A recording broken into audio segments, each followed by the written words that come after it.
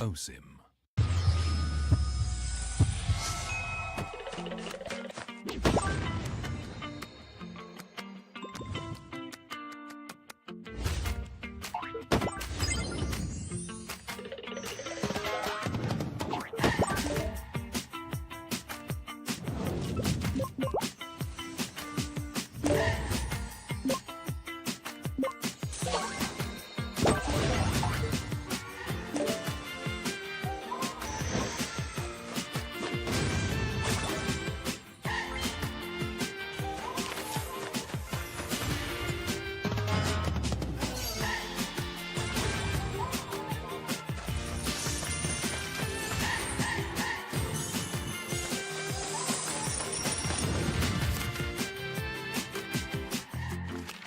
Get arrested.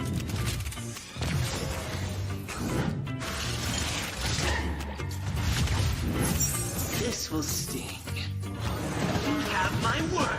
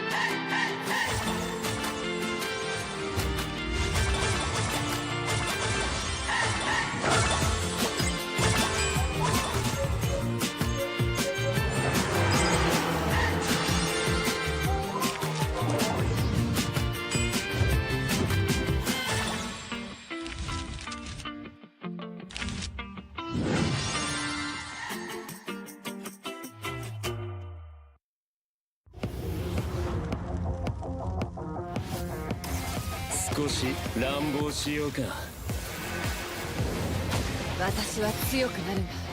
そのためなら何だって。自分の良心に従って人を助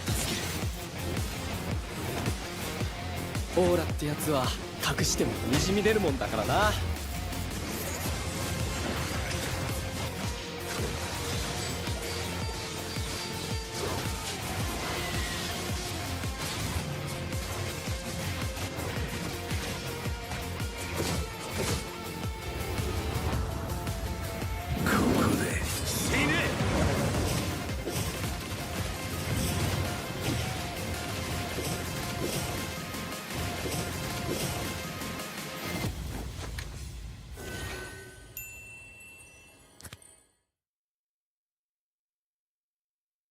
Who is the best looking player in MPL SG?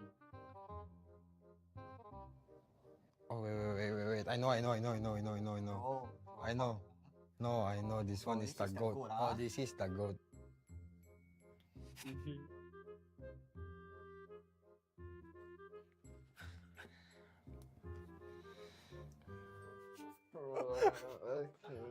You sure easiest or not? Easy or hard? Best looking player. This one handsome boy. Handsome boy. Ken from manga. I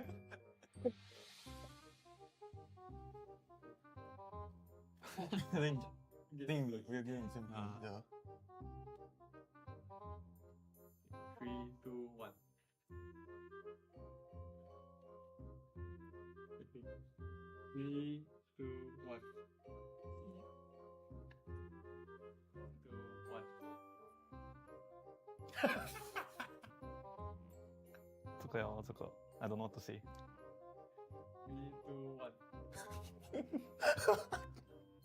Must. Didn't he have a different name? Can you write the current name? Okay. Oh, easy game, bro. Huh? Oh. Like you say the old name or the new one? The answers? Okay. 数一下。 Wow. Start this one. What's the old name? Dante. Thought Dracula. 3, 2, 1. Technically both correct. Oh, okay. What the heck? Wow, this one I know. Wait. Oh. 2, 1. Eudora is correct. Yeah. That time her skin color, the basic one was red, bro. I forget ah. Eudora. Oh, wait, bro.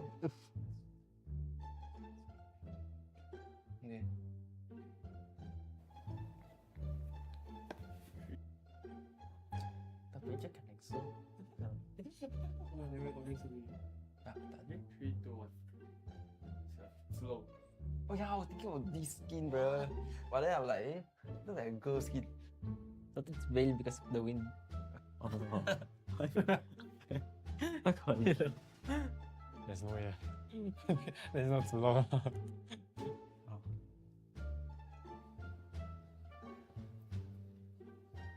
Yeah, mage. Oh wait. Oh, I know. Should be this one. I hate this hero, bro. I got my answer. Okay. Ah. Okay. Huh? Wait. Like a universe ah. Who's that familiar? eh? Oh, okay.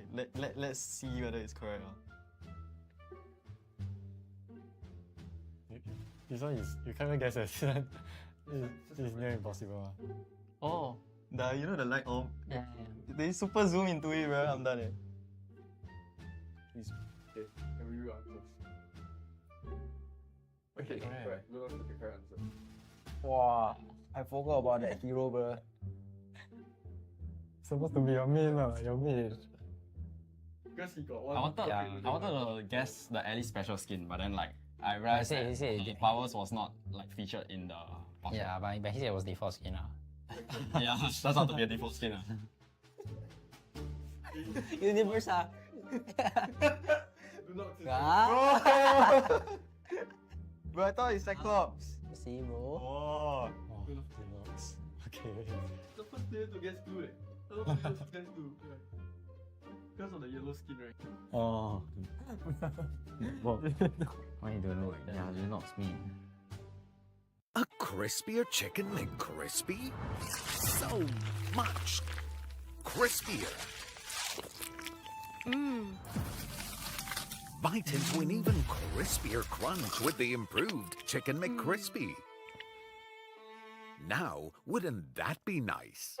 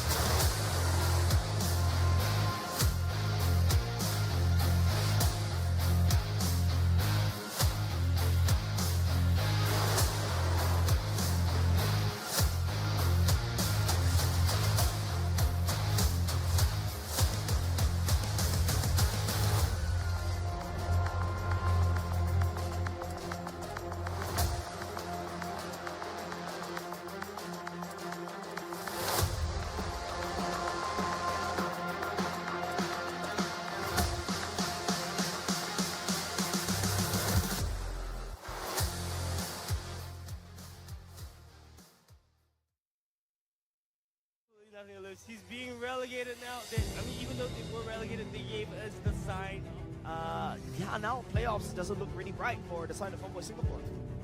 The trials have passed. The intensity, a constant hum in the air. Through grueling challenges, these teams have persevered with unwavering resolve.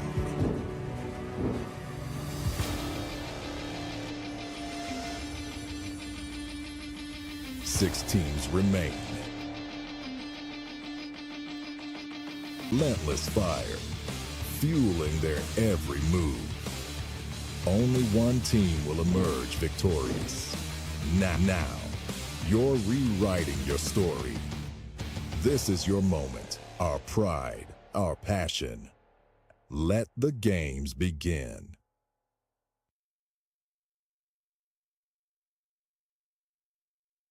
MPL SG Season 7 is brought to you by Moontan Games and Zenway Productions.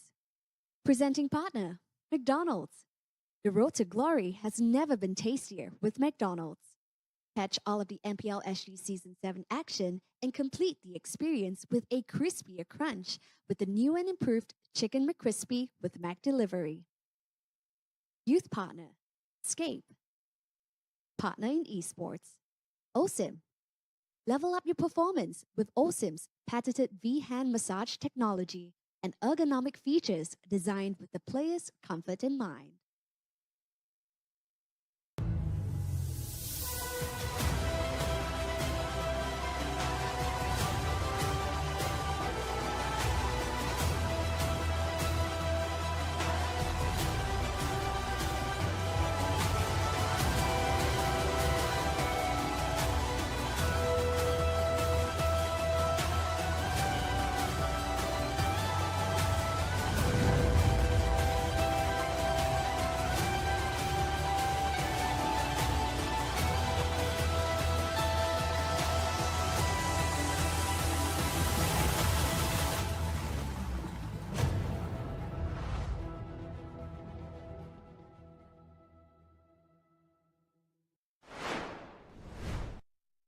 Earlier on, right here at MPL SG Season 7, we have started off the regular season with the top 8 teams right here in Singapore.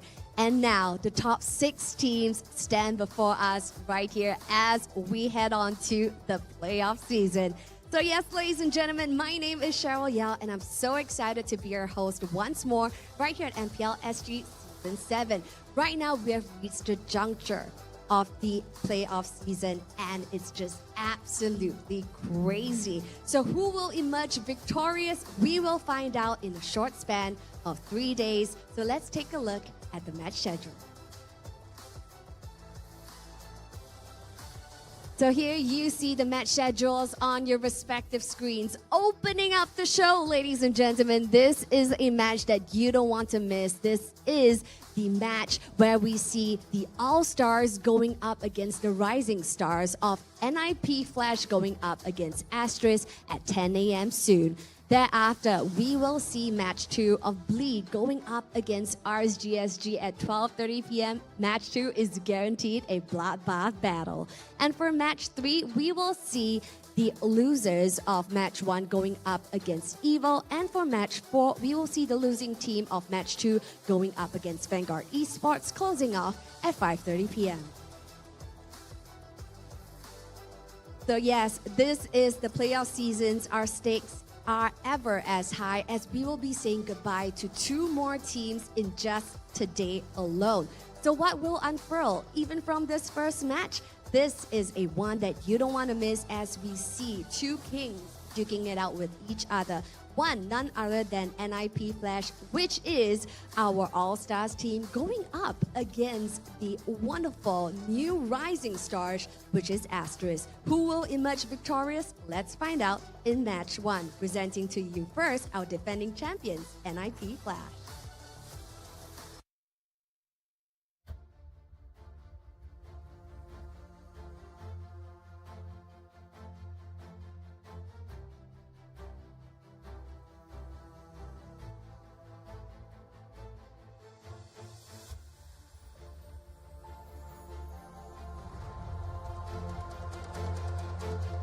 So yes, now our defending champions are smiling brightly here as they take on center stage in front of their battle stations. Right here with their brand new collaboration with NIP. NIP Flash is here to take the stage by storm.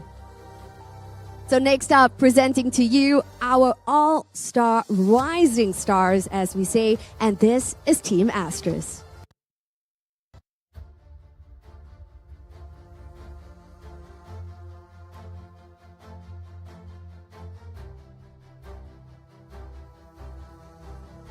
So yes, right now Asteris are smiling and shining brightly right here on the main stage as well. Now these all new rising stars definitely got our attention on them, taking the stage by storm. Even though they are a brand new qualifying team, making it here to the upper brackets is definitely a feat. So right here for match 1, we will be expecting a wonderful match. So boys, head on over and fist bump your opponents for this match.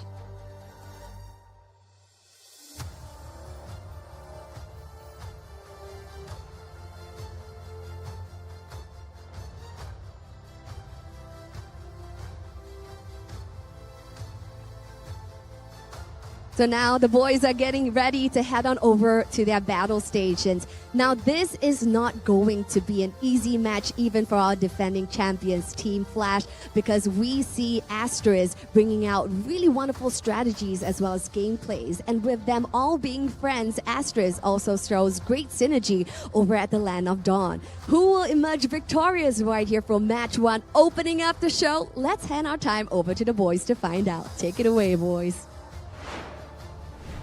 Thank you very much, Cheryl. And ladies and gentlemen, welcome to the playoffs for MPL Singapore. My name is Jace. Joining me right here is finally Abstract and also Qua. We'll be bringing you the first 2 series, and especially we're going to start this one strong. It's going to be NIP Flash going up against Asteris, the rising star going up against the star. How are you feeling today, Abstract? Well, of course, it is very early in the morning. We pretty much can expect, some of these players might be snoozing off a little bit, but, I won't be surprised. I'll just put it that way. Won't be too surprised. But, of course, eventually, we should be able to see some big plays from them, maybe by the second game in.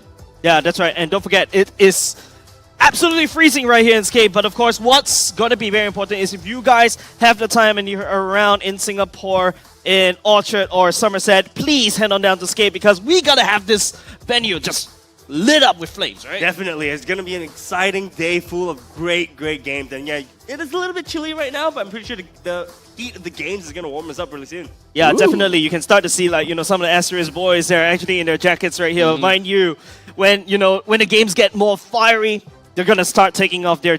I was about to say, take off their shirts. Their jackets! And, take off their jerseys, I'm all in! But let's take a look at the NIP Flash lineup right here on your screen. Abstract, just give them a big introduction. Right off the start, we do have from the left to the right, we have Diablo that's going to be on the EXP lane, Hades onto the jungle, Katizi with the mid lane, Lolzy on the roam, and finally Vanix, or rather, Lord Vanix on the roam, and finally Vanix, or rather, Lord Vanix onto the gold lane. I'm very much expecting big stuff coming from NIP Flash, and especially with the collaboration from NIP, they actually do have quite a lot of expectations that they're going to uphold. Yeah, that's right. Let's take a look at the other side right here, right? We talk about the stars already. Let's talk about the rising stars. Qual, what do you see from this team? Rising stars indeed. So on Aster side, we have Bear on the EXP lane, JH on the jungle, Kiwi on the mid, FMM on the roam, as well as Chu on the gold lane. These guys have shown such immaculate teamwork when it came to the regular season. So I'm super excited to see what they're going to bring to the playoffs. Definitely, right? Don't forget, they really grinded so hard, right? In the start of the January. FMM texted me personally on, what kind of community tournaments that they're able to go for. And you can start to see all this hard work really pays off. Yep, understandably, right? When it comes down to qualifier teams, we have harped this over and over again. That's right. This team, Asteris, is not a team that we thought, will be able to make it off the playoff, especially with this very punishing format. All these factors coming in is rather surprising that Asteris made it all the way here, but of course, it's all due to their efforts. Yep. Let's take a look at the stats coming out from Team NIP Flash, by the way. And don't forget, these are the stats that we've gathered for the regular season. But don't forget, during the regular season, Team Flash, you know, they're not. I don't feel that whether they're serious about it, but this time around they have to pull up their pants. Yeah, they have pretty much been playing however that they want, right? Vanix has played every unique marksman there are, so to be fair, it's a little bit difficult for us to really understand what's the main hero that he plays. Yeah. But, I mean, for now, we do have carry with the GPM of 796. We have definitely seen higher values, but it's fair to say that Vanix is probably second or third on the board. But of course, when it comes down to Diablo, one thing that I expected Diablo to do is to play a lot more meta heroes in this patch, and of course with this new team it makes sense for him to be able to clock onto a Yu Zhong with quite a lot of damage taken per death. Yep, let's take a look on the stats from the side of Asteris. Qua just take it over. You can see immediately the scene change. Chu and Vanix, they're looking at the same heroes. Exactly, the same heroes, slightly different GPNs and KDAs though. I think slightly higher on the side of Chu. But, you know, I think the thing that we want to take note about the stats for Asteris is that they work together as a team. Yeah. Right? Strangely, we don't see the kill participation on Kiwis, but Kiwi is one of the main playmakers together with FMM on, well, all day plays, right? They move around as a team in the map, making macro decisions, making macro plays, and that's how they won most of the games during the regular season. Do want to highlight Bear is also one of the main stars bear of the trap. show, right? The Bear Trap. Yep. You know, we do see him on the damage taken per death, 32k, really high. Shows how much of a attention he draws when it comes to team fights. Yeah, literally the bad trap, right? He is the one that traps most of the enemy teams together and then, you know, make things work. And if you notice, this is a team that, you know, practice really well. They really work together really well. You've seen them taking down RSG during the regular seasons as well. They are, well, the second Titan Slayers already. Now this is the upcoming Titan that they have to slay. And if, I'm going to be a little bit delusional right here, right? If they take one game away from Team Flash, I'm seeing them in the grand finals. Oh, just one game. That's the the amount of momentum that they're going to gain, just taking down one, is just going to be instrumental. Honestly, I don't know what to expect coming from Asteris, but hearing from what you said there is pretty crazy. There we go. But, yep, okay. Hey, you're sharing the same sentiment, right? Yeah, look, I mean, 2-1, right? I don't think Asteris is going to go down quietly. I don't think they're going to roll over and play dead, right? They have action. They have the capabilities and the technical skills as well as the map plays, which we don't actually see from a lot of the other teams. So I do believe that Asteris will be able to take one game from Flash, but we also haven't seen what Flash can do at 100% capabilities yet. Yeah, exactly. Is this the 100% that we are seeing for Team Flash? Because don't forget, during the regular season, they're not giving out a lot of information. Maybe right? 30%. It's 40. So okay, 50. Okay. So right now, if you take a look at the roster coming up from Team Flash, right? The only one that I can feel like it's a plug and play is Lozy or JPL. So do you prefer Team Flash on JPL or Team Flash with Lozy? Yes. What kind of response is that? Oh my god! Either is fine, right? They just work so well as a team. Yeah, that yeah. If you plug in either Lozy or JPL, That they is can be true. okay. I mean, I could very easily reference this the interview that Jace had with Diablo, I suppose, right? Hey, very easily referenced because we've got Lozy that's very raring to go, you know, just wants to go in, while on the JPL side, very much of the opposite. Yeah, let's take a look at, we talk about the roamers head-to-head in the sense of ourselves, but it's just between Team Flash. But let's take a look at the player head-to-head between these two gold laners. Don't forget, Chu was Howski back in the days of Stellark, right? He was completely underground. Vanix, same story as well. When he was part of Zion back then, he was completely underground. But now these two rising stars, these two gold laners, right? Head-to-head, just look at the KDA. It's just 1 and number 2. And look, it's not that far apart either, right? It's only a 0.5 difference in KDA. Not to mention the GPM is also extremely high, right? Vanix being second, 796 GPM. Pretty good. Chu, 714, not too much of a slouch either. Right? We do see, however, that Vanix was a lot more focused in pushing down turrets, right? Chu, on the other hand, a bit more focused on teamwork. You know, like I said, map control, map plays was a lot more important to Asteris than it is, I guess, to Flash, right? Flash, anything can happen. Yeah, but this is Lord Vanix we were talking about. I think another stat that we also take a look is the turret damage per minute. It's 1.3k versus 882. It shows that Vanix also plays in a 4+1 where this is a gold laner that literally play in his own lane. He can make these plays on his own. I mean, it's pretty much understandable considering the fact that Team Flash, they really love their objective games. That's right. Time and time again, they have been focusing onto Vanix's lane and just ensuring that he's able to take down his lane turret in the gold lane, and shortly after, go for a quick little switch. He goes over the EXP, he effectively takes 2 turrets down in one go.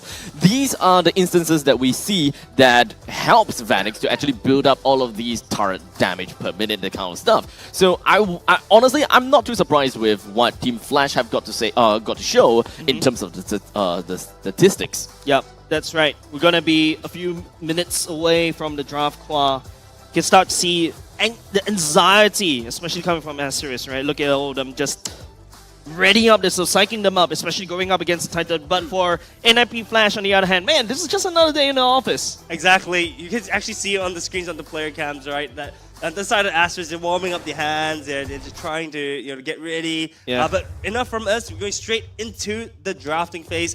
We do see on the side of Asteris a ban of the Faramis as well as the Angela, and on the side of NIP Flash, we do see, oh wow, gold focus lane bans in the Harif as well as the Natan. Yep, it's already started. In fact, Faramis and Angela, as what you mentioned, already taken away. Right now, what is Asteris looking out for? Asteris should be looking out for, I guess they want to kind of secure the gold lane for 2, right? The thing is that with Vanix, if Vanix gets the hero that he wants, it's kind of spells doom on the side of Asteris. We talk about the gold lane bans, right? Look at that, Roger already taken away. We don't want to give Vanix a bit of a head start, but I feel like right now, Asteris is looking to first pick the Mathilda. Both these teams, FMM and also Lozy, love to play the Mathilda as well. NIP Flash, what is their response? With the Loi. Yeah, I think Loi is a really good ban, right? Kiwi is a danger on that Loi. We see him moving around the map with the Loi. Loi being super, super mobile, as well as a really good initiator when it comes to, or a ganker when it comes to team fights, right? So they do not want to allow Asteris to play the map like they usually do. I wonder if we're going to see Chip. RL19 though. Yeah, I think there's also a comparison between you go for either the Chip or you go for the Mathilda. But right now, it just seems like Asteris, I think they're looking to deny Lozy's Mathilda, right? Because Adamir, the drafter right here coming out from NIP Flash, and that's so crazy about NIP Flash. The players themselves, the veterancy card coming in, they are able to just do a lot more things, and they're so flexible in this kind of lineup. It's just crazy coming out from NIP Flash. Yeah, it's just so many possibilities. We do see the Fredrin. Wow. Even though Fredrin, I think Fredrin is one of the most popular picks. No, not only just that. Yeah, it's not only just that. It's JH's best foot forward. It's basically his right leg stepping up and saying like, okay, I'm going to start this run strong. I'm going to forgo the Mathildas. I'm going to forgo like the prior picks. Right? I'm just going to go straight to Fredrin, making sure JH is comfortable in this first day. Yeah, I mean, we see JH, look, JH is synonymous with the name Fredrin, right? When we see JH, we see Fredrin. Yep. Fredrin is one of the most popular picks going into, ever in MPL SG, right? Yep. So I think this is a smart pick. But on the other side of things, we see NIP Flash picking up the Minotaur as well as the Valentina. Yeah, Mathilda completely forgotten right now for both these two teams, looking to for something else. If you notice the NIP Flash going for Minotaur and Valentina, they're looking for this massive clashes, right? And with the Valentina prior pick by the side of NIP Flash, it's something that Curtizi likes to play, abusing the fact that he's so flexible, he's so versatile as a mid laner. Asteris right now has to be a little bit careful with what kind of ultimates they want to bring on board.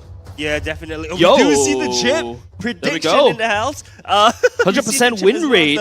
Paquito being picked up on the side of Asteris. Exciting plays. We do see the Chip being revealed extremely early, so that does give us a sense of what Asteris is trying to strive for, right? Yep. Paquito as well, really, really good at split pushing the lanes. So right now, Asteris' team comp looking pretty good. Yeah, they're going for the split composition as compared to NIP Flash. They're looking for, this massive team fight comps right now. Asteris is saying that I don't want to fight your face on. I'm not going to take down the Titan right head on. I'm going to find the weak points, right? I'm going to find the small little gaps in the armor. I'm going to stab right there. It's like a rogue kind of gameplay. It's just exactly what I like to play.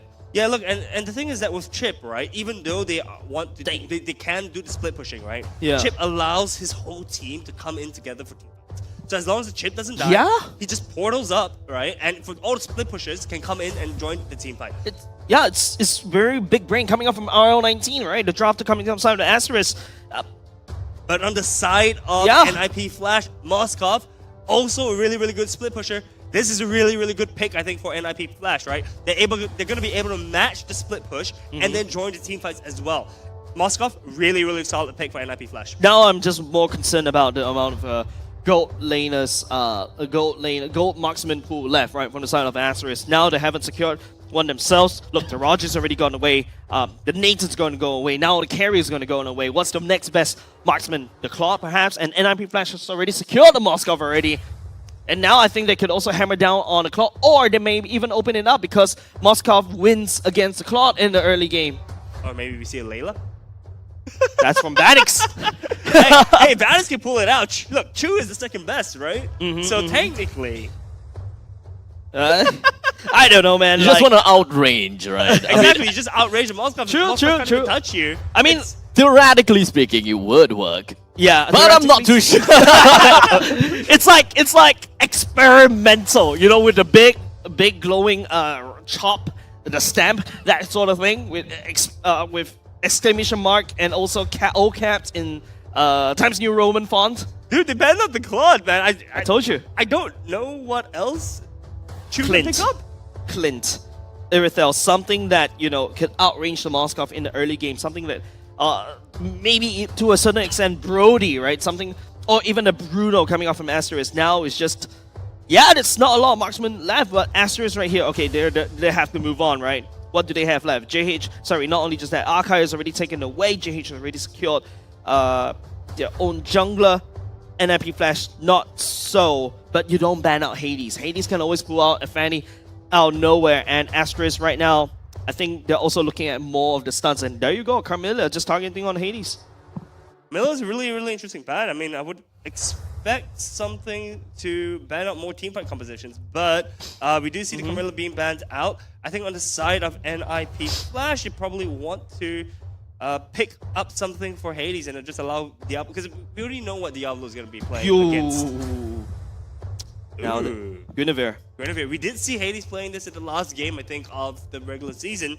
Very good pick as well, actually. He did play that before, and it synchronizes exactly what the Minotaur wants to do, right? Yep. We're going to lock down in this one massive circle, knock everybody sky high. Guinevere can follow up. That's a lot of small little combos that goes together with the Minotaur. So, wonderful drafting coming out from Adamir.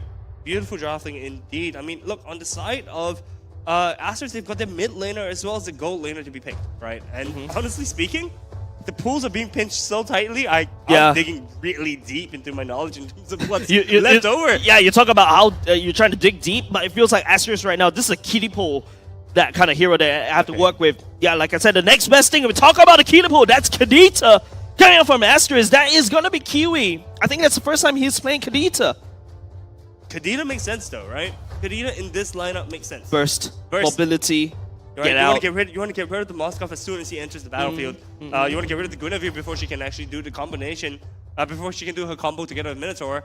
But look, honestly, on the side of NIP Flash, Valentina's ultimate selection is not. She doesn't have many good ultis to steal. Now I'm looking at Diablo right here, the EXP lane from the side of NIP. Like Flash. the Yuzhong here. Yuzhong, yeah, I was going to say Yuzhong makes sense. Marsha! Oh. Whoa, yeah, this is of a new flavor that's coming in from the side of an other tournaments that I've been watching internationally, right? Marsha coming in, looking for the burst onto the Bruno. I just sacrificed myself over to Bruno. Just remove the damage dealer from the side of Asteris. All of a sudden, you don't really have that consistent DPS already. Asteris is going for more of a burst composition, a split burst composition, whereas NIP Flash, I want to clash you. I want to force this 5v5, and you know that you're not going to be able to win it, especially up against a titan like NIP Flash. Yeah, look, I think these two team compositions heading off against each other in the first round is going to be exciting to watch, right? You have two teams playing very different strategies. But we're going to see who's going to be able to execute it a little bit better.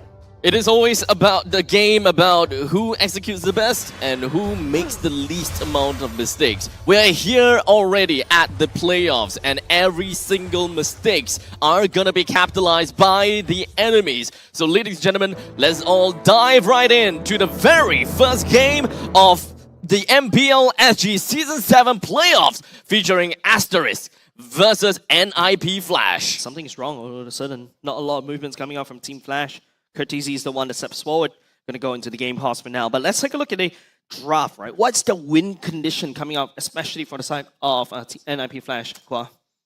So NIP Flash probably wants to group up early. They want to group up. They want to get team fights. They want to invade the jungle, right? They want to prevent Asteris from doing what they want, which is get an early lead, split push, and take the game from there. Yeah, look at Losey just signaling to Vanix. I think is mimicking Moskov. By the way, this morning, you know what I just realized? Moskov's actually left-handed. Huh? What? Yeah, I just realized that he's throwing his spears and using his left hand. I was like, I thought he's right-handed. I don't know. I was just looking around. If I'm not mistaken, all right, guys, chat. I'm just like, he's a southpaw.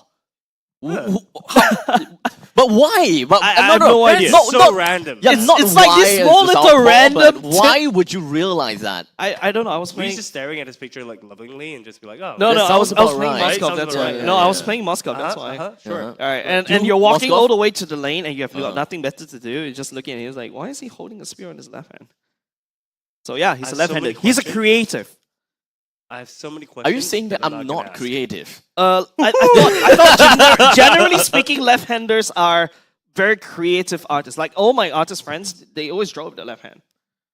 I don't know. It's just me, right? Yeah, your statistics might be completely blown out of proportion. It's okay. I'm just 50-50, all right? I'm just doing a coin cost right here. Hey! Wait, okay, look. Right. If your name is Bear, I would expect you to bring a bear, not a capybara. That's a bear, no? It's a bear, no? Is a bear? That's Yeah, a that's a bear, bear. dude. That looks like a capybara. No, that's his He's bear. had that all That's season. a bear, right? That's his emotional support bear. Ah, By the way, his merchandise going up soon for sale from the side of Asteris. So if you want to support this team, go buy the bear. Perfect. Perfect. Nice. And they have a turtle? They got a turtle. Oh, they got a wait! bear. Do they have like a... Dude, they're bringing the whole animal kingdom on stage. What are we looking at? Noah's Ark? They should change the team name for next season, hey? The Ark. Noah's Ark. But I think we have digressed enough. We do. Yeah, because, okay, to be fair, right now, the main thing is we are looking at a very different kind of composition coming from both NIP Flash as well as Asteris. I actually really want to really dive in a lot deeper to really kind of break things down and really understand what exactly are the flaws of each team and what are their main win condition. Because for NIP Flash, right, we have seen a couple of interviews before. Hades himself say that they would want to make Diablo one of the win conditions. And in this case... Of course, Diablo's the win condition. Hey, you never know. Hades himself is a win condition as well. But in this case, you know, Hades is playing as the Guinevere, and in this case, Diablo is playing in the Masher. We don't really see him playing in the Masher that much, but what does Masher come to contribute in this battle? Masha can insta-gip one target. Right? Insta-kill one target, right? I Literally- trade myself for one target. And no, the thing is that sometimes she doesn't even die. Right? She instantly bursts one, Stays in probably lane. the gold laner, and she can potentially stay alive. Right? She's very much useful as... She's a tank, but she's also an assassin. Yeah. Right, Like 3 so- easy thunderclaps. Just Yep. without a problem. But right now, in this current patch, Masha's mostly built like your Blade Like a Saber, just like mostly a Natalia, damage, right? No, mostly Blade of damage, just Hephaestus pure in the damage level. build. Yeah, Blade of Hephaestus is core item. You go in, BOD right off if you're feeling good. If you're feeling bad, you go for Malefic Roar. Yeah, so it all boils down to choose positioning, I said Bruno. I almost called him Holsky. Yeah. The problem I feel is that there is a lot of threats coming from the side of Chu. Chu is definitely going to have a really tough game, right? Yeah. Like literally everyone from the side of Team Flash is capable of jumping over to the back lines, right? That's right. Of course, when it comes down to Minotaur, we know that that's possible. Valentina, Guinevere, Masha, they all have their ways to close up the gaps.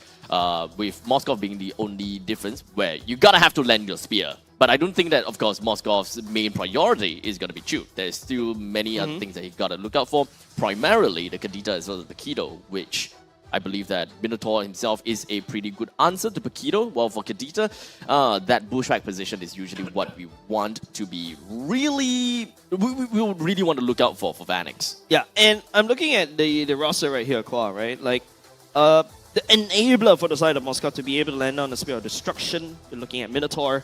You're looking at Guinevere. That's like 3 seconds. You're in the air for 3 seconds, right? Yep. And that's basically game-breaking for you. It is, but the question is, will they be able to secure... I mean, look, positioning-wise, is going to be super key in this team fight, right? From the side of Asteris, if they manage to position well, if they don't group up as 5, it's going to be really hard, right, for the side of NIP Flash to pick. Hey, sorry, I'm just distracted by Diablo all the time.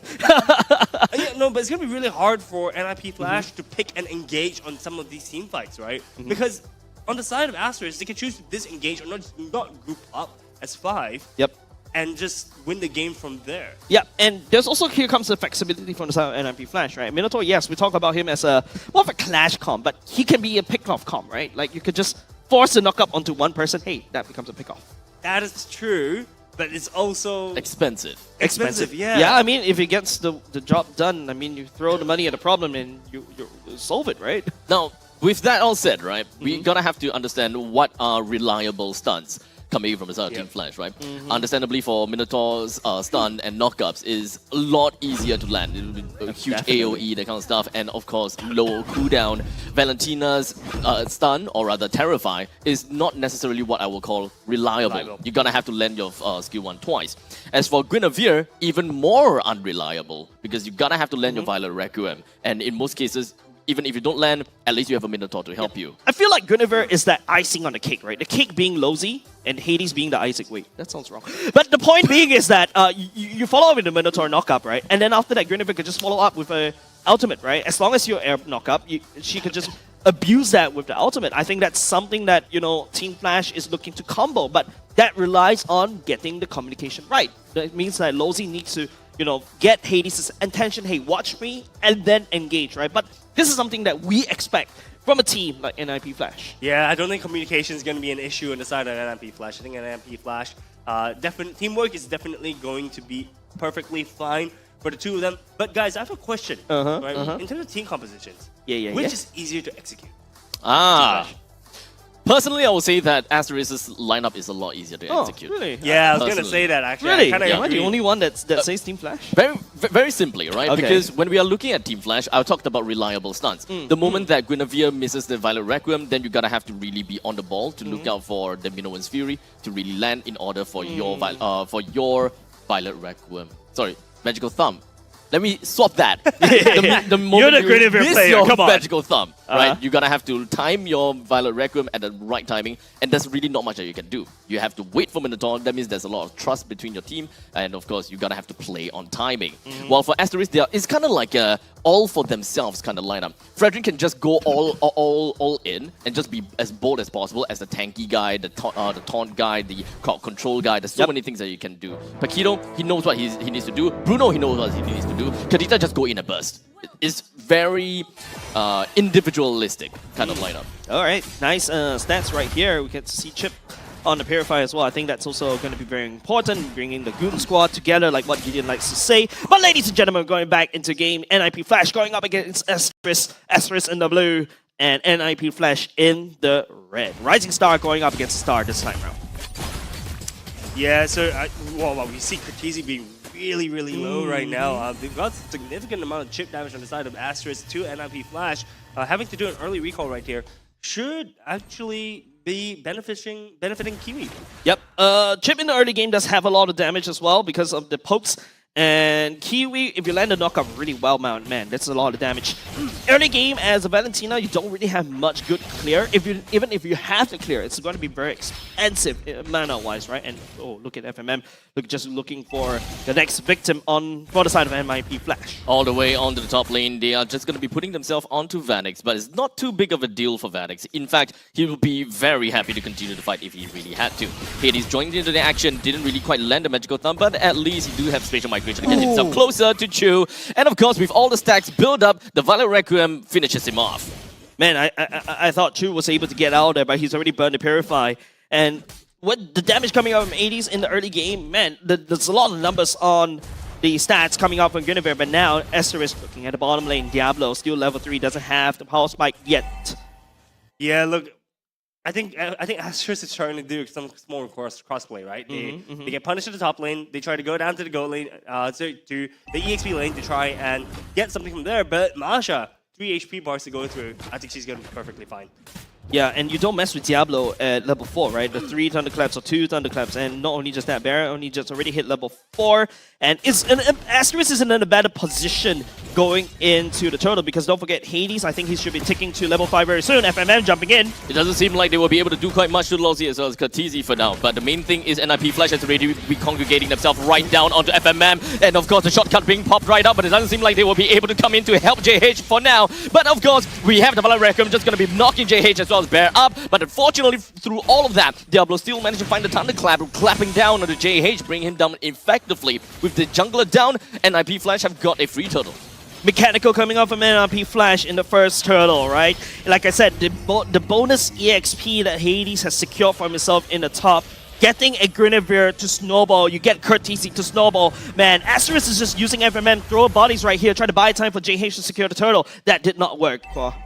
Yeah, look, that was a flawless team fight, I think, on the side of NIP Flash. Asteris just kind of walking in there, trying to prevent them from doing it, but it's a bit too hard to stop the momentum right now that NIP Flash has. 1.5k gold lead ahead right now on the side of NIP Flash. That's almost half an item. Yeah, not only just that, Kiwi also landed a 3-man Petrify. That should convert into something, but NIP Flash, I think they stand in a very awkward angle for Kiwi to kind of pop. Like now you have to pick one person to pop, right? But unfortunately, not able to do anything at all for now. But I would say that Asteris right here, they have to play it safe. But there's a mid-game pulse spike, and I just say that they have to play it safe. FMM on the chopping block right there. Yeah, I think they are choosing the right person to target out, right? They know FMM right now not doing too hot. He's really behind in EXP, I feel. Yep. And as we see the runes right now. The emblem's coming up, right? Coming up, yep. Concussive. Nothing.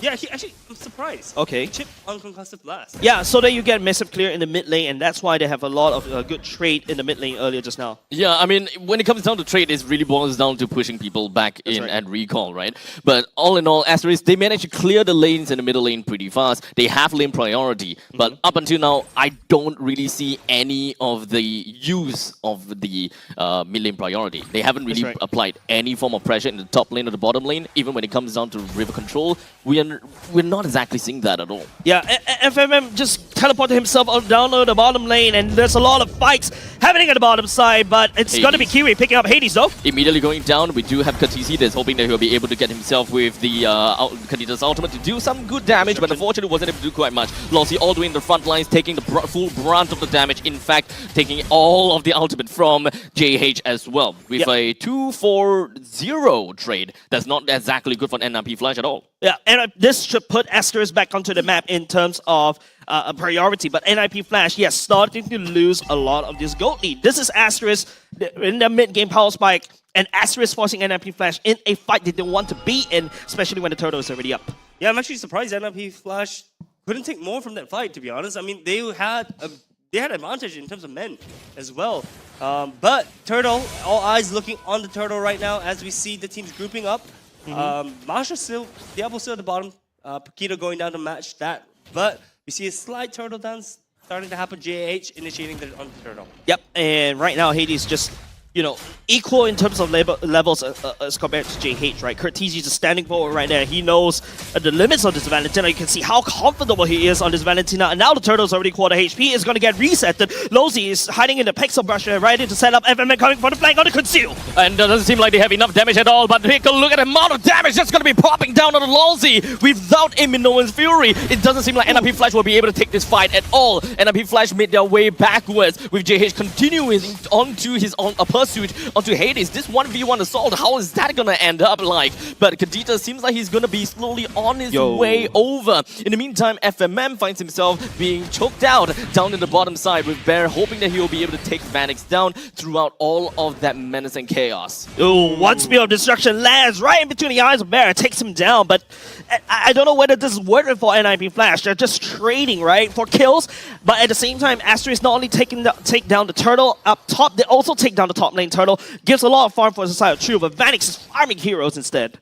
Yeah, I mean, look, it's close. The gold is really, really close. Right now, NIP Flash at a 500 gold lead. Just looking at the tower showing should increase slightly. 1K, but it's looking pretty good for the side of Asteris. Oh, FMM was hoping that he'll be able to make it into the brushes, but of course, with a quick little shortcut, he brings Kiwi as well, JH back all in. But with the Minotaur's Fury only landing on the one, but Barry joins in, and he actually got hit by the Violet Requiem, but they are actually surviving still pretty darn well. Hades quickly, with the spatial migration backwards, they did manage to come up still all alive with 2 kills to their name. And only just that, Vanix lands the Spirit Destruction Shoe. Doesn't really have the mana. He doesn't really have the mana to dash away. He's taking a lot of punishment right here. Diablo's going to chase, but JH, you can start to see Asteris starting to fall apart just a little bit, but hold on a second. It doesn't really have any health bars left, as we do have this Kiwi comes in from the back, and of course with the Appraisal's Wrath that finishes off the deal. FMM is that baseball that Asteris is throwing against NIP Flash and hoping that it hurts. But you know, it's a baseball, right? It's made of cloth. Hey, baseballs, have you ever gotten hit by a baseball? Dude, No. things Not yet. hurt, but, you know, going back into the game, that was a really confusing fight. It feels like Asteris is looking a little bit disorganized right now, right? FMM is choosing to take fights, and they're just really hoping to get something from that fight, but it seems like the other half of the team is just not going in for it. I think it's just because of the presence of Lozi, right? Yes, I have a shortcut, but are you going to shortcut right into a Lozi's ultimate? And that's what makes it so hard for Asteris to commit. And we talk about the trust in between the teams from the side of Asteris, and now, where's that trust? Trust needs to be earned, but, you know, I think so far they're not out of it, right? Asteris is not out of it just yet. You know, they're only down 700 gold.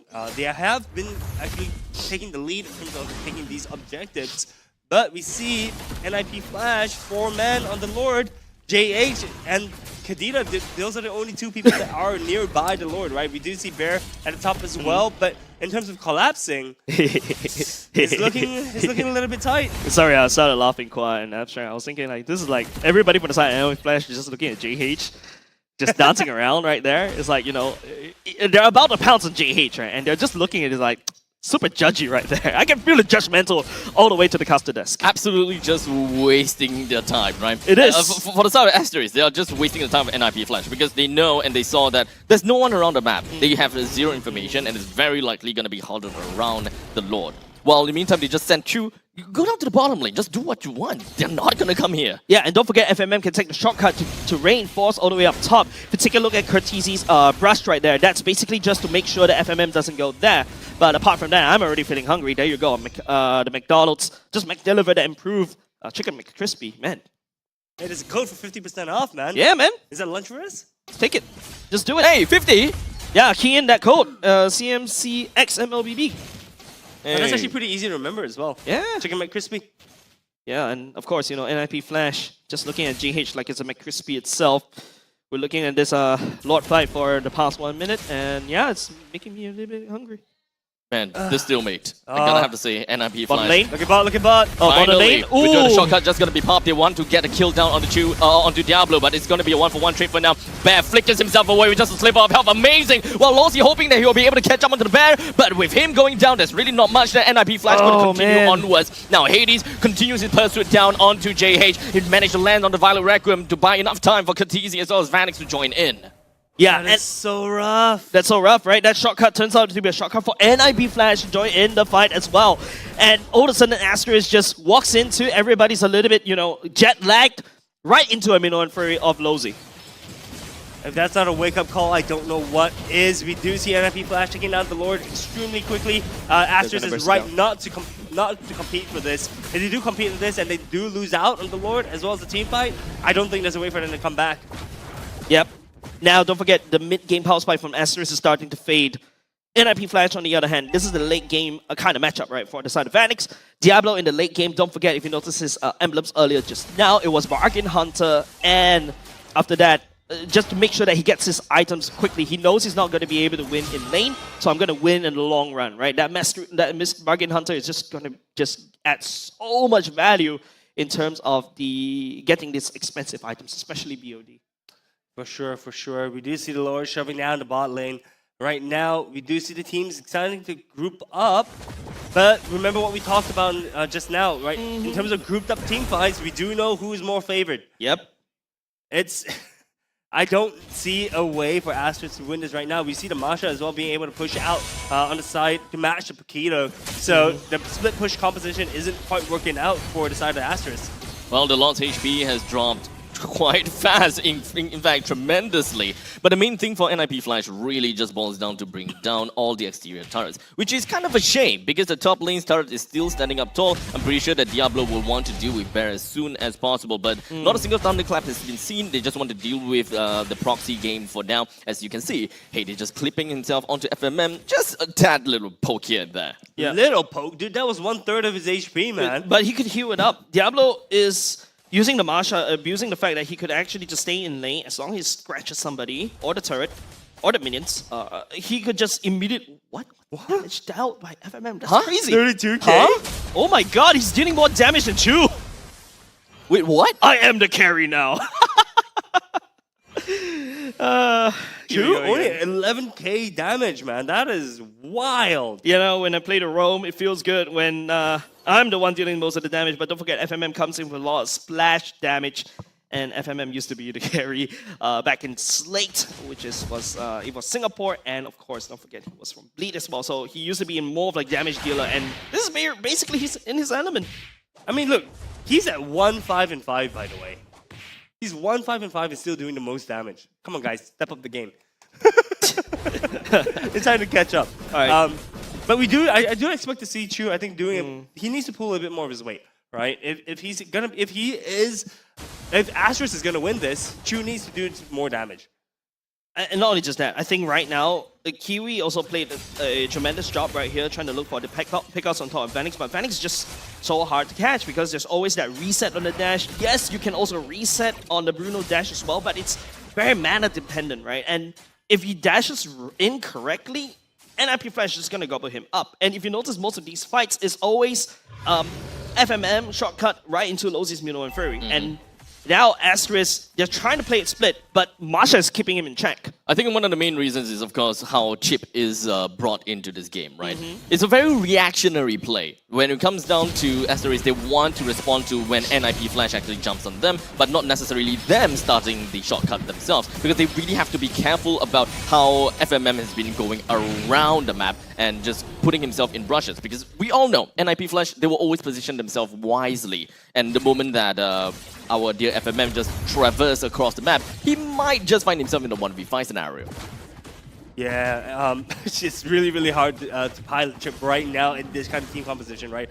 We failed to mention earlier that Minotaur, great pick into FMM, right? Because the thing is that if Chip drops the portal, all he needs to do, all Lozzy needs to do is wait for the whole team to arrive and just presses the Mino and Fury. Yep. Don't forget, Adamir drafted Valentina and Minotaur together, and then after the Asteris picked the chip, right? It feels like NIP Flash knows Asteris wants to pick that chip because they know they don't want to fight face on, and then after that they're going to force a split. But here we go, it's going to be, you know, NIP Flash knocking on the middle lane right here. FMM goes into conceal. All the way from the behind. Bear is still somewhere within of the brushes, haven't really quite revealed himself just yet. The Lord marches to the bottom lane, brings down the inhibitor in the middle lane, while the rest of NIP Flash is patiently waiting for the middle lane and the top lane to push in. The Terrify lands onto Bear, the shortcut comes in, the spear lands, and the Kobe right down on the Bear, putting themselves in a 4 versus 5 fashion. Diablo goes all the way to the back and finds FMM. What the main bodies of NIP Flash is going to be focusing on to Kiwi as well as the Chu. The Breath of the Ocean is not going to be doing anything at all, and Asteris unfortunately suffers their very first loss here, coming into the playoffs. Man, somebody from the side of NIP Flash picked up a Maniac as well. GG well played from the side of NIP Flash. Like what I mentioned, this is another day in the office, right? And can we get an office zoom for the side of NIP Flash? But apart from that, Asteris, they gotta have to look back at the drawing board once again. This composition, it feels like they're onto something, but it's not enough.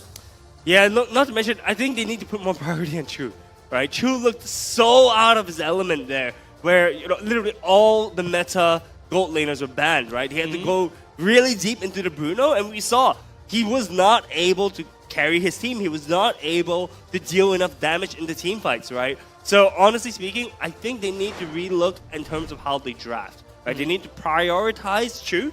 They need to give him something that he's a little bit more comfortable on. Yes, JH is important, right? yes, getting that Fredrin is important, but they need to prioritize too. Yeah, if you take a look back at the picks, right, maybe switch the Paquito pick, right? You don't prioritize Bear because I feel like Bear has a little bit better hero pool as compared to Chu, but especially when you started the whole ban phase, it's like, yeah, let's just take all the marksmen away.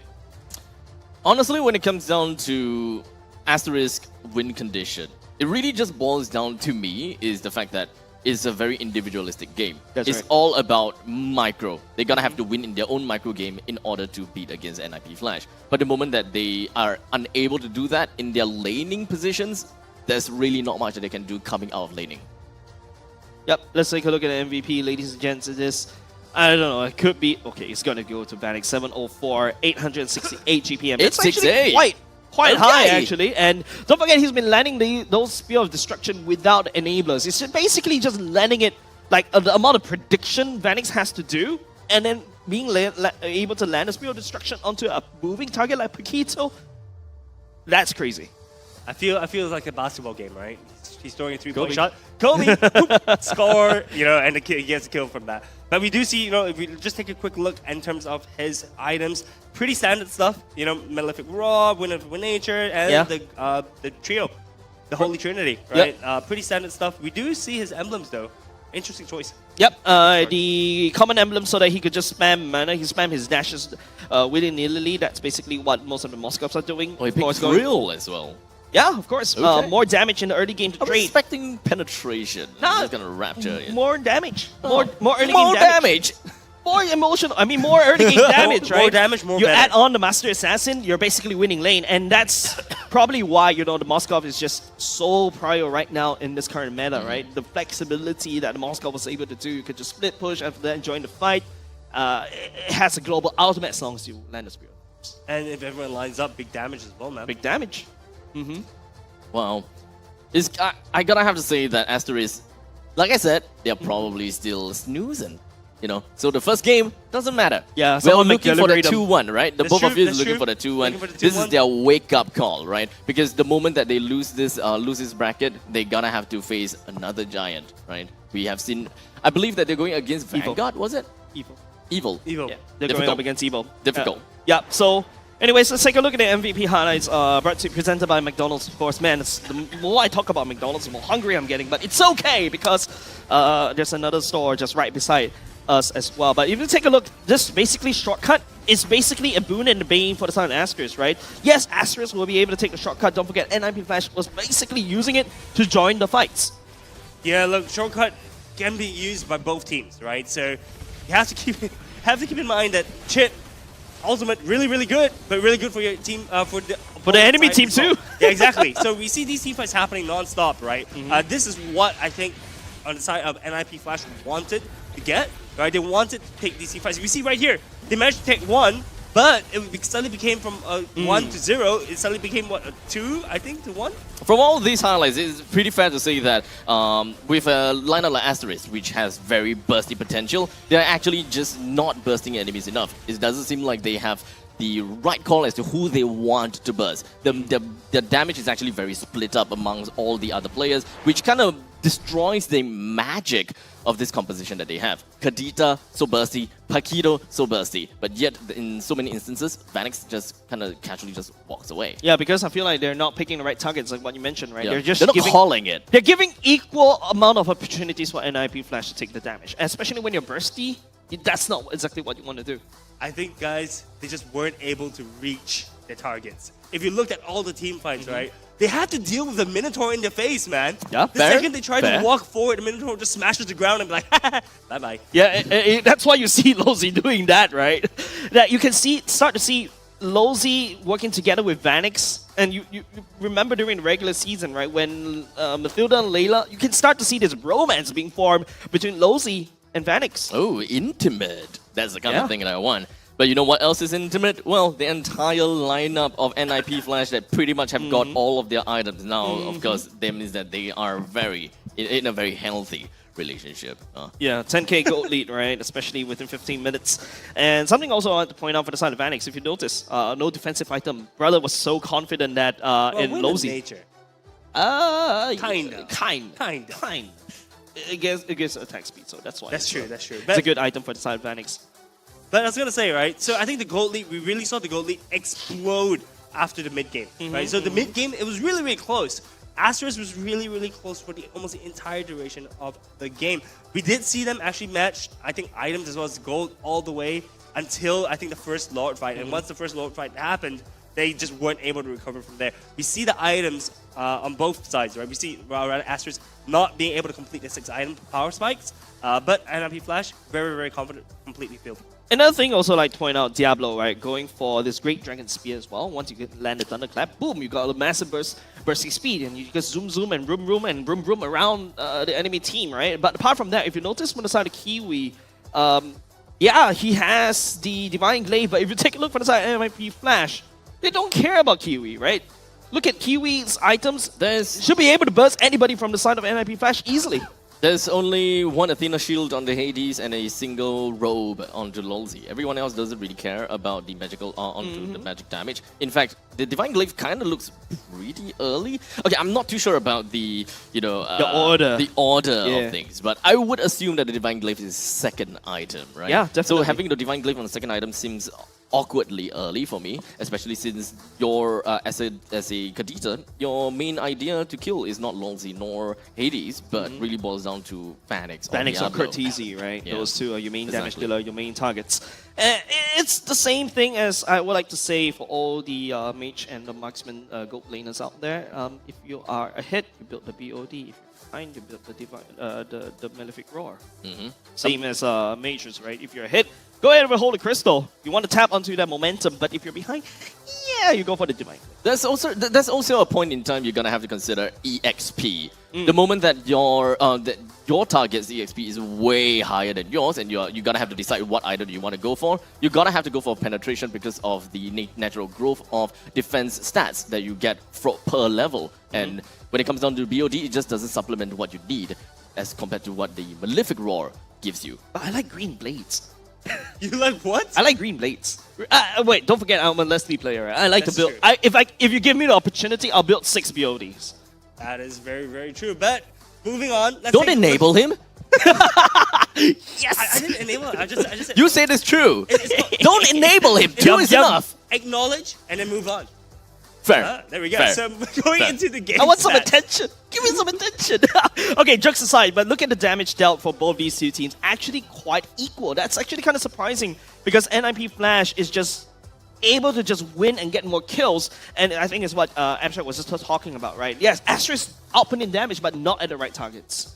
Yeah, like I said, they weren't able to reach their targets. We see them being able to deal damage, just not on the right people. Unfortunately, I mean, that's really, really, really good for the side of Lolzy, right? Lolzy played, I think, the game immaculately. He just kind of stood there, waited for the team, and waited for the team to come to him, and then chooses to use the Minnow and Fury at the right time, right? I think on the side of Asteris, though, 33% of team kill participation out of 6 kills. That's not really, really high. It's a very difficult game for Bruno, right? It's like you gotta have to close the gap, but if you close the gap, there's a big cow just ready to knock you up. Slamming the ground, yeah. Yeah, and it feels like NIP Flash, just a very defensive one, right? If you notice most of these team fights coming out from Asteris and NIP Flash, it's just Asteris forcing the fight they're not ready for, and then they get knocked up in the air. Right. Now that you say that, right? The moment that now I kind of have like this very controversial take, right? Is that Asteris should never play chip. Because I feel that Asteris should never play chip. Because I feel that the moment that they pick chip, they completely throw their macro away. They believe like, okay, if we want to set up for a battle, we do have a shortcut that will bring us there. We don't really need to set up ourselves in this very specific bush. We need to go here, go there. But in the meantime, we're looking at a Kadita, a bushwhack position kind of mage. You gotta have to stay in brushes and catch people completely off guard. In the meantime, you also have Paquito, which we saw Bear trying to hide inside of the brushes, but we only seem to see that for maybe a few times. So it feels like there wasn't really much preparation for battles coming in for the side of Asteris, and they've mostly been reacting based on FMM. Like, here's a shortcut, I got hit in a, I got thrown into a fight, I did you guys. And everyone just like, okay, boom. Yeah, that's true. And don't forget, it's always when, remember we talk about the win condition, right? For the side of Asteris is that they have to split, they cannot handshake these team fights together with NIP Flash. This is a massive 5v5 comp. But it feels like that the ultimate of chip just brings everybody together and all of a sudden we're a team fight comp, right? But you're going up against a Minotaur, so that's right. Back to what Quan was talking about. It's Yeah, all the Minotaur. it's all in the Minotaur, right? Yep. And like I said before, I think all these problems would be fixed in the draft, right? But I think enough to hear from us. Let's hear from our analyst, Mr. Kin. Take it away.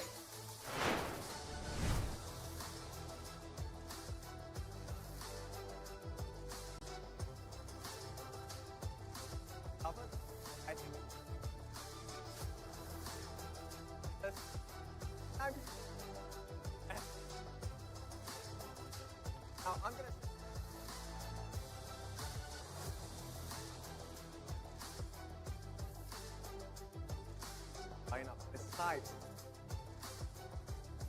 but what's more important, how can I kind of deter them and stop them from actually acting?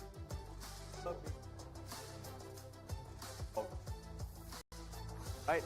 And as we go on, let's take a look at what's going to happen here. So one of the few things you're going to notice is that because Barrett and FMM are quite far off the map itself, it is going to be a problem because at the bottom tier 3, that's going to be taken for free. Nobody's going to be able to spend a base at this point. And what's going to happen next is the big shocker here. Bear actually does not have enough damage to deal against the team of NIP Flash. Another thing that you need to notice about this draft is Lawsy being the best friend of Vanek in this game, he does not leave goal lane aside at all this entire duration. Right, take a look at what happens next. Right now, the pressure is being built open itself. More importantly, Bear at this does not get. Guys, hey, there is a down. The fourth time is right. So happen next. Bear is gonna get caught out by our. I think I'm trying to support him, but so and this is a beauty. I actually pause this frame for frame. Right as he does a massive damage that has been taken away from him. And NIP Flash will show you how to get rid of the rest match as well. Because now take a look, Lawsy is always protecting minor and he's back minor as well. I'm there to take care of FMM. Round. Sun coming in from no teleport. Well, and this is where once your chips are down, NIP Flash will cut you out because left in no Lawsy. Circle, catching them times in a row with the stomp of the left with that. All this 1.9 Asteris. Get so it seems it will be up to 1. That, you know.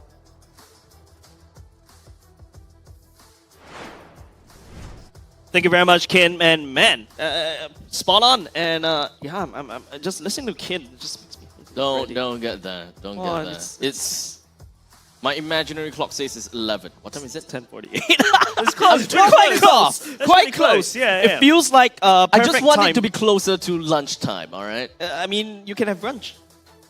Where's my chicken McCrispy? Yeah, I'm looking for chicken crispy. Don't forget, ladies and gents, thank you very much, especially to McDonald's for assisting us this particular season and also the last season as well. Don't forget, if you guys are also in the Scape area, they do have that yummy trophy in the front. Oh, Remember yeah. that one, the MVP trophy? The Lord trophy? Yeah, the Lord trophy. Yeah, it's back once again, ladies and gents. If you're around Scape, do go ahead and take some photos with it as well. And there's also some activations happening at Scape. So like I said, if you guys are in the area in Somerset or Orchard, head on down now.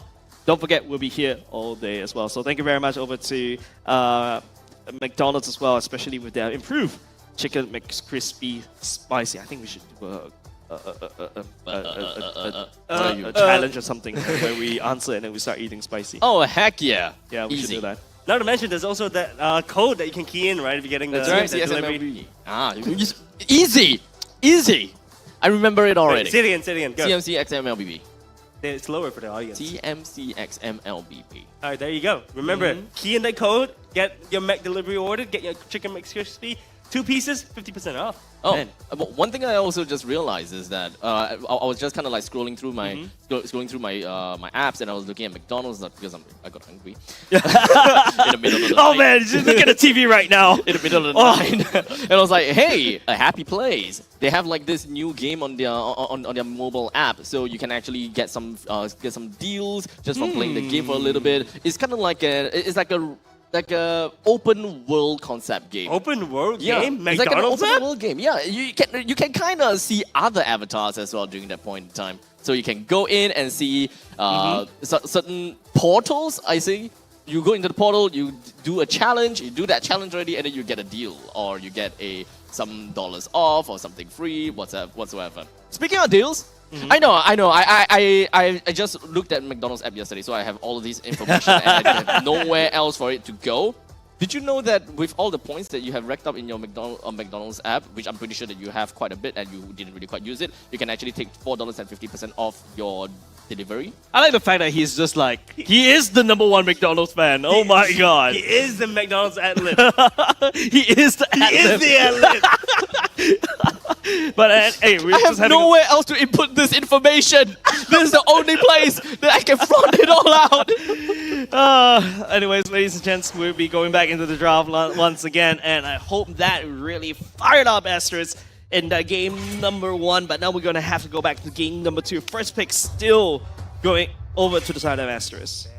Look, I'm really surprised that they're still first banning Faramis.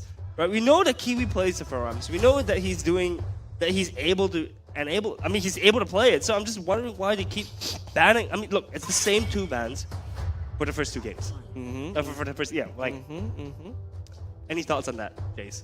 I think it's just they just don't want to meet these 2 heroes. Like, I mean, Kiwi can play it. They could prioritize that. And Kiwi looked okay on the Kadita, but it didn't look like the same Kiwi that we saw during the regular season.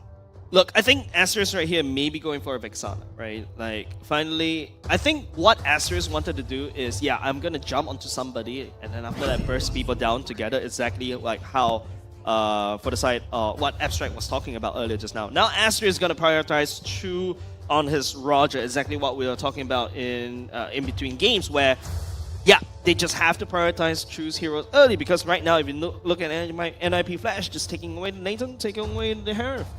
Yeah, we did. Asteris did not want to see a repeat of what happened during the first game, right? That's right. All the gold laners got banned out, and Chu had to pick the Bruno up. So I think picking the Roger for Chu this game makes perfect sense. But the question is, how are they going to round up this team composition? How are they going to build this team around the Roger? Yep, so how you want to build around Roger is you want to have a lot of bursty damage so that it allows Roger to become this janitor in the late game. But now it's just going to be NIP Flash going back into the Moskov once again. You can see Losey just clapping and also enjoying that already. And now it's going to be the Barats coming out from the side of NIP Flash. And, well, NIP Flash on this Barats looking to have a very good early game, especially with the amount of damage, AoE damage with the Storms as well. And it's something that, you know, Roger may find a little bit of difficulty to deal with, but that's with the old build. Right now with the latest build, people are going for mostly the attack, the Holy Trinity items. Yeah, look, Roger, with the shift in build, we did see a little bit of it towards the end of the regular season, right? We saw a lot more of the teams playing the Holy Trinity Roger, and we saw it work as well, right? I think who is it that was playing Holy Trinity? Bleed? It's like Bleed, Seiji, and of course not only just that, it's like what most of the other MPLs are also playing with that attack item. Ooh, that's a box set coming up from JH this time. Okay, I mean, just the Boxia part, right? The ha just mostly comes from the Boxia part. But, okay, to be fair, I can understand the balance between the Roger, the Paquito, and the Boxia. They want to be aggressive, they want to jump, they want to get the snowball going for Roger. On the other side, when Roger being first picked, I think it was pretty easy for NIP Flash to just snap pick the Moskov. It's like, without a question, let's pick up the Moskov. But for now, here we go again. It kind of still feels like the win condition for NIP Flash is still pretty out in the open. Yeah. I wouldn't even say that Moskov is the win condition. I wouldn't even say that they are going for all-out team fight. There must be something a little bit different about this lineup as compared to the previous. I think what NIP Flash has secured for themselves in terms of win condition is like, yeah, let Asteris come. Yeah. Let him come over on me, and then after that, all I do is just smash. Come on, you. Yes. Okay. But so Baxia. Why are you being so sus today? What? No, literally, right? Just let Asteris engage onto me, and then I just smash onto the floor and be angry, you know? Phrased a lot better now. So Baxia, Baxia. I want to talk about this pick a little bit, right? Let's go. Fredrin is available, but they opted to choose with the Baxia instead of the Fredrin. You know why? Because it didn't work previous game, so they're trying something new. But Quite just like, oh. And you know why the apple is red? The apple is red. That's how I understood that phrase. But okay, I agree, Esther. I agree to a certain extent, right? Like, right now, they just cannot catch onto the Moskov, right? Baxia does have that movement and ability to have the global to just bounce over somebody and just jump onto it. But if you're doing that onto a Moskov, I think just have to be careful, right? But now Asteris did not go for Kiwi's Vexana, and now NIP Flash decides to take it away. Yeah, look, Kiwi's pool's now being pinched a little bit, right? We see the Loi getting banned, we see the Vexana getting banned. Could we see a Kadita again? I mean, the Kadita was a pretty decent pick earlier on. I just was not able to reach the backlines of Moskov in order to burst him down. And so far, on the side of NIP Flash, they've got a pretty tanky lineup so far, right? So Kadita, bit of a question mark for me. I don't think would be chosen, but we do see the Esmeralda getting banned out on the side of Asteris. Pretty interesting, like, why would you ban the Esmeralda when you're not going for shields? Yeah, maybe from the side of Paquito generating the shields. Okay, that's a Hellcurt taken away. Now, it's just Target just nodding at FMM because he's shown that he's quite flexible in terms of these smaller to heroes. There's this one time when they pull out a Hellcurt, just imitating Beloyski just a little bit. But now, Asteris. Julian? What? Okay, so keep in mind, right, that some of the assassins did get buffed. Julian is one of them that did get buffed, right? So they could be worried about the potential of Julian in the hands of Hades, right? Yeah, but potentially. But you already got the Barats in, right? And unless you want to play the Barats in the EXP. Yeah, but that'll still be a probability. Does Diablo play Barats in the That's EXP? the problem. Yeah. I mean, we can definitely expect that Diablo have expanded his hero pool. It did. I would want to expect that. So at least, you know, when it comes down to a sudden surprise, that is the kind of thing that we can expect. Yeah. I would love to see some surprises, to be honest. But right now, it's mostly status quo for the side of NIP Flash. Asteris is the one that has to make something different. You ask for something, a surprise, and there you go. Curtizi brings Aurora onto the table. Dude, Aurora is scary, man. Aurora is really scary, Yeah, especially in this team, against Asteris. Asteris can't even step into a team fight. Yeah, and don't forget Asteris, this is a dive composition. The Roger, the Paquito, the Baxia, right? They're gonna dive into what? A Minoan's Fury and also the ultimate of Aurora. A Moskov can just join immediately. And don't forget, you dive into a Barats with the ultimate and just swallow people up. Man, like I said, NIP Flash is just literally telling Asteris, engage on me. They're just disabling. They are just a team that focuses on disables. They just want to disable Asteris's way of tackling problems head on. Lila getting picked up on the side of Asteris as Matilda. Matilda could be pretty clutch for them, actually. Yeah, but like, if you're gonna engage on them, yeah, this is a massive dive composition from the side of Asteris, right? And then Lilia in the hands of Kiwi, just landing down the bombs all across the board. Yeah, it kind of fulfills what the Roger wants to do. You know, you burst people down just a little bit, but I'm just a little bit confused. Not say confused, but surprised. For the side of Aurora, and there you go. That's gonna be Masha from the side of Diablo once again. NIP Flash going up against Asteris is the same kind of composition for the side of NIP Flash. Asteris taking a little different this time around, game number 2. NIP Flash's lineup is largely similar, but they have a lot more disables that they can play around with. The big difference for the side of Asteris is now that they do not have chip, and that's great for me, because like I said before, the moment that they take chip in, they lose all their macro. So with this said and done, I really do hope that Asteris will be able to change things up. Yeah, look, I am terrified if I was playing against NIP Flash's I'm already terrified playing against Diablo, but like, yeah. No, but against that lineup, it's just devastating, right? You can't take a step forward. Honestly, Asteris, guys, what are the win cons for Asteris right now? Don't engage. It's literally just play split because they have a very mobile team, right? And not only just in the form of Luxia, right? You can't be aggressive against the lineup from the side of NIP Flash. This is basically, I max my defense because I'm too scared of getting hurt. Wow, okay, that's a great anime, guys. But I'm so glad you called it a reference. Great reference, man. But of course, right, ladies and gentlemen, we are going to be jumping into game number 2, of course, between Asteris versus NIP Flash. Throughout the start, let's just really get some housekeeping real quick, right? Because I really want to look out for lane priorities here. And understandably, Asteris do have quite a bit of lane priority in the middle lane, to a certain extent top lane too. Yeah, definitely. Masha should get pushed off. But Diablo is more of a late game assassin, right? Whereas the Bear needs to make something work. Maybe cut the waves just a little bit with the roaming duo from the side Kiwi and JH to potentially do something all across the enemy jungle right now. Yeah, we see the EXP lane is just exchanging blows. Both of them being the most boring safe lane right now. What?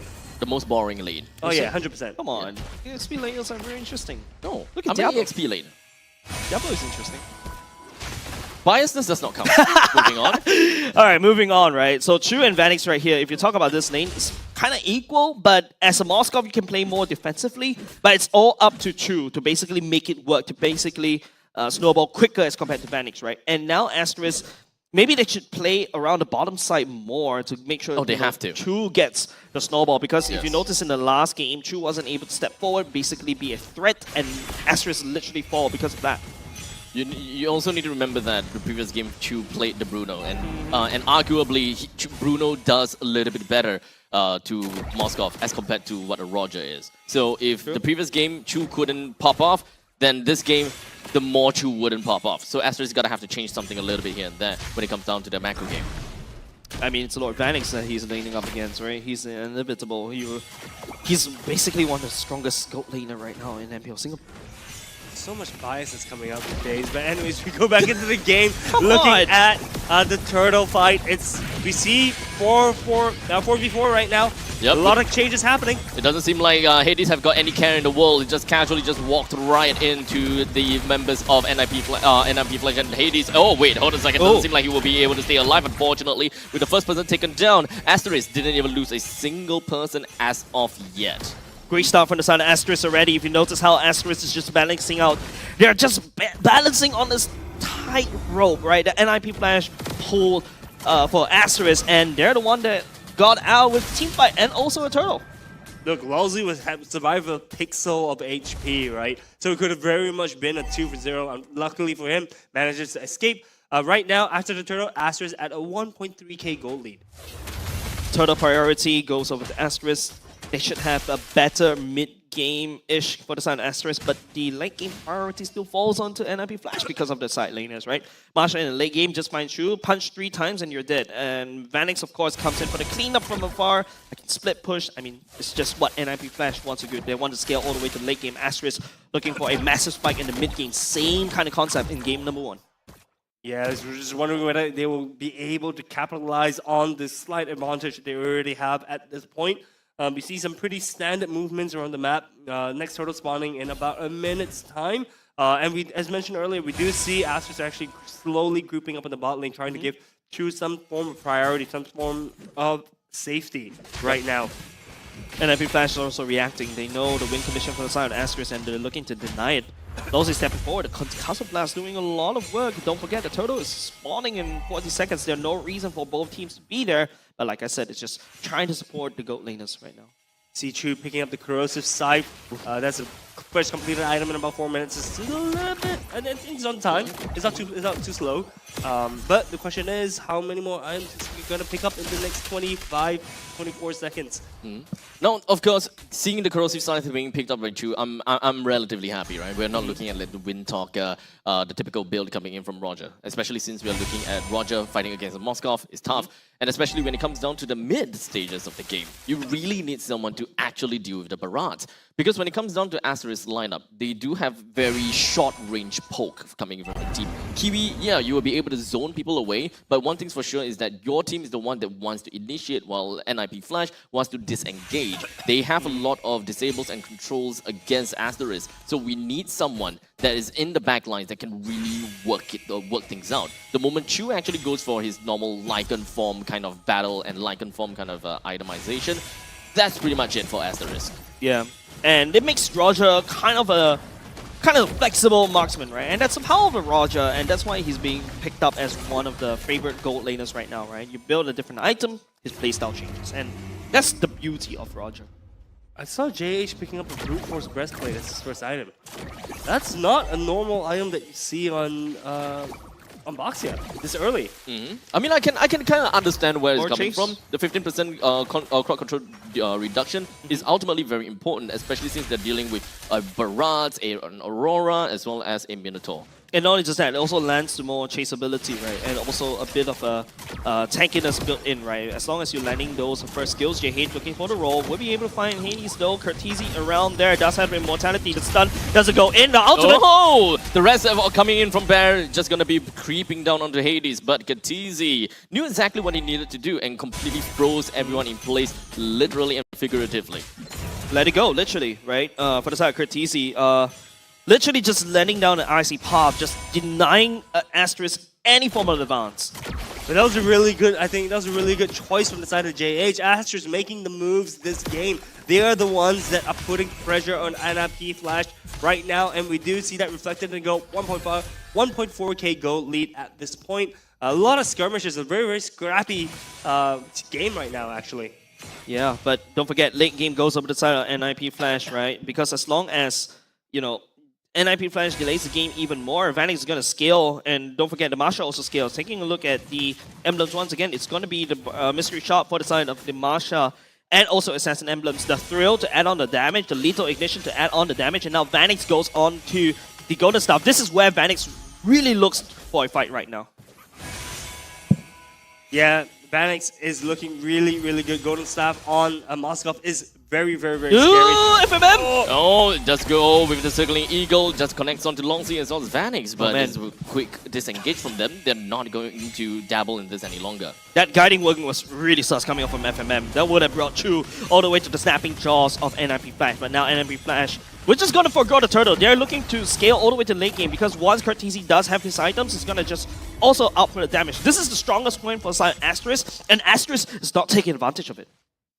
Not taking advantage of it because NIP Flash is turtling, right? They are playing very, very well. They know what objectives they need to take. They know when to pick the battles. NIP Flash is just trying not to get picked off. Asteris, the time frame is closing in, is drawing ever so short at this point. They are all grouping up at the bot lane right now. Let's see if Asteris is going to be able to pick off anything from NIP Flash.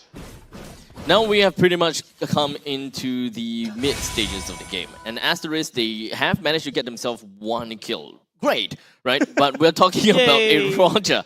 And typically a Roger would require a lot more of a snowball in order to really pop off. But you don't require a snowball for a Roger to work. So that's the difference, right? At least when we are looking at the Holy Trinity that's being built up on the Roger, we can still definitely see the Roger try to do something against Hades, which could be one of the most important players and the most difficult player to deal with. Because Kiwi can at least still deal with Diablo to a certain extent, and we do have Bear that can jump onto Vanix. All of the main damage dealers would be dealt with, except for Hades. Except that he's not really a damage dealer, but his stomps are pretty painful. Yeah, we're 9 minutes in. None of the first tier turrets are down yet. We're going to go in the long run, guys. This is such This is going to be going long game. No, but you see, the longer the game goes, the better it is for NIP Flash. Right? Yeah, that's right. We talked about that quite a bit. But if we're taking a look at the items on the side of the gold laners, they both have 2 items completed. Both of them building up into that last part of the Holy Trinity. And it's very even across the board, man. It's 1k gold lead for Kiwi. That's what I see. Something interesting from the side of Kiwi is that he doesn't really prioritize on the ice cream. Oh, finally! 9 minutes, 30 seconds. First turret down. Wow. After a long time. This game is actually really done slow. And coming in from Asteris' side, they actually want to engage in battles a lot more. And just as I said it, they're just going to be jumping themselves right down to Hades, hoping that he will be able to bring him down with just a sliver of health. He is just going to be slipping off the cracks of Asteris, and that is such a big waste. Asteris have wasted and used up so much resources just to try to bring Hades down. And now Kiwi finds himself in an unopportunistic moment and finds himself dead. Yeah, Kiwi pathing right there doesn't make sense. But you can start to see what Asteris is doing, right? Chu is actually keeping Vanix in check.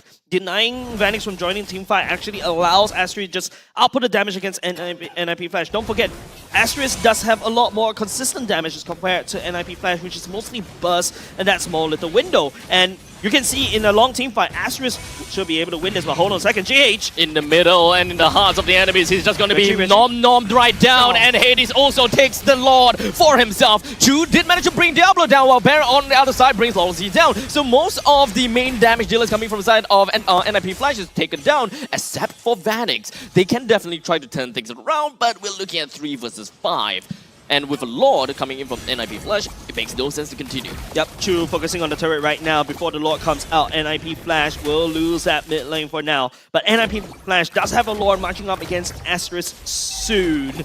But it's still a baby Lord, still not too bad for Asteris to handle. Actually, I was going to say, so you know, the previous team fight, Kiwi actually played that very well at the start of the team fight, right? So Diablo tried to burst Kiwi down, but he was able to use his ultimate to get back away, back to full HP actually. So bit of a question for Diablo whether he's picking the right targets, but Kiwi playing that very well. Probably one of the first main team fights that we have coming in between Asteris versus NIP Flash. But we're just going to hold that thought for a tad a little bit because NIP Flash seems like they really want to engage themselves over here. Okay, no. So, my original concern, Hades. That was always the concern. Is there anyone that can really deal with Hades? Because right now, what we saw from Asteris is that they did manage to deal with Diablo before. But for now, JH, the guiding wind, gets himself away pretty fine and dandy over here. But they still don't have an answer to this big dinosaur, man. Yeah, I think the only answer for the big dinosaur is Chu, and that's why you go for the attack speed items. Don't forget, Chu in the human form does damage based on percentage HP, right? So that's basically a tank shredder. And once he's got Hades down low, he becomes more of an executioner, and now FMM. Vanix getting caught out of position just a little bit, dashes out of the way, burns the flicker as well to safety. Spirit destruction. Nom nom nom. Right down onto JH. And he's going to be focusing down everything. The Frigid Glacier unfortunately did not manage to connect, but we do know that the Hailstone Blast does do quite a bit of damage. You're going to have to look out for that. Diablo comes in between and managed to find the proxy, brings FMM down and pushes the rest of Asteris away. Yeah, Asteris right now, the fight's getting destroyed. The NIP Flash is just sending 5B, just 5B4 is just very messy for the side of Asteris. They're just out of position. They're trying to reinforce, but NIP Flash, this is just massive death ball stomping across Asteris. Look at Bear. Bear was just in the bush the entire time. He was not able to find an angle to just burst anyone down, and he's just it's basically 4v5 the entire game. Unfortunately true, yeah, because we haven't really quite seen a lot of sacrificial play coming from Bear, despite Bear actually being the pos 4 position. We gotta have to see a little bit more presence from Bear, be it trying to distract the opponent's attack a little bit, or actually jumping over the back lines to deal with someone. In fact, when it comes down to Katizi, his Pride of Ice actually has been online for the longest time ever, and I haven't really quite seen it popped before. He hasn't died. Not even theoretically, he hasn't died. Yeah. You know, Cortese's positioning has been immaculate so far. You know, Aurora does not have a lot of movement at all. She's just walking all the time, right? Yep. So, honestly, immaculate plays from Cortese. Positioning is absolutely key when you're picking up this hero.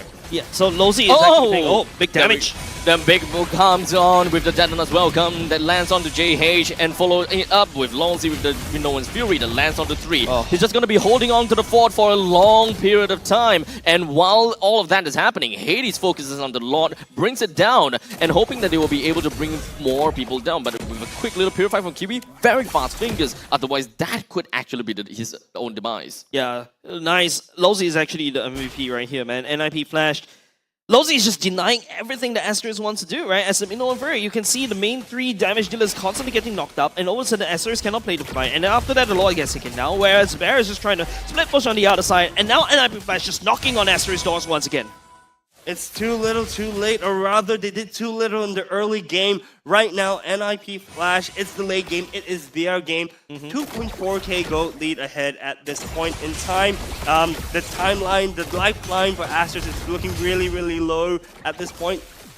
A miracle needs to happen at this for Asteris to take this game. Yeah, I think a double miracle is required right now because the Lord's already clashing in on the top side. Hades just, you know, it's a two-prong attack for the side of NIP Flash against Asteris. Bottom lane is also taken down 4-1 composition coming up on NIP Flash. They're pushing Asteris base. It's really difficult for Asteris to do anything right now. The main damage dealer being Chu, as the Roger has already lost half of his identity. The lycanthrope is no longer a lycan, it's just a full-blown human. But in the meantime, Vanix just going to be focusing on the turret and bring him down almost immediately. JH in the heart of all the battle, hoping that he'll be able to run away, but the guiding wind sends him off. Kiwi being left behind as Vanix just blinks himself in front to take him down almost immediately. With 2% down from the side of Asteris, Vanix wants to press the issue a little bit more with a quick little hit coming from Katizi. I believe that freeze was the frigid, it was the frigid glacier that eventually brings him down. But now JH hoping that he can taunt everyone, but wasn't able to do so. As such, we have Asteris unfortunately suffering to defeat an NIP Flash very successfully, gaining 2 wins. All right, another day in the office with the side of NIP Flash, but kudos over the side of Asteris for trying right there. But I would say NIP Flash, MVP goes to Losi, man. The amount of Minotaur, he's just making sure that he always knocked up at least 1 or 2 members, and sometimes those 2 members that he knocked up are the damage dealers. He burns the flicker just to make sure that he's unable to step in, just zones everybody away. Man, NIP Flash, this probably is the prime. They are looking incredibly strong at this point in time, you know, and as you said, Lolzy on the Minotaur is a scary statue. Yep. Right? He just stands there and he's like, come close, I dare you. I dare you to come close. Yeah, Come literally. close, I'm gonna knock you Engage out. on me, please. Please. Please, I don't need to. Have you seen, like, I don't think from this particular series, you don't really see Lozi actually using the Flicker Ultimate. It's mostly Asteris jumping onto Lozi, thinking that they have enough damage to deal with Lozi, but turns out Lozi just knocks everybody up in the air, and then Vanek just comes in for the clear. I mean, it's a pity, right? Because that is quite literally what Asteris is supposed to do. That's right. That is their win condition. They're supposed to jump. But because of the fact that we have, well, NIP Flash's draft being set that way, it's actually very difficult for them to actually do anything. Because of the fact that, number one, Roger doesn't have enough farm. They don't have enough resource to actually pour over to the gold lane in the early stages in order to have a proper answer to the mid stages and the late stages of the game, which I would say is just a missed opportunity as to where they invest their resources in. The team composition that they picked, right, was supposed to be really aggressive. And honestly speaking, we did not see that kind of aggressive plays coming out from the side of Asteris.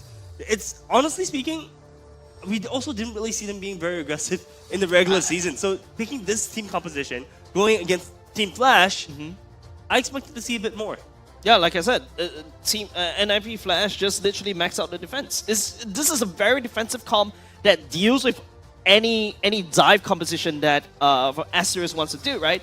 Basically, even in game number 1, that's the exact same thing they did. But ladies and gents, we talk about the MVP just now. I kind of teased a little bit, but let's take a look at the official MVP. Yep, there we go. Yep, there we go. I mean, is it really debatable? Is it really debatable? Because, like, Vanix just does marksman stuff. Yeah. Right? Just let him do his stuff. Not only just that, but we need the setup. Yeah, Curtizi is also safe in the circle, right? As long as you stand in the circle that Lozi provides, he protects. And he knocks people up, and he attacks. He protects so that they cannot attack. Yeah. That's one way to put it as a Singaporean.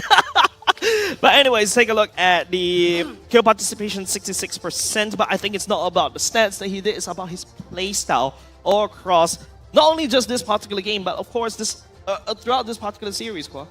Someone mentioned that playing Minotaur is super easy, right? Who was that? I think it's like Nick Stain? Yeah, I think it was Nick Stain. Yeah. I thought Nick Stain only plays Minotaur. Nick Stain plays Minotaur, and Lozi says that, yeah... I can only... Oh, yeah. So this is kind of like his rebuttal. Exactly. I mean, it only makes sense if they actually go up against Vanguard. Which... And that happens. I don't think it's going to happen, right? I don't think it's going to happen. Well, speaking of which, Minotaur, I think really, really great pick. Both games you saw Lolzy playing Minotaur at his peak, right? By just being a statue. I mean, is he really a statue? Okay. Yeah, right? Because he's just waiting there, like I said. And honestly, Minotaur players, I think this shows that you don't have to take that flicker aggressive playstyle that we Right. see a lot of Minotaurs playing around. Sometimes all you need to do is just stand around your team, make Just be sure patient. Correct, to be patient, you know. But we will go into the mic check to see what the team comps are going to be like in the first week. No snap, helping AD. Nice guys, nice guys. Nice one. Low, we still got turtle guys. Nice guys. Kadita nothing. Nice. You guys see how. Slowly. Hey guys, about No flicker. Nice. Hey guys, I got ulti guys. Okay. I give you vision. Yeah, and you know, we talk about how Lozy just needs We get guys. it's just the fundamentals, right? And I really love to see how NIP Flash is doing this. But Asteris, on the other hand, you know, unfortunately, they have to go to senior MLBB. They're not on the competition just yet. They're not on MPL Singapore just yet. They have to go down to lower brackets, and they'll be facing the original Titan Slayers. They're going up against Evil, right? That's right. I mean, we have seen how Evil played in the regular season, right? It's not all that promising.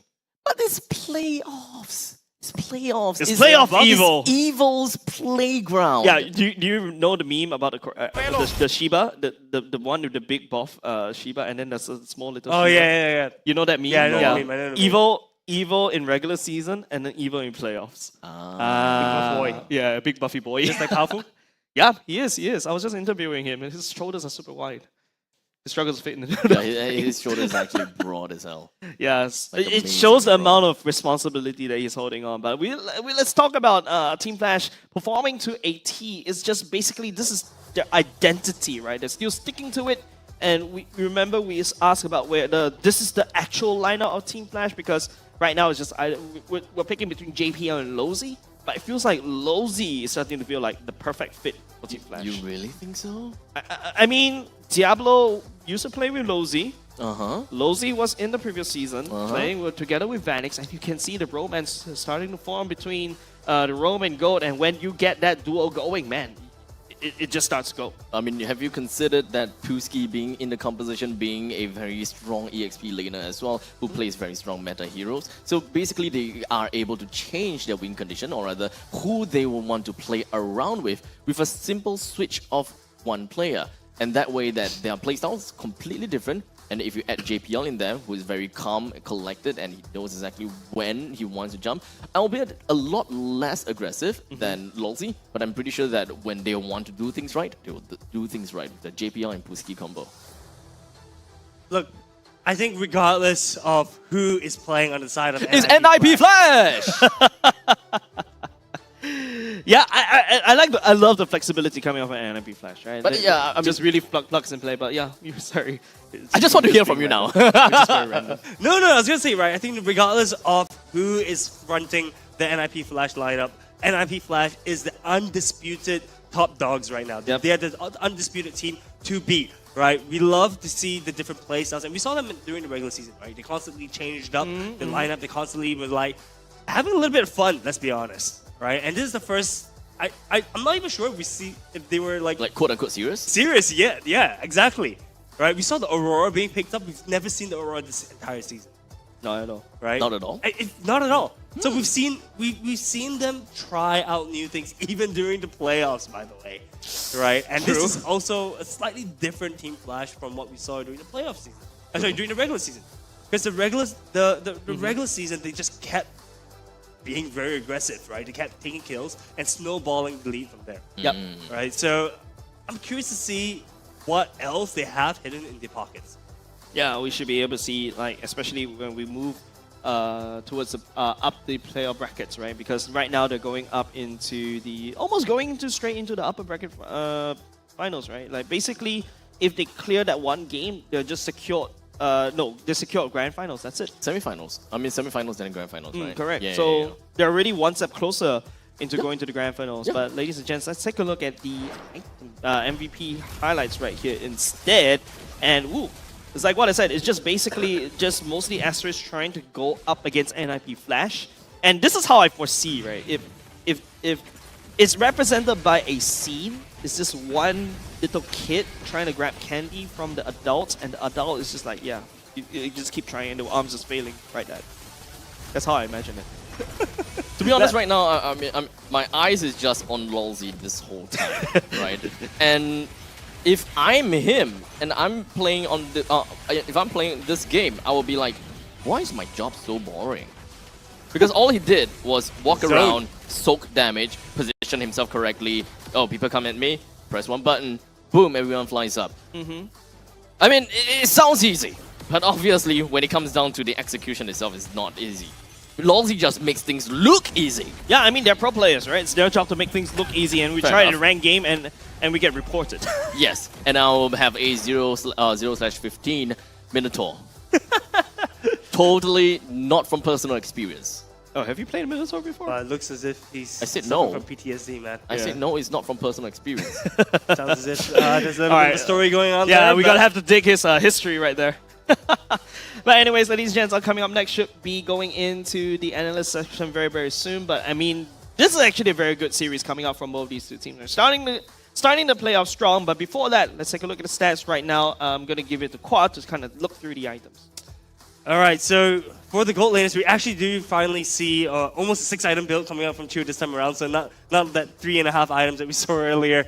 But on the side of NIP Flash, 6k gold lead, almost 7k gold lead actually in 15 minutes. Actually, both games. This game felt a bit longer, but both games was about 15 minutes. Yeah, 9 minutes in, we only take down 1 turret. That's and 1 kills only. And this just goes to show that Asteris knows that they cannot tango with NIP Flash. And when they decided, okay, you know what, we're losing our priority, we have to try to do something, and then they just got smacked by NIP Flash. Yeah, but we also saw how quickly the game accelerated, right? Once it hits the late game. The second it hit the late game, NIP Flash really took and snowballed the way, well, they almost bulldozed their way down the game. You know, we see 9 turrets being taken at the end of the whole series, at the end of the whole game, and it was a resounding victory on the side of NIP Flash. Emblems-wise, anything stands out? Yeah, I think it's just the same thing coming up from Diablo, especially trying to get into the later parts of the game. True going for the weakness finder instead of the Impure Rage, because this is more of a normal, not say normal build, but more of a Holy Trinity build. He goes in, he knows he needs to shred, so he prepped for that. And okay, hold on a second. That's a common emblem coming up from True instead. I know Roger have mana issues, but yeah, him going for the common emblem hopes to stay in lane even longer, but Phoenix, on the other hand, going for the tenacity instead of the Master Assassin. He knows he has to go to the late game. Yeah, I think interesting adaptations, right, that we see from the side of Vanix going from game 1 into game 2. Noted that Asteris had a little bit more disruption, I guess, on the side of Asteris, so he opted for the tenacity instead. One thing, of course, when we're looking at Chu's emblems, I wouldn't say that the emblem is going to make a huge difference in their game, right? Nope. But it's definitely going to help a little bit when it comes down to the laning phases. I would definitely say that the mana regeneration from the common emblem is not really quite necessary, or rather, it's not for the Roger, not quite necessary. Not quite necessary. It doesn't really quite translate well in terms of value, at least for me. Correct. And to further cement that is that when it comes down to the late stages of the game, since we already know that Chu doesn't really do so well in the early stages, you don't get to transform that much. The lycanthrope is just a lycanthrope without a lycan, right? Yeah. So it's just a human holding a big gun.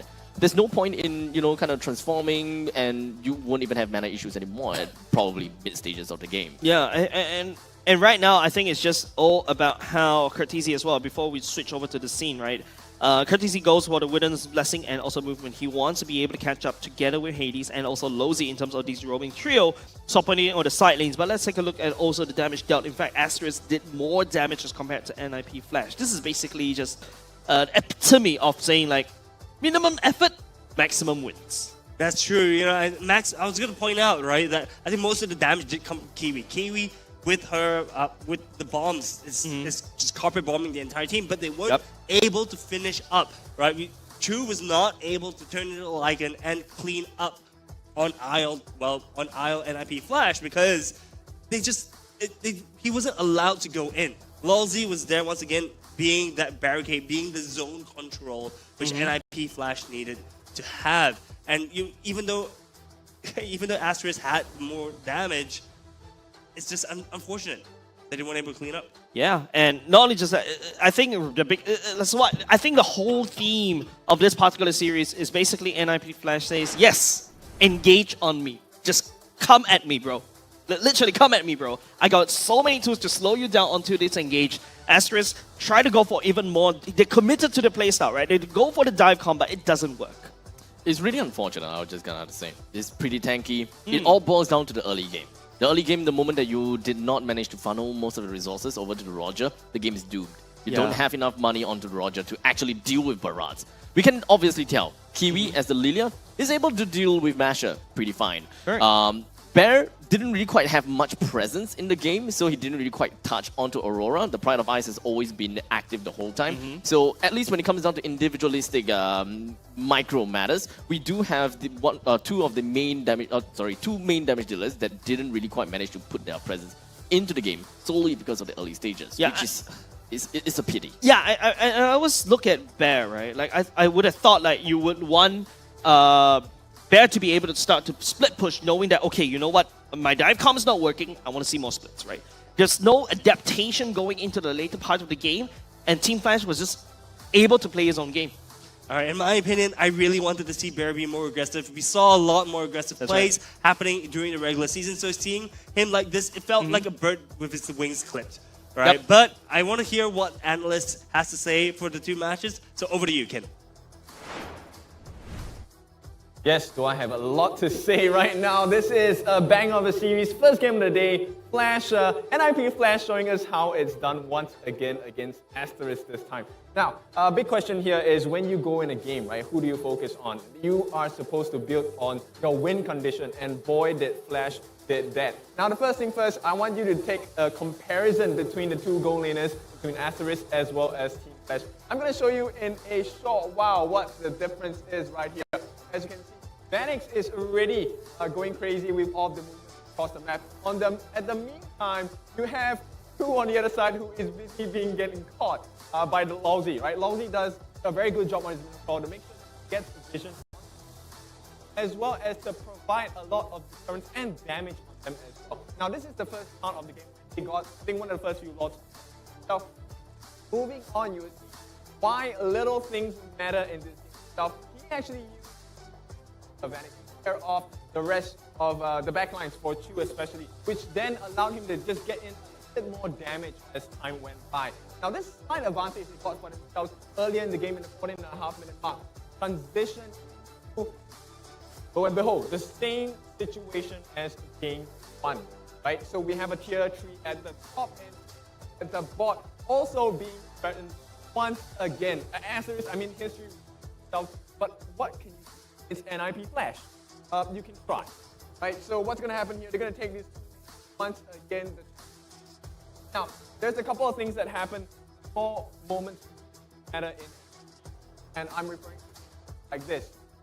Radiant armor on Lousy as well as the Hunter Strike on Diablo, increasing the defense, the attack portions of the composition. Well, more importantly, is to deal with the huge problem because of the shockwave, a lot of the burst damage coming in, dealing AoE damage across the lineup of NIP Flash, which didn't allow them to really push the game. And once they had the Radiant armor on Lousy, job's done, right? He was able to soak damage as well as out the pain. Well, now what's going to happen here from this point on? They're going to, a lot of damage, structural damage across the base of Asteris. One thing I want you to keep your eyes on, and that boy is my boy, Curtis here. He did a very, very sick play towards the middle of this. There's one more thing, right? It's not just about how well the attackers do. It's also the defense. Oh, and this comes in. Lilia has a lot of burst damage. There's a lot of wasted damage. The mid, well, right? Kiwi actually took a lot of his shockwave, which didn't as much without stat. Now, this is where the shocker comes in. I want you to take a look at the health bars. Now, next thing is Curtis here with the timing that allows them to win this huge fight with catch. Bear, as well as JH, the main two tanks. And once you have the two tanks dead, it is just Vanix day all day long, and the rest is history. This is going to be the first game of the day for the playoffs itself. Now, this is all I have for you. NIP Flash, what a performance today. We will see what's coming up next for the rest of the day. Back to you, Sean. Thank you so much, Teacher Kin, for that wonderful analysis. Now I have Adamir now beside me. Now we're very excited because Adamir definitely was one of the key stars of the show when it comes to 6 MPL SG, and now you have transitioned to coach. Okay, so let's start off with, what do you think of the draft when it comes to Asteris earlier?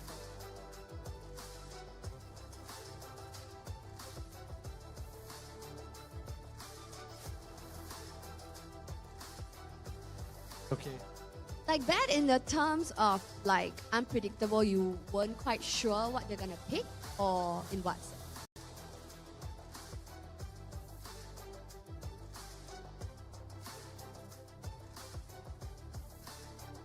Right, but of course they're not to be undermined as well, because even being a qualifying team, they've made remarkable, performances, making it to the upper brackets at 4th position. So with that, what do you have to say, or how did you guys approach this game, not knowing much about this brand new qualifying team? Came into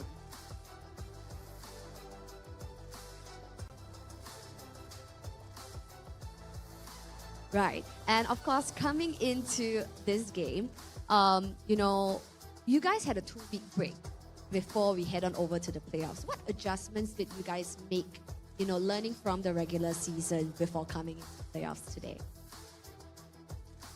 We did a lot of experimentation in the regular season. 2 weeks were more for what we want. In terms of roster, or in terms of like direction and draft? Definitely both.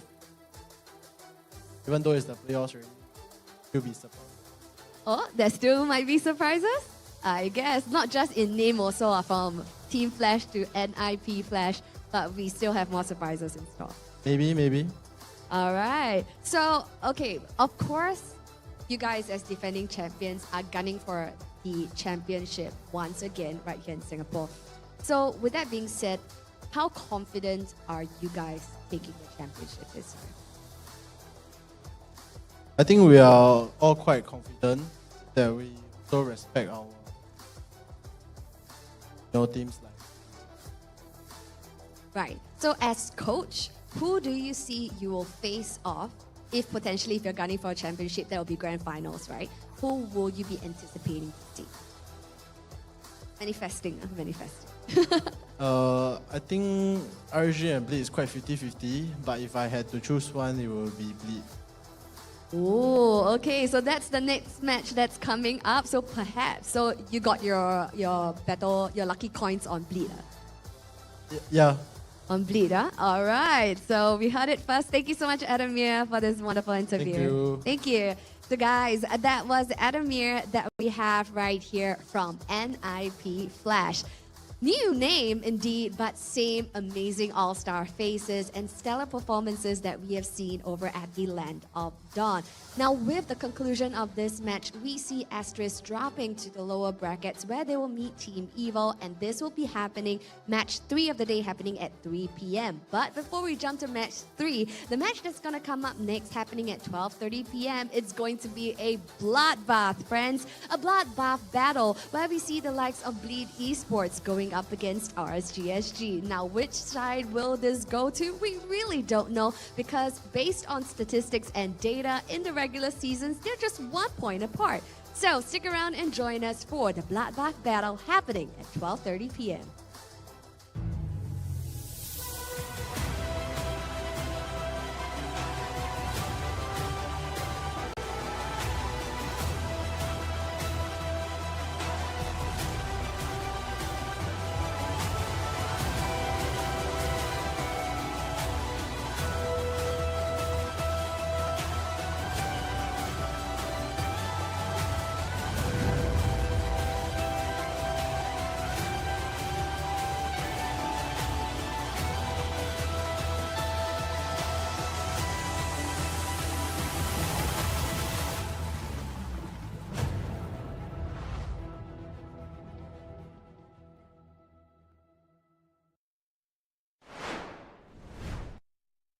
crispier chicken McCrispy?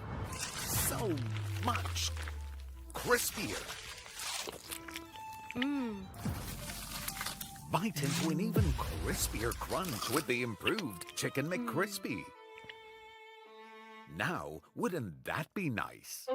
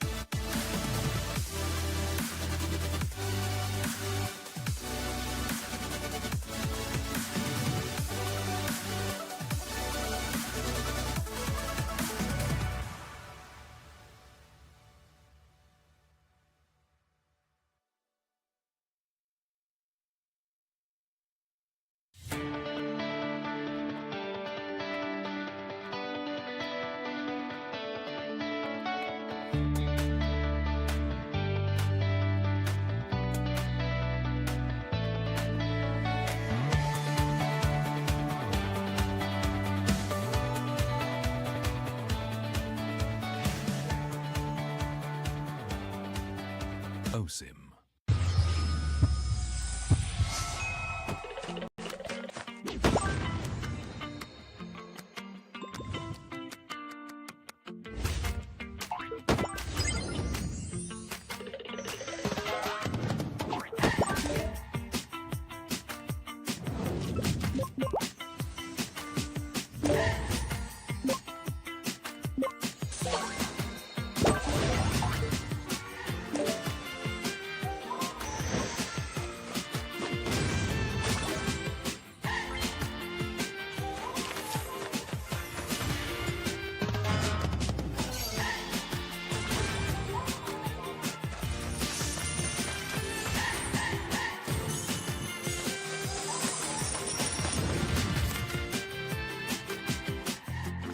Or get arrested.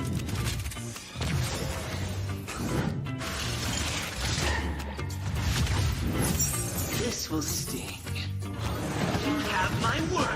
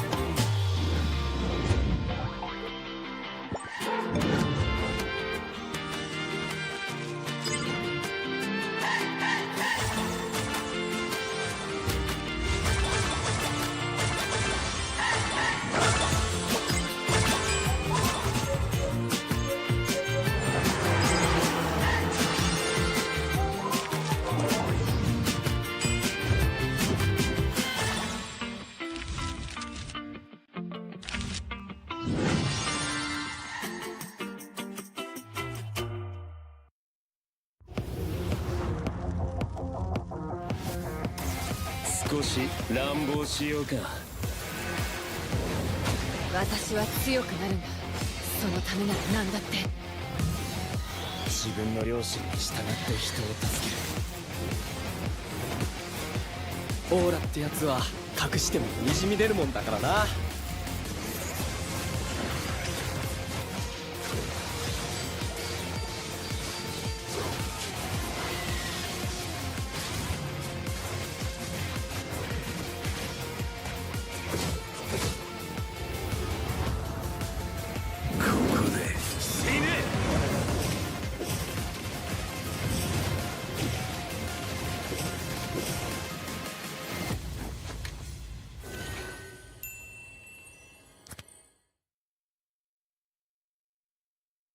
Who is the best looking player in MPL SG?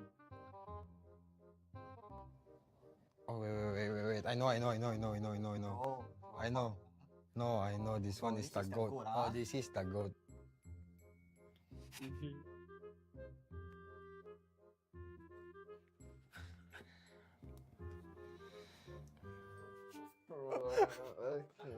You sure easiest or not?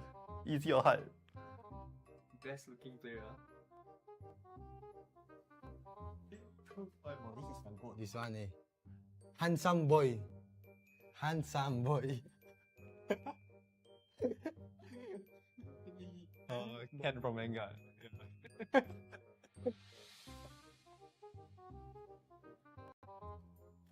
think we're getting some.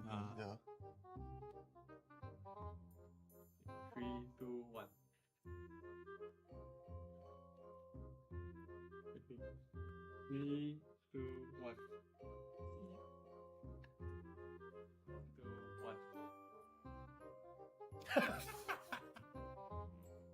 这个呀，这个 I don't know what to say. 3, 2, 1.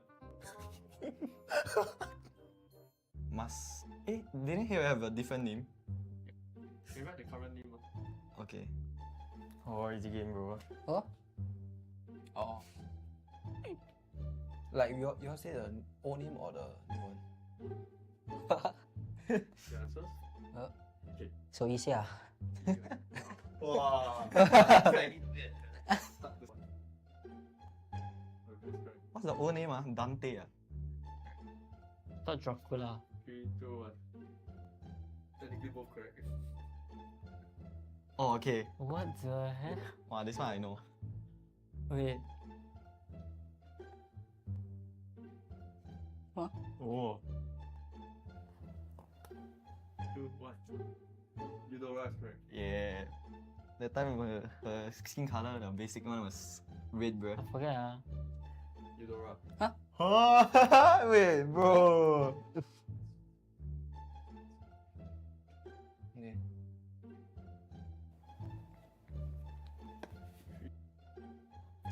Tapi aja kan next go. Ah, 3, 2, 1. Slow. Oh yeah, I was thinking of this skin, bro. But then I'm like, look like a girl skin. But it's veiled because of the wind. Oh. I can't. There's no way. There's no too long.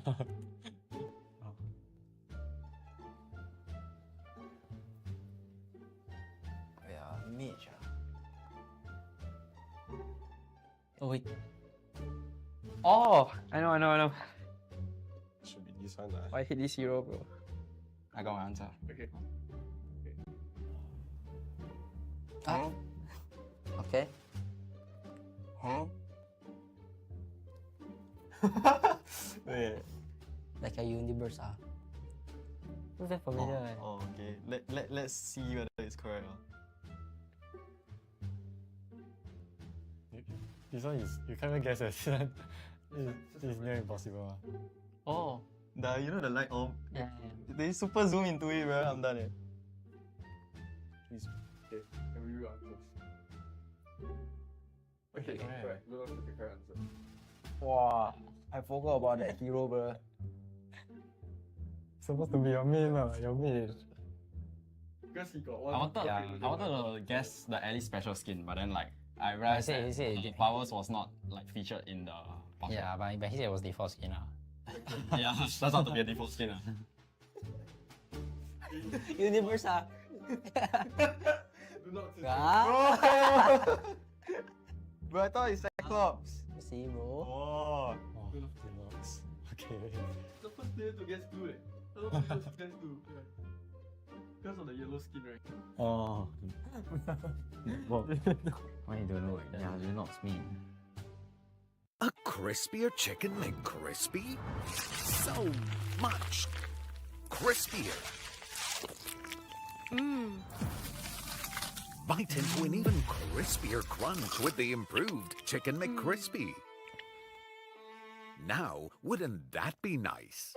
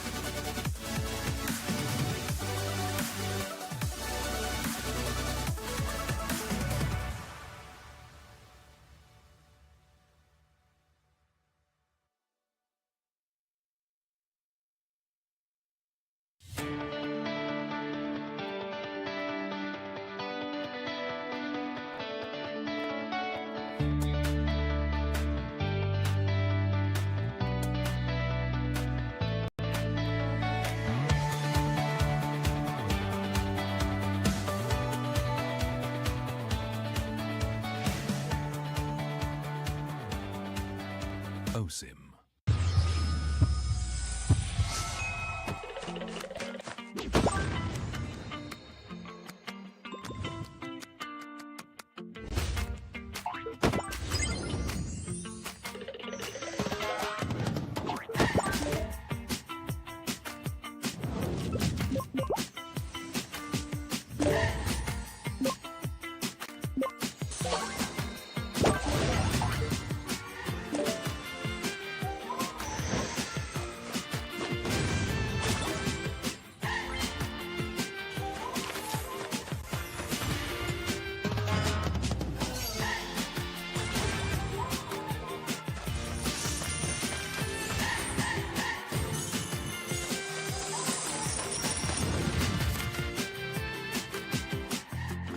Or get arrested.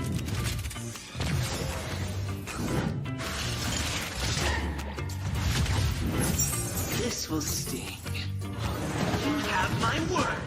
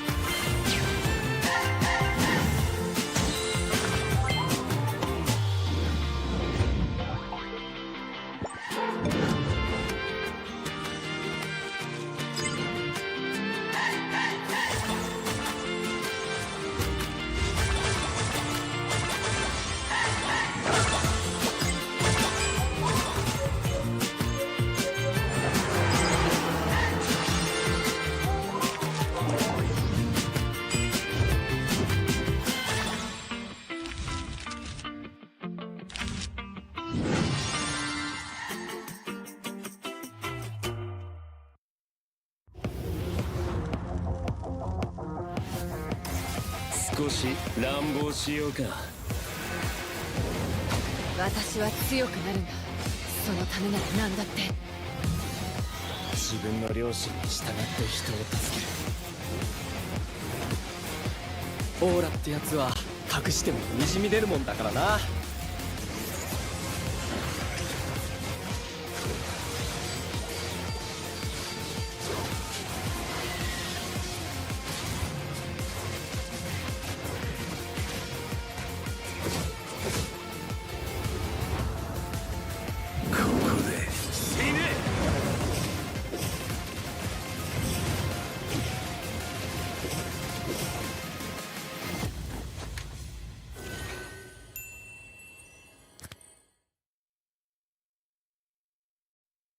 Who is the best looking player in MPL SG?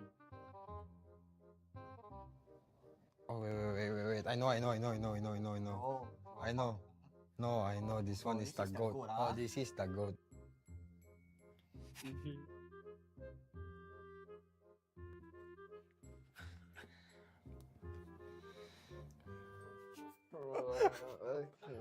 You sure easiest or not? Easy or hard? Best looking player. This one eh. Handsome boy. Handsome boy. Ken from manga. I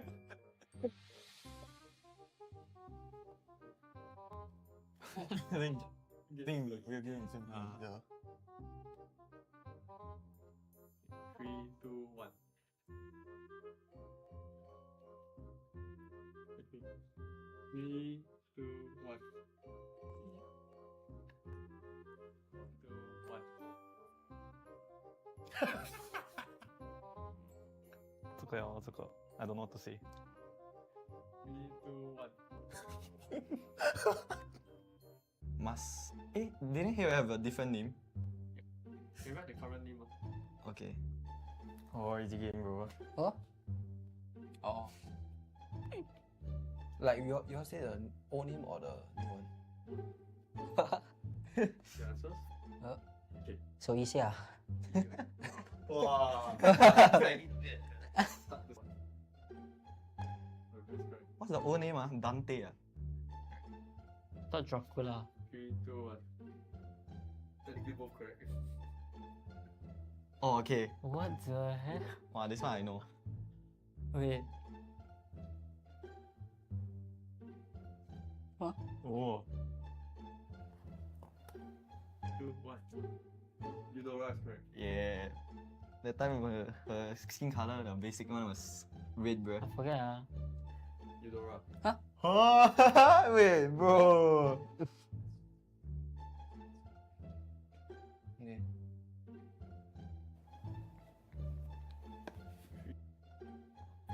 Tapi je kan exo. 3, 2, 1. Slow. Oh yeah, I was thinking of this skin, bro. But then I'm like, look like a girl skin. But it's veiled because of the wind. Oh. I got it. There's no way. There's not too long.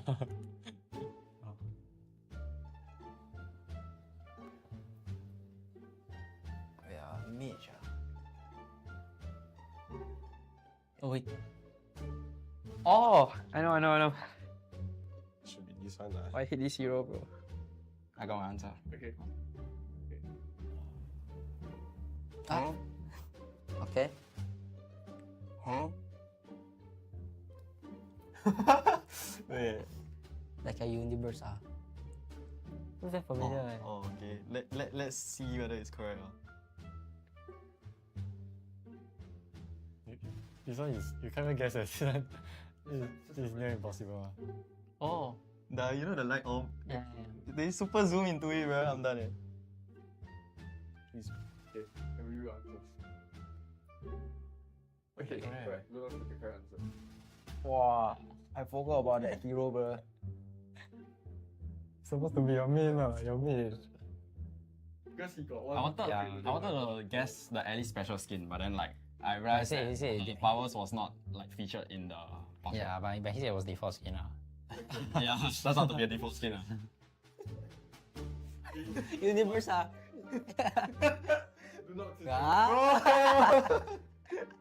Bro, I thought it's Cyclops. See, bro. Oh, deluxe. Okay. The first player to guess blue, eh? I don't think it's guess blue. Because of the yellow skin, right? Oh. Why you don't know like that? Yeah, not me. A crispier chicken McCrispy? So much crispier. Bite into an even crispier crunch with the improved Chicken McCrispy. Now, wouldn't that be nice?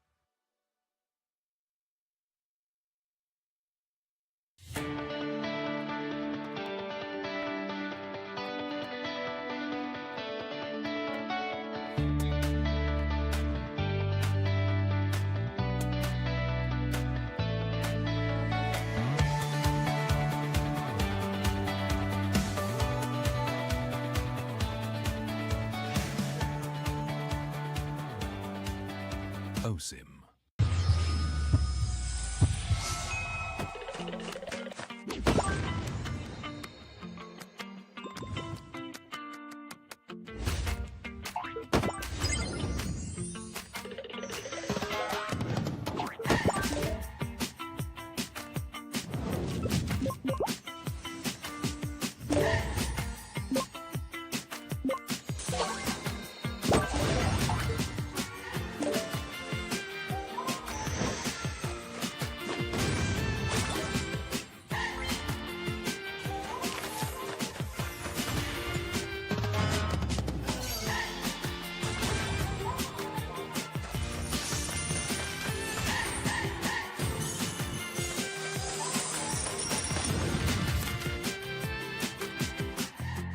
Or get arrested.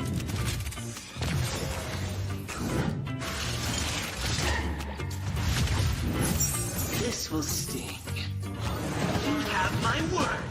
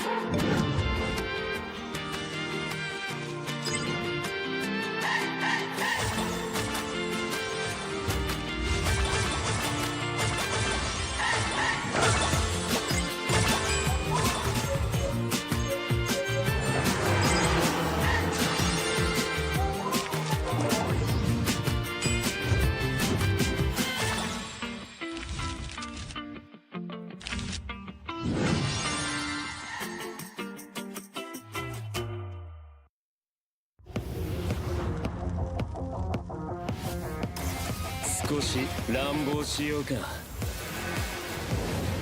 私は強くなるんだ。そのためなら何だって。自分の良心に従って人を助ける。オーラってやつは隠してもにじみ出るもんだからな。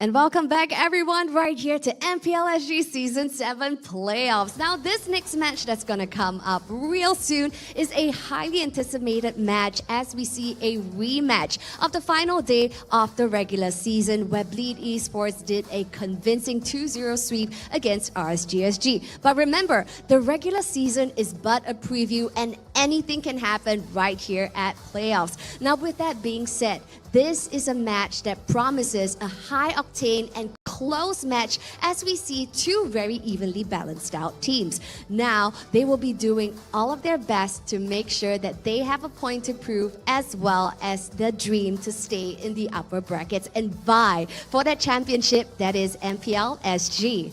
So yes, ladies and gentlemen, let the bloodbath battle begin.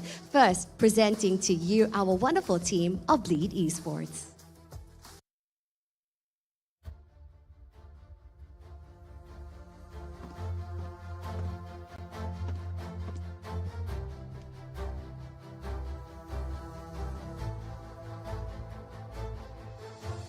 So yes, now we see the wonderful faces of Bleed Esports looking shiny and dandy right here as they stand before you.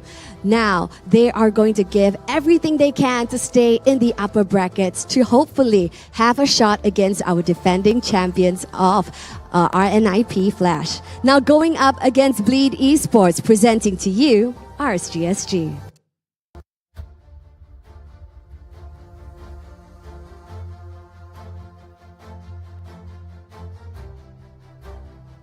Now, the boys have definitely come a long way, especially in the regular season where people have doubted them. With this brand new RSG SG roster, can they make it? And definitely they have right now standing in the upper brackets, going to give everything they can to remain in that position.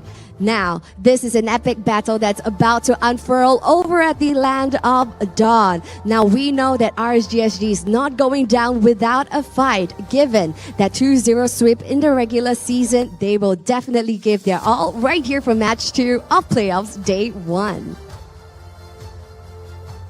Now, the boys are getting ready to head on over to the battle stations. Now, anything can happen right here at this game, honestly, as these two teams are really evened out in terms of all of their positions. So, what will happen in this bloodbath battle?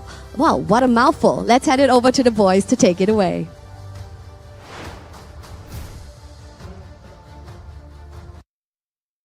Yeah, ladies and gents, welcome once again. This is the original El Clasico of MPL Singapore. My name is Jay. Joining me right here on the desk is Abstract and also Qual. We'll be bringing you this particular series, and it is going to be Bleed going up against RSG. You're so mean. Why am I mean? We'll move on from that one. Am I mean? Yeah, you're mean. You're horrible, man. No, horrible, I'm just adding on. horrible man. I'm just adding on. Horrible. My vegetable? Absolutely horrible, man. Anyways, okay, let's talk about this particular match, right? Okay, if you guys have been following MPL Singapore for a long time, all the way back to Season 1, you will remember them as the original El Clasico, the one that have been duking against each other all the way in the grand finals. But how has the times have changed? Because right now we've introduced another player, which is Team NIP Flash. And now this time around, this is just basically a bit of a nostalgic battle between these two teams once again. Remind me some of the history, Jays. I mean, evidently I'm new to the disc, so so please give me some, catch me up to speed. Okay, so technically speaking, another up-and-coming jungler that wants to rival against Bray as a Singaporean best jungler. But let's take a look on the other side. RSG SG this time around with their roster. So on RSG SG side, we've got Closer in the EXP, Bray in the jungle, Godzilla in the mid lane, Jerry in the roam, as well as CS in the gold lane. We've seen this team grow during the regular season, and you know they kind of reached their peak at the end of well, the last week of the regular season, right? So it's going to be really interesting to see what kind of form they're going to bring into today's playoff match. Yeah, but you gotta have to admit, RSG SG during their regular season, their path all the way to the playoffs was kind of shaky, right? They're not performing up to what they used to be called, but that's because, you know, if you guys follow us during the regular season, we talked about it to death. The roster has been gutted, Diablo has been left over to NIP Flash, Lucian Kudin, Oki, nowhere to be seen. But at the very least, they still have Bray, they still have Yep. So the original duo, I'm gonna have to say, they're gonna be the one that will be holding on to the front and ensuring that RSG will stay as RSG. Will they be able to hold on to that though? That is always the biggest question.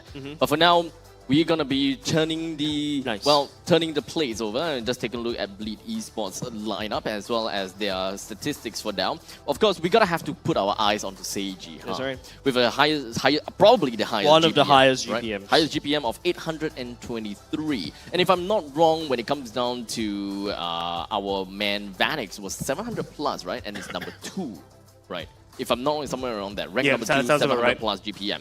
And Seiji outclassed Vanix by a whole 20 plus GPM. That is absolutely amazing if you ask me. Yep, and of course, apart from that, nice kill participation for the time. JJ being also one of the more flexible mid laner from Team Flash as well. This season, he jumped over to Bleed Esports. But speaking about jumping, let's jump over the side of RSG to take a look at the stats, Kwa. Yeah, so on the stats for RSG SG, we've got CS with a slightly lower GPM, but it's improved week on week. We of course have Dairy on his signature Grok pick.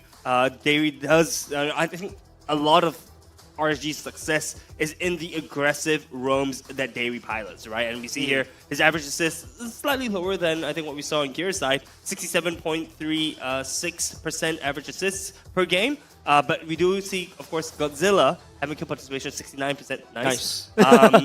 You know, Godzilla is one of those players. I think he really kind of showed off his Kadita earlier on in the regular season, but we also saw him playing things like the Valentina and having a lot of success on the picks like that, right? So I'm really excited to see what RSG once again has to bring to the table, and also what form they're going to be in today, right? Because I think you mentioned it a little bit earlier, just now, Abstract, that they did lose to Bleed going into the last week of the regular season. So I'm just wondering from a mental standpoint, how is RSG prepped themselves coming into today? I really hope that they have prepped themselves, right? Because definitely RSG, they stand a chance. They stand a chance against Bleed. And I'm pretty sure that the audience might think the same thing as well. As we take a look at that. Taking a look at the audience predictions presented by McDonald's as well. RSG is still the fan favorites from the side, 60%. Thank you very much for the votes, by the way. Bleed, on the other hand, 40%. But I am looking forward to what we think on our desk instead. Spicy. Yeah, it's gonna be spicy. I have no idea what are your predictions, but in the event that I'm the odd one out, I sincerely feel like you might be the odd one out. I personally feel like you might be the odd one out. Really? I don't think so. Really? Well, we're gonna see in a bit, right? I mean, but for me, I expected this audience prediction to be closer to 50-50, so 60-40 to me was actually a pretty big difference from my expectations. But as you see in our predictions, I was the odd one out. Wait, you did not vote for Bleed? Did not vote for RSG for once? Hey, look, I'm a statistic guy. Statistic guy. Statistics guy. Yeah, right? yeah, okay. And I came in on week 4. I haven't really seen much RSG played. But when the first game that I see RSG played is against Bleed, and it wasn't promising. And that haunted me for quite a bit.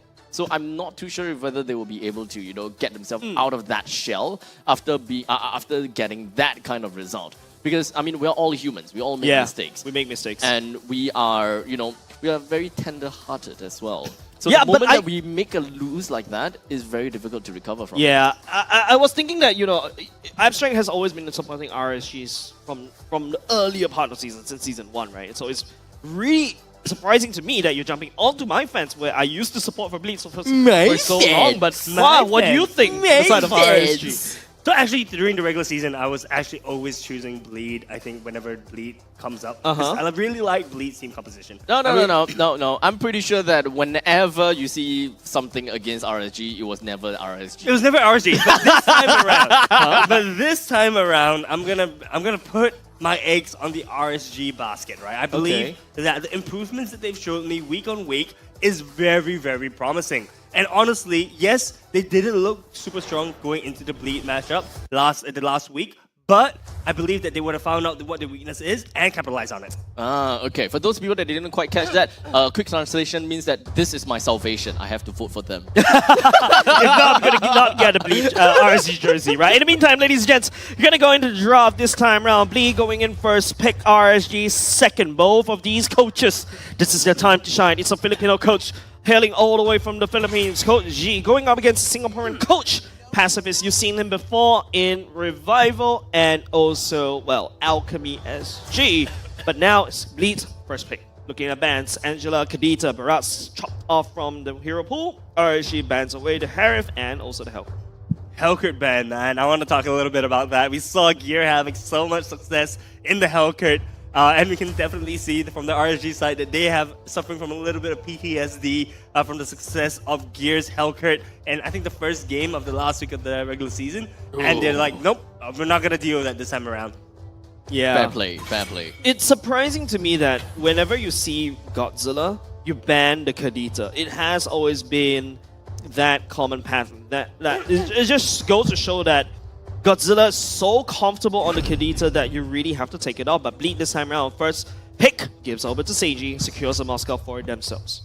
So, okay, understandably, when it comes down to Moscow, with the first pick being Moscow from the side of Bleed, it is fair to say that we would not see a Roger from the side of RSG. They would probably take a little bit more time to really deliberate what they want to play and, of course, what kind of win conditions they want to go. So, picking up Godzilla's heroes as well as probably Dairy's hero would probably be the best course of action. But seems like they actually want to focus on Bray. I'm okay with that as well. Having an Xbox going into the jungle, you actually kind of force a soft bad tanky heroes over the side of Bleed. So you are technically making Yon want to play assassins. Not only just that, right? Xbox can also be flexed over to closer. So right now RSG is just keeping the cards open. I feel like a Nathan is coming out from the side of RSG going into the that last pick should be going to the Nathan, but Bleed this time round, seeing what they see from the side of Valentina and Xbox, what is Bleed's response? Bleed is probably gonna go something with the exactly what I was gonna think. The Arlet, Gear on Arlet is absolutely devastating, right? He's able to make so many different plays with the Arlet, and Arlet. But the question is, if Arlet is gonna be able to pick on through the Valentina or the switchy targets, picking the Natan here would be a bit scary against the Arlet. But Roger being swept up for CS on the side of RSG SG. Yeah, and the reason why I thought Nathan would be a very good pick coming out of RSG is that you want to really work and kind of have the same kind of equal footing against the Moscow, right? Moscow splash damage to the back. Hey, Nathan does the same too. Nathan does have a bit of a dash with the ultimate, and that's where his item power spikes comes from. Yeah, I mean, the Moscow does the same too. So equal Stevens, right? You want to put themselves in an equal footing, but putting the Roger here shows that RSG wants to snowball in the early game, trying to push down Seiji. Then after that, scale toward its mid-game power spike. Man, I don't like that actually. We have seen before how CS went against Seiji, and understandably, Seiji outclasses a lot of gold laners out there. Unless CS is gonna be very disciplined and really just stay under the turrets and not give any free hits over to the Moskov, maybe he will be doing A-okay. But it's still fair to say that we can expect Bleed to want to be extremely aggressive onto CS. And we have seen CS unable to recover before. And if we are going to see the same thing again, I'm pretty sure that RSG might not be able to recover from it anymore. But the question is whether RSG SG is going to be able to adapt, right, and protect the CS lane, right? Because if they play that game, then that's their win condition, right? That's how they win. And I was actually going to say the Roger pick is probably preferable over the Natan pick, because the thing is that Natan is super stationary. Yes, he has that ultimate to kind of go away and reposition himself, but against the Arlot, right? Arlot into Natan is just spells doom for the side of Natan. So I think Roger being picked up is a good pick. We do see the bans coming out, Martis as well as Fredrin being banned on the side of RSG SG, and we have the Alpha and the Grok ban coming out from the side of Bleed. Yep. Grok nod and respect over to the side of Dairy, Alpha, because don't forget Xbox can be flexed over to closer, right? So just cutting off everything. Don't forget, Bray, right here, well, I think he's definitely going to go into the X-Bar because they're already taking away the Fragile, which is something that Bray likes to play, and also Martis also a nod over to Yon. But right now, it's just RSG. They're looking to secure maybe their Roma right here. Don't forget, Dairy closer towards the playoffs. He's been playing a lot of soft supports like, you know, the Florence, the Angela, but now this time around we get to see his Minotaur coming back into the playoffs.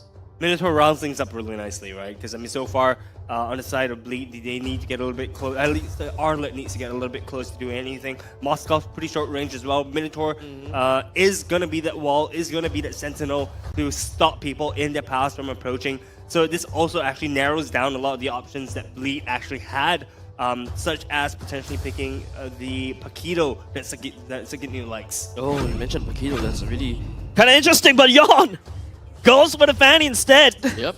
There you go. That's a statement. Yon wants to start day number 1 strong, just going for the Fanny instead. This is the second time the Fanny has been picked in MPL Singapore. Fanny is going to be pretty decent, I think, into RSG SG's lineup. Minotaur is going to be there to try to stop her in her pass a little bit. But the question is, how does RSG round up their lineups? They've still got, I believe, the EXP or the jungle flex option right now. And to the Terizla, what can we expect, Jace? Looking at maybe a Yu Zhong, that would be great, because Yu Zhong known to counter the Vixanas as well. Does decently against Terizla, at least equalize that lane just a little bit. You also get to jump onto the Moskov instead, but no, RSG goes for the Paquito instead, lending more flexibility around the lanes. And yeah, Closer wants to get closer towards either Moskov or the Vixana. They do want to have a little bit of that burst potential onto the Fanny, right? Understandably, they don't really quite have that in their current lineup. They will want to play for time, and they want to drag on the fights as long as possible in order to really build up the heat stacks coming from Xbox. With Valentina's help when it comes down to picking up a little bit of that final slash, or perhaps the Eternal Guard, perhaps even when it comes down to the penalty zone. They RSG have quite a lot of skills in their disposal to drag on team fights and really just disable the enemies. But what is lacking is pure damage that can really deal with Fanny. And I think that is exactly what RSG is looking out for. With the pick on the Xbox, it soft bans a lot of these hard tanks over the side of Bleed. So they definitely saw this coming. The only thing is, how do they answer to the Roger into the Moskov lineup here in the gold lane between Bleed versus RSG? Let's keep our eyes peeled. Yep, ladies and gents, welcome back to the Land of Dawn. Here we go. Bleed spawning in the blue. It's going to be RSG in the red this time around. Turtle will be spawning around top side. So it's going to be hot potatoes for Sagitnu and also Closer to get to level 4 as quickly as possible. But it's also going to be the same all the way to the bottom lane. We need to see Yon popping off in the early game because he's on this Lethal Ignition. Lethal Ignition is going to be incredibly key, I think, in the early games. But the question is Yon going to be able to find an opportunity to go in? Right? We see, of course, I think pretty standard things happening on the map. With just a lot of trades happening in the mid right now. Looking to get Yon to snowball. I think that's the main goal right here. CS still level 1, CG also still level 1. Still quite early as of now. Still not too bad. But early invade. As a Moskov, you can't peel against the Roger. It's actually quite hard for the Roger to basically pounce onto you. And now with Yon just hanging around in the bottom lane, just adding a lot of pressure against CS.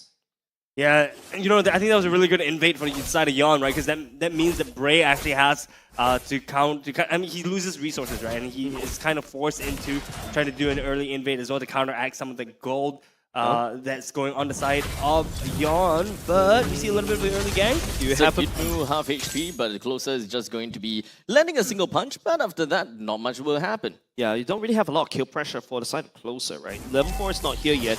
Yes, Bray does have the last Insanity, but Yon is already here and just abusing the fact that he could just spin around. That's a Firaga armor already taken away. Yep. Positioning is definitely key for the side of RSG, but luckily we're talking about an Xbox with the Firaga armor. You should be able to get yourself away from that with not much issues. Yeah, it looks like not much is happening. A lot of trades, a lot of invades, a lot of sneaky plays trying to make things work. But actually, I want to focus a little bit on the bot lane, right? We talked about if CS is going to survive some of the early pressure. They're both at level 4 right now, and he is a little bit down in terms of HP as a resource, but no deaths. Not only just that, Gear is forced to refresh, right? That means that takes over to level 4. Gear slowly lagging just a little bit behind. At the very least, both these two roamers are ready to fight. Bray, on the other hand, level 5. Yon is also level 5 as well. So both are kind of equal in terms of the red street fighter. Look at the bot lane. CS just got pushed out of his lane because Yon was there, but the turtle's free for the side of RSG. Does seem like Gear just gonna zigzag zooming all around, dealing sufficient damage, but not quite enough to really bring anyone down. Bleed and RSG understand that they are in a stalemate and they can't overextend themselves, and the only fight that they would want to go for is solely for the turtle. Yeah, and not only just that, right? You can see how Bleed wants to trade the turtle for CS. because they really want to get Seiji up and running as quickly as possible. So yeah, I can see why Bleed would make that decision, but looking at the emblems right here, both these two gold laners going for Master Assassin. Mastery Assassin, indeed. It seems I want to highlight, right. So the emblem choices for Roger this time around is slightly different, right? We saw a lot less emphasis on the common emblems. We saw a bit more heavily spec'd into the should be assassin emblems. That's right. Right, and this is I think a bit more traditional, but we see Godzilla survive with a pixel of HP. The lethal initiation didn't really quite pop, but the first blood did pop indeed. In the middle lane, Jay falls prey to the hands of RSG, giving Bray his very first kill. Yeah, but Closer had to burn the flicker for what? Because you can see that Jay just decides to give up. He knows he's dead, so that's why he stood still. But Closer burning that flicker may have a lot of implications going into the next turtle fight. I think it's fine though. I mean, Paquito has heaps of mobility, right? Mobility is kind of the least of his concerns at this point. Yawn is doing something. Going in the burst! Here was just preparing himself to make sure that once the last Ascendancy has been off, he can just go straight in. In the meantime, Sagitnu even used his flicker just so that they can focus and bring Closer and Bray down. So both of which are down, and that is definitely fine and dandy. RSG took that opportunity to focus a bit more down to the bottom lane instead. Okay, maybe not the turtle, but that one. If Hay had the flicker right there, he could have gotten away. But Seiji is actually holding up himself really darn well down bottom lane. 1v3, no problem, and absorbs so much pressure, allowing Bleed to make plays on the other side of the map, cracking top side, that's open top, and not only just that, the turtle is also spawning up top as well. Seiji showing why he is one of the premier gold laners in MPL SG right now. Turtle is open, but focuses eyes on mid. Ooh, you can even hear Yawn all the way there. That's a nice assassination. 3 kills going to his pocket. He's already snowballing. Yeah, you can see, look, Bleed is riding on the momentum. It's 3-1 with 2.2k gold, 2k gold lead currently in Bleed's pocket. That's almost a full item at this point of gold lead. And if it's going on the Fanny is just going to be more and more deadly. Yeah. Now all of a sudden Closer have to be careful. CS has to be careful. Don't forget RSG is a mid-game power spike team. Bleed, on the other hand, they've already started to snowball just a little bit. They're just toying with the turtle right now. They're really looking for engage. Sagitnu as well. Gear already burned. The final slash should be coming up anytime soon because of low CD. But unfortunately, Turtle given over the side RSG. Turtle has gone to the side of RSG, which would balance the gold a little bit. This was dropped down to 1.5k gold lead, but Seiji strikes back by taking a turret. So honestly, Bleed is having complete map control at this point. They are giving up the turtles, but they do not care. They have traded the towers instead. This game is yeah. Yawn is just assassinating everybody left, right, center, Abstract. Yeah, I mean, he's just really just showing his presence around the map. That is the main idea that he's gonna have to do. Especially since RSG's only answer to the Fanny is a Paquito. The Paquito gotta have to get the farm up. But as you can see, with a 0-2 Closer, it's gonna be tough. But in the meantime, Flick is just gonna be used from the side of RSG, hoping that they will be able to land a good amount of control down onto Bleed. But it doesn't seem like it will be able to do too much, to be honest. But getting Jay and Sagitnu down at the cost of CS and Dairy is definitely gonna cost. But Yawn now joins into the fray. He did manage to assassinate onto Bray and perhaps even ended onto Godzilla, granting him a triple kill to his name, while Closer wasn't able to do much but to take 1 kill for his own. Man, this reminds me all the way back then where we thought, you know, Yawn can play only assassins, and all of a sudden during the playoffs he pulled the Martyrs, he pulled the Fragile, and now he's like, yeah, I'm very good. I'm a very good assassin player. I'm cosplaying Kyrie.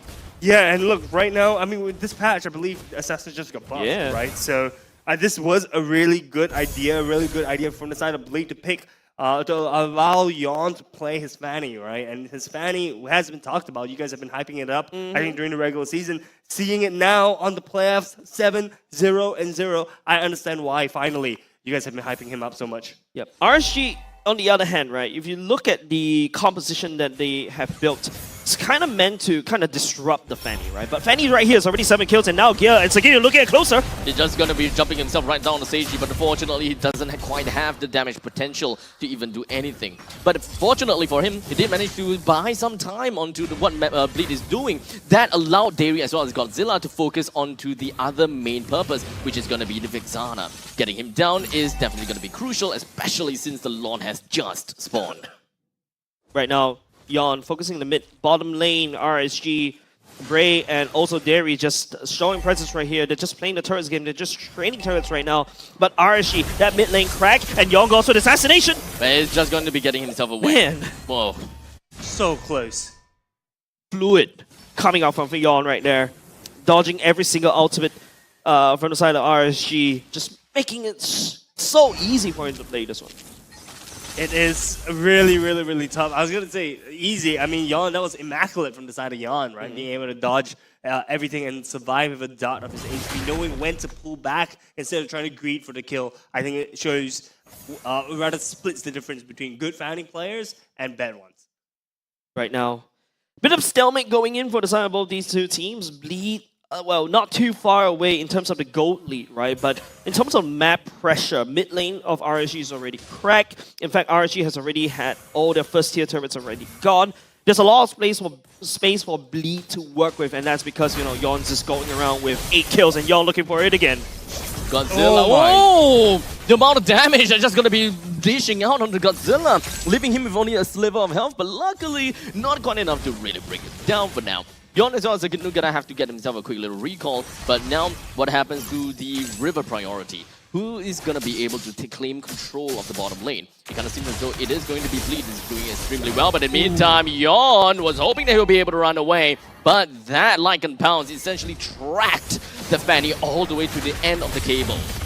Oh, here's the rise of RSG already. That's already bad news. You lose Yon. That's a shutdown goal given over to RSG. Look at that. The gold lead swinging in the favor of RSG already. And not only just that, the Lord priority given the oversight of RSG already.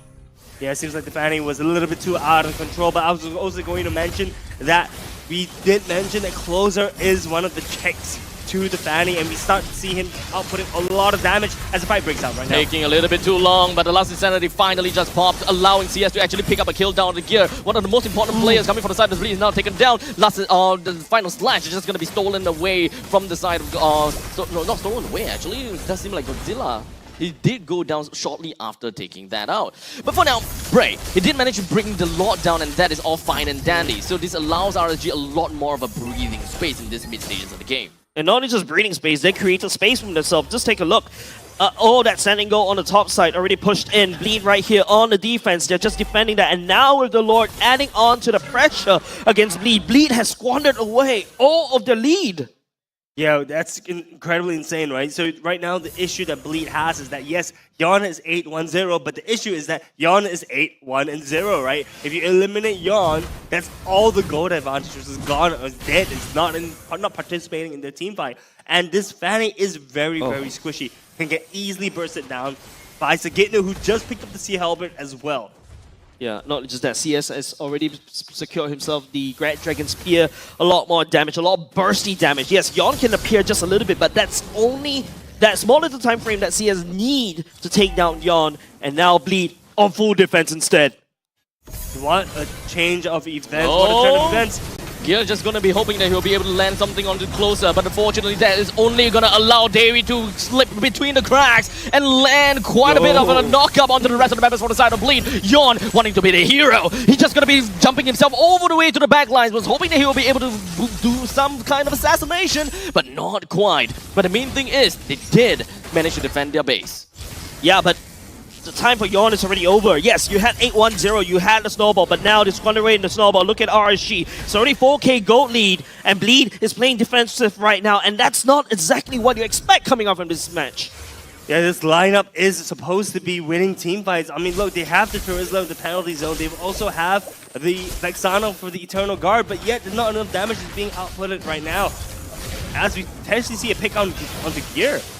Gear bad position, but unfortunately the final slash is only connected onto one. With the last Insanity just going to be focusing down onto one, but it doesn't seem like they will be able to get too much out of it, with Sagitno taking the full brunt of the damage from the last Insanity. And now the cleanup crew coming from the side of Yon was hoping he'll be able to do much, but we have Closer coming in clutch with the entire scenario, with his ultimate just going to be holding on to Yon to ensure that he will be able to save the rest of his teammates. And with that all said and done, RSG will be swooping in and trying to get a kill down on stage. The Lycan bounces in between. Was hoping he will be able to get gear, but Bray is the one that blasted him into oblivion instead.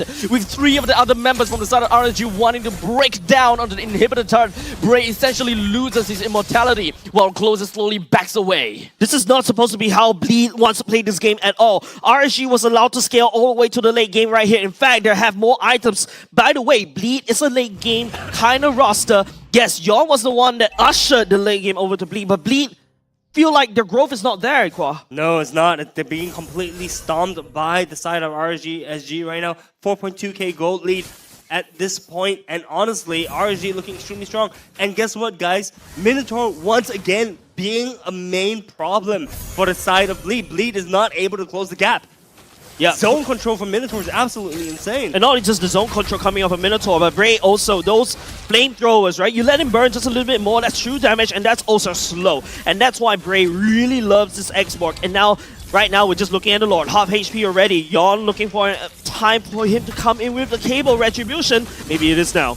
Lord, with 15,000 health to work with, RSG is just going to be parading around the Lord, waiting for the finest opportunity. But Sagino only lands on the 1 with the penalty zone. Well, David knocks up on the 2. Sagino holding on to the back lines to ensure that Jay is just going to be A-okay. But a lot of people just going to be in the front line still. Bray finds himself taken down by the side of Gear. Gear's HP also going down, but he does have immortality. And while we do have the Lycan, it's just going to be pouncing in, clawing in, but doesn't really manage to find the kill down on the Gear. The rest of the members from the side of Bleed was content with the win. Yeah, 3 for 1 Lord for now, but don't forget, Moskov can defend this. Don't forget, Bleed caught RSG in a very nice position. That's just one line that RSG needs to walk over to Bleed, and that's where Seiji truly shines. I mean, honestly, the positioning from Yon in that fight was immaculate, right? Like, he was recalling, actually, and then he saw the opportunity to strike back and clean up. He got Godzilla, he got, I think,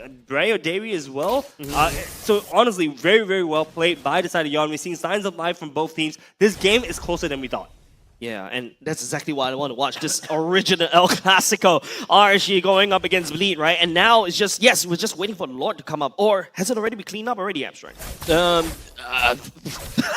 I'm pretty sure it's been cleaned up. Yeah. 11 seconds, way past that already. That means that they actually cleaned it up pretty darn fast. If that didn't happen, then we'll be seeing that again in 41 seconds. Yeah, and it goes to show, right, how RSG just kind of wasted that massive position they were able to secure for themselves, right? Because they greeded for the kill, they greeded for Seiji, and Seiji just output the damage all across. And take a look on another turret goes down in the favor of Bleed. That's the bottom lane that's cleaned up. As long as Bleed holds on to these 3 turrets, these 3 last bastions, what is side of Bleed? RSG is going to have a tough time cracking in.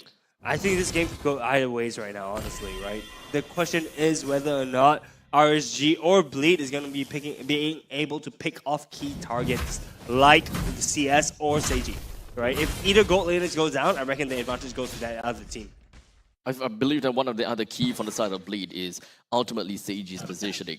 They kind of have a lot of their eggs in this one basket to ensure that Seiji will be able to do a lot of bruising onto the side of RSG. But speaking of which, Bray has already lost his Viraga armor. He did manage to get himself away. He still has immortality though, but it doesn't seem like Seiji wants to teleport backwards because there's way too many people just right at the shadow. RSG getting themselves the kill onto Yon is definitely a big win, and that is going to sync up with the Lord that will be coming up in 30 seconds while Yon in 28 seconds. We're talking about Fanny after all. Yeah. But this Fanny would not have a purple buff, so that is going to be a very big difference. Pick up right here, Bray losing the Firaga armor and also the immortality, lost the sanity to just bugger out. RSG, that Bray, that massive Bray big boss just walks into the bush in 5 members of Bleed, yet Bleed was unable to punish Bray. In fact, Yon is the one get punished instead. Yeah, no, it's... I mean, I honestly expected Bray to explode and just die, right? But what a turn of events the tables have turned indeed. And we see both teams eyeing the Lord at this point, hopefully doing a Lord dance right now. Yep. Going into 51k total net worth for the side RSG. Most of the items should be clearly built up. Bleed still not too far away, but that difference right now could mean building towards an immortality, right? The lack of one more, a bit more. Yo, there you go. Yon has an immortality already. Now Bleed just need to make the play, and topside just doing a lot of damage. Moscov's just sent all the way up top. Closer. Oh no! Sage is gonna commit to it! That's an EXP already committed! But there could be a chance for Godzilla to actually make ends meet, as he did manage to go on for a full combo as well as a penalty zone. But he didn't expect Gear to come in to eventually help Seiji out. As such, RSG have already lost 2, while Bleed have lost a single one. The Lord is now currently available for the picking, but RSG understands that this is not the stand for them to hold on to. Yeah, Seiji, that spear literally delivered a little bit more breeding chance, a bit more fighting chance against RSG when it looks so bleak for Bleed. And now look at the space that he created. Now Bleed is on the Lord. A little bit of space, dude. This is a massive space. The tables once again has turned, and the Lord goes to the side of Bleed. 16 to 13 kills, and now Bleed is back in the driver's seat with a 500 gold lead. Yes, gold lead at this late of the game does not make too much of a difference, but wow, is the game's close. Yeah, they're finding an equal fighting right here. Just take a look at the items. Most of them are almost well done, except for the mages, right? Mages items are really expensive because Holy Crystal, the inflation just hits them very hard. But you get the point, right? Now Bleed and RSG is fighting on equal footing, and now it's all about the space. Yes, RSG does have a lot of these turrets, but they're not going to be here for long because the Lord's marching down bot. As it slowly marches in, the top lane is going to be slightly pushed down as well. RSG will want to put their foot down to ensure that the top jungle is still theirs for the picking. Bleed gonna have to find alternative positioning and just put their footing in a little bit of a different way. RSG is definitely not gonna go down without a fight. As you can see, RSG, they're still holding on. Looking at Yon. Yon is trying to find a good angle to go in, and the Fanny is just able to move around the map so close. Now we are seeing Bleed knocking on the doors of RSG with 5 seconds flicker for Gear. It's so incredibly close. Yep, Yon has a bit shot top side, and now it's going to be Gear just zoning, using the final slash, just making sure that mid lane turret is already cracked. And now the top side turret is going to be under threat. RSG has to deal with the Lord down bot. Yon looking for the assassination. It doesn't seem like he will be able to do enough damage to bring Closer down though. But it's okay because both of these players, Closer as well as Yon, they can head back home and just recall pretty easily to get themselves back on track. But the main thing is Bleed did manage to successfully bring down the inhibitor turret in the middle lane, which is a pretty big deal. It's a huge deal. I mean, right now, both top and bot towers on the side of RSG is incredibly low. That minion wave is going to crack the tower, I believe, especially with Yon there. And Yon is just going to be able to escape. Yep, very good disengage tactics coming in from Bleed. Just constantly just trying to buy a little bit more time with the final slash as well as the Eternal Guard. But enough time for the top lane creeps to just eventually move in and allow Fanny to kind of swoop in for the final hit on the turret too. I like CS's build right here. Haskell's already secured by CS, means that he's going to stay in the fight a little bit longer. Don't forget, Yon can always just assassinate, but if CS can out-sustain the damage of Yon, it will be over, right? So Bleed right now has to be a little bit more careful picking all these fights. And you can see how Yon actually started to switch his priority already. Instead of finding assassinations, I'm finding to push the side lanes to create space for the sides. And now RSG is only just left with one turret on the bottom lane. It's not only split pushing, right? He's also entering the fight at opportune timings, like assassins should be, right? Assassins aren't meant to engage fights; they're meant to clean up, and that's exactly what Yon is doing. He's identified his role. He's seen that, hey, look, they've built a little bit more tanky, so I can't burst them down, but I can clean up. And don't forget, this is a very unfortunate positioning of the Lord spawn for the side of RSG. Don't forget, top side of RSG is clear out. Means Super Minion's going to march up top instead. And because of that, it's always constantly shoved. RSG needs to send somebody all the way up top, constantly.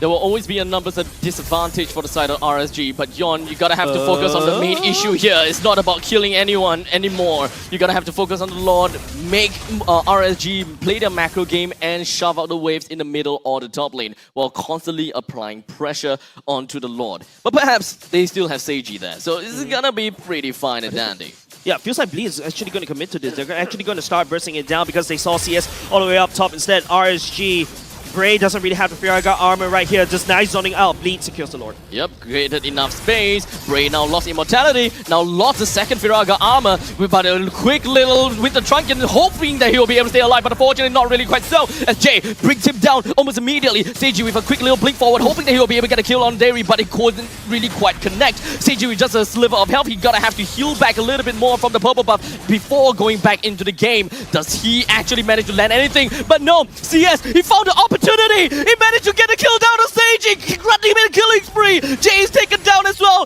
We're granting him a double, very potentially on the triple. But Yard, he goes in, assassinates on the Godzilla. But the triple kill granted over to CS and followed through with a maniac bleed. They were way too thirsty. Yeah, but then again, CS did Heart's Claws just going in, just help him sustain all this while. And that's the difference between Seiji and CS. Seiji thought he could just, you know, regen out the auto attack damage with the Inspire, but it did not pop because the amount of CCs is just so much from the side of RSG. Look at the replay right now. We see the fight being actually initiated. We see the Lord being secured on the side of Bleed, but we do see a fight being broken out because Bray is so low. But he buys enough time as we see a huge Minoan Fury coming out from the side of Dairy. CS sees the opportunity, doing tons of damage at this point. Oh no. Yeah, not only just that. In fact, during the replay, it's going to be cleaned up. RSG, there's a clear red carpet in the middle, but no one to basically usher the VIP, to usher the win. Look at Seiji, look at Seiji. The Spear of Destruction lands onto Bray. He hopes that he will be able to go for a little bit of backdoor play, trying to get the final hit down on Bray, but Godzilla comes to join in the fray. Even when it comes down to Godzilla, he will steal the spear. But CS and Dairy, they joined in, and even with closer, Seiji, all alone, he still managed to bring one down before falling down on his face. And the best part is, you bring the marksman along with you. No pushing power from the side of RSG. Bleed, Seiji, what a play! I looked a little bit desperate, not gonna lie, but that was incredible. Seiji being the one to make these plays closer, looking really low. Man, what is this fight? It's just a scrappy fight from both these two teams. Bleed the Darna's trying to end it right there and then, but RSG punishes Seiji's greed. But both teams at this point in time, it seems like they have thrown all caution into the wind. But back to step one. Back to step one. They have their goal right in their eyes. For Bleed, they have got all the inhibitor turrets down. They know that they want to end this. They went in absolutely thirsty, hungry for more. Yep. But it only fell completely backwards. Thirsty indeed. Yawn also doing the same. Closer, get chunked down half HP. The members of RSG already reinforcing. Jay has to bugger out of there. That's going to be a flicker. Double flicker. Minoan Fury wasted as well. It's going to be a 1-for-1 that's been taken away. The Lord is currently still available at the northeastern side of the map. None of these teams seems to have gotten much of a priority over that, but Blade is slowly making their way over to the Lord, while RSG not really showing themselves too much of the map, especially for CS. Yeah, the longer that Bleed delays this is going to be beneficial for them because they have 3 open waves pushing up against RSG, but no, instead, they're just going to force an issue. Looking at the Lord right here, Hekwa. Yeah, the Lord is going to be started on the side of Bleed. RSG is in somewhat of a position. Closer is not even close, actually. Yawn went down over the final Roger, and Yawn manages to clinch it onto CS. And now Yawn himself is missing because Bray went in with the last insanity to take him right off. That means we have one marksman from the side of RSG taken down, and one of the junglers from the side of Bleed. This is just going to erupt into an entire explosive gameplay coming from both sides, allowing Closer to eventually get the kill down on the Moskov. 2 main players from the side of Bleed has now been taken down, allowing RSG to go for a decent fight back. Man, Bleed and RSG, that felt personal right there, right? Like, Seiji just committed to it. Once Yawn just commits onto CS, Ray goes in to respawn. But instead of going for the Lord, they had to go back to defend the base because the minions are pushed up against RSG. Honestly, the players are looking more and more desperate, right? It feels like they really want to close the game. But guys, Lord is right there. Whoever secures the Lord is almost guaranteed to close the game at this point. Death timers are close to 1 minute right now, and CS is going to have that spawn advantage over Bleed, over Seiji and Yawn. Yep. RSG needs to make a move. Penalty zone connected down on the Bray. They did manage to bring Bray's HP all lower than 50% HP. And it's not going to be an easy long take for anyone at all. Yep. Yes, maybe we don't have the jungler for the side of Bleed, but RSG understands the kind of care and concern that they're gonna have to put into the game because they still gotta have to respect the amount of damage that Jay puts out. Derry jumps in, he wants to just capitalize this kill down on the gear. He still have immortality though, but a quick little explosive hit coming from CS did manage to pop that immortality, but Yon goes in for a quick drive-by, only for Closer to come from the top lane. Where are you coming from, Closer? How are you catching onto Yon? Allowing them, Godzilla, to bring the Yon down. No more Fanny, no more Bray as well. Oh wait, never mind, he does have immortality, so he's gonna be A-okay. There could be a chance that Seiji might be able to pull off a big play as long as he has his spear. But never mind, as now we do have Godzilla just going to be right in front of the main battles. A lot of RSG players are all down to his sliver. The moment that Bleed finds that single spear, it could very potentially end a lot of these players' lives. RSG knows that they cannot go ahead and burst the Lord down because don't forget, as minions pushed up against RSG, you can see how Seiji committed that mid lane push to make sure RSG is kept in check. You cannot kill Bray because of Firaga armor, because of the immortality. It makes it so hard for Bleed to go through. This is a 28-minute or 29-minute game, guys. It is absolutely bonkers. You mentioned already that this is one of the longest beefs, one of the longest matchups in MPL SG. Oh man. Tons of poke going through from the side of RSG, but they have managed to find that opportunity. They have managed to get themselves the kill on the gear. The main setup coming from the side of Bleed. No more gear for the next 1 minute. This would allow RSG to have a very smooth raid onto the Lord. Yeah, but do they engage the Lord right now? Yes, RSG does have 5 members. Bleed doesn't really have the playmaker right here unless Yon comes in, swoops the Lord away. But RSG, you can see how Derry, Godzilla, and also CS is just making sure that they secure this Lord for themselves. But there's one thing that they have no information on, and that is going to be Fanny. Fanny has just moved his way up to the top lane. He wants the blood of Closer. Immortality pop. Winter Truncheon board just going to be used. Will he have enough money to follow Go Me? Yon! Massive blood He whiffed! He whiffed and wasn't able to get a kill down on Closer. When as such, Gear is still on a 20-second timer and Yon is on a 17% timer as well. This gives the opportunity for RSG to once again take the Lord. RSG wrestles control all the way back, but don't forget they have to deal with these minions. But don't forget the minions from the side of RSG are here along with the Lord. They have a lot more pushing power, and Bleed have to lick the wounds for the next 40 seconds. Yon is, the death timers are absolutely insane right now. It was more than a minute if you die. So the teams are playing extremely, extremely careful. They have to play extremely careful. We see the RSG is pushing on all 3 lanes.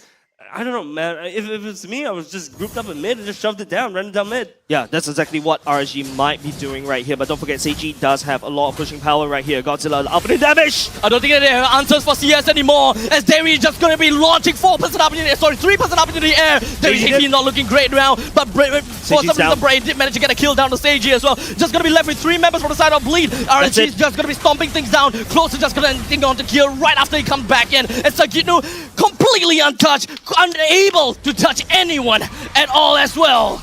The revenge has been served cold for the side of RSG against Bleed. They are not happy for that results in the regular season, and they pay it back double time. What a game! Absolutely, absolutely insane game 1. Congratulations to RSG for being able to close the game, but look at their faces. They aren't satisfied with the game that they just won. Right? They know mistakes were made. They know that they had things that they had grounds that they need to cover, right? But, I mean, congratulations nonetheless. That was a super, super, super close game. Yeah, I don't think that anyone would be satisfied with that kind of brawl that they have went through for, 15 minutes straight? Any team that find themselves in that kind of situation, they just ended up focusing on just one thing. That light at the end of the tunnel, just that win. Anything in between, the journey is completely thrown right out. And I think that Bleed as well as RSG, they have lost composure for this game. They did. So I just hope that the next game, okay, not say hope, but I think that the next game, the deciding factor is whichever team that is able to reclaim themselves and just calm themselves down to view the game in a more macro view. Yeah, this game has devolved into more of a mental game. This game is not about just a Bleed versus RSG right now. This is the RSG defending the brand. They want to maintain in the upper brackets. Loser would drop down to the lower brackets to fight against Vanguard. And Bleed, by the way, they've invested so much into MPL Singapore. And now, this is a game they should win according to the stats of regular season. But no, the RSG SG is giving Bleed a lot of trouble. I mean, look, man, I've said what I needed to say, but let's check out what the MVP of the match is. It will be Davey on the Minotaur. Guys, Minotaur, MVP twice already today. Man, it's just... Yeah, it's the Minotaur days, man. If you want to be MVP, you go for the Minotaur. But Derry did serve his purpose, right? You can see a lot of these circles that he built, right? And just not allowing the Fanny just step into and touched onto the damage dealers from the side of RSG. That circle of protection that Derry was able to buy, and you can see whenever he used the Minuan's Fury, everybody from the side of Bleed has to bugger out. They all understand the crucial play that a Minotaur is capable of bringing onto a single team fight. The moment that you get hit by perhaps the skill 1 or perhaps even the ultimate itself, you know that precious time is lost. And during those precious time, you can pretty much be able to bring one person down. And, well, looking right at Fanny over there, right? Yep. Fanny has been caught a couple of times, maybe whiffed a couple of times, but ultimately, I believe that it was greed that got over Yon. Maybe it's also Kim creating space, right? But let's take a look at the MVP highlights. Q participation 81%, and we kind of forgot to mention about that one. It's just making it so hard for Yon to find assassination, right? Yes, this early game highlight, yeah, it's Yon's game to play, right? He was, at a period of time, it's 8-0-2, right? But all of a sudden, because when the items from the side of CS start to build up, the hard score start to build in, and Derry just creating this no-go zone for the side of Bleed, in these specific choke points, it makes it hard for Bleed to assassinate. Yeah, look, Bleed's window of opportunity to close the game was smaller and smaller as the game went by, right? And the thing is that Davey did not make it easy. We see him here just being in the front lines, right? Like, I'm pretty sure Teacher Kim's gonna point this out later on, but Davey was positioning himself in places that prevented or dissuaded, Bleed from going into his team. And that was all he needed to do. Right, I made a joke a couple times about how Minotaurs just needed to stand still and be a statue, right? But honestly speaking, the window, the area of space, the zone control that Minotaur has is busted. Man, this is the Spirit of Destruction that Seiji sent all the way to the end. Yes, he was able to take down 1% at a time, but unfortunately he wasn't. He has the idea, all right? But unfortunately, execution did not go to how he wanted. The reality wasn't what he expected, right? And unfortunately, in this last particular fight, I just feel like throughout the whole game, in this game number 1, is that Bleed was able to bait RSG into places where their draft is strong, right? But somehow RSG survived that. And I feel it's because of Derry just slowing down whatever plans that Bleed has cooked for them. Slowing down or preventing, because I mean, like I said, just by being there, he's completely not allowing Bleed to enter into his team. Yep. You see, all items are built up. I mean, this is not a surprise. This is a 31-minute game, by the way. So this is basically the combined series time of the first series in the That's one a lot game. of series in one word. I mean, but it's true, right? It's the combined time of one series into one game. Yeah. Both, especially RSG is not going down without a fight, right? Especially RSG has a lot more to prove. Don't forget, RSG ditched the imports, and now they're going up against Bleed, one of their eternal nemesis back in a few seasons ago. RSG has a brand to defend. I think that this sets quite a message to everyone as well as to Bleed themselves, right? That despite the outcome of what happened in the regular season, things are definitely going to be different whenever RSG gets the chance to learn, chance to repeat things again. They would do things differently. And in this case, well, technically very differently, whereby they all just went all in brawl. But the most important thing is getting themselves the victory. That one victory out away from Bleed, that is a statement. Yeah, and RSG just showed perseverance, right? And And yeah, they're not allowing that mental state from the regular season to kind of affect them. And yeah, they finally delivered game number 1. Just have to see it through for game number 2 in order to lock in going up into the semifinals.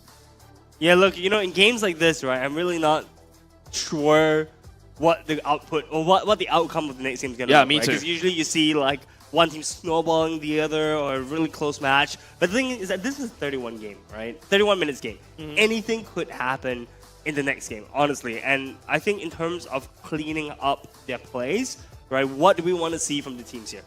I think right now it's just Bleed has to cool. I think Bleed and also RSG, they just have to cool down. It's like what I think one of us just mentioned earlier just now. The first one that maintained the composure, going to the second game, should win. Because game 1, you can see that they put their hearts on the Land of Dawn itself, trying to win. Everything goes, even fighting all the way to tooth and nail. Yeah, I think they really didn't care about the KDA at that point. They just wanted the game to win. They wanted the game to end. Yeah, it's understandable that each player have their own way that they wanted the game to end, right? It seems as though Seiji wants to play around the Lord because they already have the advantage when it comes down to the lanes. They are naturally going to be pushing in. Yeah, and I think that was the right call, right? Finding the Lord, trying to push in with the Lord. Yep. And I mentioned, I think, right before the last Lord was taken that whoever takes the Lord is going to win the game. But the thing is that both teams are trying to fight for it, right? So it's not an easy battle to say. Yeah, and let's take a look at the damage dealt. In fact, Bleed was the one that deals more damage because Seiji was just splashing damage all across the board.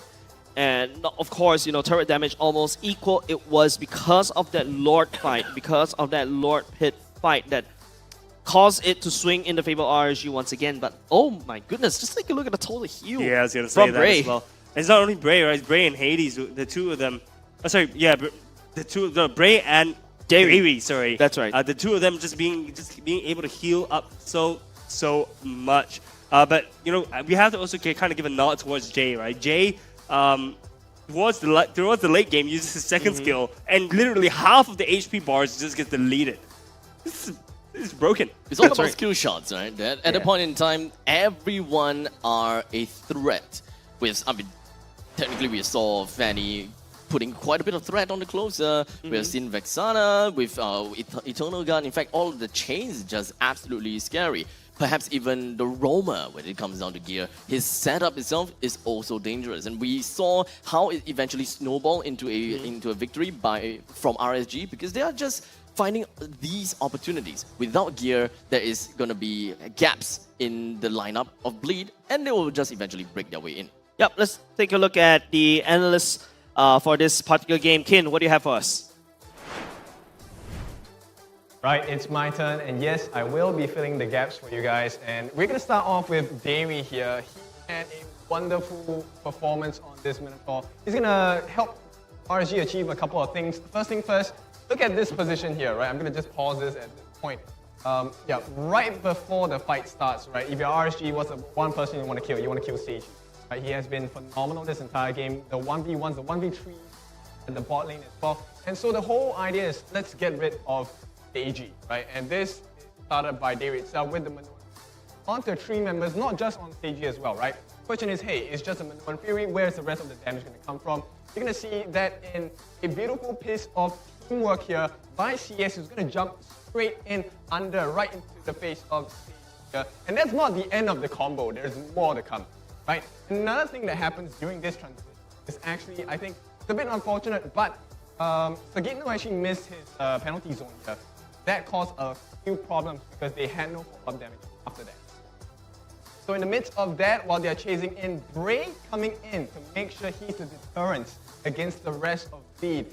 And if you take a look at it closely, CS as well as Davey actually make it out safely, and they are going to help impact the second part of this fight as well. Right, so once they make their escape, Bray is going to come in with the fire sticks as well. Here comes the next difference, right? First thing first, Jay. He did a very good job of the Deathly Grasp, getting a couple of the stuns as well, but they needed the backup, right, from the rest of his teammates, such as Gear, as well as, I think it was Sagitnu, right? Now, what's going to happen here? Here is the counter play by Mr. Godzilla himself. He is the one who actually keeps them in check with the Shadow Strike Arcane Shade combination. getting the Terrify on them. So there was no one to follow up on Jay's combination as well. And with that, it is the end of the story because here comes Closer once again with his Paquito, killing them with a knockout blow, and that will be the game for RSG. Now it's a tough pill to swallow for the side of Bleed. They did wonderfully, especially Seiji. He was my MVP for this game, at least for the side of Bleed. But RSG, you can never count them out, and I'm super excited to see what they have in store for the second set in this best of 3 series. Boys, that's all my time. It's back to you. Thank you very much, Ken. And yeah, I like the fact that he chose that particular last game to kind of break it down, because you can also start to see RSG is definitely winning in terms of the fight in attrition, right? Bray coming in at the very last moment to kind of secure the kill onto Seiji. Once Seiji is down, there's not a lot of defense coming out from the side of Bleed, and after that, just RSG just stomping all across the crystal. Technically speaking, we did manage to see a lot of opportunities that were presented over to RSG to either focus on the single objective, end the game, or bring down standing objectives, etc, etc, etc. Because of I would say probably the greediness coming from Bleed, it didn't really quite pan out that well. And I think that if RSG were a little bit more decisive with their ideas as to what they gotta have to do, I'm pretty sure that they should be able to punish a lot of these mistakes that Bleed has made throughout that entire game. Yeah, we talk about the punishing of the greed, we talk about the greediness. Maybe it's not the greediness. Maybe it's the hot-headedness, right? That I really want to win, the focus. Maybe it's a little bit too much. The desperation almost. Desperation. And don't forget, ladies and gents, they're also sitting on the OSIM chair that helps them to maintain said composure. Don't forget they have the V-hand technology. Once they turn it on, it makes sure it can carry your back really, really well. And of course, these V-hand massage chair is also helpful to build, to help your blood flow circulate just a little bit so that you don't have so much blood in your head. And it kind of spreads around. Hot-headed, that's why that term comes around. And, you know, make sure they are in tip-top shape going to game number 2. And they definitely have to turn it on right now.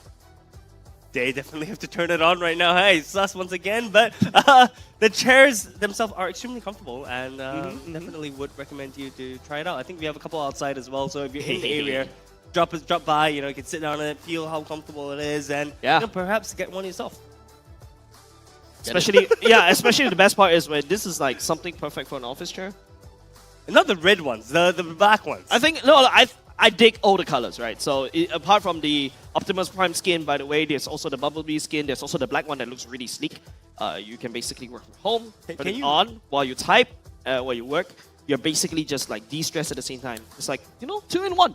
Can you imagine bringing this into office, right? Everyone else has like black office chairs and yours bright red and blue. Way to stand out, man. Yeah, I'm stand special. Out. I'm special. My mom told me I'm special. All right, so moving on, guys. In regards to the Bleed versus RSG game, right? Okay, I asked this question a bit earlier, right? But specifically speaking, what do we want to see from RSG? What do we want to see from Bleed? I guess for the side of Bleed, just methodical plays.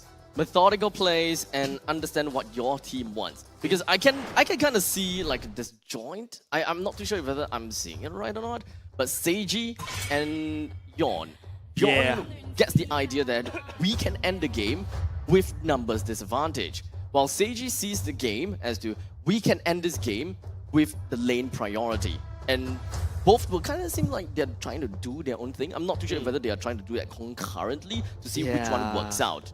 But in the meantime, I would want to see RSG being more decisive.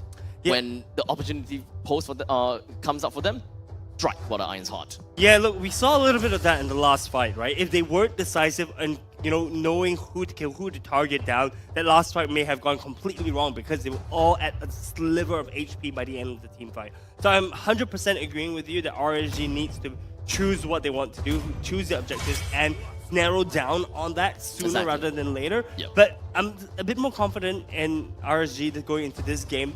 1, because they won a long battle of mental attrition. 2, because they won the team fight very, very well as well.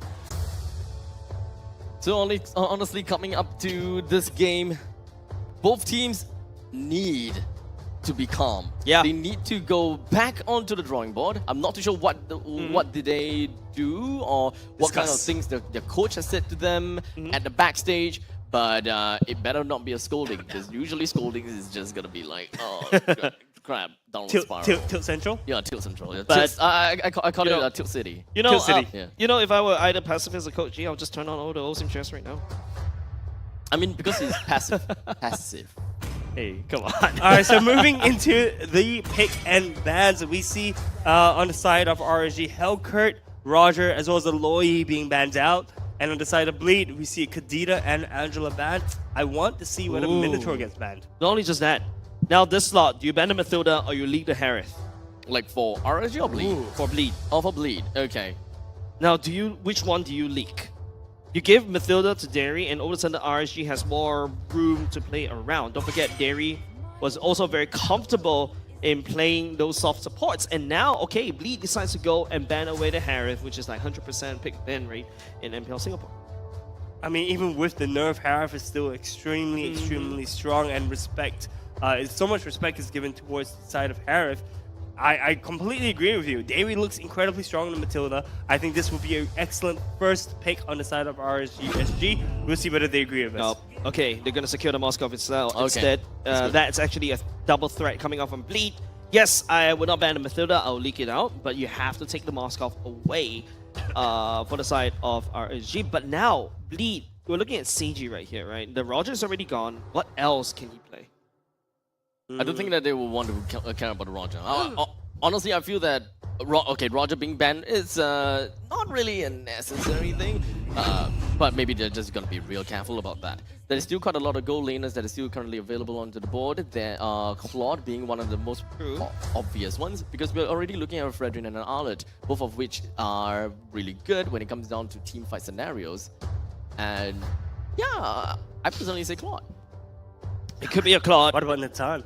Yeah, Nathan is also it works decent. as well, yeah. They both pretty much fulfill the same idea. I personally say that Claude might be good, only because of the fact that Moscovs have got pretty good split push potential, and Claude is able to kind of be on par to a certain extent. It's a lot more flexibility for the Claude, in my opinion. More AoEs, in my opinion, because the Nathan is just too reliant on the ultimate, right? If you notice that in win rates in other regions, Nathan wasn't really performing as well. So yeah, right now Bleed, it's up to them. Do they want to prioritize Seiji right here, right now in this particular pick? If not, RSG is going to start locking down on these marksmen. I feel like they should, right? Because the second Paquito gets picked up for Sagito. Yes, this is one of his signature picks. Yes, Paquito is going to be able to match up with the split push potential for Moskov, but this puts Seiji in a little bit of danger. I expect to see gold lane bans coming up from the side of RSG. Yeah, Mathilda completely forgotten by both of these two teams. Both these two teams not looking at it at all. RSG looking at taking more gold laners away. There you go. That's the Nathan remove. Ha! Natan ban. The next one is going to be Claude. Yeah. I mean, I'm not too sure about that. But for the side of Bleed, okay, so they have already fulfilled their EXP, Roam, and Jungle. What's left is going to be their mid lane as well as their gold lane. Gold lane, you're not really spoiled for choices. But in the mid lane, that is a choice that we're going to have to make, right?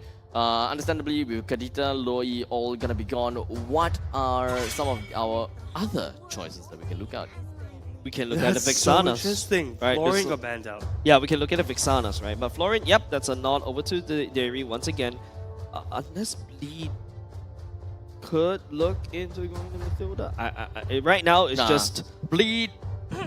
Gear only ever plays EXP roles. EXP roles. Like that's FMM. Right. True. Hey, True. Guess what? You got the Claude ban as well. Hey! So I guess we were both right. RSG have the right idea, right? Yeah. They know what they want to do, but that is also going to be putting Bleed in a kind of a chokehold, I say. What are the other marksmen that generally just does well in teamfight scenarios? I mean, Ixia? I wonder, right? I wonder if they're gonna try to force or like funnel Bleed into a carry pick, right? And then just avoid picking tanks from there,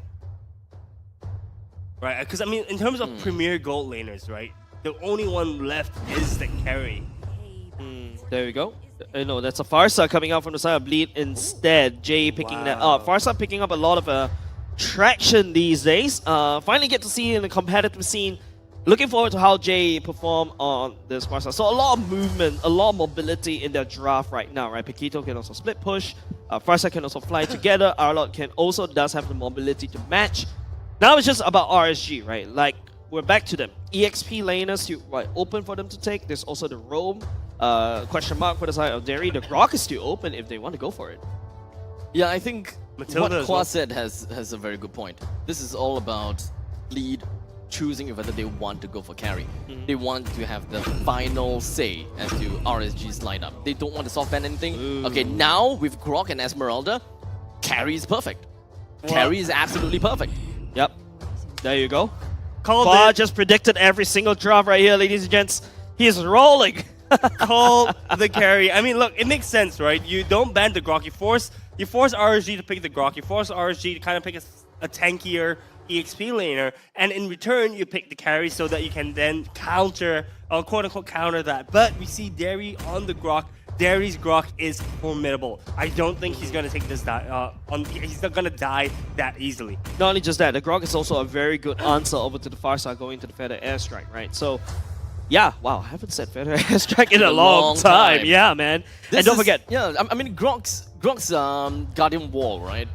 That is probably like made to disrupt the Feathered Airstrike. And like, you don't have any other reason to use it except to block people, block creeps. Yeah, because this is the kind of draft that Bleed just ignores the walls, right? Paquito, Fredrin, Arlot, and also the Carrick can literally jump over walls. But ladies and gents, we're going to go into the Bleed room just a little bit before we go into the Land of Dawn. Don't forget, I feel like right now, it's all up to how Bleed plays this properly, right? The mobility, the positioning. If not, RSG is just going to start, you know, abusing the fact that they have a lot more lockdowns as compared to Bleed.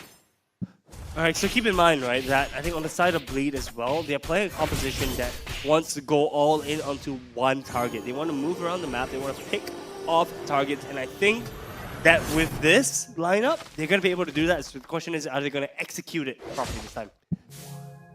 Right now, it's just standard starts coming up both sides. Both teams, looking at the Litho already. I think that is, Yon securing that one away instead. But Bray's still not too far away in terms of EXP lead. They're all just going to be poking each other and of course having a really good idea as to how their damage fares against the enemies. To be honest, the early game isn't really much of a most entertaining part of the game. But of course, understanding how the funnel works and how the macro coming from both of these teams, who do they prioritize? Understandably for Bleed, right? They would want to prioritize onto the gold lane a little bit more, while RSG wants to focus on the EXP lane a tad bit more. Hold on, guys. Seiji is going for a Brave Smite emblem instead. Usually when you see this, it could go into a tank carry, but tank carry was nerfed a couple of patches ago. Hard. It was nerfed pretty hard as well, but we still saw some people picking it. Yeah. So, okay. It could be a tank carry. Maybe you've forgotten to change the emblem? Nah, okay, we just have to see the items later on. But maybe it's because, you know, you get to lane properly against CS. Don't forget, Moskov can be quite punishing in the early game, does a lot of damage, but now Turtle has spawned. All these two seem looking at it. Godzilla should be able to take all the way to level 4. Gear doesn't have level 4 yet. Has to back off to respect RSG. RSG is all rather spread out. Theory definitely have a very good idea as to where Jay and Dawn is at this point in time. But the Feather Airstrike is just going to be popped here in the middle lane, just ensuring that they will be able to create quite a decent zone to ensure that Derry, Godzilla, and Bray is not going to come anywhere close. That Godzilla's own Feather Airstrike just going to be popped, but it doesn't seem like they managed to do much to kill anyone. Sakito's HP did manage to drop all the way down to a sliver, so that is pretty much good enough. The last insanity just going to be popped, as well as the Appraisal's Wrath from Yon very essentially helped them to pick up the turtle all for themselves. And RSG, they know that they can't follow up anymore from this point onwards. They're gonna have to back off. Yeah, I blame the Litho right there, right? Bleed securing the Litho right there gives a lot more EXP lead over to Yon. That's why he's able to secure it. He's level 5 first, while Bray is only stuck at level 2. One kill for one turtle. I'm not sure if that's a necessarily good trade, but we do see RSG leading the gold lead by just about 50 gold. Oh wait, it's going back and forth. It's still almost net at this point of the game. The fights are pretty close so far, hey? Yeah, definitely in the early game, but hold on a second, that's Derry. Wild Charge already committed, Spear of Destruction will whip. It doesn't seem like Godzilla will be able to get away with this alive. Oh, never mind. Did manage to bleed with a quick little feathered airstrike. We're hoping that they will be able to get a little bit more zoning and control over to the side of Godzilla. But fortunately, that raid from Bleed didn't really work too well, as Brave still have managed to take his own purple buff. Yeah, you can see the gold energy in the mid lane for the side of RSG turrets. It's kind of low. It means that Bleed is actually doing quite well in the mid lane priority, but I think Brave, that swipe right there just kind of forced Brave to use the last insanity to just get out. This game is, you can definitely feel the players, the air being really heavy, I think, on the side of both teams right now. Tension is extremely high. We do see a potential gank happening in the EXP lane. Yep. They're just gonna ignore that for now because RSG is already right there. Turtle's gonna spawn in the bottom lane instead. Both of these two teams are just freezing it. They're not giving as much information as possible. They know more or less where each other is, so they're just psyching it up. They just don't want to lose anybody, especially when the turtle should be spawning right about now. Alright, I have a question for you guys. Why the Esmeralda pick into this team combo? We're just going to hold that thought for a little bit and come back to that question, as we do have Jay as well as Gear finding themselves pretty darn low. Jay right behind the turret, popping off with the feathered airstrike, very effectively dispatched the X-Ball. Yeah, and that's one person that you don't want to lose, especially going into the turtle fights. Don't forget, RSG secured 2 turtles in game number 1, allowed them to kind of remain relevant in the fight. But to answer that question earlier just now, I think the Esmeralda, but hold on, second gear. We are not going to be able to touch on the topic for any time soon, but we do have Closer that's just going to be finding himself sticking right onto Yon as well as Gitnu. Build up onto the shields and the stacks, just ensure that he stays around the fight like a very pesky mosquito. Yep, Turtle give it over to Bleed right there. RSG, yep, you can start to see Godzilla picking up a core item. In fact, Closer already picked up the book as well. So, yeah, that's item power spike for the side. RSG just waiting for him to pop off. Bleed, on the other hand, Jay should be hitting the power spikes first, especially with the feather airstrike. But I want to see him using it to Zoe most of the time. But whoa, hold on a second. Instead of going for the lightning chunk, he went for the blood wings instead. And now Gear finds himself facing the ground, and he was not able to do anything from this point onwards. RSG have managed to successfully pick up Gear once again. All of these pick-up tactics from RSG is working out pretty darn nicely. Sekinu just joined into the fray here in the middle lane, forcing Godzilla to expend a flicker in order to get himself to safety. Yep, top side. Seiji putting 1v2 once again, but that's so normal for the side of JJ. Does not have the feather airstrike, so he's just gonna let Bray just walk off limping away.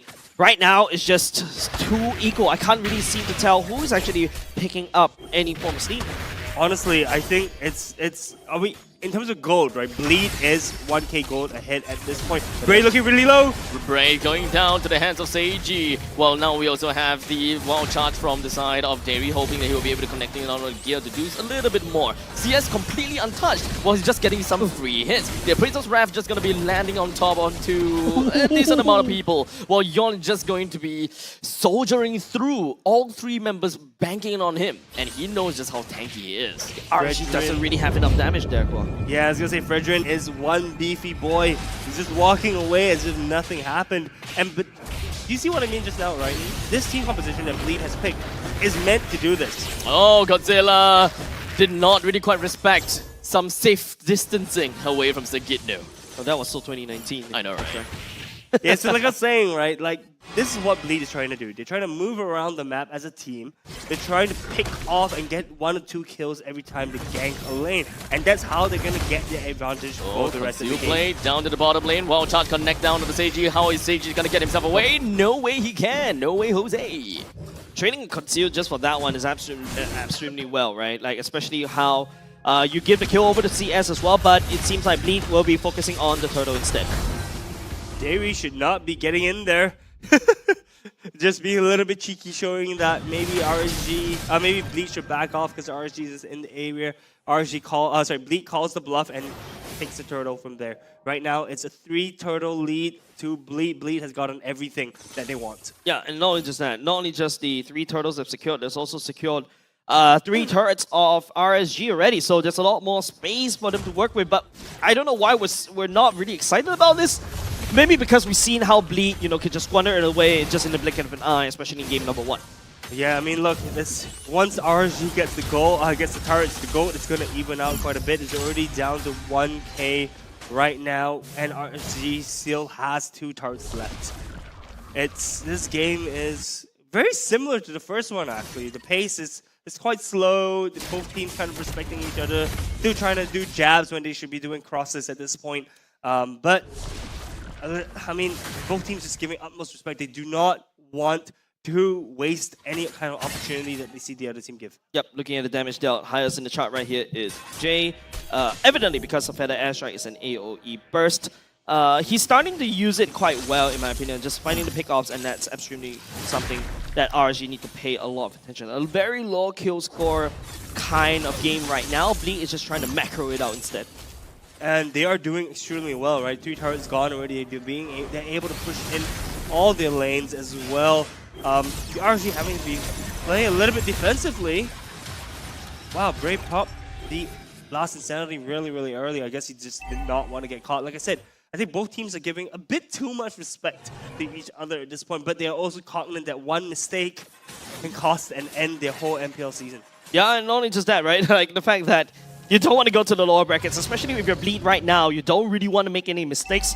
Showing respect over side of RSG is completely normal. You don't disrespect Bray. Yes, he is an export. Yes, he should not be that tanky, but my man knows the limits and the ins and outs of this particular hero. You can see the Feather Airstrike already committed, but it's our Bleed to secure and zone for the Lord. Lord goes over to Bleed. All the main objectives are being taken by the side of Bleed right now. The question is, what are they gonna do with this lead? We're looking at about 2,000 gold lead, but hold on a second. We do have Seiji's HP all the way dropped down as Bray, as well as Closer, they did manage to find themselves connecting down to Seiji. They went straight in for the most important player at hand, and that is Seiji himself. In the meantime, Jay all the way to the backline with the Feathered Airstrike also did manage to get the quick clip down onto CS, but Davey with the Power of Nature closes things out, as well as the barriers, getting himself a double kill. Might be even to get himself a triple, would be funny, but Godzilla takes the final hit onto the final member of Bleed. Oh, 5-man wipeout. That's not exactly what you want if you're supporting Bleed right here, but there is a Lord marching up top. It's gonna get squandered away, and look at the gold lead. Swings back in the favor of RSG. And keep in mind that turrets have not been taken yet, right? Turrets are gold pockets which RSG can cash into should they choose to. And that was definitely a fight that Bleed was afraid of, right? We talked about how both teams are playing extremely carefully, but the thing is that if you play too carefully, this is what's gonna happen, right? Yeah. One wrong moment is gonna be extremely detrimental. It feels like, back then when you're doing math, right? The more you feel like, yeah, I'm gonna make a careless mistake, the more careless mistakes you're making, and that's exactly what's happening to Bleed. So Bleed, they only have much. They don't really have a lot of win conditions that they kind of have to go for. Their backline is just constantly being jumped, and I think that is more or less a good amount of answer as to why Esmeralda is being picked. Not necessarily all on the shield that he's able to get. It's a small little bonus getting the shields away from the side of Sagitnu, but being able to jump freely and effectively onto Seiji is very important. The amount of shields that you are able to bring up for yourself, it also helps you against a carry. I believe that RSG have already expected that, yes, Seiji, Bleed is going to pick up a carry, so getting shields is better than getting more HP. In the meantime, Yon finds himself sliver of health. He doesn't seem like he's not taken down just yet. He's slowly walking away, but he's going to be facing Bray. He do have the Appraiser's Rep to try to bring himself back online for a little bit. Seiji, Jay, as well as Akinu runs all the way back home, while Bray all over at the side still manages to clip onto Yon. Oh, it looks like Bleed is crumbling right now under the pressure. But, RSG picking off the team one by one. Jay still alive. Manages to run away with this bird form. Godzilla stealing the Feather Airstrike and using it himself to zone Bleed away. Lost his sanity, hoping that he will be able to get a kill down as a Kitnu. Yes, he will be able to successfully do so. RSG doing the near impossible by turning the tables completely around, granting Bleed a 2-0. RSG knocking Bleed down to the lower brackets. This is an outcome that wasn't expected by the fans as well. Qua is just like celebrating right there, if you guys can see it. But you get to see Bleed in terms of the results. They were smacking RSG in the regular season. But hey, in terms of the playoffs, there's a 3 weeks gap, and 3 weeks can mean a lot. 3 weeks means a lot, and guys, what can I say? I am right this time around. All of you were talking shit at me the entire time. Hey. You only picked it because it's your only salvation of voting for RSG. This one time doesn't mean nuts. I believed in them the entire time, guys. I was just picking the opposing team just to be a little bit spicy. But yes, it's not spicy now, is it? No, well, guess what, guys? I was right. That's all I can say this time around. I feel like the amount of spicy is going in. He's basically, I drop him into a soup, he becomes malatang or something. or, you know, chicken McCrispy. Hey. Wow. Spicy indeed. But ladies and gents, congratulations over the side of RSG. They'll be going up against Team Flash tomorrow. But unfortunately, it is Bleed once again taking the scenic route. This is supposed to be their season of redemption, right? But unfortunately, right now, that redemption road looks very bumpy. Yeah, I'm not too sure. It really comes down to the recovery that I believe that Bleed didn't really quite manage to get. Look, I just want to say that I believe in Bleed, okay? Yes, I picked Then why do you vote RSG? Because I believe more in RSG this time around. But look, I believe in Bleed, right? Bleed has shown us a stellar performance during the entire regular season. I really like their creative plays and the way that they move around the map. We didn't see too much of this time around. Yes, it's a BO3, but if they're able to get out of tomorrow, I believe that will be their time to shine and adapt. It gives them more time to just adapt and just play the macro game from there on. Yeah, and Abstract, you mentioned that Bleed feels a little bit disjointed, right? I would like to tap onto it. I feel like it's the same issue that you realize when Team Flash introduced Yon during his first season, right? Where he's playing kind of disjointed game. And now you also have CG adding in where you can see his selfless plays, in a sense, in a very not so comfortable way, where he just goes into spear, commits to spear destruction all the way to the back of the base, 1v5, thinking he can end the game. I feel that being CG being the captain of the team, he definitely holds a very strong. His words holds very strong meaning. So whenever he wants to do something, he will go for it. But I think they maybe get conflicted about Fanny being an assassin. Yep. All right. So enough on the side of Bleed. RSG, MVP. Bray.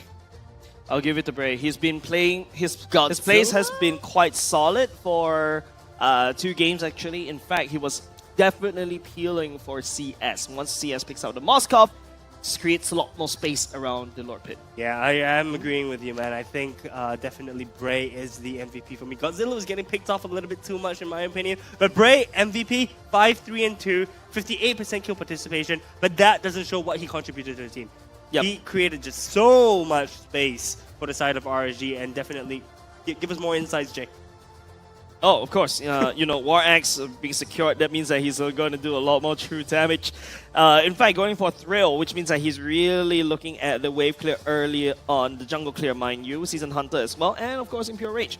More added damage, more burn, more happy. Of course, Happy Meal. Apart from that, Brute Force Breastplate allows him to just run around like a maniac as well, and of course, soaking up so much damage. And it's kind of crazy, mind you, right? The fact that Brain knows the limitation of this particular hero, right? Like, look at that. War X is more of an offensive item, right? Goes into 2 defensive items, and it makes it feel like he has 4 Guarded Helms. That's true. That's true. You know, this is so much sustain for the side of Xborg. But yes, Abstract, you're gonna say something? No, I really wanted to say something about the carry pick, but maybe we'll get to that in a short little bit, because I believe that we will be able to look at carry's items and we'll look at everyone's items. You know, that breakdown, I will be able to share a little bit more then. That's right. But that will happen only after the mic check, ladies and gents. Now we get to see a little bit of a peek what they are discussing, especially for the side of RSG. Let's go. I stun, nice. Follow, guys. Follow. Yes. Hey, go Fanny. Go Fanny. I'm okay. Let's go. Hey, Fanny. Hey, wheel up. Nice. Nice one, CSD. Hey, and then. Okay. Hey, Fanny out, Moscow out, Moscow, TP. Hey, no, emote. Hey, Fanny. Hey, Moscow. Hey, come. Come, oi. Wait. We're doing something. Nice. Sorry. Sabar. We can lock. Just lock. Wait, Don't let die. I got.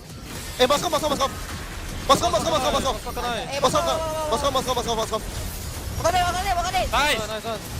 I got emote.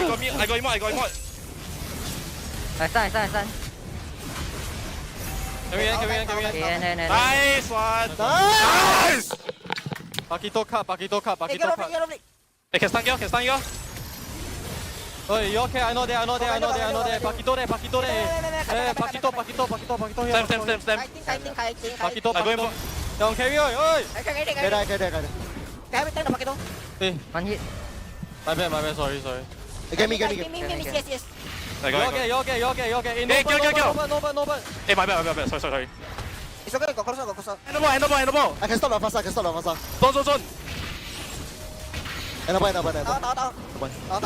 Tao. No. And there you go. RSG reigniting the flame. They thought it is over for them in the during the regular season, but it is not over yet for the playoffs. They remain in the upper brackets and they remain strong. Going up against Team Flash up next, dropping Bleed down. And that is kind of like a throwback to Season 6. Oh, Bleed always just kind of crawling and just come back to them again at the final part of the brackets, huh? Yeah, and it's really tough to watch, right? Especially when I've been supporting Bleed for quite some time. And of course, remember, we talk about this season being Bleed's redemption arc. This is the season where they need to win back the hearts of the fans. But it's proving a little bit hard because RSG is just stomping super hard right now. Stomping super hard indeed. Look at that goal lead at the end of the 13-minute game, guys. It's like 8K. No, 6K. 6K gold lead. And your RSG, it was pretty even, right? We talked about it. How actually at the start of the game, in the middle of the game, I guess, it was very similar. Both teams were kind of at the same pace. They were kind of respecting each other and not initiating on team fights. And we see here that actually, sorry, I want to talk about Carry. Right. Because Carry didn't go for the tank build. Yeah, so Carry didn't go for the tank build. At first I was thinking there could be a chance that Carry didn't go for a tank build. Yeah, there's a because chance. of the lineup that Carry is going up against with. Because if he continue going on the tank build, he's just digging himself a massive hole. Because of the fact that there are two heroes on the opposite side that actually play against Carry's passive. Carry's passive deals true damage based on the opponent's max HP. And that HP term is very important because Bray, playing as the Xbox, has very low amount of base HP. He has a lot of Faraga armor. So the amount of true damage that you take for that you give onto Xbox for that is very low. In the meantime, one of the main reasons to answer that question of yours, Esmeralda. Esmeralda may not necessarily have very high amounts of HP, but she does have very high amount of defense and shields. Shields does not constitute to HP, so it does not constitute over to the passive damage that Carry is capable of bringing out. So what I'm understanding is that Carry is only super effective against the Grok. Yes, exactly, only to the Grok. But it still takes some time to eventually wither this guy down because he's the guy in the front lines. If you let Carry constantly poke under the Grok, understandable. He's gonna deal a lot of damage because look at this. We have the Robe. Robe has like I think 500 HP.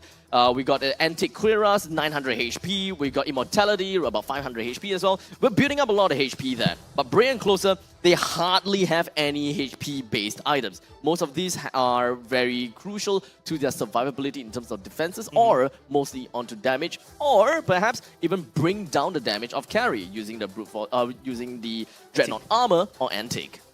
Yeah, and I personally feel like Seiji going for the Brave Smite is just for early game, right? Because you want to manage CS on the Moskov, you want to stay in lane a little bit longer, especially when you know Moskovs typically go for your Master Assassin to get that edge in the early game, right? But apart from that, you can take a look at Closer, going for the support emblem, making sure he's able to sustain in lane, going up against Sagitnu, where Sagitnu, he just wants to kill, right?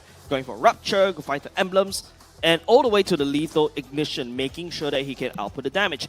And I think the common pattern that we've seen for Paquitos, especially this day, we don't see them creating much more space in the side lanes and then after that coming for the flank. It's all because right now I feel like the meta has shifted in these massive clashes, right? It's usually these clash comms that usually wins out in this, especially during late game. Yeah, and it's both games that we saw Paquito being played and we didn't see him being used super effectively. So I'm wondering if it's, like you mentioned before, if it's a meta shift or if it was just the players not being allowed to do what they want to do, right? Because if you think back in the regular season, Paquito was a force to reckon with, especially when he gets to do his split pushes. Yep. Right? But in both games all 3 games, I guess, this series and the last one, he was shackled. He was handcuffed. He was not allowed to move around. He did not have the damage to also burst down key targets as well. So I wonder if we're going to see MPL SG kind of shift away from Paquito or if it was just the first 2 series. Maybe. I just wish it's just the first 2 series because, Paquitos, I really like Paquito because there's a lot of flexibility. It's similar to Benedetta or to a certain extent Yuzhong, right? I can shove the wave on the side lanes. After that, I can join the fights very easily on. But now let's take a look at these stats right here. Damage dealt in the favor of RSG, and in fact, also a lot of healing coming out from Closer and also Bray. A lot of healing. Indeed, almost double the amount actually that what Bleed had. And we can see, of course, the damage dealt. Actually, I was going to say, the damage taken is almost equal from both sides of the team. And the damage dealt, honestly, isn't that high for a 13-minute game as well, to be honest. So this game was very, very close, but it's a few of the decisive decisions that RSG made, which allowed them to close the game. And this is what we're talking about, right, Abstract? That RSG needed to have those decisive decisions, those quick snap decisions, right, in terms of winning and closing up this game. Be decisive. Just jump right in when you see the opportunity, and you can expect that you will be rewarded for it. Yep. Strike all the irons hot. Yep. If you notice during the mic test earlier just now, game number 1, they're just feeling it just a little bit. But game 2, you start to hear more turns, more precise comms. But with that said, ladies and gents, breaking down that particular game for you will be Kin. So, Kin, what do you have for us for the analyst stand?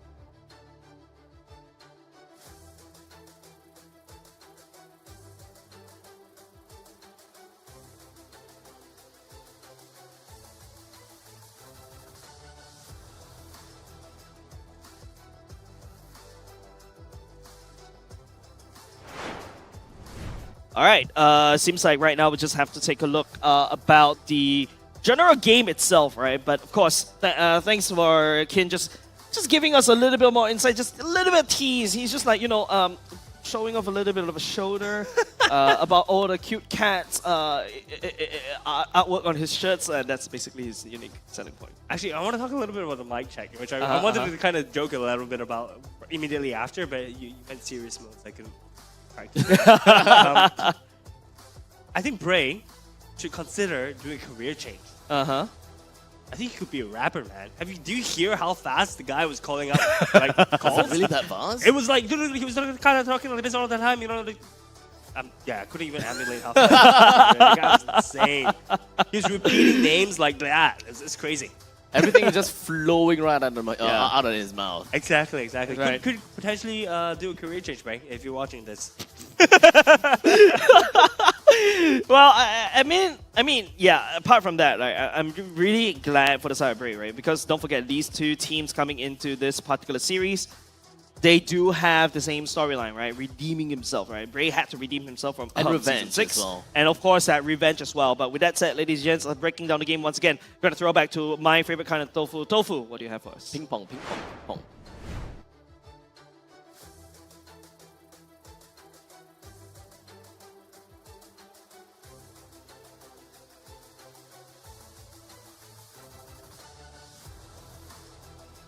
exactly what Davey did, but I want you to focus on one more thing, right? A lot of people will focus on, hey, he caught Seiji under the turret. That's not the only person he actually caught. He also caught Yon, who was on the backlines. And right here, there are so many decisions that Bleed has to choose. At this point, Jay has to choose, does he want to save his jungler or does he want to save his gold laner, right? In this equation itself, obviously he wanted to save his gold laner, but he needed a little bit more help. And this is where Closer, I mean, goodness, he had a great game. He did so much work for the team right here. And what he's going to be doing here is actually catching out Gear and Sagitnu as well. So he actually creates a pathway that blocks them off from doing anything productive in this entire team fight. Right, so I'm just going to show you a little snippet of what happens here.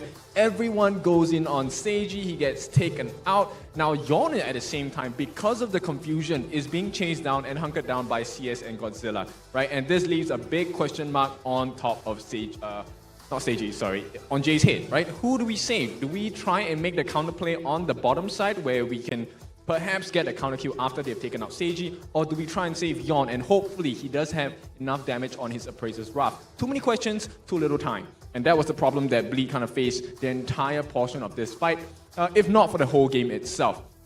Now this is the secondary part where of course Yon was already taken out and now Jay is once again caught in no man's land, right? And Closer, of course, continues on to making sure that Gear and Sagitnu does not offer any help. And lastly, Dairy's going to join in the fun as well. And at this point, you're going to start seeing a little difference in the way the fight goes, right? So right here, you know, Jay does have the Feather Airstrike. When he releases it, right, you have no ultimates to speak of. Most of them would say, hey, let's play safe, it's time to pull back. But Closer said, no, let's go for more, right? You have me. And this is where the trust came in for RSG. And I think just communication-wise, they were much stronger, much clearer, much faster as well. And what happens when you give them all of the things you need for the formula? It is just going to be a huge KO here. Jay just performing how it's like for the entirety of Bleed. They gave their best, they danced, they tried their best, right? But it just couldn't work out because RSG was just stronger today. Now that's all the time I have today. It is time for me to throw over to Cheryl. Cheryl, here you go. Thank you so much. Thank you so much. Our favorite kind of tofu now here at the interview.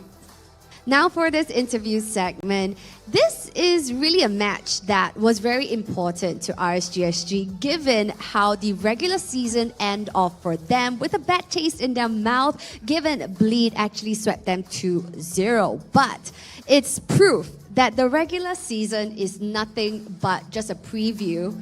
And RSG SG definitely showed Bleed Esports that they're here to stomp with this playoffs 2-0 clean sweep. Congratulations to Pacifist. Thank you. All right. So yes, I have Coach Pacifist now beside me. Few questions. So first up, we've talked about Bleed Esports and RSG SG being very equally matched and challenged teams. So how did you approach this draft today, knowing that you know both teams are pretty similar in terms of skills? Basically, we came into this series with the mindset of like we want to play the game how we want to play it. We don't want to follow the meta. We just want to play what's comfortable for us on stage. As long as we play what we want to play, I don't think winning or losing matters too much. As long as like we're happy with what we want to do, and yeah. So as a coach, basically your priority is your players' comfort in mind. Yes. Ah, that's very interesting. So given a match one, the casters, I don't know how many times they have mentioned a change of tides. It was literally the tide changing and changing and changing. So was this something that you have anticipated for match one, for game one to be so drawn out? Yeah, the game one, I mean, it's really hard to predict what enemy team will draft for game one. So the game one tends to be, we have to adapt on the fly because I didn't predict they would draft that way. But ended up, we still managed to get what we wanted to play. We're comfortable with what we want to play, and we just execute our game plan. Yeah.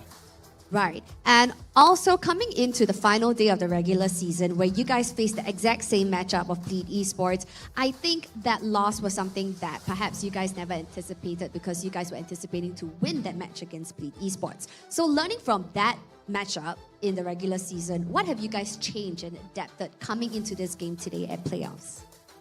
Actually, for the regular season, the last week when we fought Bleed, we didn't really care too much about our standing. So we just went into the game, the series with we just wanted to try stuff.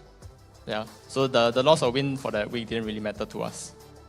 I see. But definitely you guys proved who is boss here today, sending Bleed Esports down to meet Vanguard Esports. So that's very interesting. And thank you so much for your time, Pacifist. Thank you. All the best to RSG SG. Thank you. Fantastic. Now, friends, that was Pacifist right here from RSG SG coach, right here giving us some insights on the match that happened today.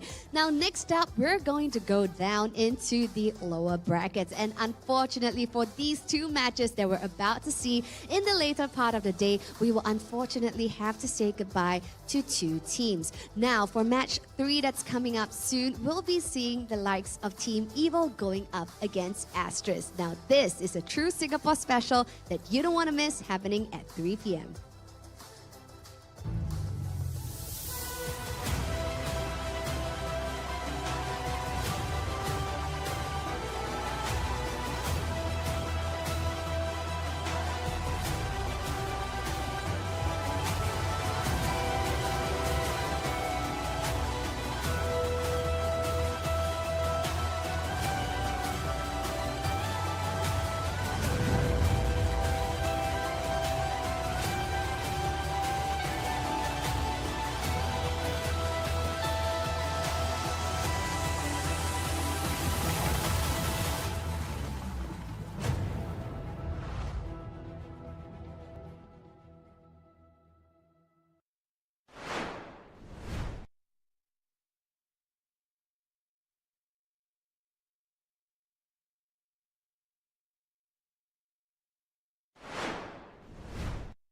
A crispier chicken McCrispy? So much crispier. Bite into an even crispier crunch with the improved Chicken McCrispy. Now, wouldn't that be nice?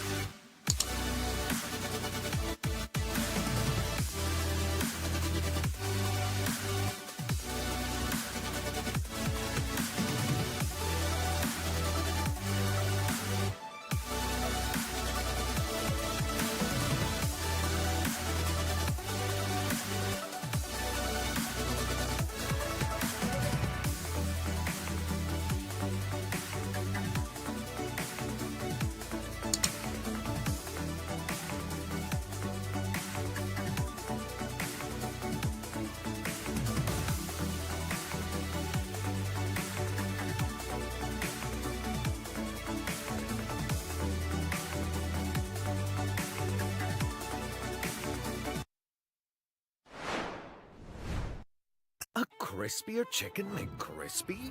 So much crispier. Bite into an even crispier crunch with the improved Chicken McCrispy. Now, wouldn't that be nice?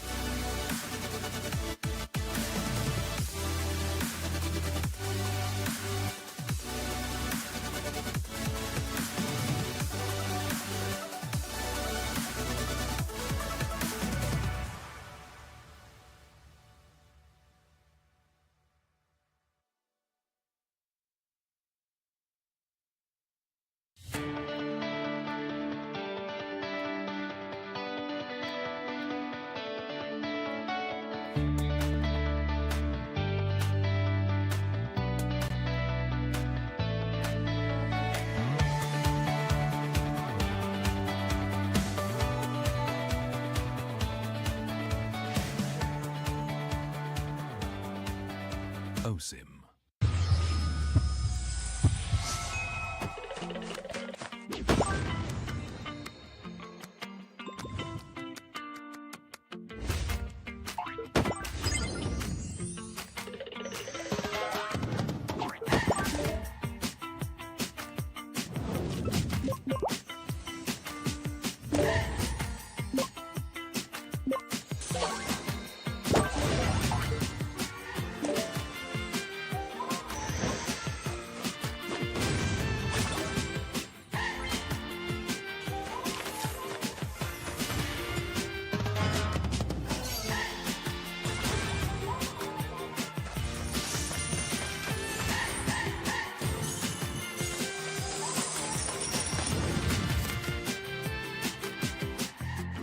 Or get arrested.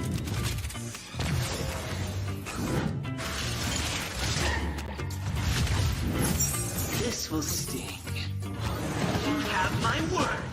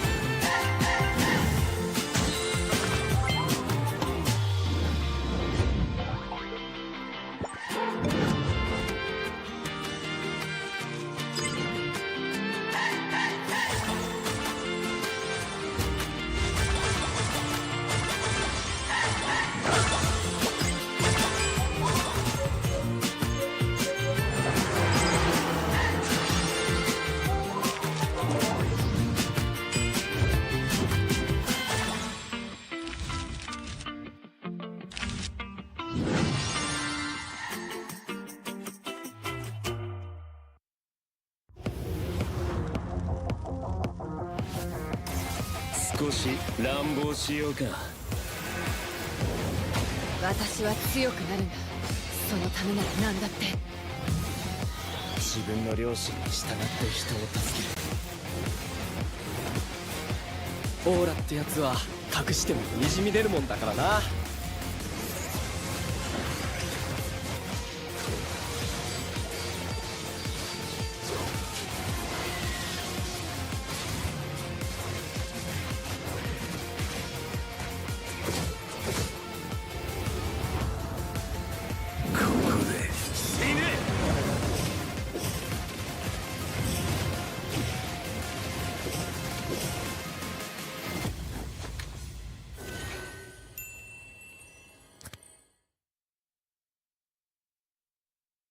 Who is the best looking player in MPL SG?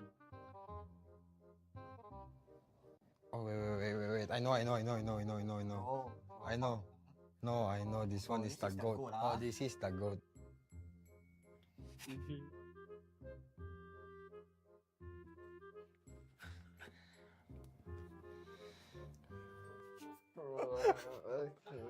You sure easiest or not? Easy or hard? Best looking player. This one eh. Handsome boy.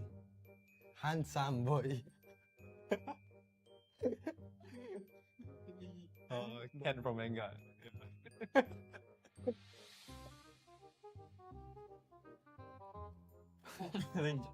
think we're getting some. Yeah. 3, 2, 1. Okay. 3, 2, 1. 2, 1. 这个哟，这个 I don't know what to say. 3, 2, 1. Must. Didn't he have a different name? You write the current name. Okay. Oh, easy game, bro. Huh? Oh. Like you all say the old name or the new one? The answers? Okay. So easy ah. Wow. What's the old name? Dante. Thought Dracula. 3, 2, 1. Technically both correct. Oh, okay. What the heck? Wow, this one I know. Wait. Huh? Oh. 2, 1. Eudora is correct. Yeah. That time her skin color, the basic one was red, bro. I forget. Eudora. Huh? Wait, bro. Okay.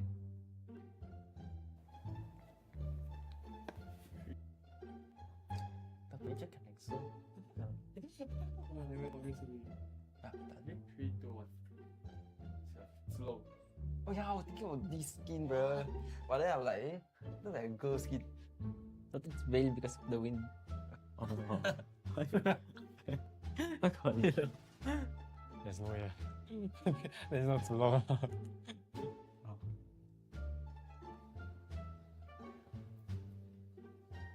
Yeah, mage. Oh wait. Oh, I know. Should be this one. I hate this hero, bro. I got my answer. Okay. Ah. Okay. Huh? Wait. Like a universe, ah. Looks very familiar. Oh, okay. Let's see whether it's correct. This one is, you can't even guess it. This is near impossible. Oh. You know the light bulb? Yeah. They super zoom into it, bro. I'm done. Please. Okay. Can we read answers? Okay, correct. We'll look at the correct answer. Wow. I forgot about that hero, bro. Supposed to be your main, your main. Because he got one. I wanted to guess the Ellie special skin, but then like I realized He said that flowers was not like featured in the box. Yeah, but he said it was default skin, ah. Yeah, that's not to be a default skin. Universe, ah. Do not Ah. Bro, I thought it's Cyclops. See, bro. Oh. Deluxe. Okay. The first player to guess blue, The first player to guess blue. Because of the yellow skin, right? Oh. Why you don't know it? Yeah, you're not me. A crispier chicken McCrispy? So much crispier. Bite into an even crispier crunch with the improved Chicken McCrispy. Now, wouldn't that be nice?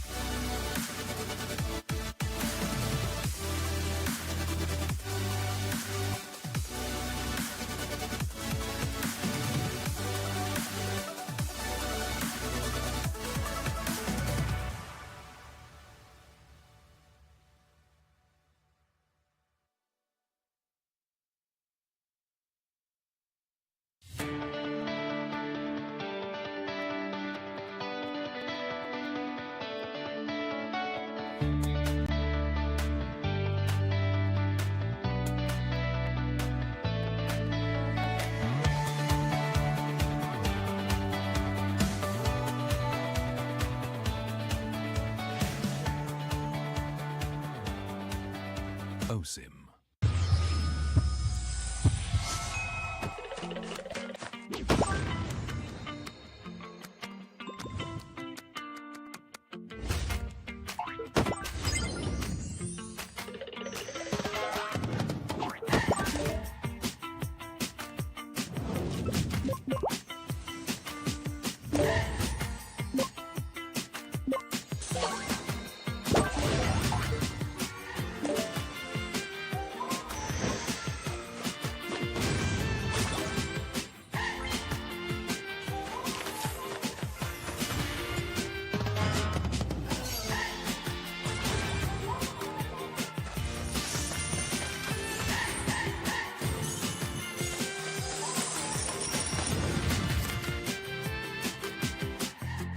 We're gonna rent it.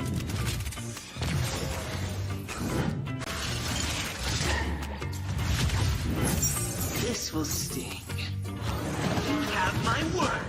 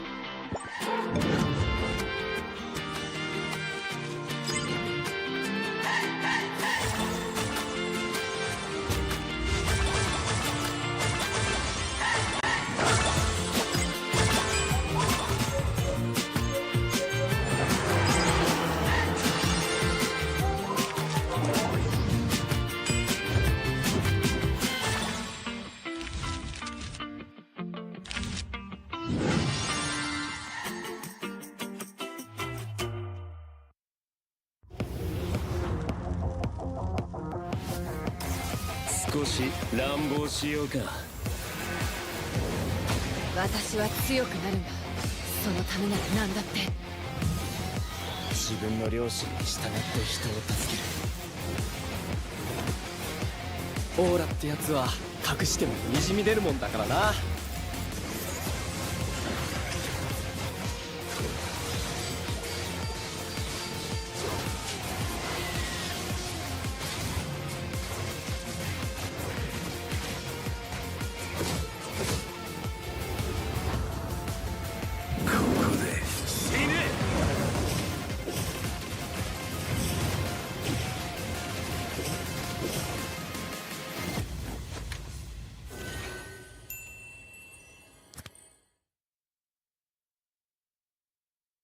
Who is the best looking player in MPL SG? Oh wait. I know. I know. This one is the goat. Oh, this is the goat. Okay.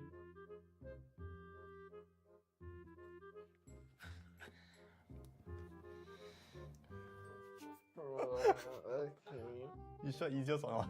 Easy or hard? Best looking player. Oh, this is the goat. This one, handsome boy. Handsome boy. Ken from Manga. I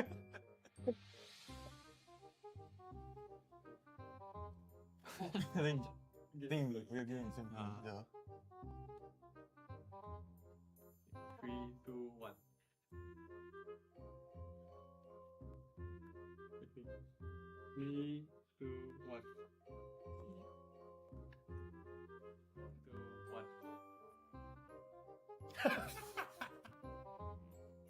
这个哟，这个 I don't know what to say. 3, 2, 1.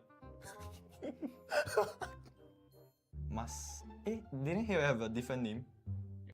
Can you write the current name? Okay. Oh, easy game, bro. Huh? Oh. Like you all say the old name or the new one? The answers? Huh? Okay. So easy ah. Wow. What's the old name? Dante. Thought Dracula. 3, 2, 1. Technically both correct. Oh, okay. What the heck? Wow, this one I know. Wait. What? Oh. Dude, what? You know Rush, right? Yeah. That time her skin color, the basic one was red, bro. I forget You know Rush. Huh? Oh, wait, bro. Okay.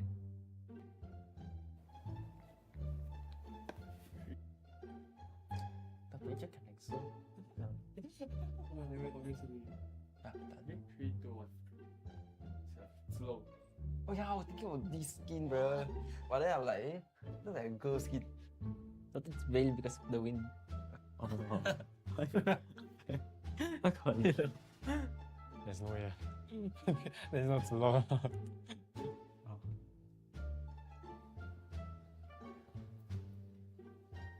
Yeah, mage. Oh wait. Oh, I know. Should be this one. I hate this hero, bro. I got my answer. Okay. Ah. Okay. Huh? Wait. Like a universe, ah. Looks that familiar, eh? Oh, okay. Let's see whether it's correct. This one is, you can't even guess it. It's near impossible. Oh. You know the light orb? Yeah. They super zoom into it, bro. I'm done. Please. Okay. Can we read answers? Okay, correct. Look at the correct answer. Wow, I forgot about that hero, bro. Supposed to be your main, your main. Because he got one. I wanted to guess the Ellie special skin, but then like I realized that powers was not like featured in the bucket. Yeah, but he said it was default skin, ah. Yeah, that's not to be a default skin. Universe, ah. Do not Ah. Bro, I thought it's Cyclops. See, bro. Oh. Okay. The first player to guess blue, eh? The first player to guess blue. Because of the yellow skin, right? Oh. Why you don't know? Yeah, you're not me. A crispier chicken made crispy? So much crispier. Bite into an even crispier crunch with the improved Chicken McCrispy. Now, wouldn't that be nice?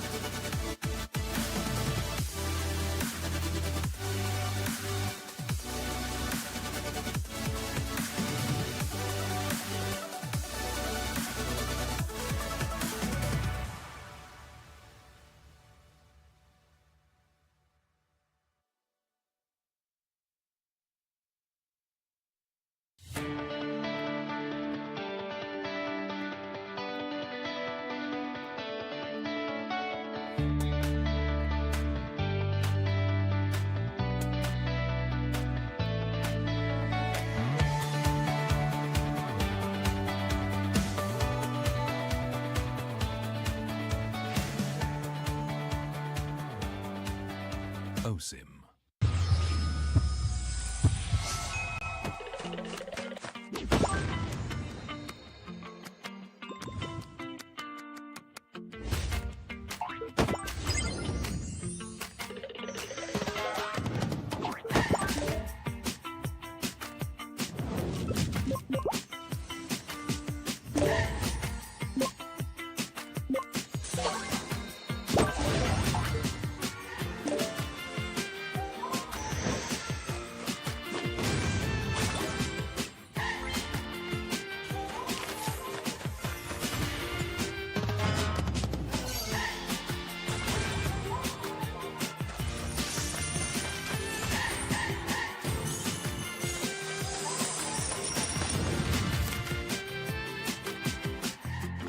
Or get arrested.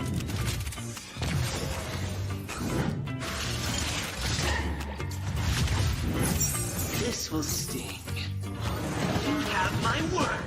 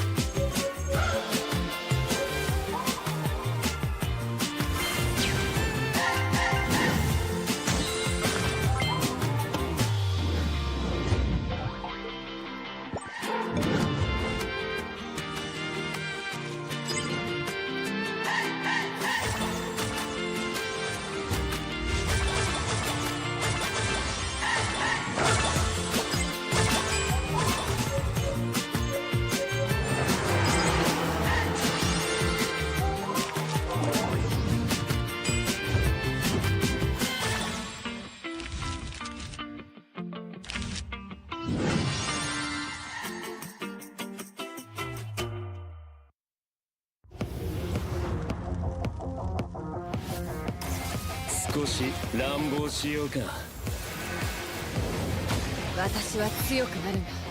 そのためなら何だって。自分の良心に従って人を助ける。オーラってやつは隠してもにじみ出るもんだからな。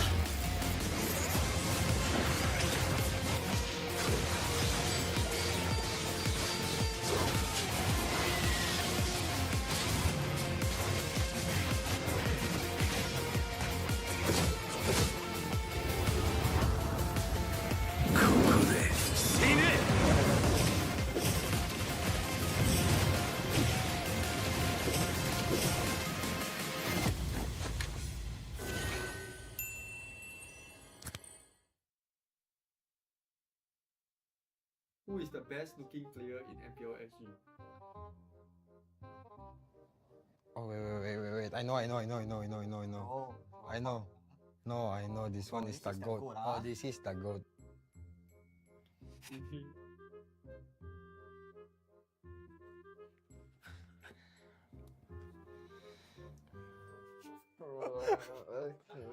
You sure easiest or not? Easy or hard? Best looking player. This one eh. Handsome boy. Handsome boy. Ken from manga. I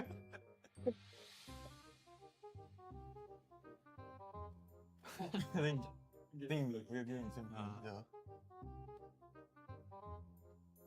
3, 2, 1. Okay. 3, 2, 1. 2, 1. 这个哟，这个 I don't know what to say. 3, 2, 1. Must. Didn't he have a different name? You write the current name. Okay. Oh, easy game, bro. Huh? Oh. Like you all say the old name or the new one? The answers? Okay. So easy ah. Wow. What's the old name? Dante. Thought Dracula. 3, 2, 1. Technically both correct. Oh, okay. What the heck? Wow, this one I know. Okay.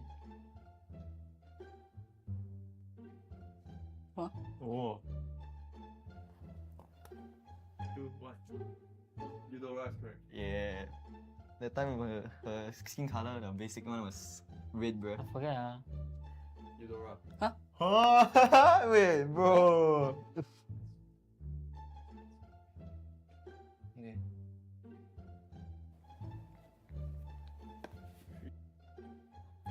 Tapi je kan exo. Tak ada. 3, 2, 1. Slow. Oh yeah, I was thinking of this skin, bro. But then I'm like, looks like a girl skin. But it's veil because of the wind. Oh. There's no way. There's no slow.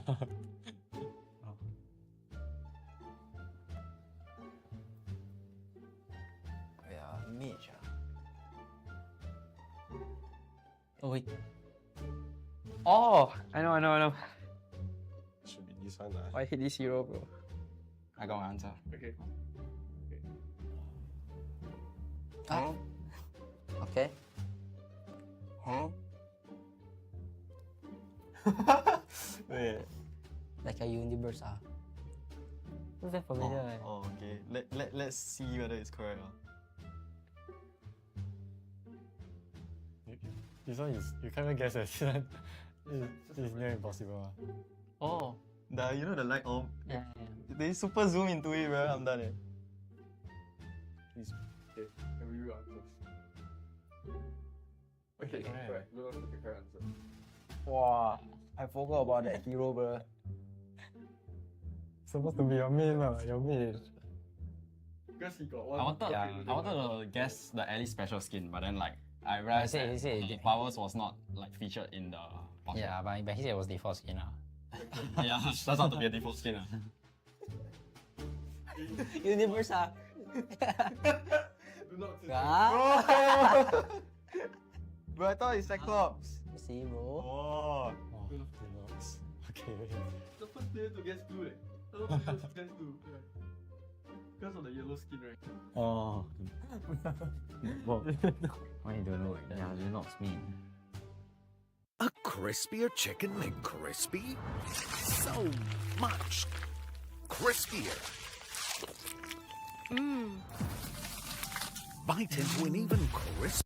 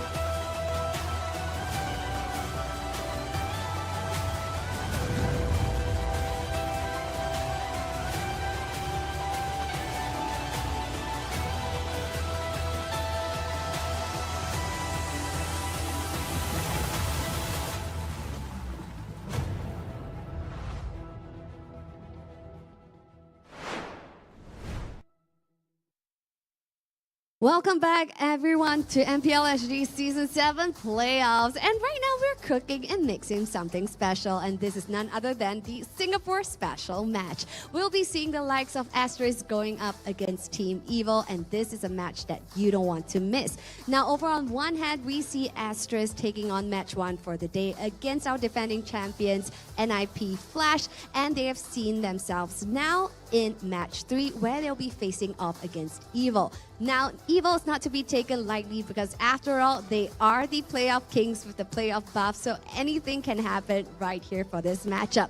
But of course, stakes are ever as high because the losing team right here for this match, we will unfortunately be saying goodbye to. So stakes are ever as high if they want a shot at getting the crown for MPL SG Season 7. With that being said, let's take a look at the wonderful faces, starting off with Asteris.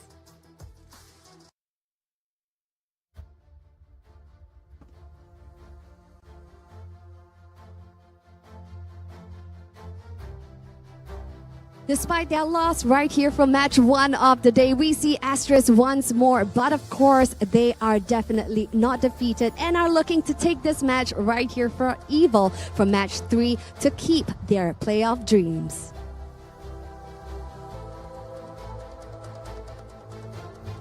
And going up against Asteris, presenting to you our community heroes, Evil.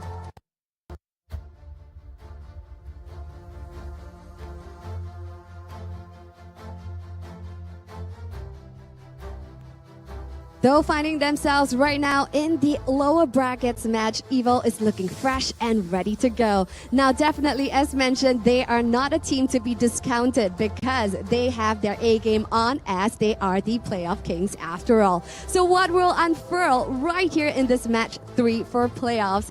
It is a guaranteed bloodbath and witness the Singapore Special. Without further ado, I'm going to hand my time over to you, boys.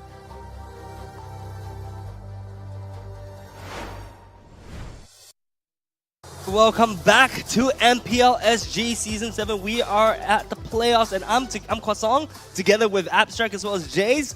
Boys, how are we feeling about today? Well, of course, when it comes down to this team, Evil, I'm always stoked, right? Even though the regular season is not exactly as great as we had hoped for, but it's kind of within the MO, right? Definitely. Yeah. I mean, you know, we heard about the playoff buffs, the book. The book. The book. Not only just the book, the playoff buff is here, and I would like to quote that meme once again. Someone needs to make that meme, right?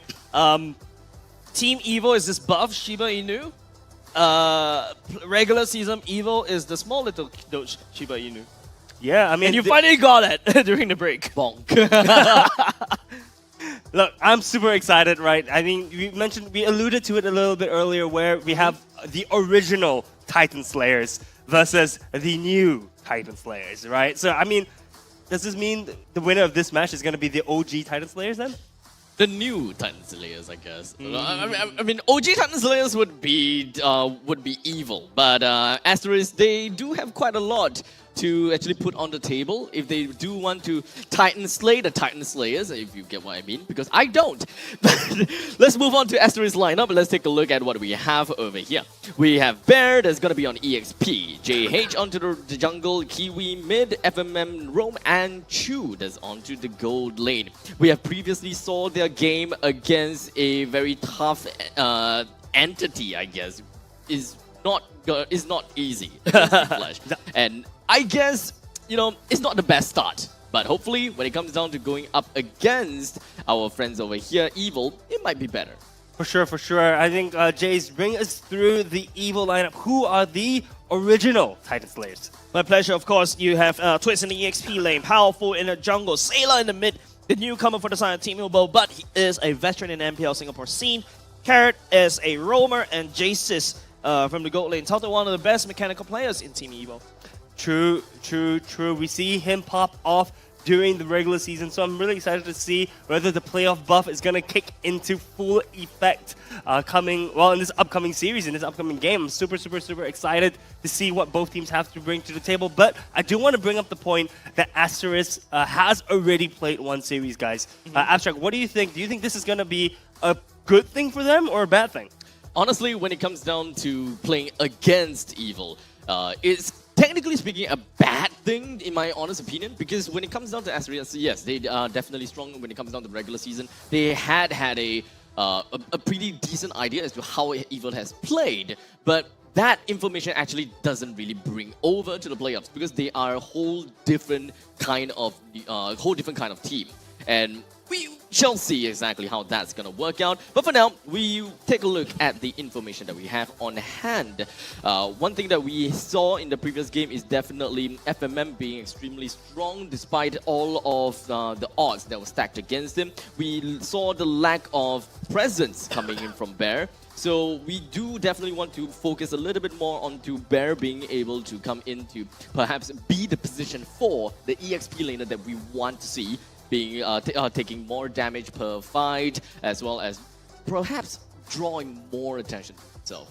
Yeah, that's for sure. You know, I think Baron needed to step up his game a little bit. His showing from the first series was a little bit weak, but I am fully confident that Bear is going to be able to set up the Bear Trap in this series that's coming up.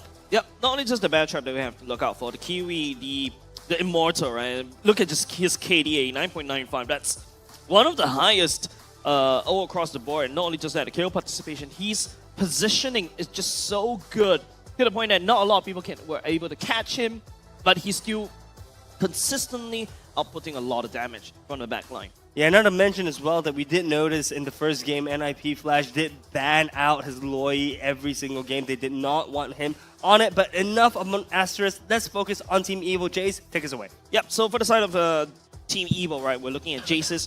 Yes, this is... don't forget, he came from... he was an EXP laner in Season 3. He went over to Hiatus. He went to the mid lane in Season 6. And now he is a gold laner. My man is mechanically flexing all across the board. Kara, on the other hand, is of course one of the mainstays from the side of Team Evil, prefers the Arlot as well, same as FMM, but as Sayla prefers the Paramis, powerful, you know, you put him on a Fredrin or a Barat, he can deliver, and Twist, of course, one of his signature, the Mini Diablo, the Mini Dragon from the side of Team Evil. Mini Dragon is well put. You know, the twist on the Yu Zhong is extremely deadly. We saw him join in during the, I think, the exchange week, right? But ever since he's joined the team, he's been really good. Yep, he's joined Team Evil, I think, 2 seasons ago, where Jason decides to get a bit of a hiatus. That's where we kind of look at him as like, wow, he kind of reminds you of a small little Diablo. Exactly. Back then, I believe when it comes down to Season 6, that is where we start to see... When he joined. He joined in Season 5. Yeah, but Season 6, he popped off. He popped off a lot. We started to see a lot more of that Diablo nuances on him, the Khalid. And after all, when it comes down to looking at Twist's Khalid, it starts to feel as though his Khalid might actually be arguably better than Diablo's. Whoa, how dare you say it right in front of me? Man. No, Diablo's Khalid's always better. All right, enough about that. Let's take a look at the audience prediction. Asteris is only being voted for by 30%. Of course, you know, don't forget the fan base that Team Evil has built. Don't forget, Team Evil was here first since Season 3. Mainstays on MPL Singapore for this long definitely should have built up quite a good few amount of fans, especially even in the crowd as well. Yeah, look, I mean, you guys also alluded to the playoff buffs, and I know it sounds like we're a broken record at this point, but the playoff buff seems to be really real, and it seems like the audience agrees with you guys. That's right. On that. Playoff buffs. We were talking about playoff buffs? Yeah. Because it's pretty much playoffs buffs. Crap, I can't continue. Playoff buffs. But ladies and gentlemen, let's take a look at our own prediction on the desk right here. Yeah, all of us says Asteris. My heart goes to Asteris, alright? I've been watching this team grow since January, like what I mentioned before, when they reach out to me for these community teams. This is a team that really want to make a mark on MPL Singapore stage. Not to mention, I think during the regular season, Asteris looked incredibly strong, you know. I always give them credit for their macro plays, right, where they're able to exchange objectives on the map, and I think if we need to see more of that coming into this series. The first series, we didn't see that too much, but this series, I expect to see them move a lot better as a team. To be honest, when it comes down to this series, the main thing that I'm looking out for really boils down to Evil, right? Evil started things off in their MPL SG journey really strong, right? Immediately being crowned the Titan Slayers, on and on again. But unfortunately, they haven't exactly been doing great They are third year in, right? Second year, I believe from the second year, first year is like fourth. Second year is third. 4-3-4. Right, 4-3-4. So it's definitely taken a bit of a toll on them. And we gotta have to agree that a lot of these teams are starting to improve as well. The level of playing field has increased tremendously, and Evil gotta have to catch up to all of these rising stars. Yeah, that's for sure. But let's take a look at the bans that are coming out in the pick and ban phase right now. We see the Faramis, the Angela, as well as the Roger being banned out for the side of Asteris. And we do see the Loi, Chip, and Harith being banned out for the side of Team Evil with a first pick Novaria for the side of Asteris. Okay, with Novara being first pick is not exactly something that I personally am a huge fan of, but that generally just means that Asteris would want to take a little bit more river control. Novara indeed is relatively strong when it comes down to mid lane and having a certain level of lane priority over some of the many heroes out there, but to counter against Asteris Novara pick, I think it will make pretty good sense for Evil to pick up a Valentina in order to pretty much be toe-to-toe. For sure, and I mean, Kiwi on the Novara, we've seen that before, right? Kiwi to Novara is extremely scary. We've seen him be able to assist his gold or his EXP later as and when he wants to. So I think Novara is a great pick into as for Kiwi. But the question is whether picking it first is the right call. On the opposite side of the map, we see Valentina and Fredrin getting picked. Whoa, Kaja and Carry? Yeah, Asteris. FMM did play in Kamasan just before, right? And he did spam a lot of these Kaja plays, and he actually played quite well on this. And this immediately turned into a pick composition, which Asteris kind of tried to do in the match against NIP Flash. But yeah, I'm really excited about this one, but I'm looking to see more bursts. So it all boils down to whether Kiwi was able to land the second skill with the Novara. I would say that gaining zoning control for Evil will ultimately be pretty darn important.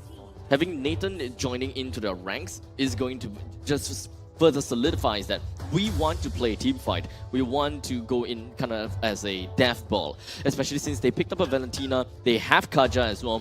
One of the best ways that they can actually make full use of the Divine Judgment is to find someone that can actually pair, kind of work as a battery. And once Nathan is strong in the late stages of the game, he can pretty much burst anyone that has been immobilized for, 2 good seconds. And that is something that the Divine Judgment is able to bring out. Yeah, for sure. I think the Kaja pick is great, but on the side of Evil right now, I don't think Kaja has a necessarily easy path or easy target to choose on. I mean, the Natan can just hop away with his ultimate. Fredrin is not a target that you want to pick, and Valentina is just going to hop away, right? So, honestly speaking, Kaja this early as well, slightly confusing. You mentioned FMM picking Kaja for doing the Campus Legends tournament, right? Did he have much success with that? Oh, definitely he did. And there's a period of time where FMM goes around as an IGN FMM boy. Kind of reminds me of Keyboy just a little bit. And he kind of plays similarly in terms of, well, he's trying to emulate the style of Keyboy. But of course, you know, he's from Bleed back then. He has a lot of these small little snippets of knowledge, especially from JPL, which is like a legendary roamer in MPL Singapore. For sure. All right, as we continue on with the picks and bans, we do see a Nolan as well as a Grok being banned out. Any thoughts on this so far, Abstract? When it comes down to Asteris, they do have a pretty strong damage dealers already. Novaria being able to do pretty good poke, as well as Carry that's able to throw the Fredrin off guard whenever he's trying to get close. Asteris lineup actually might need more to bolster up a little bit more. We need more sustainability onto the lineup. So I'm not particularly too worried about the Nolan ban if I were from the Asteris side. If anything, Barats may actually be one of the good heroes that Asteris could pick up, because Evil at this point in time don't really have a lot of answers to a Barats on Asteris side. That is very true, but besides the Barats, keep in mind that we still also have the EXP that's open for Bear. We do see Paquito being targeted banned towards Bear, but I'm wondering, that leaves Benedetta open. Alright, Benedetta could be effective, could be an effective split pusher and also can help pick off a target really easily when paired together with Kaja. But if he does go down that route, I reckon, Asteris side is looking a bit squishy.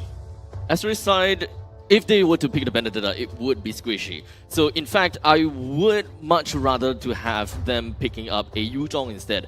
They do have a lack of wave clear capabilities, with only a Novaria that is really capable of clearing up the wave. Ooh. But Evil did manage to pick up the Yuzhong for themselves instead. I was actually looking forward to seeing a little, probably like an Alert or Khalid being picked up onto the side of Evil instead. But perhaps they already knew the caveat for Asteris. They have decided to pick up a Yuzhong for themselves. Yeah, I think that was a really good pick for Evil, because the thing is that if Evil has Yuzhong, Asteris can't play Yuzhong, right? So in this case, into Yuzhong, can we expect to see like a Thamos maybe?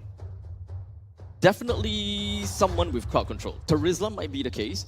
We would want to see a penalty zone that is able to disrupt at least the Nathan or the Valentina, because Asteris, the only form of reliable crowd control would be the Divine Judgment. Lapu Lapu does manage to come in as well when it comes down to his second skill. He does have a pretty short stun. I would say it's an okay stun, but I myself, I think it's fine. But Carmilla though.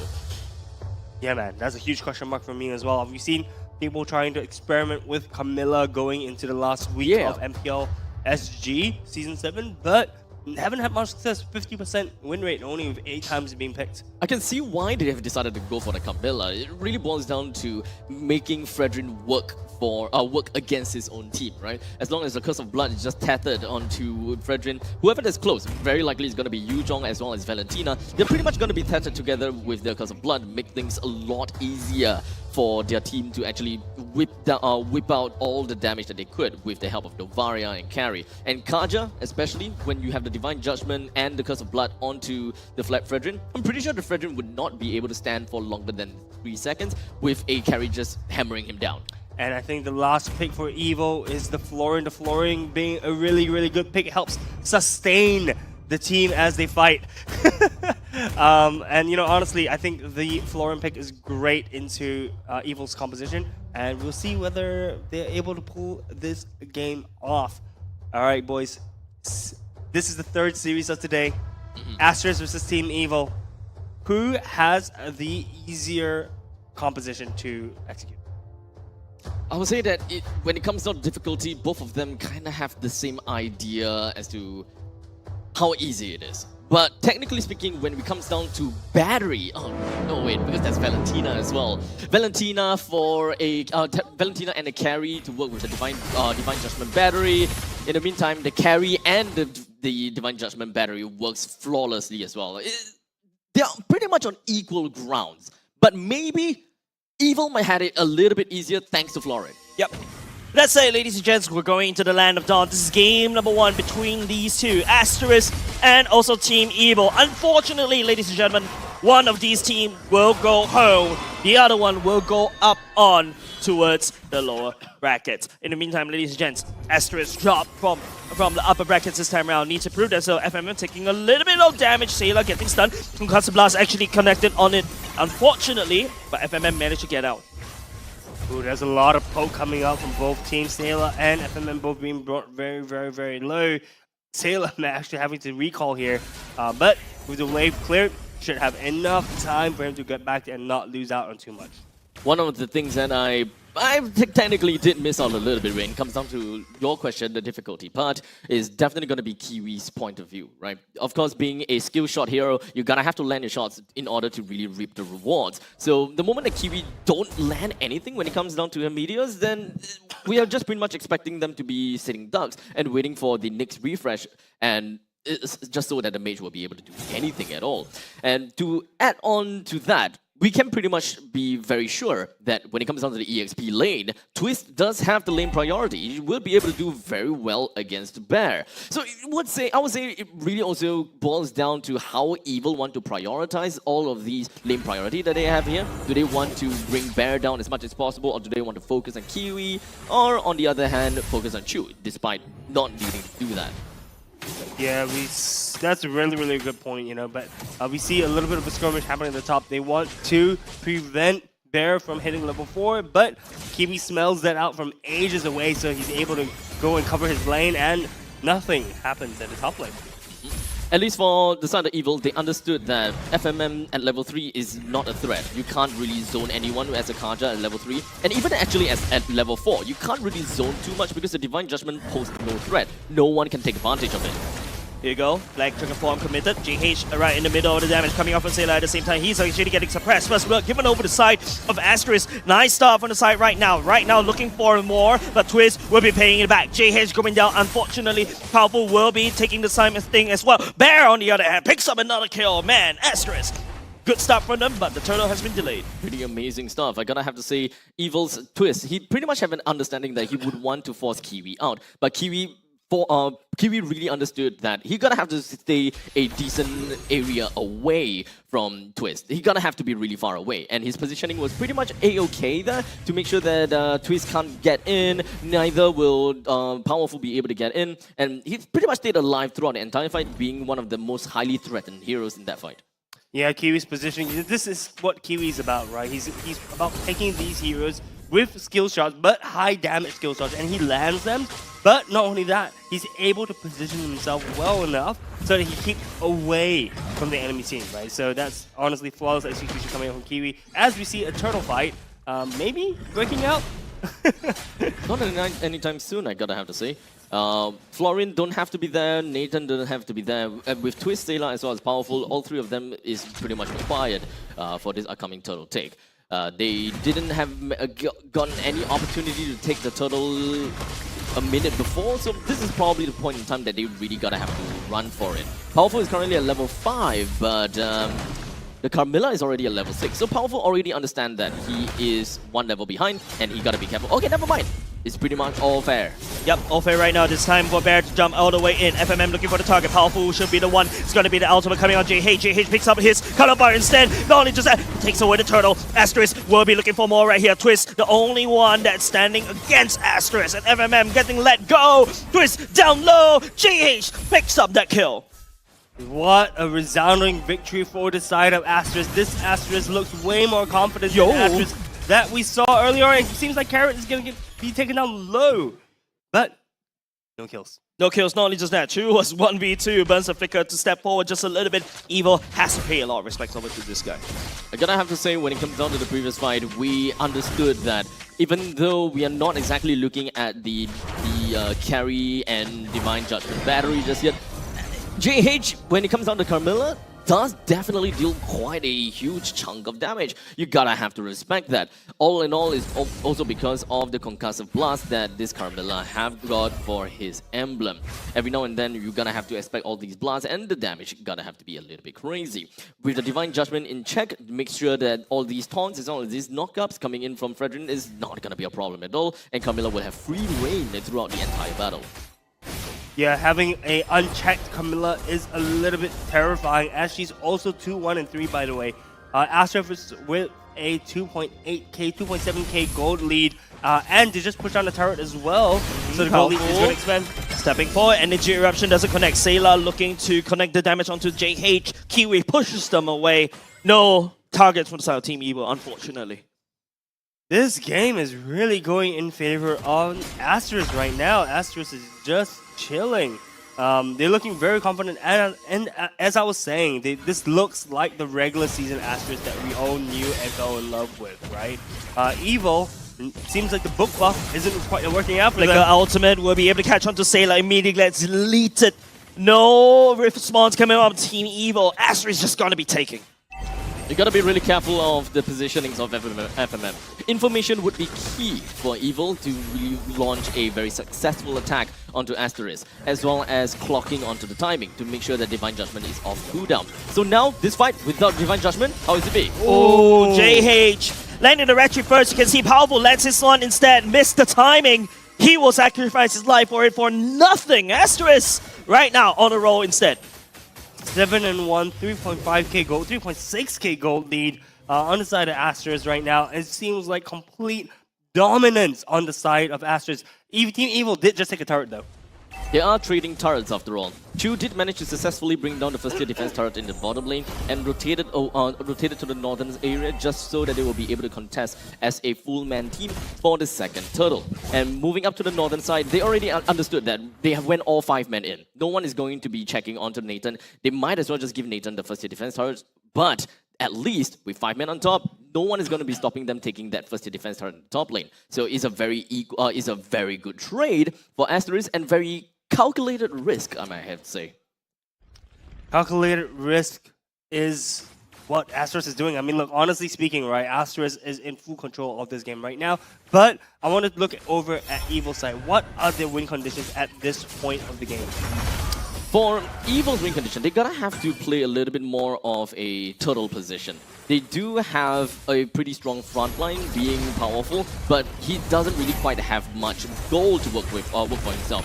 So at this point in time, due to the fact that they are behind, Powerful can't ever play a Guardian Helm so early. He needs to be the one that holds on to the position and really just holds on for his team, while Yuzhong dives over the back line and leave the rest over to the Valentina. Despite Valentina only stealing the Divine Judgment, he still can whip out a lot of damage. All in all, Evil needs to drag to the late stages of the game. The Florin will come in to work very well in battery with Yuzhong. So Yuzhong has to be our win condition in the mid stages of the game. As long as this guy gets the farm, as long as this guy gets a split push and kills, there could be a stronger opportunity for Evil to consistently get themselves triple kills in order to drag the game longer.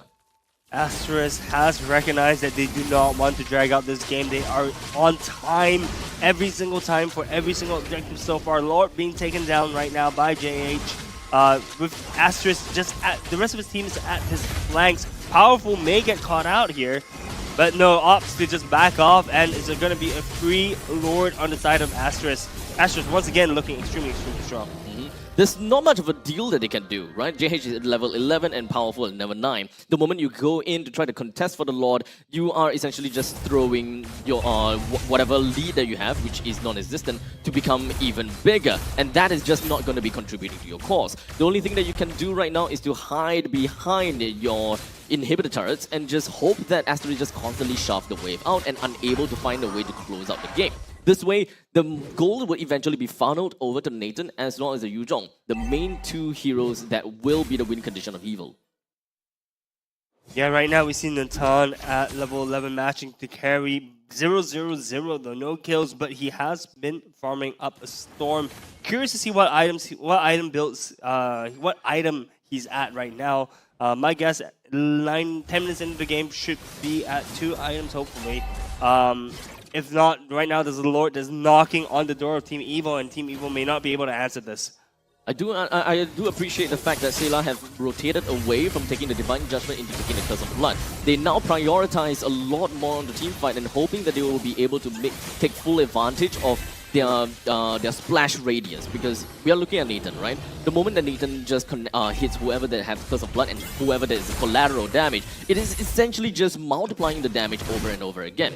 So with the Curse of Blood and the Nathan, I do want to see what kind of interaction and how much damage that could potentially deliver over to Asteris. That is true, but the question is Asteris going to let a fight like that happen? You know, the thing with the Kaja is that you're able to go in and pick and choose your fights when you want it, right? So the thing is, if Evil just doesn't get to choose their own fights, I'm not sure if a scenario like that will ever happen. They are not exactly a team that might be really good at pickoff, especially since they are behind. If Powerful still is on curve, then I can understand why. I mean, I can understand that they would want to still do a couple of pickoffs. They are lacking of damage right now, so the best thing that they have for themselves is really boils down to play for team fight and just ensure that JS gets most of the farm, or perhaps even Twist. Yeah, well, look, it seems like they've heard what you want, what message you're trying to tell them, right? Turtle up, play safe. Hopefully that Nathan and the Yuzhong can pop off. All 5 of them are in the base. They do not feel safe to step even out. I mean, look, they're traveling as a death ball, man. The only time that we can possibly start to see Evil coming back around is when Powerful is at level 15. And that situation would probably only come on around 14 to 16 minutes in. It really depends on how rough the waves are pushed by Asteris. But as you can see, it seems like they are holding the waves pretty nicely. They're forcing Evil to get out of their safety net just so that they can get a single wave of farm as a 4-man team. That's crazy, man. I mean, look at that. And by doing that, right, Asteris once again is taking a free Lord, or almost non-contested Lord. But we see Evil making their way down here. Hopefully, maybe, finding an angle for them to take the fight. Would you contest for this one, though? I don't think that they will be able to contest for this. Yeah, I agree. This is the probability. What they're doing right now is more of just kind of scouting out the area to really look out for all of these rushes as a guise of trying to contest for the Lord. It at least puts some time onto Asteris' hand and force them to be a little bit more cautious. And during this moment in time, give the two main damage dealers some farm. As you can see from Nathan as well as Yuchong, they are traveling together because both of them needs EXP, both of them needs gold. The moment that Powerful steps out like that, it is not a free Lord anymore. There is still some level of threat where the Lord could still be taken, and during that point in time where Asteris feels anxious, Evil takes the farm. The two play happening right now. Twist going to be going into the Black Dragon form, but just a little bit too slow. Right here, second level damage. Jason right now picks out FMM. Twist jumps in, petrify, catching 3. 2 on the other hand has to run for the heals. Bear, nice stun coming out of Bravest Warrior, but Asteris has secured the Lord, but in exchange for FMM. Wow, okay, so Evil managed to take something from that Lord, right? They were able to take the kill on FMM, and guess what, guys? Evil looks like it's still in the game, right? It was thanks to the good positioning of Twist, thanks to the damage output that Jason was able to do. We do see some signs of life coming out from Evil, and that's a good thing for them at this point. Absolutely worth it. At this point in time, they don't even have to contest for the Lord. They just need to make Asteris feel anxious and slowly get themselves some more farm. Yes, indeed, Asteris did manage to increase the gold gap a little bit more at this point in time, 7,500 gold. But the main thing is, Evil will want to reach the gold cap. Once they reach the gold cap, they don't even have to care about the gaps anymore. Damage start to land. Powerful getting stunned up just a little bit. The Lord is still cleaving onto the minions instead. Members of Evil are just racing for the impact, and he will be served. Evil, that's going to be a half HP gone, just living on a quarter HP for the top side turret. Evil braces on for the impact from Asteris. A relentless push from the side of Asteris. Asteris with, the Lord is going to be spawning in 97 seconds at this point. Okay, here we go again. That's going to be Twist looking for the backline right here. True will be the main target. The Praise's Wrath will not be able to connect anything at all. Twist pushes the member of Asteris, but Asteris still does the damage up top. Manages to secure one turret as I was speaking. Asteris is going to just keep doing this, right? They're going to rotate from top to mid to bot. So that's textbook. It's textbook. But the thing is that it's why change anything that works? It's going to be an endless cycle, unfortunately. It takes time. It feels like we've been here, Abstract. Oh, deja vu. It just feels like game 1 of the previous series, guys. We're in for a long game. But I feel like Asteris is actually at least performing better as compared to the first series, right? I really see why Asteris really went for JH on this Carmilla. The ultimate, you can see the amount of zoning he was just able to do in order for Asteris to just knock on Evil's door and then they take whatever they want. If Twist didn't use the Black Dragon form earlier to kind of shove Asteris away, I feel like Asteris would just take even more, deal more damage against Evil. The game would have ended. Decisiveness. Sure. I guess that's probably one of the things that we can look out for.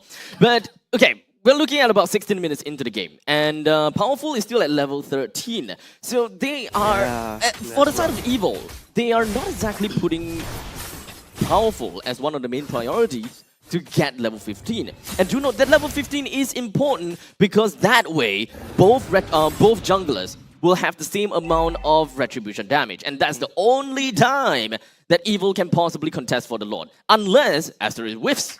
That's probably the only time that Evil could possibly take Lord away for this one. But this is JH that we're talking about. This is JH, indeed. So that's not possible. Or is it? Right now. Well, we'll find out really soon. We see the Lord being started up for the side of Asteris JH. Tanking the Lord with the rest of the Asteris members on the flank. Potentially we're gonna see that big team fight that we're talking about. No information scattered by Team Evil just yet. Don't forget, Kiwi could just push a button and instantly reveals everybody. But that kind of also reveals where he is. Team Evil just plays around the Lord Pit right here, but then I'm not too sure. It's like what you said, Abstract. Decisiveness. What does Team Evil want to do? To be fair, Team Evil don't need to do anything here. They just need to make Asteris feel anxious. Like, they jolly well know that they can't take the Lord. They just open up the map a little bit, buy a little bit more time, clear out the wave minions, and that's pretty much all. While Asteris, they still gotta have to be real careful, because less threat doesn't mean no threat. Evil can still come up with completely randomly and get killed. That's going to be FMM. That's going to be Divine Judgment. True will be shred immediately. Palpable is already gone. JC's jump into the ultimate, but he gets suppressed. He has to slow just a little bit, but it is going to be the Lord. Give it over the side of Asteris for now. Evil will be taking a lot of damage from the side of Asteris, and one by one, they will fall. Twist will be the only one left apart from Carrot, just trying to slow it down, but Asteris, 3 members left with the Lord in tow right here. They're looking for the end. Minions are banging on the doors of Team Evil right now. It seems that even Carrot will be going down really soon. Way. Minions hitting the crystal.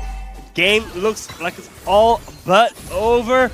And game 1 goes to Asteris. Game 1 decisively goes over to Asteris. Team Evil, where is the playoff buff? Where is the fight? I think that's what the fans technically demand from Team Evil right now. Well, Team Evil, they are definitely taking some time to, probably get themselves back up to speed.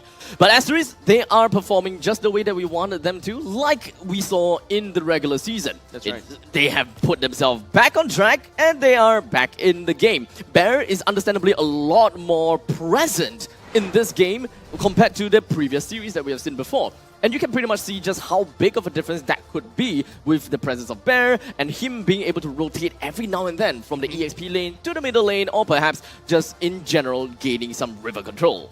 Yeah, look, Asteris looked much more complete this time around, right? Yeah. Previously, they looked slightly disjointed, but this time around, they looked a lot more cohesive. It seems like whatever lunch they had worked for them, because they get back, they are here on fire for the first game of the series. But enough about Asteris. Jace, I want to ask you, what does Evil need to do to bring themselves back into this series? I think right now it's just they're giving a lot of, too much respect over the side of Asteris, right? Asteris literally just walked up to them and say, hey, I want your credit card. They'll give the credit card. Hey, I also want your PIN number to your bank account. Yeah, I'll give it to you as well. Can I also take away your lunch as well from McDonald's? Yeah. Team Evil is literally giving way too much over the side of Asteris, and that's what I kind of don't understand, because Team Evil is the kind of team that looks to seek for this massive momentum and then just stop, right? But you don't see in that. It feels like Team Asteris is just making sure that their presence are felt every time they step up. Kiwi is there to punish them. Play off nerves, maybe? Too early to say, perhaps. I don't know about this, but I would definitely say that for the side of Asteris, we definitely have this one person that did well. Kiwi. MVP. Kiwi. Is it maybe? Kiwi. Maybe. MVP. Kiwi. Kaja. FMM. Kiwi. Sorry, I just like saying his name. But yeah, Kiwi, right? Being the one player that has the toughest role, I gonna have to say. He don't have instant gratification when it comes down to damage as well as pressure. But every time he manages to land a skill shot, it gives the opponent some anxiety. That's right. And if you notice closer to the later parts of the game, when he has the Holy Crystal being built in, he has the Divine Glaive, that one shot, just half HP twist right there. And only if JH lands the ultimate of Curse of Blood, that damage is going to be spread to everybody. Yep. And not only just that, to make that land even better, the ultimate of Novaria enlarges your hitbox. Ooh. Tasty. Yeah, spicy. Like the McCrispy I just had. It's not that spicy. It's not that spicy. It's delicious. It is deliciously Succulent. spicy. Yes. And whatever other nice words I can say. Anyways, so bringing it back to the game, enough about my crispy, man. You're making me hungry once again, bro. I could take another box. Yeah, we will gladly get another box. CMC X MLBB. Like delivery, 2 pieces. CMC, yeah. CMC X MLBB. Back delivery, $4.50 off if you use your, I think, 850 points. Anyway, so going back into the highlights of today, we see, of the previous game, we see Kiwi. Here, you see, look at his positioning, man. He was so far away. Yeah, he was just waiting. He was pretty much just waiting. But to be fair, I gotta have to say that Asteris managed to get it pretty good, because Twist, I think he's just kind of getting a feel of the area previously. He's in the Black Dragon form for a extended period of time. He could actually put a lot more things on the board, on the battlefield, if he actually went into the humanoid form a little bit earlier, just so that he can put on more of that kill presence onto the board. You talk about kill presence, Abstract. It's 100% kill participation for the side of Kiwi as well. Oh, that's actually impressive. Yeah, I mean, it's okay. I mean, technically speaking, Novaria, it's pretty much easy to land a kill participation. All you have to do is just send out the ultimate and scout out, right? As long as you do that, you technically do have a lot of kill participation. But I feel like what we're seeing right here is just Team Evil, especially, I think, yeah, this is probably the winning fight, if I'm not mistaken. Yeah, this is the winning fight, right? Before to this lead up, you can see in Team Evil, the lack of decisiveness coming in, right? Do they contest or do they not? Do they contest or do they not? They're just clocking steps, going between their bases and the Lord Pit when something else could happen. Maybe Twist could have pushed in the bottom lane. Maybe Shove make some priority in the mid lane. Maybe something like that. Anything. But walking and clocking steps. That's true. We always saw Powerful on an island, and he was there. Like you mentioned, you know, he's trying to make Asteris a little bit nervous. But once you do that once, you know, do it twice, Asteris is gonna call your bluff, right? Yep. And Asteris is gonna be just ignoring. It's like, oh yeah, Powerful's here. Okay, great. You can waste his time. Yeah. So, I mean, with the end of game number 1 for match 3 between Asteris versus Evil, Asteris did manage to take a pretty convincing win over Evil. And of course, their item builds is all as we can show here. One thing that I would like to point out is Powerful's item, being the Dreadnought armor, being the first item, followed by the Brute Force breastplate. Wants to focus a little bit more onto reducing the cooldown, reducing the crowd control duration by, I think, 15%. So honestly, I kind of get where he's coming from. But when it comes down to actually holding down the fort, that is not something that Powerful is capable of doing too much with just an Oracle, Brute Force breastplate, as well as an Immortality. But like I said before, as much as you want to build HP items in order to do more damage on your Appraiser's Wrath, you don't have the opportunity to do so because you are behind. You can't get greedy. So the lack of Dominance Eyes is probably one thing that I would much prefer. Just on Twist. But remember, because now, Dominance Eyes, you require your enemies to hit you in order to apply that. And as a Fredrin, you have a taunt. So it kind of forces people to hit you. Does it? No, I'm kidding. Anyways, huh? But building HP on Brethren as well is not going to be great into the carry on the opposite side, right? Chu is just going to be shredding through any kind of HP items to build. Dude, Powerful is just caught in between a rock and a hard place, man.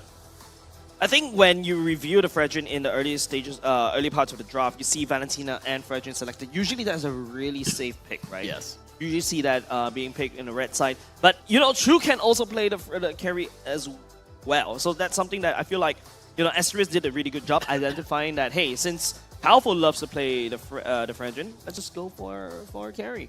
Yeah, it's not as if Powerful could play the Barat's Island, right? Because if he plays the Barat's, he's just going to get shredded even more.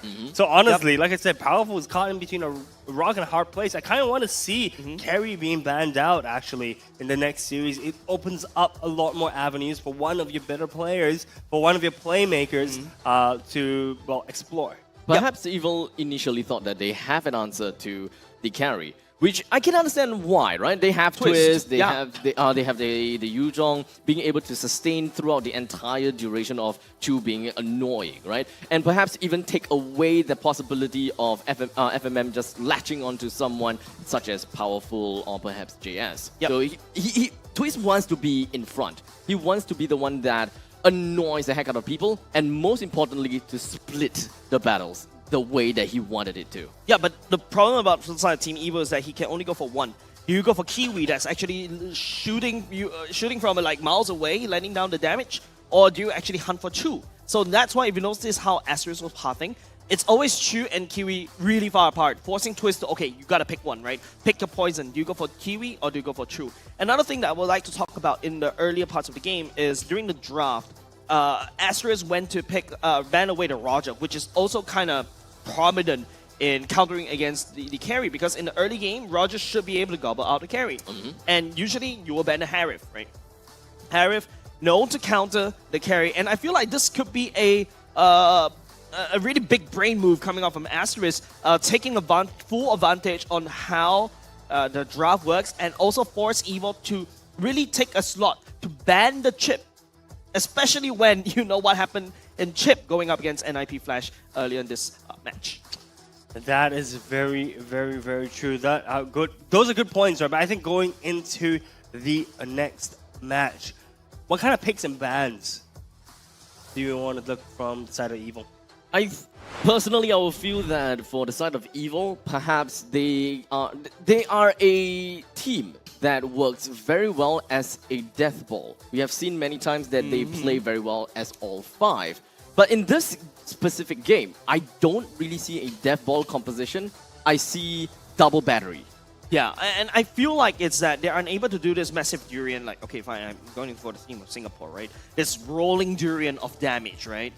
Alright?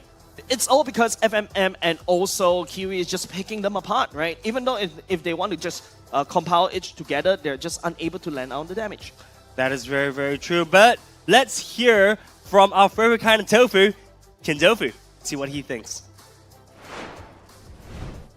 Yes, it is time for a little bit of tofu, maybe some durian tofu, guys. But yeah, that sounds a bit disgusting. And that's exactly the position that Asteris have placed Evo in. Now, there's a couple of things that you need to notice at this point. Now, right off the draft itself, you can see Asteris definitely has better map control, which leaves Evo in a very difficult position, right? I'm going to start playing the clip. I'm going to walk you through the difficult points that Evo have to face at this juncture itself. There's going to be two things that you need to look out for, specifically for the Yuzhong. Mr. Twist has to take care of two different lanes of crashing waves while the team is attempting this 50-50 retreat. In this case, because of the level difference, it's not exactly a clear 50-50. In fact, it is in JH's favor, right? And to make things more difficult, when you have the level advantage with every single battle spell, along with your ultimates, here's what FMM is going to do to you. He's going to take his Conceal and look for that Divine Judgment. And when Justice calls, you do not reject it,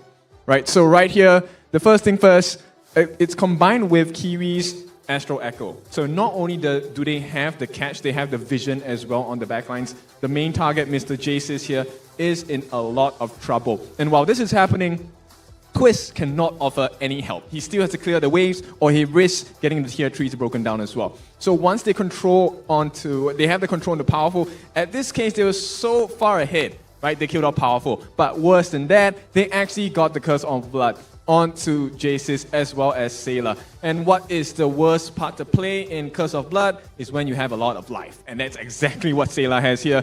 And that causes Mr. Jaces here to take a hell lot of damage, and he couldn't stand any further in that duration. Of course, you're wondering for yourself as Evo, right? What's the call here? Of course, you want Twist to come in, but he was a little too late. Not his fault, because he had to try and clear the lanes in the first place. And when you leave him alone with the three difficult members to deal with, specifically our MVP of the day, Kiwi here, throwing off that wonderful ball that nets him that MVP of the day. That's what you get when you get outdrafted, especially by a team like Asteris. Now, that's all the time I have right now. It's time to pass it back to the boys. Let's see if Evo can do a little better in Game 2. Let's see whether Team Evil can do it a little bit better, and I fully agree with you. You know, I mean, Evil looked better in the regular season than the playoff right now, guys. So, you know, you guys talked about playoff buffs. I haven't seen it yet, man. I feel like I'm selling you a snake oil product right now. It feels like it, right? Wait. Context, snake oil product? Wait, what's Snake the oil. connection? You know what snake oil is? I know, but how does that relate to... Like, it feels like we're selling you guys this hype on how Team Evo is supposed to perform really well during the playoffs, right? Is? Yeah, but it But the didn't snake happen. oil isn't good. Yeah. Yeah. So Why what is snake oil good? Snake oil good what? Oh, he didn't get that. Oh wow, he didn't doesn't. get that. Okay, He didn't get that. Oh my god, No, you I did don't not get it. that. Okay, Oh, we will no. talk during the break. We will talk during the break. What has happened to you since becoming a dad, man? Look, I have no idea. I think maybe I don't know. Never mind. Let's move on. Okay, jokes aside right now, I really like, okay, I would like to quote Holler on this. He will always ask me, okay, if you are the coach of Team Evil, what would I say? So I That's will true. say... Snake oil. Sorry. Apart from snake oil, I think they just need to look back to the basics. I just feel like, okay, my head is telling me that Team Evil should be able to perform this 3 weeks right there, right? That is able to, like, you know, just grind a lot more. You can start to see the growth with some of these teams. But Team Evil, on the other hand, feels like they stagnated in between the playoffs and the regular season. Yeah, I mean, look, it's as if you know, it's as if Yuji Itadori, you know, from JJK, from Jujutsu Kaisen, right? Is, you know, he was a bit behind, but now he's the main character. If you're reading the manga, the art. I want to spoil everybody so hard, but it's good okay. right now. It's so really good. Shut up. The redemption arc is so good. Shut up. But guess what, guys? It's a limited time. Megumi is never return, coming so back. if- Yeah, I didn't hear anything. Anyway, so, you know, the JJK collab is back, guys. So if you guys didn't have any of these 4 skins, Gojo, Sensei, Yuji Itadori, Megumi, and what's the girl's name again? Kugi Sakinobara. There we go. Yeah, What favorite. he said. Mirko's favorite. So, you know, if you haven't had the chance to get these 4 skins, Melissa, I believe there's also the Julian, Yep, I think. yep, And then yep. you got the Yin, Yin. and the... Now I'll win. What? Xavier. Now I'll win. Xavier. Yeah, now I'll Gojo win. Satoru. Yeah, does no one know that? I thought that's supposed to be the spoiler. Nah, I'll win. Yeah. I would win. Yeah.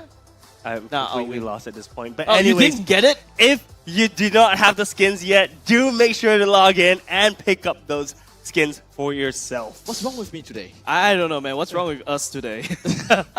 Feels like we're all coming in different POVs. Wavelength. Yeah, but okay, what I feel like in terms of wavelength, what we all agree on is McDonald's Asteris, straight. the rise of Asteris. The rise of this rising star coming in strong, looking to replace Team Evil. And now, don't forget, ladies and gents, with 1 game away, Team Evil on the verge of getting knocked out from MPL Singapore. Asteris, on the other hand, looking to rise from the ashes of this evil. I mean, looking from the rise of the defeat that they had from NIP Flash earlier, look, their performance in Game 1 was stellar. It was really reminiscent of their games in the regular season, right? So, honestly, I believe Asteris has what it takes to close this game and make it a 2-0. But I do want to see some life from Evil. Evil has played, well, better in the regular season, and I'm still waiting to see whether the playoff buffs will kick in for them or not.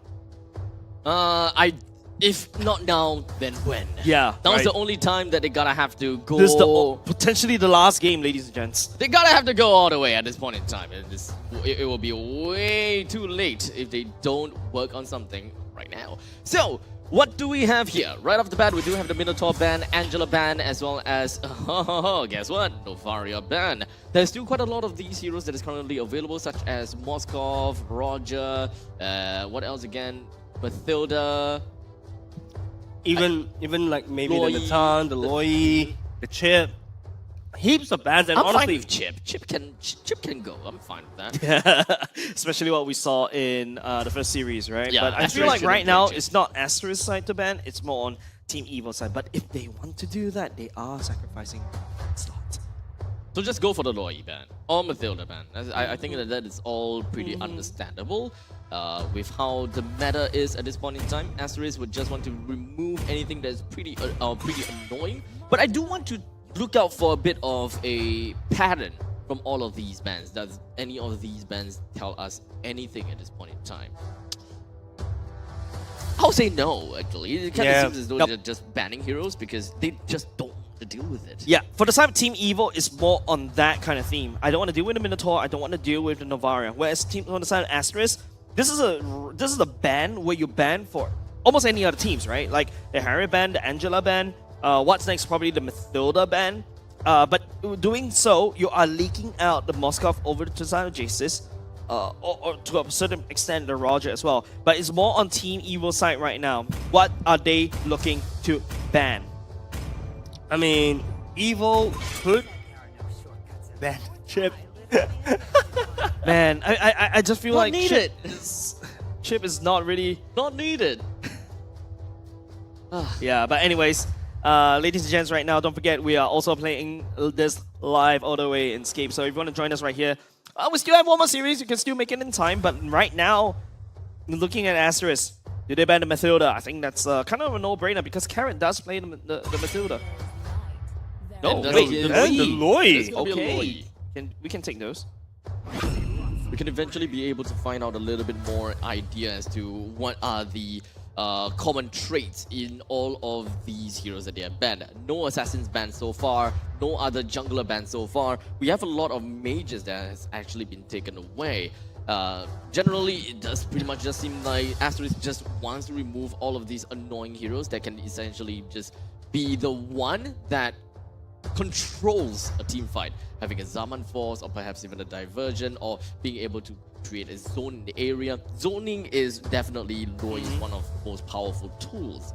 So Evil picking up a Roger for their very first pick.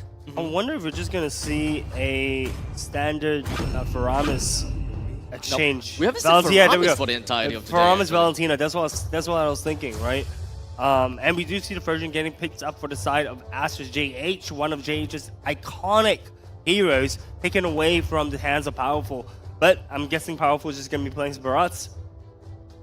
It should just be a common handshake, I reckon. Yeah, very likely it will be Barats. We have seen him playing onto the Barats as well as the Fredrin for most of the time. So if they do not really have much of a safe heroes that they would want to rely on, Barats is understandably going to be one of the safer parts. Well, in the meantime, when it comes down to roam, Mathilda is currently still open as well. So if Carrot will want to head on to picking up the Mathilda for himself, that is still going to be fine and dandy.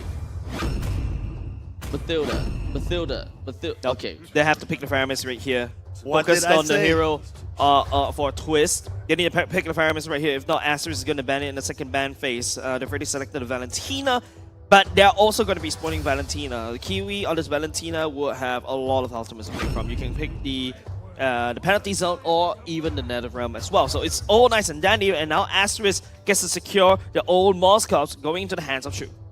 Look, this is what I was talking about, right? I was like, Faramis makes perfect sense for either of these teams to pick, and then the other team's evidently going to be picking the Valentina. With the bans banning out a lot of commonly played mages, I think they were left with getting the Faramis or the Valentina, and Asteris opted for the Valentina. A little bit more flexibility on their part, but Faramis, Sayla is piloting this, remember.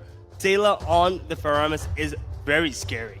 So with that all said and done, Evil have pretty much set themselves on a death ball game, which is exactly what I want. That means Barats is understandably going to be one of the main heroes that Evil will want to pick up. Asteris might want to remove that out of the equation if they really so desire to counter against Powerful. We've got the gold laner down, EXP as well as mid, we'll just have the jungle as well as roam.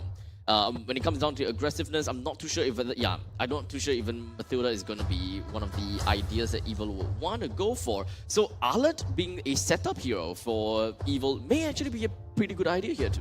Yeah, I think Arlet would be a good pick for the side of Team Evil. I do expect to see a Barats ban from the side of Asteris. It makes perfect sense. If you remove Barats, it forces Powerful to play something like the Boxia.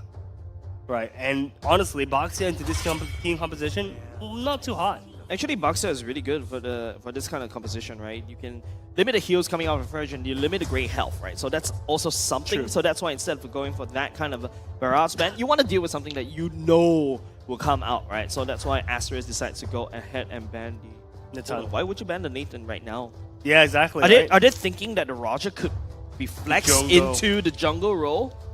Because that did happen in other MPL season. And don't forget, Powerful also debuted on a Roger jungler back then. That's very true. We do see the final ban from the side of Team Evil being the X-Borg.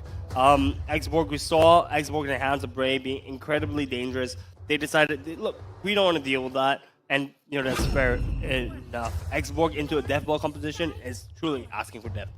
Okay, Asteris picking up the Edith for themselves in this case. So they do have FMM that's going to be playing on the Edith, and I believe the FMM actually have been playing Edith quite a lot of times in the regular season itself, right? Yep. FMM on Edith is truly something to just observe and watch. You know, it's honestly really, he plays it very, very, very well, and I think it also suits this team composition. Yep, and not only just that, don't forget Edith also does percentage HP damage that spreads, right? That spreads when Faramis pops the Nether Realm, everybody will be in that circle, will be in that vicinity. And it's also a very good engage tool. And now Team Evo right here, right? I think they're looking for more tankiness. They're looking for more frontliners. There you go. That's going to be the Buxia. That's what we're talking about. And now probably going to be, okay, a Ruby roam instead. Something of a utility roam coming out from the side of Team Evo. Oh, the Buxia did appear after all, so we are definitely going to see a Buxia on the side of Powerful, even though Barat is not going to be somewhere around here. They are playing a relatively aggressive composition from the side of Evil. They would want to jump themselves over to the backlines, something that Ruby, Buxia, Faramis, Terizla, and Roger, they all do possess some form of mobility that allows them to jump over the backlines, especially since Moskov is such a slippery hero whenever he gets himself that Holy Trinity. Yeah, look, if Evil is going to be able to lock down Moskov using combination of the penalty zone as well as Ruby's skills in general, honestly, Asteris is not in for a good time. But the question is execution. Will Evil be able to execute this well? Yuzhong, great roundup, I think, for the side of Asteris. Just overall in general, being able to zone out the side of Team Evil, and if Team Evil does engage, wow, Yuzhong is just going to be doing so much work.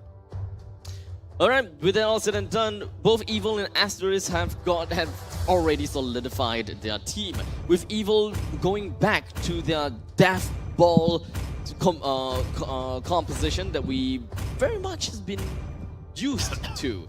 But in the meantime, for the side of Asteris, they do have quite a bit of heroes that are very individualistic, and they are really strong all by themselves, all the way down to their roamer. Even if the roamer is not able to, you know, do much, he can of course work out in the Primal Wrath, and he can deal bunch load of damage. Tons of damage, as we like to say on this. But enough from us. We are going into game number 2 of the 3rd series of the day in the MPL SG Season 7 playoff day 1. I got it right.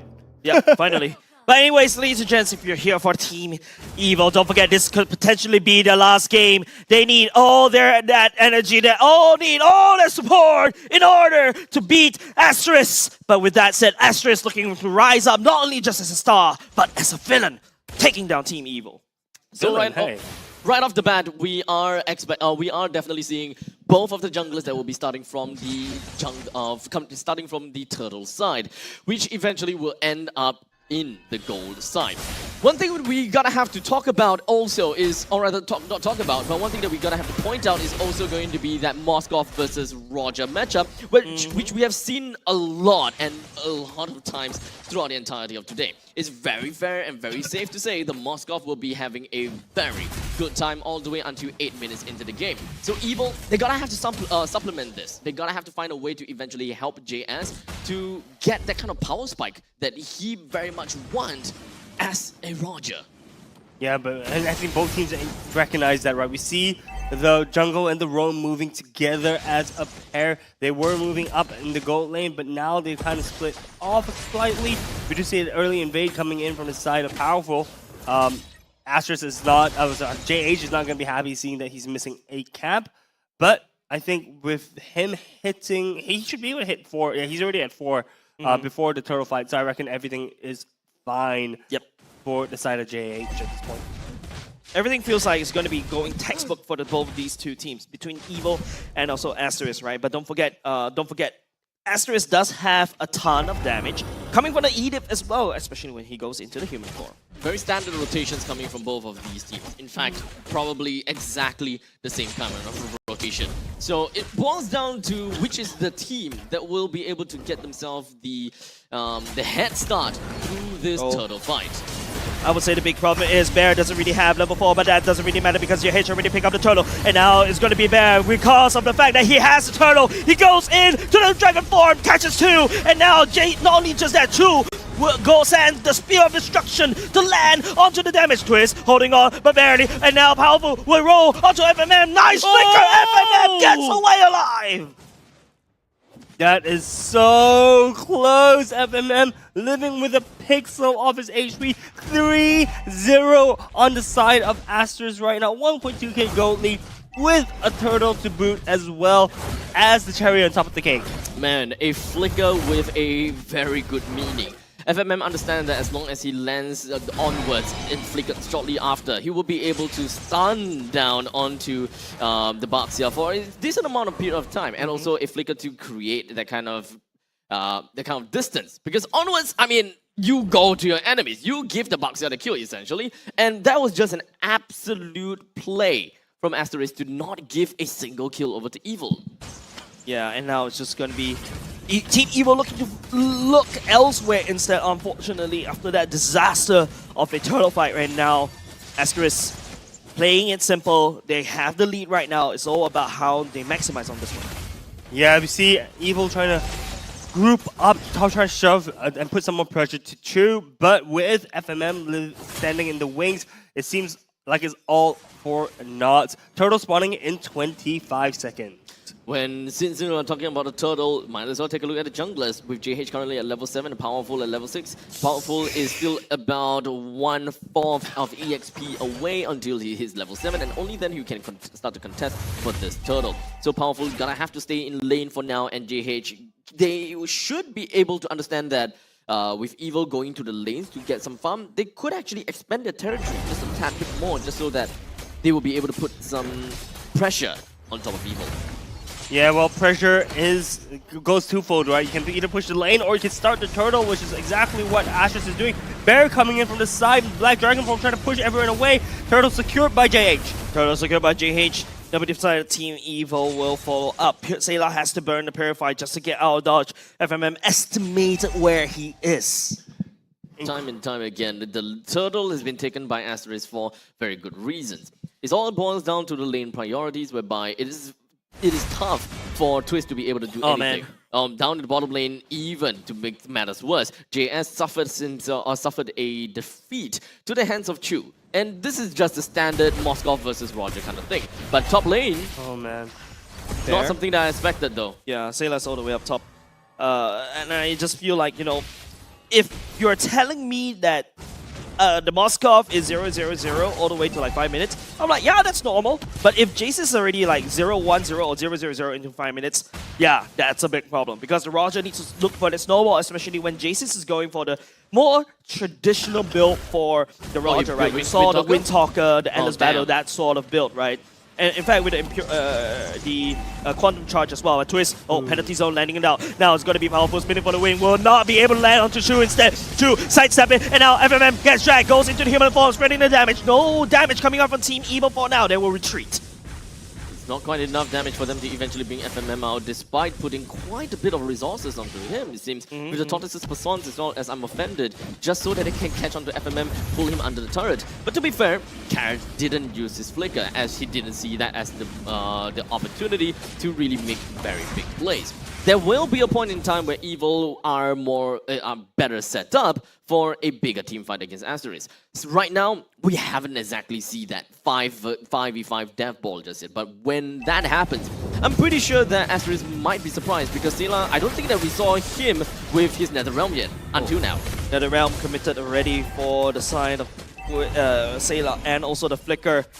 No flicker ultimate for the side. Twist going into this solo fight. Powerful needs to seek an outplay elsewhere. FMM decides to go for that one instead. Oh, the timing of the Netherrealm though. Oh, hold on a second. I'm offended. I'm offended right here. FMM flickers backward as well. And not only just that, it's going to be the Black Dragon for coming to the Bear. Chu will be able to take down the turret on the bottom side instead, whereas Team Evil will be securing 2 kills on the top side, and they're coming back alive. Jason will be going look for the dodge. Kiwi has to run away. The Terrified will be buying him a bit of time. Flickers away to safety. Asteris will trade top side for bottom lane priority. And the turtle as well.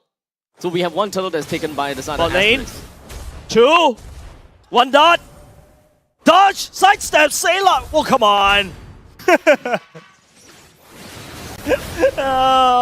Chu does eventually fall down. It was super close to being pincered by two members of Team Evil, eventually does go down with nowhere to run.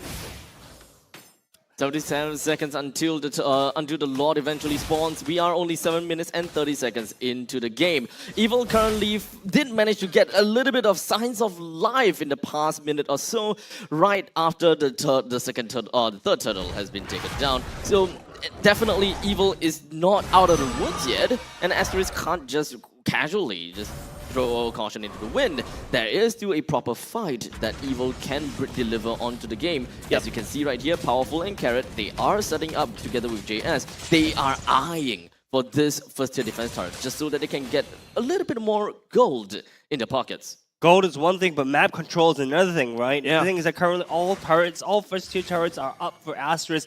So Evil's way of space to maneuver around the map is very, well, compromised at this point, right? So they do want to try to get a turret so they have a little bit more room to move around and maneuver as a death ball. But right now, with nothing to fight for, well, Lord is spawning in 13 seconds, but it seems like Asteris is trying to pick a fight. Team Evo going the same. Twist, penalty zone landed. Kiwi will pop his own into round set, but here comes the big flying bear. Diving and driving around, Petrify landing on a 4, and now the shot resident secures Carrot as well. Seal drags him back and allows him to get close even further towards the whole team of Team Evo. It's a complete disaster for Team Evo as Asteris 3-4 men down in their advantage, and they crack open mid lane. Oh, massive setup coming in from the side of Asteris. That was the most opportunistic moment for each and every individual for the side of Asteris. We knew and we saw that Bear managed to find that timing to come on down with the Dragon's Tail. It managed to hit everyone with a single stack, and we know from that point on, it is way too difficult for them to even get themselves out of the grasp of Asteris. The entire fight was flipped on his head with one Black Dragon form from Bear. Honestly, if Bear is not the MVP of that match just because of that fight, I'll be very surprised. It's not a bird, it's not a plane, no, it's a bear. It's not a bear, it's not a plane, it's a bear. It means not a dragon, it's not a plane. Oh, it's a bear plane dragon. Bear plane dragon. It's Okay, anyways, dragon. so It's a bearded dragon. It's a bear dragon. The bear dragon. Yeah. I like the fact that we're giving him new nicknames as the game goes by. But here we go. It's like, how is Team Evo just suddenly losing so much space, right? And when they try to focus on making sure that JC gets his mind, but hold on a second, Powerful looking for an engage right here. But look at how Asteris knowing when to go in and go out. Carrot, that's a lot. I'm offended going in. JH taking a lot of damage right here, taking a lot of punishment. Penalty zone will be able to land onto a couple. Sailor stepping forward with the Netherrealm, trying to make sure his whole team stay alive. But the stun from the side of the Netherrealm passive, and now Powerful will be stepping forward just a little bit. And now FMM pops the conceal just to try to get on the way. Evil finally take down JH. But whilst that fight is happening, look at bot lane. Lord is pushing the turret down. Asteris was okay with taking that fight, right? And I mean, honestly, Asteris is okay with taking that fight because as Lord's pushing in, look at the HP on the bottom tier turret. It is almost non-existent. Yeah, it's non-existent, right? So losing one for that kind of push is worth it. And guess what? You're still up 3.3k gold, right? So honestly, Asteris is playing this really, really, really well. This is the best case result, I gotta have to say, coming in from the very first Lord. Normally when it comes down to first Lord, what you expect is to bring down all of the outer turrets. That's pretty much all. You wouldn't expect much. But the bonus is where you are able to even have the Lord touch the inhibitor turret. The bigger bonus is to bring down the turret. We're kind of like in between of stage 2 and stage 3. In fact, it's relatively fair to say that we are almost at the later part of stage 3 because of the fact that the bottom lane inhibitor turret is pretty much just one hit away. No, not only just one hit away, one sneeze away. Achoo, and it's already down. This is where we need Vanix with the later to come in and shoot the turret from out of range, right? Yeah, unfortunately Moscow doesn't really have the range to kind of abuse it. But at the same time, we're also looking at how Team Evo trying to regain more map. Asteris, on the other hand, if you can start to see paying a little bit more respect over to the side of Team Evo this time.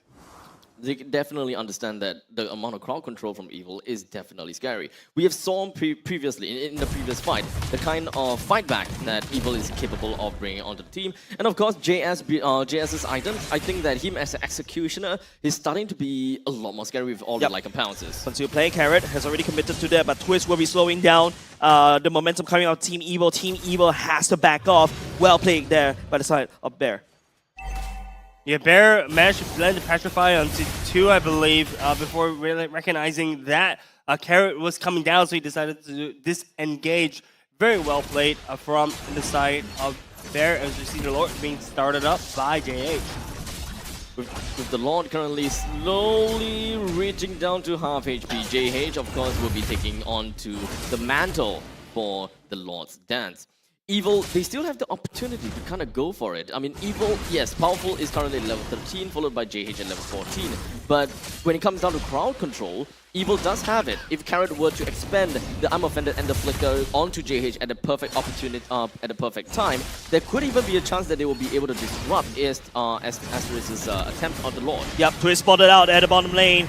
It's going to be Bear going into the Black Dragon form. Will be spotting out Powerful as well. The members of Sayla and also Jason's will not be able to reinforce the front line as well. Chu right here stepping forward, but Twist will be looking for a penalty zone, but no, he flickers instead. Doesn't let the penalty zone, and now he will pay his life for the price. But Asteris, in the meantime, will be able to take the Lord down away from Team Evil. And Asteris now Speed of Destruction just to follow up the icing on the cake for the side of 2. With that all said and done, the evil magic is about to be dispelled as Asteris has managed to get themselves quite a lead in front of Evil, with the Lord marching down to the bottom lane, with the entire team marching in the middle lane. They want to end this as soon as possible as they see the light at the end of the tunnel. They definitely do, and now Carrot's just looking to try to shut that light, but the tunnel is set. Sailor gets popped off, immediately gets deleted off, and now it's just going to be Asteris looking for more, and it's going to be also members from the side of Team Evil slowly falling apart. Top side already cracked open, Black Dragon bomb committed, and Chu! It's going to be Asteris dispelling the Evil, and they will going up for a little bit longer in MPL Singapore. What a game! The end of Team Evil's era. Oh man, this is the end of an era that we're watching, man. This is the end of Evil for MPL SG Season 7. I honestly don't know what... I'm a little bit speechless, man. I mean, I've heard so much about Team Evil coming into the playoffs, and I had my expectations a little bit high, not gonna lie. But, you know, we did all predict that Asteris was gonna come out and win the series, but what we didn't expect is a 2-0. Indeed. Despite the fact that I believe that Asteris would have an opportunity to win, I still feel absolutely gutted at the fact that Evil didn't manage to take a game away from Asteris. They have been the mainstays in MPL SG for the longest period of time. We have seen them grow from a community team to Titan Slayers. There's so much that Team Evil has showed for themselves. But today, it seems like the clock hit 12 and all of the magic has disappeared. Man, it's like Cinderella. Sorry, all over again for the side of Team Evil, but also for Asteris. Man, how they rose from the ashes of Team Evil. Team Evil inspired more community teams. Asteris also one of them, and they've finally taken down one of the massive Titan Slayers in MPL Singapore. You know, I was watching the qualifier matches that Asteris was playing, you know, and I was like, wait, this is a qualifier team? You know, and, you know, I'm so happy to see them make it past day 1 of playoffs. And also see that they've come back together, you know, better than the first series. Because the first series, they looked, to be honest, a little bit disjointed. Right? It looked like communication wasn't quite there. Maybe it was too early in the morning, they haven't quite waken up yet. But I have to say, the second series that they're playing looked a lot better. And I want to see more games like this from them moving on. Man, they're moving on towards to fight against the winner between Bleed and Vanguard, and that will be decided in the next series. Now, with that all said, since we are concluding a chapter between Evil versus Asteris, we're gonna have to crown the MVP for this very specific match itself. The Flying Bear. The Flying Bear. Flying Bear. The Flying Bear. The bear bird plane dragon thingy. Yep. Okay. Ladies and gents, watch out because it's not a bird, it's not a plane. It should be bear. There we go. Bear. How are you guys always on point when it comes down to calling out the MVP? How are you not? How are you not? I mean, I didn't call out anything. So maybe that's why I don't feel that gratification as we move on now, because I am starting to embarrass myself. So Bear being the MVP makes so much sense. You know, he was pivotal, especially in the second last fight, where literally he single-handedly or single-dragonly flipped the fight on his head. He came in from a flank angle. They did not see him coming. Petrified, used everything, used all his skills, did tons of damage, and just won the fight from one ultimate. I personally feel like it's not just damage that Bear was CC able to duration. do. His CCs were on point. There are a few times, in fact, if he had not landed that Petrify, even though the Lord is coming up, usually he will save for the Lord. Instead, he used it there because he needs to save his teammates. And once Evil was able to reinforce altogether, and that's it. Asteris is not ready for the fight. So he burned that Petrify right there and then, saves Asteris from that particular bad fight. Well, it saves them from playing one more game with the series, right? I mean, honestly, Bear was so pivotal. And I'm excited to hear how they're going to be, I guess, communicating with each other in the mic check. We'll check it out right now.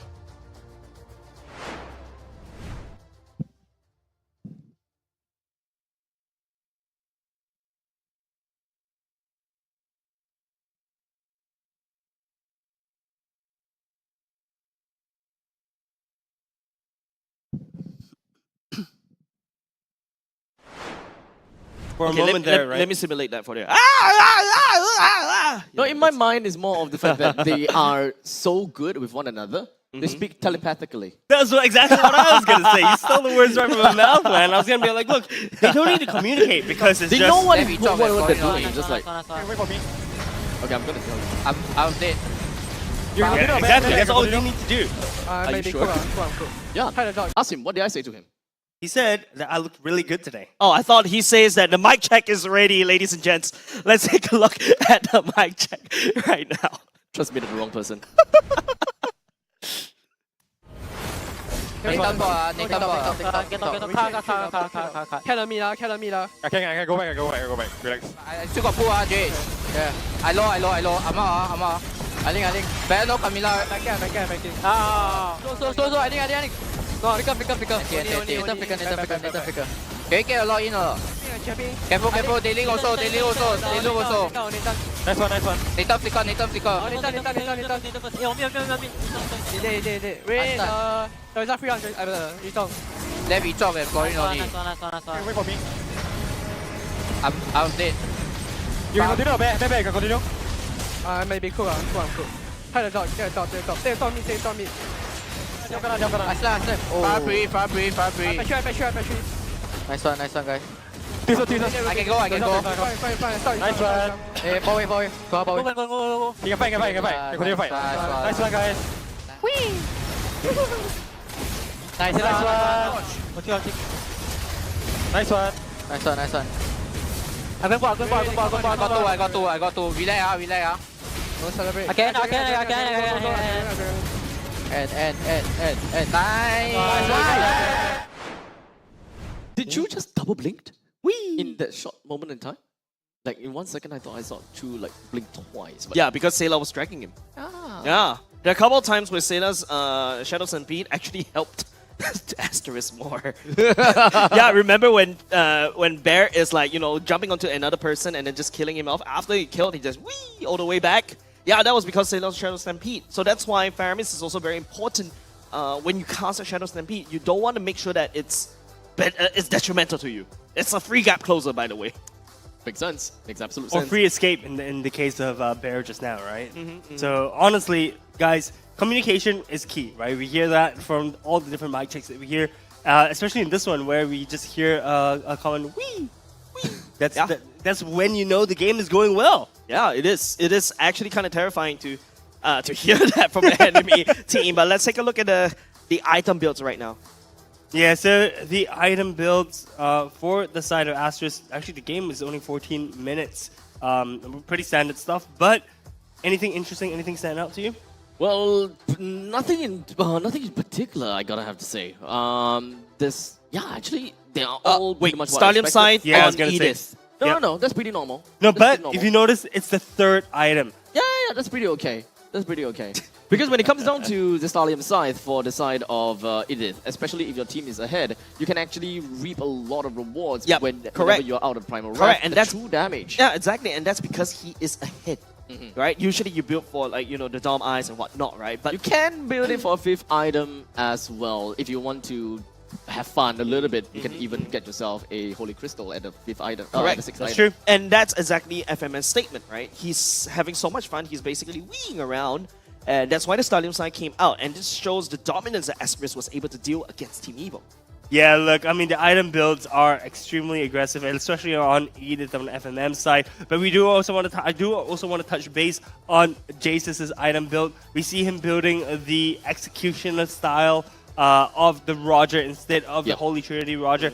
Didn't quite work out for him. I think his team was not able to output enough damage to do that executioner style cleanup.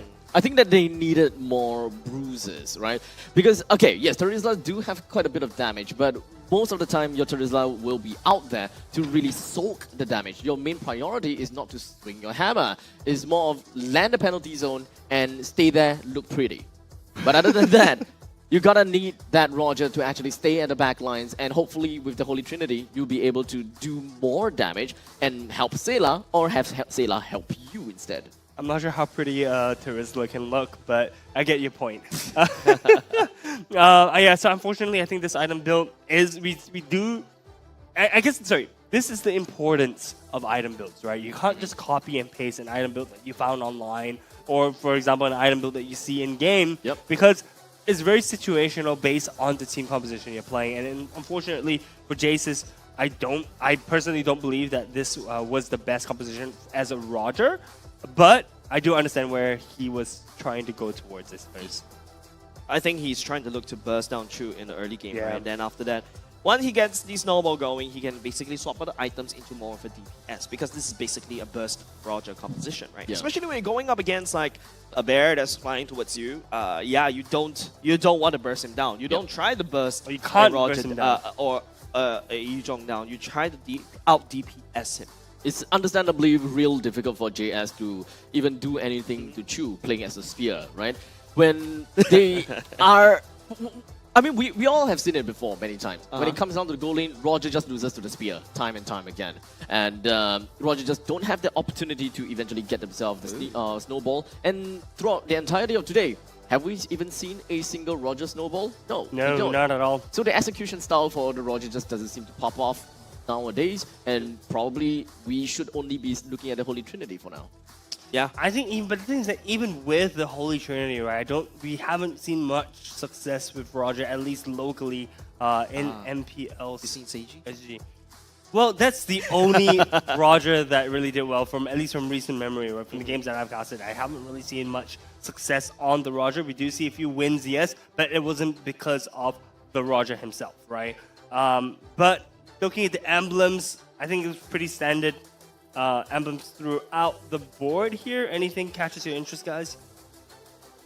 I'm looking through, but I don't see anything. Attack speed for Edith. Yeah, attack speed for Edith. Add-on attack speed, so gets more attack speed, and not only just that, you can see how Carrot decides to go for not only just the movement emblem, but also with his blessing as well, because he wants to constantly rotate to help out Jace's, to help out the mid, and also rotate over to Twist. Now that you mention it, this is probably one of the only few games where we are where both teams actually have most amount of that, right? Being able to traverse the map a lot faster. Both FMM and Kiwi. Okay, FMM, Kiwi, Carrot, and Sayla.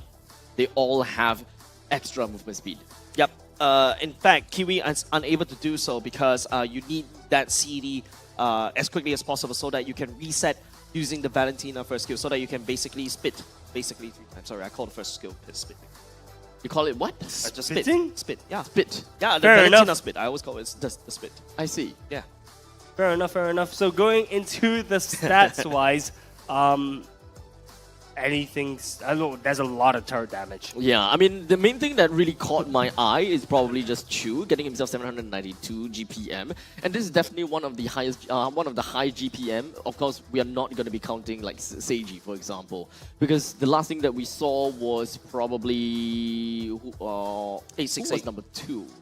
Number 2. Number 2, 790 something, right? I Yeah. think rank 2 was 790 something. Vanix, I think. Vanix, yes. I think Vanix is the one. No? So at least when it comes down to this game, we can pretty much say that Chu has definitely participated in the team fights a lot. And as the Spear, oh no, this time it's Moskov already. So as Moskov has been doing extremely well. And throughout throughout the board, Chu and friends, they have dealt so much turret damage. They understood that they're gonna have to play for the objective. And this time, a lot more methodical with every single part of their approach. Yeah, exactly. We talk about how textbook it was for the side of Asteris as well, right? Even for the start, even Evo for the was pretty start, textbook too. Yeah, for the start of and the Evo, until the end, that's where, you know, a little bit more creative liberties as well that's being used by the side of Asteris. Yeah, for sure. You know, I think Asteris has shown us a masterclass in how to finish a game from start to finish. And once again, congratulations to Asteris for moving on to day 2. But, well, I'm curious to see what kind of analysis Kindofu has for us. So take it away, my man.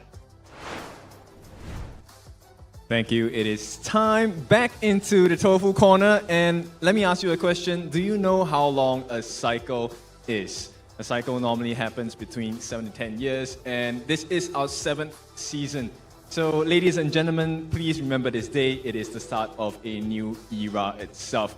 The team fight team that we have all lauded as the best team in the playoffs with the playoff buff has been taken down this season. And we welcome the new community champions here. It's going to be Asteris. Now, I'm going to show you a very short clip of how they won one of the biggest team fight teams in our history of MPL SG, and it all starts with Mr. FMM here.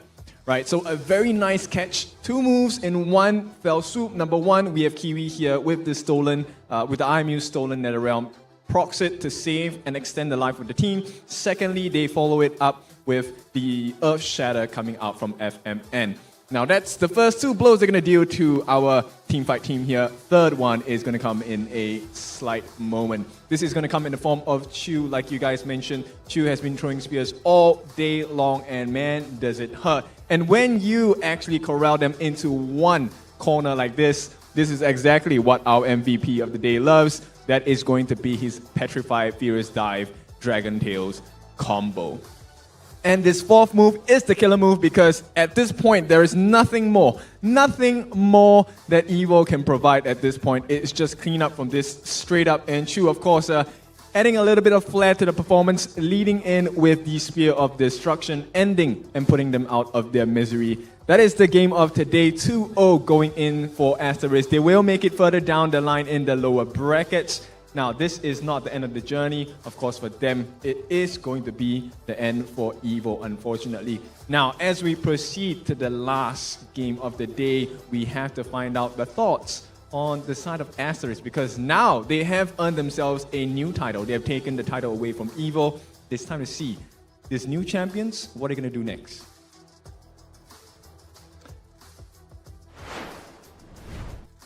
Thank you so much, our favorite kind of tofu. And right now here I have coach of Asteris beside me, RL19. Hi. Hello. Okay, come closer. Okay, so coming into this match, it is a true Singapore special. What was your approach coming into this game? Coming into this match, I just focused on what Evo was doing. I watched. I respected them, of course. They've always come off with this playoff buff. So I actually watched Evil's games like all the way from 2 seasons ago, 1 season ago, and I found a trend that I managed to like tell my team. So the trend is the ridiculous team fights that keep happening, and that's why you picked the Camilla? Mainly, yes. Maybe? Yes. Okay, so but it has proven very effective because you guys know that they are huge on team fights. And right now for Team Asteris also, like the bond that the players have works phenomenally with team fights as well. But I mean, since the opportunity I have you here, right, I didn't get the chance to interview them for their first match today. What went on earlier for Team Flash's match? I think it's except for FMM, I think it's like the first time they play in playoffs, like in upper brackets. And I think the pressure got to them, so they weren't at their best shape, and we made a few wrong decisions, and Team Flash punished us. I see. But definitely the boys have more to give, right? Definitely. And we're very excited for that. Now, there was a 2-week break between the regular season and playoffs. So what did you guys tweak along the way preparing to come into playoffs today? There was a lot of things we prepared. I mean, we were fighting Team Flash, right? So it was very confusing for us because like we see how they played in regular season. Like every single game they played something different. So what I tried to say to my team is, okay, we gotta come up with something, and we don't care what they play, but we're just gonna play our own things.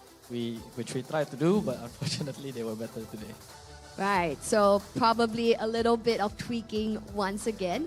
And yeah, so moving forward into the game, you would be seeing either Bleed or Vanguard. Who do you think it will be?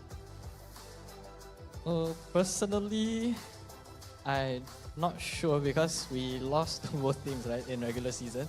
So no matter which team we fight, it will be a chance for my players to get back their revenge. But I think they're friends with people from Vanguard, so maybe we're hoping to see them. You're hoping to see Vanguard? Hoping, but I think Bleed will win them after this. So you're anticipating Bleed. So Yes. how will you as coach approach that? Okay, you cannot ask, right? Because it's stretch. Yeah. Okay, but definitely you're looking forward to duking it out with Bleed later on. Yeah, definitely. Okay, so anything that you want to say as a position of coach to all of the brand new supporters of Asteris so far? I would just like to thank all the supporters who came down and supported us. I know we're a new team, but we're here to stay. All right, and that is RL19, guys. Thank you so much, RL19. You're welcome. Yay! So guys, that was RL19 coach right here from Asteris. Now today was a change of a brand new era where we had to say goodbye to a MPL SG playoff staple, and that is our community heroes EVIL. Now, of course, Asteris is also a full Singapore team, which is also now our community kings that will continue the dreams of EVIL right here in this playoff season. Now, for the next match that's coming up for Match 4, we'll be seeing the likes of Lead Esports going up against Vanguard SG. Now, for this match that's closing off the show, what will unfurl and which team will we say goodbye once more in a day? Stick around and we'll see you for Match 4.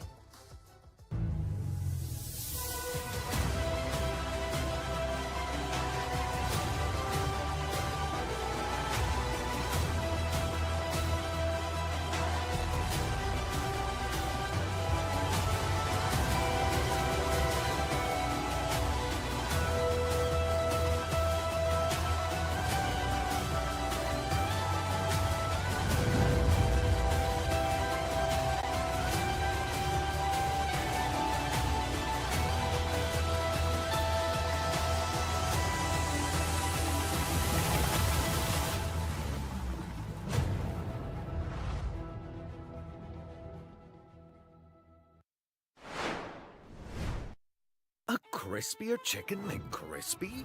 So much crispier. Bite into an even crispier crunch with the improved Chicken McCrispy. Now, wouldn't that be nice?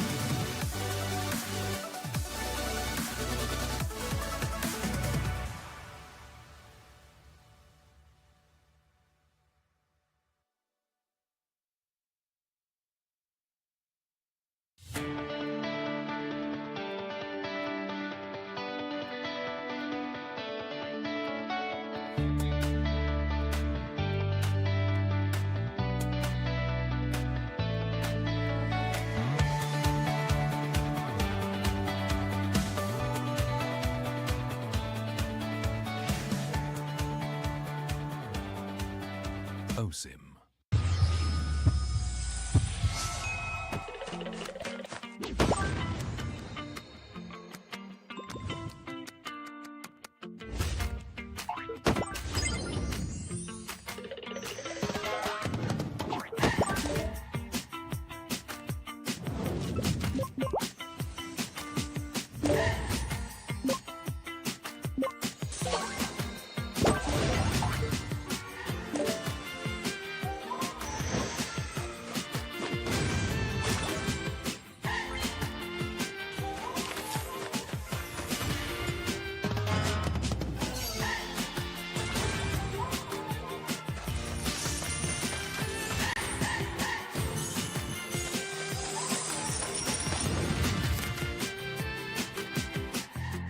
Or get arrested.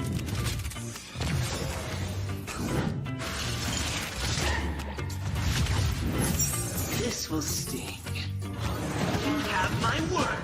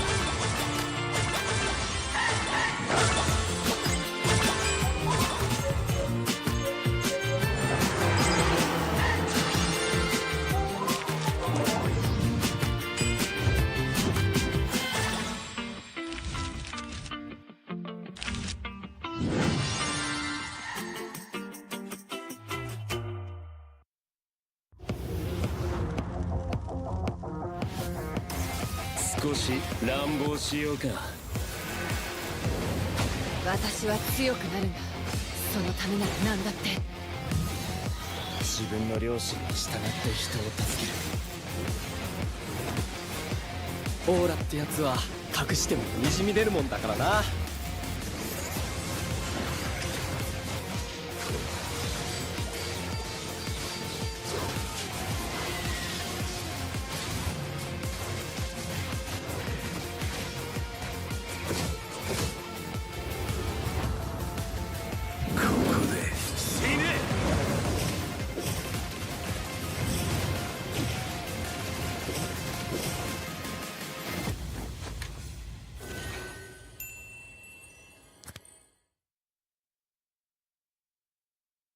Who is the best looking player in MPL SG?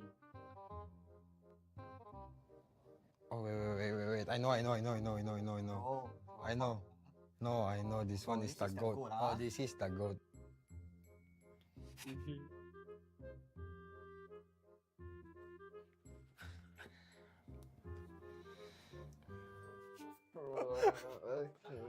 You sure easiest or not? Easy or hard? Best looking player. This one eh. Handsome boy. Handsome boy. Ken from manga. I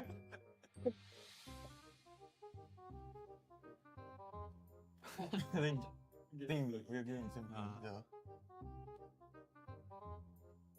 3, 2, 1. Okay. 3, 2, 1.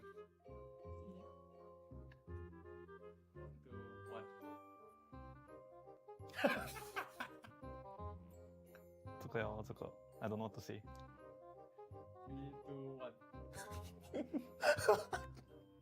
Must. Didn't he have a different name? You write the current name.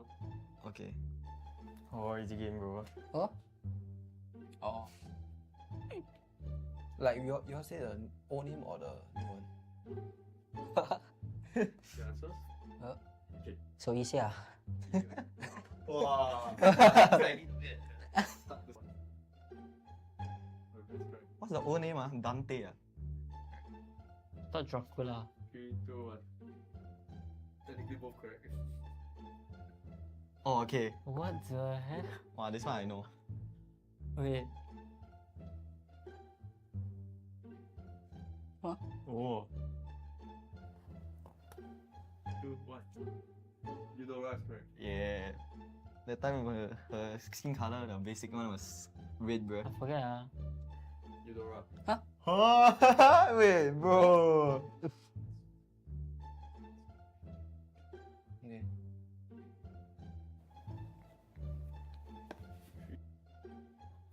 Tapi je kan EXO. Tak, 3, 2, 1. Slow. Oh yeah, I was thinking of this skin, bro. But then I'm like, looks like a girl skin. But it's veiled because of the wind.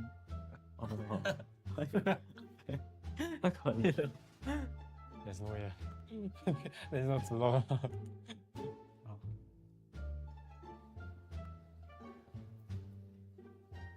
Yeah, mage.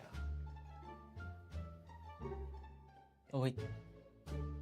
Oh, I know. Should be this one. I hate this hero, bro. I got my answer. Okay. Ah. Okay.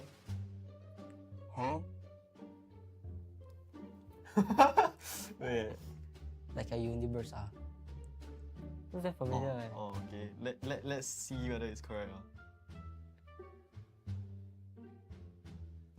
This one is, you can't even guess it. This is near impossible.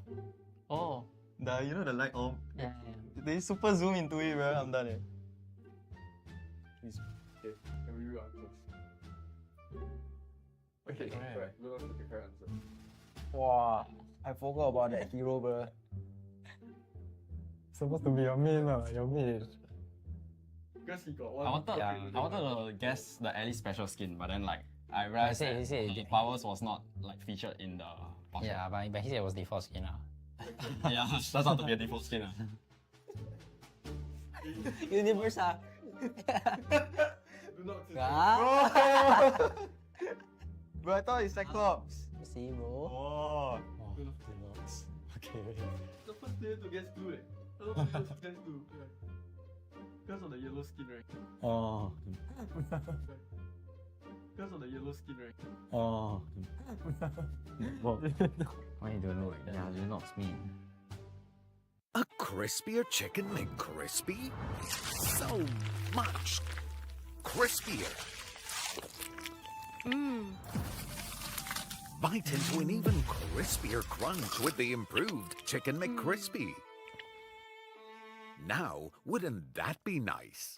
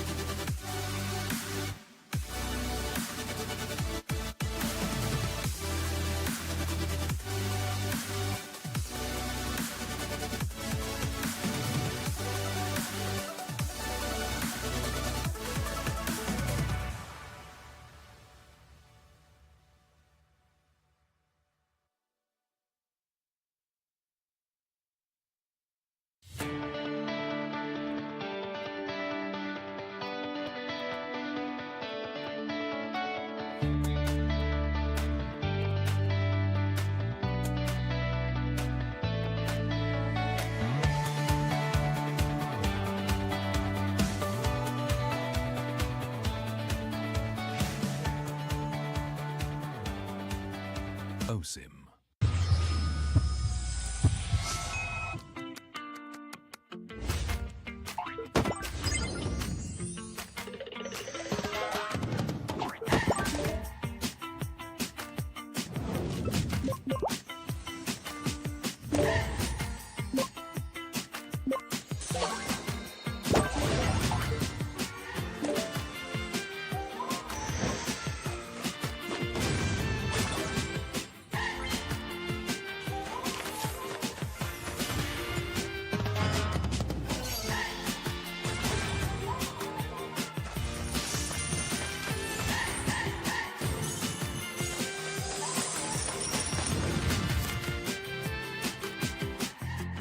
Or get arrested.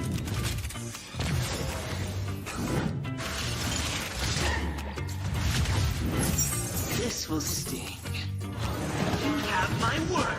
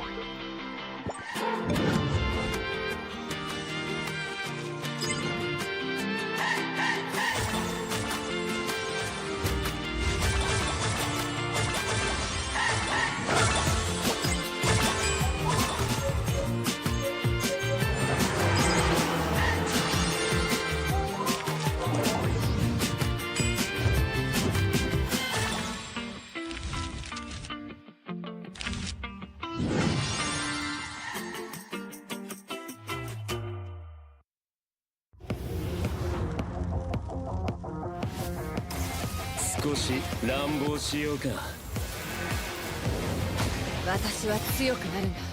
そのためなら何だって。自分の良心に従って人を助ける。オーラってやつは隠してもにじみ出るもんだからな。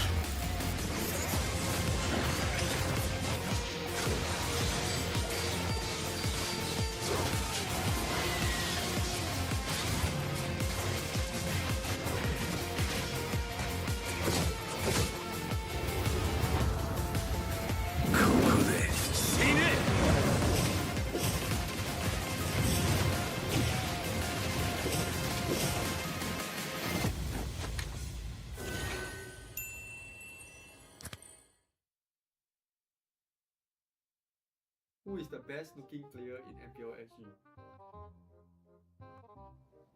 Oh wait. I know. I know. This one is the goat. Oh, this is the goat.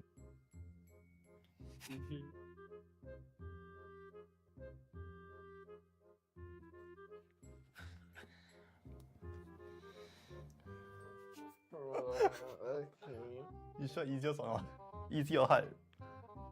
Best looking player. This one eh. Handsome boy. Handsome boy. Ken from manga. I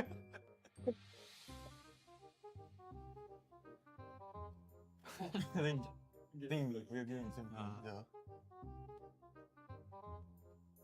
3, 2, 1. Okay. 3, 2, 1. 2, 1. 这个呀，这个 I don't know what to say. 3, 2, 1. Must. Didn't he have a different name? Can you write the current name? Okay. Oh, easy game, bro. Huh? Oh. Like you all say the old name or the new one? The answers? Okay. 手一下。哇 What's the old name? Dante.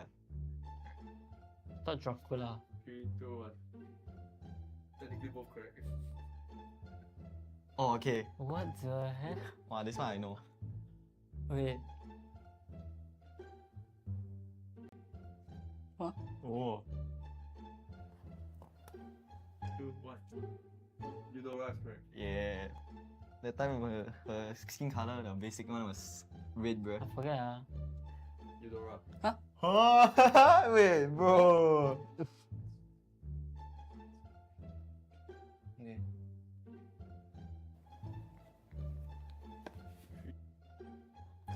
Tapi je kan exo. Tak, 3, 2, 1. Slow. Oh yeah, I was thinking of this skin, bro. But then I'm like, look like a girl skin. But it's veiled because of the wind.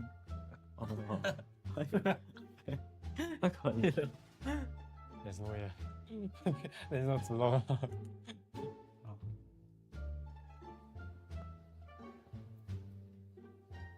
Yeah, mage. Oh wait. Oh, I know. Should be this one. I hate this hero, bro. I got my answer. Okay. Huh? Okay. Huh? Wait. Like a universe Who's that familiar? Oh, okay. Let's see whether it's correct. This one is, you can't even guess it. It's near impossible. Oh. You know the light orb? Yeah. They super zoom into it, bro. I'm done. Please. Okay. Can we read answers? Okay, correct. We'll look at the correct answer. Wow. I forgot about that hero, bro. Supposed to be your main, your main.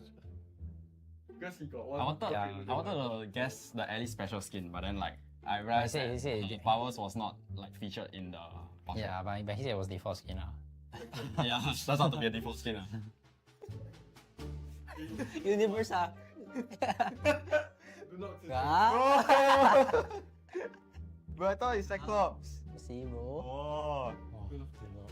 Okay. The first player to guess 2 eh. The first player to guess 2. Because of the yellow skin, right? Oh. Why you don't know? Yeah, you're not me. A crispier chicken McCrispy? So much crispier.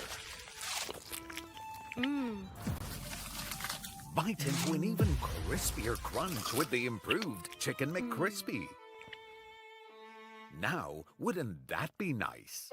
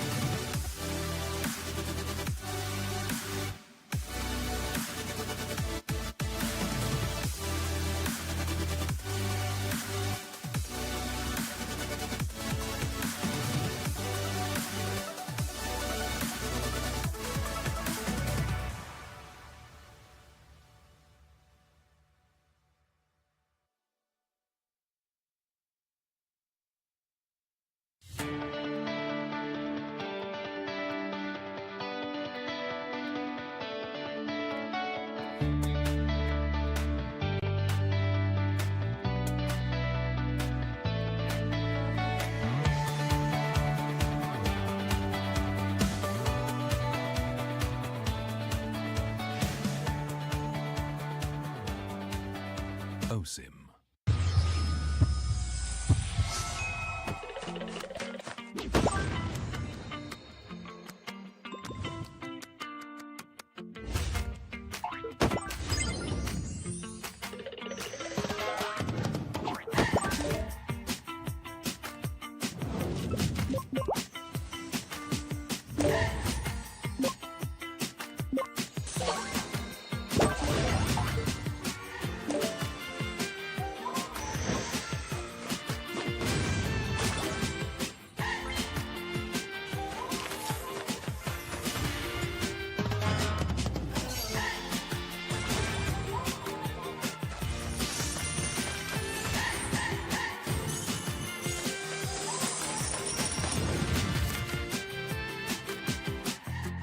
Or get arrested.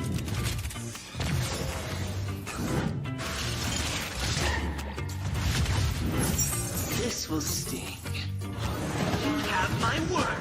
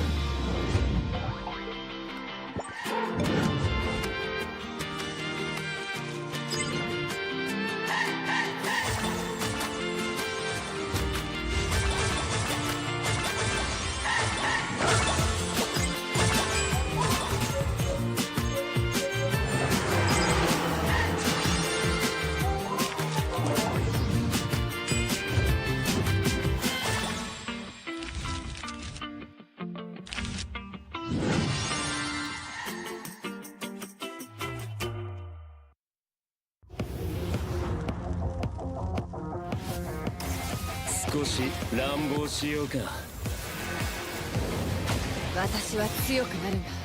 そのためなら何だって。自分の良心に従って人を助ける。オーラってやつは隠してもにじみ出るもんだからな。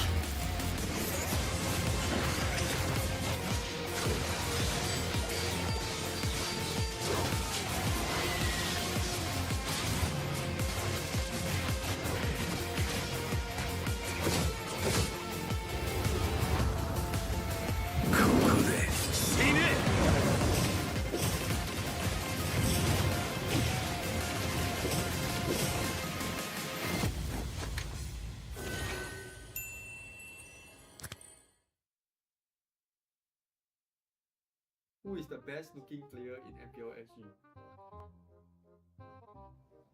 Oh wait. I know. I know. This one is the goat. Oh, this is the goat.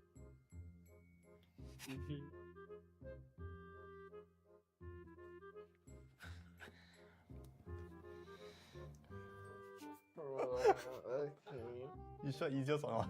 Easy or hard? Best looking player. This one eh. Handsome boy. Handsome boy. Ken from Vanguard. I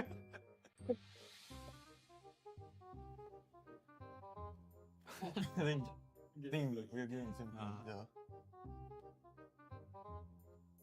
3, 2, 1. Okay. 3, 2, 1. 2, 1. 这个哟，这个 I don't know what to say. 3, 2, 1. Must. Didn't he have a different name? We write the current name. Okay. Oh, easy game, bro. Huh? Oh. Like you all say the old name or the new one? The answers? Okay. 手一下。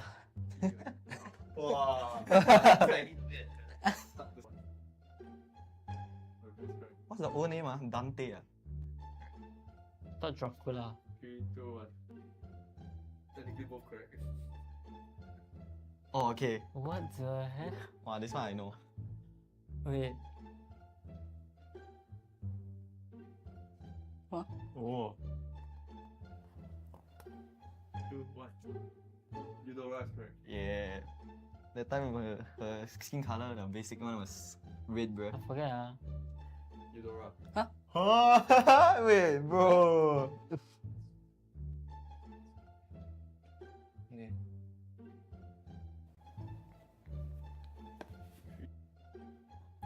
Tapi je kan exo. Tak ada. 3, 2, 1. Slow. Oh yeah, I was thinking of this skin, bro. But then I'm like, look like a girl skin. But it's veiled because of the wind. Oh no. I can't. There's no way. There's not too long.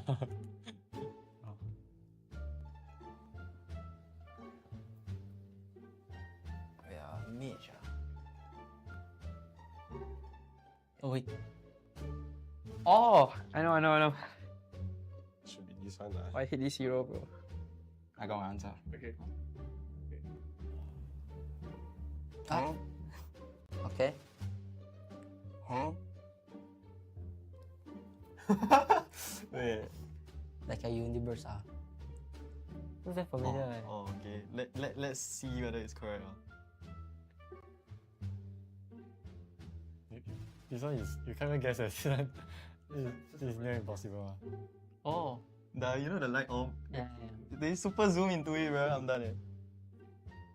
Please. Okay. Can we read answers? Okay, correct. We'll look at the correct answer. Wow, I forgot about that hero, bro. Supposed to be your main, your main. Because he got one. I wanted to guess the Ellie special skin, but then I realized that powers was not featured in the box. Yeah, but he said it was default skin. Yeah, that's not to be a default skin. Universe, ah. Do not say Bro, I thought it's Cyclops. See, bro. Oh. Okay. the first player to guess blue. I don't think to guess blue. Because of the yellow skin, right? Oh. Why you don't know it? Yeah, you're not me. A crispier chicken McCrispy? So much crispier. Bite into an even crispier crunch with the improved Chicken McCrispy. Now, wouldn't that be nice?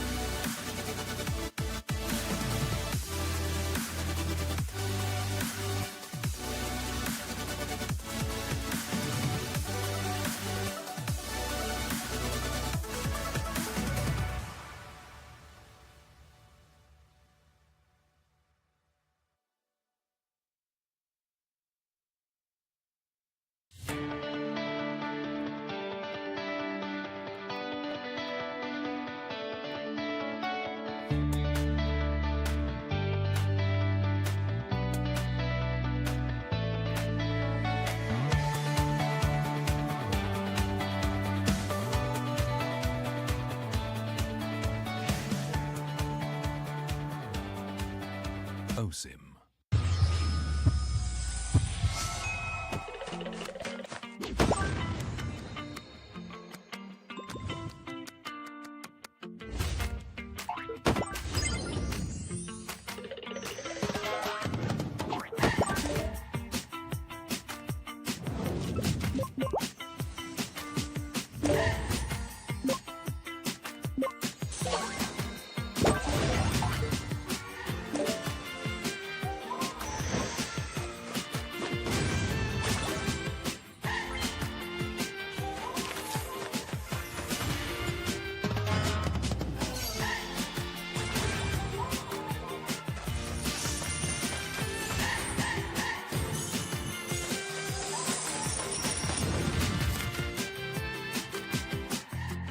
Or get arrested.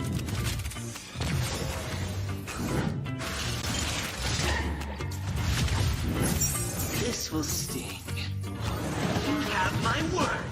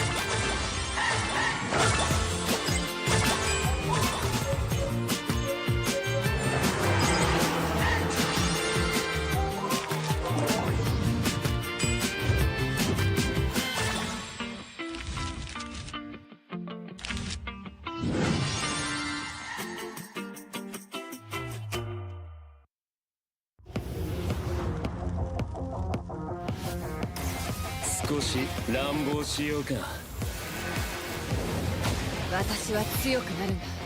そのためなら何だって。自分の良心に従って人を助ける。オーラってやつは隠しても滲み出るもんだからな。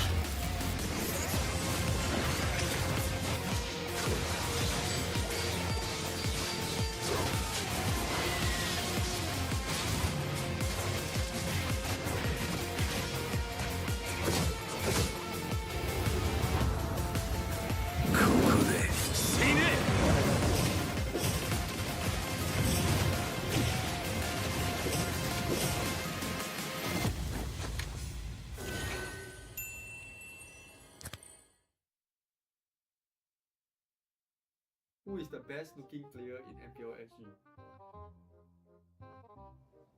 Oh wait. I know. I know. No, I know this one is the goat. Oh, this is the goat.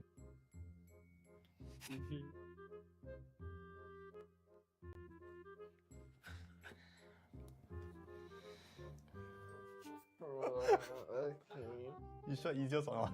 Easy or hard? Best looking player. This one eh. Handsome boy. Handsome boy.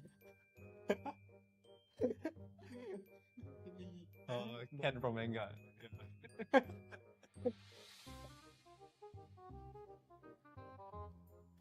think we're doing the same thing. Yeah.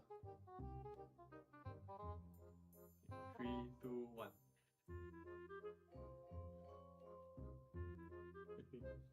3, 2, 1.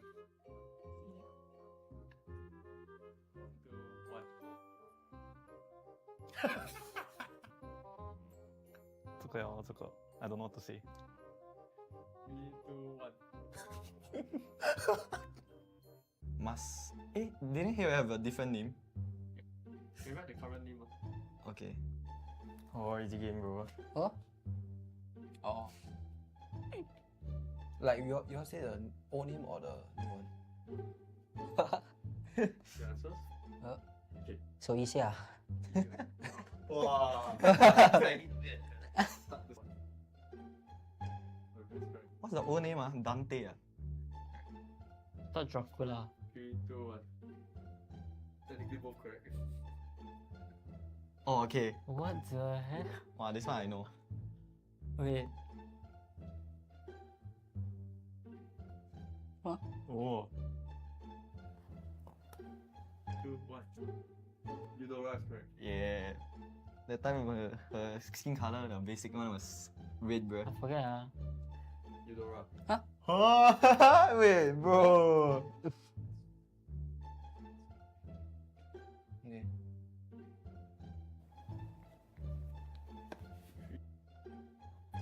Tapi je kan exo. Obviously. Tak, tak ada. 3, 2, 1. Slow. Oh yeah, I was thinking of this skin, bro. But then I'm like, look like a girl skin. But it's veiled because of the wind. Oh. I can't. There's no way. There's not too long.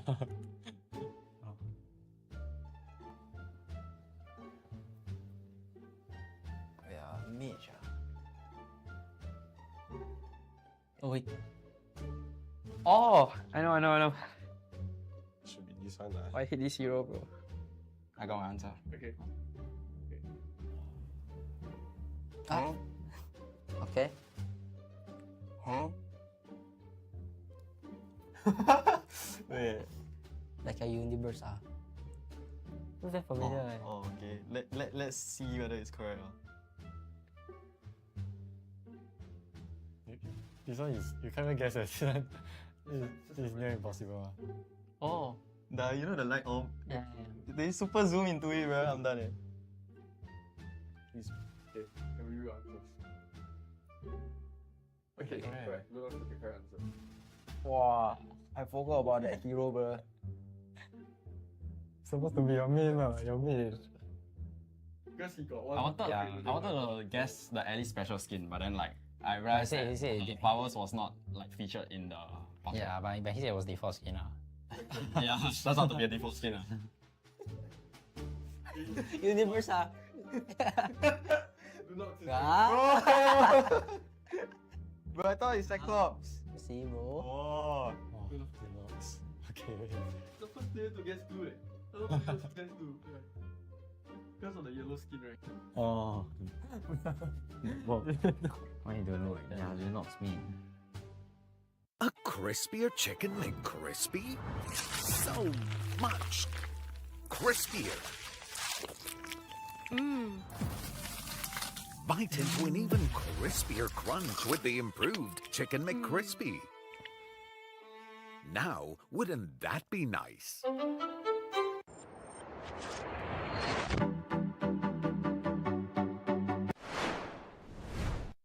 A crispier Chicken McCrispy.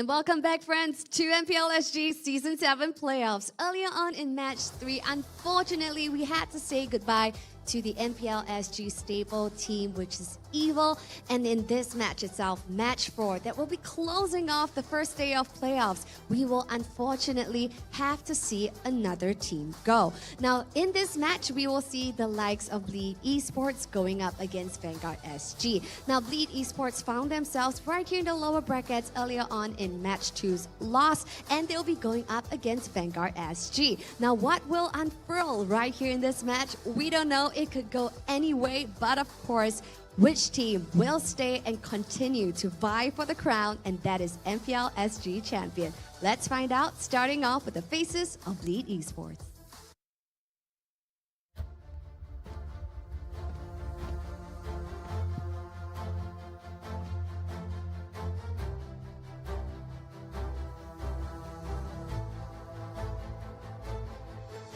Now, despite their loss for today's match 2, the boys have always proven to be highly adaptable and resilient over at the Land of Dawn. What will happen right here for match 4 of the day? We can only find out. Now, going up against the amazing Bleed Esports. Presenting to you, Vanguard SG.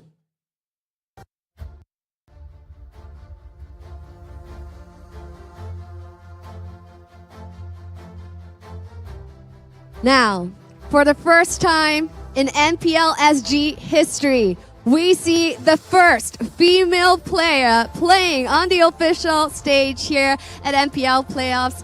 It is Sunny, and it is absolutely amazing to see a female face right here in the crowds of a male-dominated stage. So yes, presenting to you Vanguard Esports, and of course we see Dak going in the jungle as well. So now the teams will be heading over to their friendly hellos before going to their battle stations.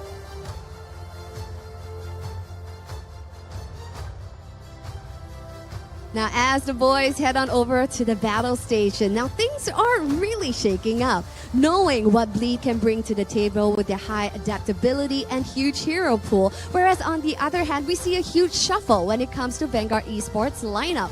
What can unfurl right here from this match? We can only find out later at the Land of Dawn. But without further ado, I'm gonna hand my time over to the casters. Take it away, boys. Guys, welcome back to the final series of day 1 of playoffs in MPL SG Season 7. I'm Kwasong, joined together with me, we have Abstract as well as Jace. Boys, final series of today. Did we expect it to be like 5:20 right now for it to be the final series? Well, it feels a lot earlier than expected, but of course, we have been experiencing 2-0s all across the board. Perhaps this is going to be the series that will give us a 2-1. Maybe. I mean, look, honestly, Bleed was not looking too hot after their first series of today. Vanguard could look at this as an opportunity, as a sign of weakness, and come in to sweep the 2-0 or maybe get the 2-1 win at the end of this series. Jace, any thoughts? I personally feel like well, I voted for Bleed to kind of go up, so I really don't think this is actually happening. Well, sorry, more like I really feel like Bleed is supposed to be able to beat RSG, so I think right now all my predictions is like going off the board. Completely jumbled up. Huh? Yeah, it is. Okay. I mean, to be fair, I was expecting Bleed to win as well. So, but now we've got this, right? Bleed versus Vanguard. And understandably, Vanguard did manage to show very promising results when it comes down to regular seasons. But unfortunately, when it comes down to today's game for the first day of playoff, we can see that we have Vanguard being very vastly different. Yeah, that's true. But let's talk a little bit about Bleed Esports. Jace, could you bring me through? Well, for Bleed Esports right here, currently in the EXP lane, Sagitnu, the jungle is Yawn. Mid lane Jay, and then after that Rome is Gear, and of course gold lane is Seiji. Yeah, hope to see more coming out from the side of Bleed Esports, because you know there's a lot of things riding for them, especially going into the playoffs. During the regular season, they're performing really well, and yeah, I really hope they're able to shine up against Vanguard to kind of redeem themselves after seeing them drop all the way down to the brackets. Well, look, I don't think dropping down to the lower brackets, I don't think we can count them out just because Not they yet. dropped. It's just a right? lot more tiring to actually just crawl their way back out, right? For sure. But look, I have the utmost confidence in Bleed going into this series. They didn't look too well, but I reckon they just needed that time for them to come back and get their heads in the right mindset. Exactly. Moving on, let's check out Vanguard's lineup. Can you bring me through, Abstract? Alright, of course, for the side of Vanguard Esports, we do have Ken that's going to be rocking the EXP lane deck onto the jungle. Zuni that's on the mid. Nick Stain, of course, the Stain brothers, right? Nick Stain onto the roam and Luxian Stain onto the gold lane. So, when it comes down to Nick, Luxian as well as Ken, they have been the mainstays for Vanguard Esports all the way from the regular seasons until now. And of course, they have been playing quite a lot of heroes that give us good amount of information. But when it comes down to Deck and Zuni, things are definitely going to shake things up. Whereas for Deck, we have seen him play for week 4, day 1 with a single game of Fredrin, if I remember correctly. So when it comes down to that, we only have that small sample size for Deck. As for Zuni, we don't have anything at all as far as I'm concerned. We quite literally have got nothing. So what kind of heroes that Zuni is going to play in the middle lane, that is, well, we got to have to find out as we go on. Yeah, look, I think it's going to be really interesting. Suni as a wild card going into today could act as the final, maybe surprise that Vanguard needs coming into this series, right? And honestly speaking, it is what Vanguard probably needs to win this series if they're planning on going into day 2. Yeah, and going into this one, this is basically not their main roster, right? So yeah, definitely a little bit of a concern from the side coming from me, but yeah, right now it's just more on how Bleed, just going through this small little road bump, especially when they're supposed to be on their road to redemption and stuff like that.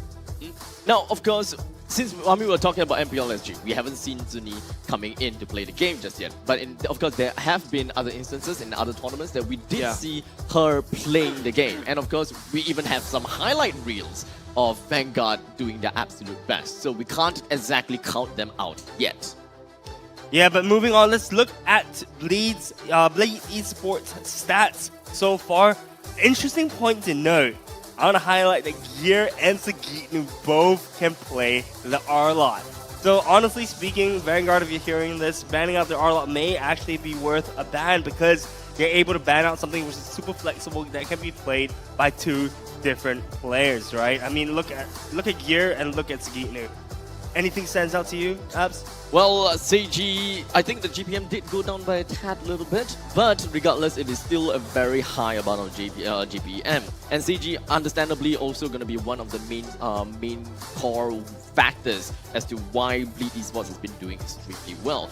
John coming into the picture, although for today, we didn't really quite see what we wanted from Yon as for now, right? We talked about a little bit of a disjointed information between these two players. Perhaps they will be able to come down and of course come back and bounce back. Yeah, that's for sure. But over on Vanguard Esports side, we have 2 wild cards in Suni as well as Deck. Deck, I think, only played 1 game so far this season, and Suni completely. Well, it's her first game of MPL, but she's been playing in other tournaments, as you kind of alluded towards. But Jays, my question for you: anything stands out on this lineup? I think personally it's just Nick Stain's hero on the Minotaur, right? I think that's something that he's shown a lot of comfort with. Suni in other tournaments, she's mostly a roamer, just for your information as well. So this time around, she's filling a role of a mid laner. I mean, in terms of rotation wise, a roamer and a mid, the rotation is almost kind of similar because you want to be clearing your waves very quickly and then start rotating along with your roamer. But I think this is something that Suni should be comfortable with. But right now, it's just more of like, we talk about the plug and play. We talk about how if you are adapting, I hope that they're able to, be a lot more on the ball in a sense that they can, merge a little bit in the last minute. Yeah, for sure. And for me, my question going into the series is whether Suni is going to be picking those roamer-type mid laners. But let's see what the audience have to say about this matchup. 70% of the audience believes Bleed is going to take this game. Okay. Take the series. 70% going over to Bleed, I think is understandable, right? Because Bleed, they have been showing very strong stance from the regular season. And of course, with Vanguard, we introduced 2 wildcard players. I believe that it will definitely stir up a little bit of anxiousness to the viewers. Definitely. As well as, you know, no one likes to not know something. And that is the case where people look at Vanguard like, we don't have the information, we can't exactly back up something. And people want to be right. So predictions pretty much go according to what I expect. That's true, and if you look on the desk, we believe that this is going to be a 2-0 game for the side of Bleed. This is actually one of the few times that I think all 3 of us agree. Unanimous decision. A unanimous decision that Bleed is going to win. It's going to be up to Vanguard to decide whether or not they're going to throw an upset towards us and prove us wrong. I mean, the last time it was a unanimous decision, I think it was the RSG versus week 2. Sorry? Week 2. Yeah, it was week 2, right? Yeah, Where all of us got it. When all of us are wrong. The last time we were unanimous, and all of us are wrong. So we're ready to be wrong then. I am ready to be proven wrong, good. And this will be the first time I'm wrong today, by the way. Sure. Okay, Ken. Alright. Alright. Yeah, but like, I kind of agree with where Abstract is coming from. Like, usually we want to be a little bit logical about things, and I'm a very logical person myself, and I say things from not only just from what I feel, but also in terms of the stats. I usually have a reason for why I say things, right? But right now, it just feels like, yeah, it feels like Bleed is the person that we know better. That's why we kind of go for that vote. Understandable. Now, with that all said and done, we are going to be jumping into the drafting phase. And of course, we have got everyone in the seat ready for their draft. And right off the bat, we are going to be looking at a Chip, Loi ban, as well as a Minotaur ban.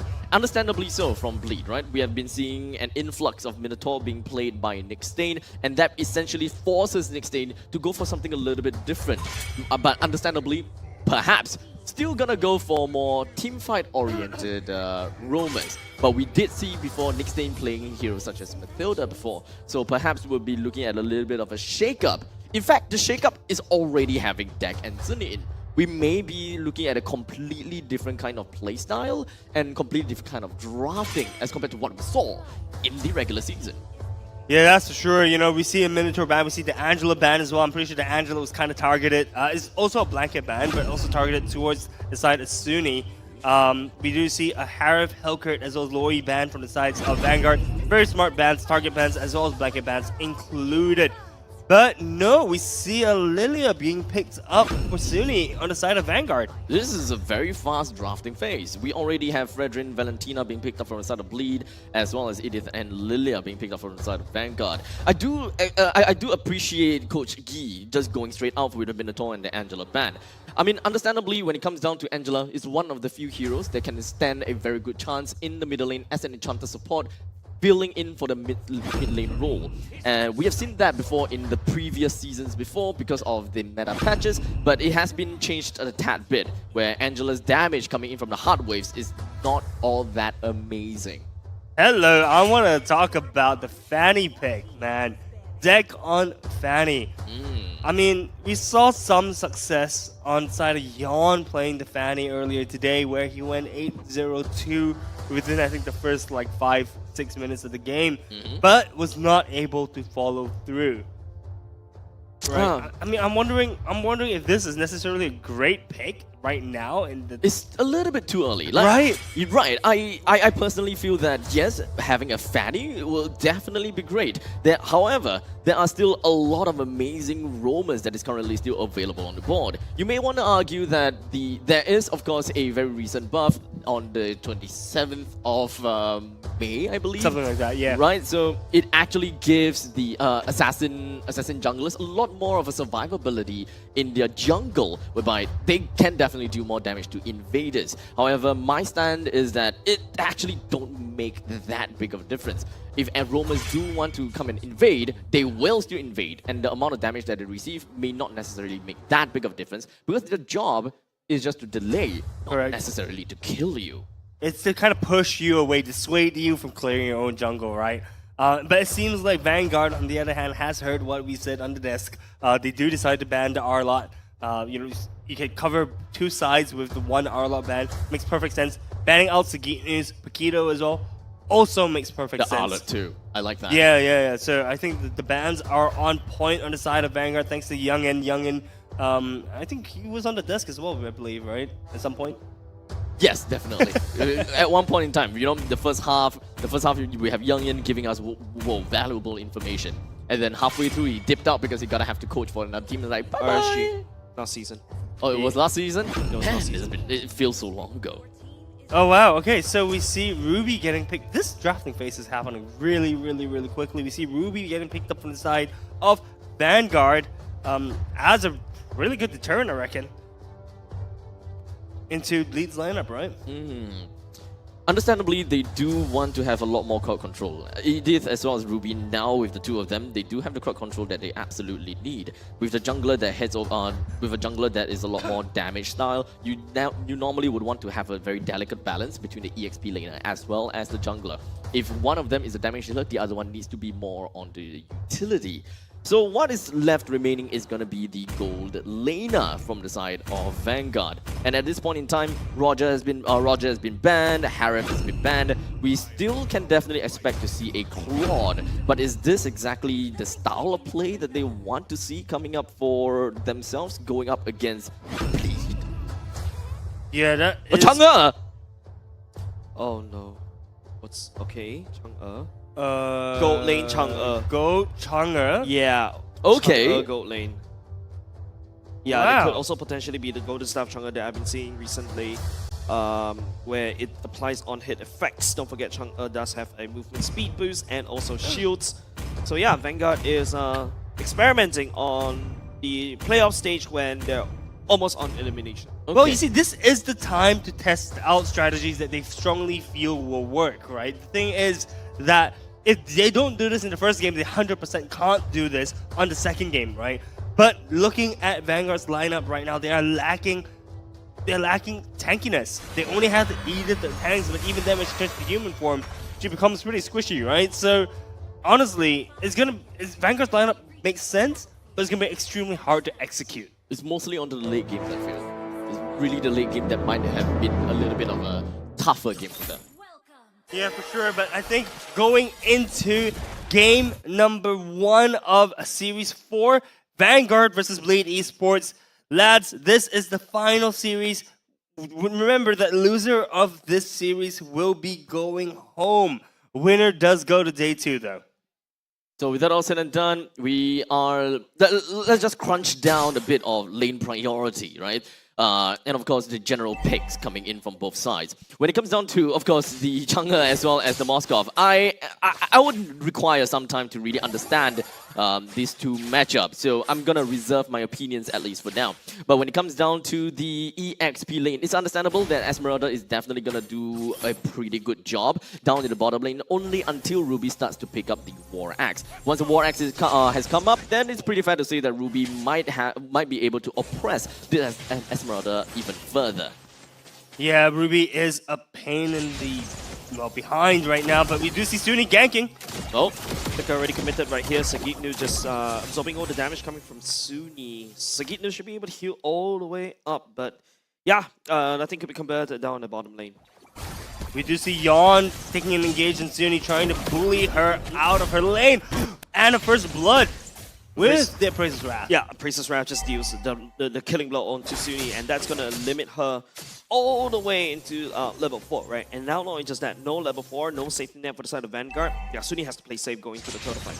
This turtle fight is... Sorry, but this turtle fight is going to be just completely in Bleed's side. Yeah, it's completely going to Bleed's side. With a with a mid laner that have lost one entire creep wave, unable to give it over to the roamer, which is this in here, it's definitely going to be tougher for them to try to vie for the turtle fight. But in the meantime, Dak did manage to make an appearance down the bottom. Yep, no, it's just that Nick, oh, nice, I'm offended, will be able to pull the members from the side of Bleed, especially Sagitnu all the way. Jay right now turns into the human form, but it's going to be Yon securing the turtle instead. Jay also take down Dak at the same time. It's just going to be a massive problem for the side of Bleed right here going into the early game.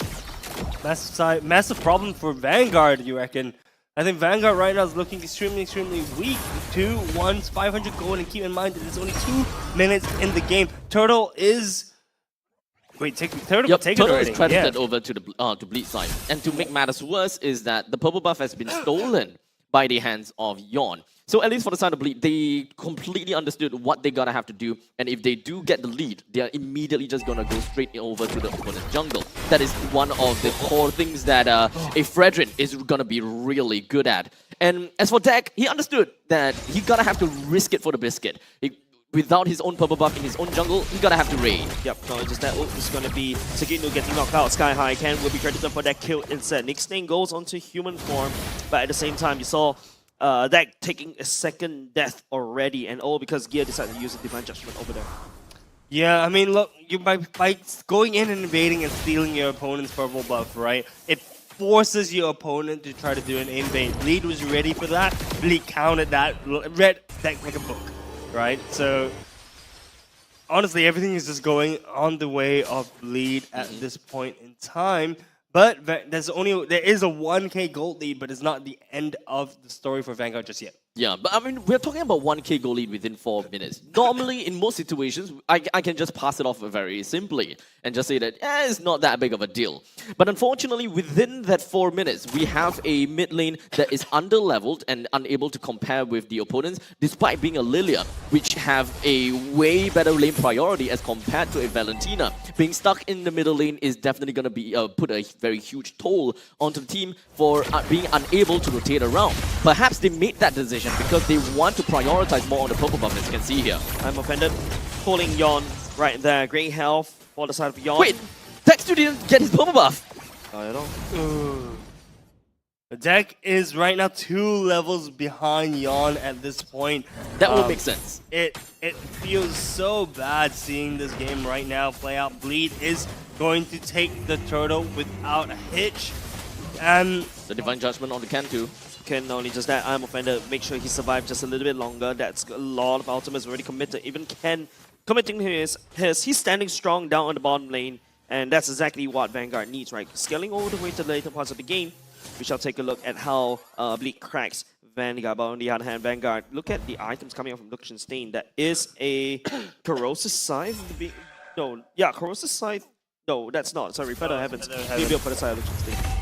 Alright, so understandably for the side of Bleed, they know that the name of the game now is all about contesting for the enemy's jungle to make sure that deck stays way below of Yawn's EXP level, just so that the Retribution can always be used to steal away the purple buff. This way, they will always be able to cripple and put this Flying Fanny into a Ground Fanny. The moment that you have a Ground Fanny for the entire game, even if you don't have a Retribution for the turtle. Yep, here looking for the Divine Judgment right there. Ken just pulsing out just a little bit. Nick Stain jumping on Flicker at the same time. He will be able to take down his counterpart. And now not only just that, picking up a double kill, Vanguard is starting to solve Bleed like a Rubik's Cube. Yeah, I mean, honestly, Bleed just looking a little bit too greedy at that point in time, trying to get a kill onto Liechtenstein. Honestly, Vanguard was so far behind, they didn't really need to make that kind of risky play, but they chose to go for it nonetheless, and they've got punished. Unfortunately, it seems like a game of complacency at a point in time. They believe that they are ahead, which technically they are, but not by a far stretch. And just going into proxy, they have learned their mistake. But to be fair, even when the mistake was made, Bleed took the opportunity to have Valentina as well as Fredrin to head into the opponent's purple buff to steal the purple buff away from deck once again. So this flightless bird is quite literally going to be our... quite literally gonna be a chicken of our era, unable to fly and just constantly grounded. Chickens can fly, I think dodos... Could fly last time. Last time they could fly. Now they can't. They can still fly a little bit. A little bit. Anyways, dodos are the birds that you're looking about. But they're extinct. Exactly. Yep. Oh, sorry. Down bottom lane. Seiji getting burst up, and now it's going to be Sagitnu jumping with the ultimate. Liechtenstein letting down the pain onto Sagitnu, but no follow-up right here. On the other hand, Yawn is just securing onto the turtle up top, but Vanguard don't care. They're going to push down bottom. I have to say, though, the tower melted extremely quickly, right? So Vanguard still looking to... still has signs of life in terms of being in this game. Right now, the gold lead has shrunk down to about 900 gold. So Vanguard still looking as like they're in the game. It's really tough for Vanguard to play as they're constantly going to be in a 4 versus 5 fashion. But Bleed, they will echo that as well. They will be like, you know what, if it's going to be a 4v5, We don't want that. We'll keep it to 4v4. We'll put our investment somewhere else, which is going to be putting on Seiji. Seiji might not be in most of these team fights as he can just go off for a split push, knowing how Moskov is going to be really good at that. So Bleed should be able to tally things out with Vanguard's main 4, the available 4 at the very least. But now, finally, 8 minutes in, it does seem like Fanny can finally pick up the purple buff. But at what cost? Because, let's be honest here, even with a purple buff right now coming in from Deck, can he really even kill anyone?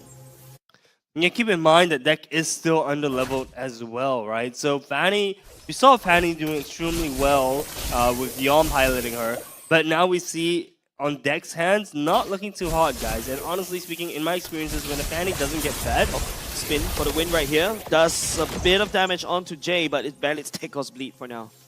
yeah, and that's the point I was alluding to, right? A Fanny which is not fed, a Fanny which is not going on curve, isn't going to be doing too much in terms of contributions. Yeah, at least for now, I guess.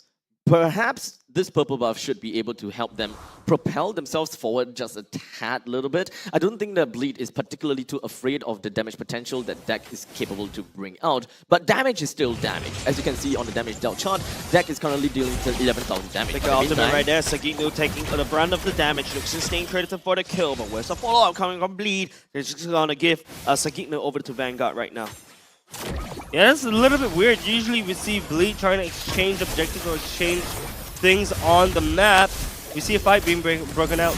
Yep, Gear flicking forward, especially will be able to catch on to Nick Stain. Jay right here just outputting damage at the front line as well. Yon just absorbing the aggression from the side of the Lord Pit. Nick Stain will go down. Sagitnu doesn't even require to join the fight. Now Bleed made it equal for now, 4v4, but now with Sagitnu in tow, it's not an equal fight for Vanguard and Bleed. Bleed takes the Lord. Surprisingly, throughout all of that has happened already, Deck is only just one level behind of Yon. So as much as we saw, like as though Vanguard has been completely oppressed, it's not exactly the case at all. It just looked like that on the surface. Vanguard still manages to find external ways of farming. They get themselves their EXP as well as gold. If we were to look at EXP and GPM chart, I would say that they are not out. They are not exactly out of the game just yet. Eruption catches onto Ken. Seiji stepping forward just a little bit. Prince of Raz will not be able to connect anything. That goes for the bad line, and now will not be able to find any damage at all. Vanguard still needs to deal with the Lord marching up top. Yeah, Lord is marching down the top side, and all the look. Tier 2 turret has dropped already for Vanguard on their bot lane. Tier 1 turret is pushing in. Bleed is doing this like a textbook, right? Lord pushes in one lane. You put pressure on another lane, and you're gonna get basically two lanes. John walking into the round push right here will get hooked, and that's exactly what Vanguard likes to do. Right now, Vanguard is just picking off Bleed one by one. This is probably going to be their MO for quite a while.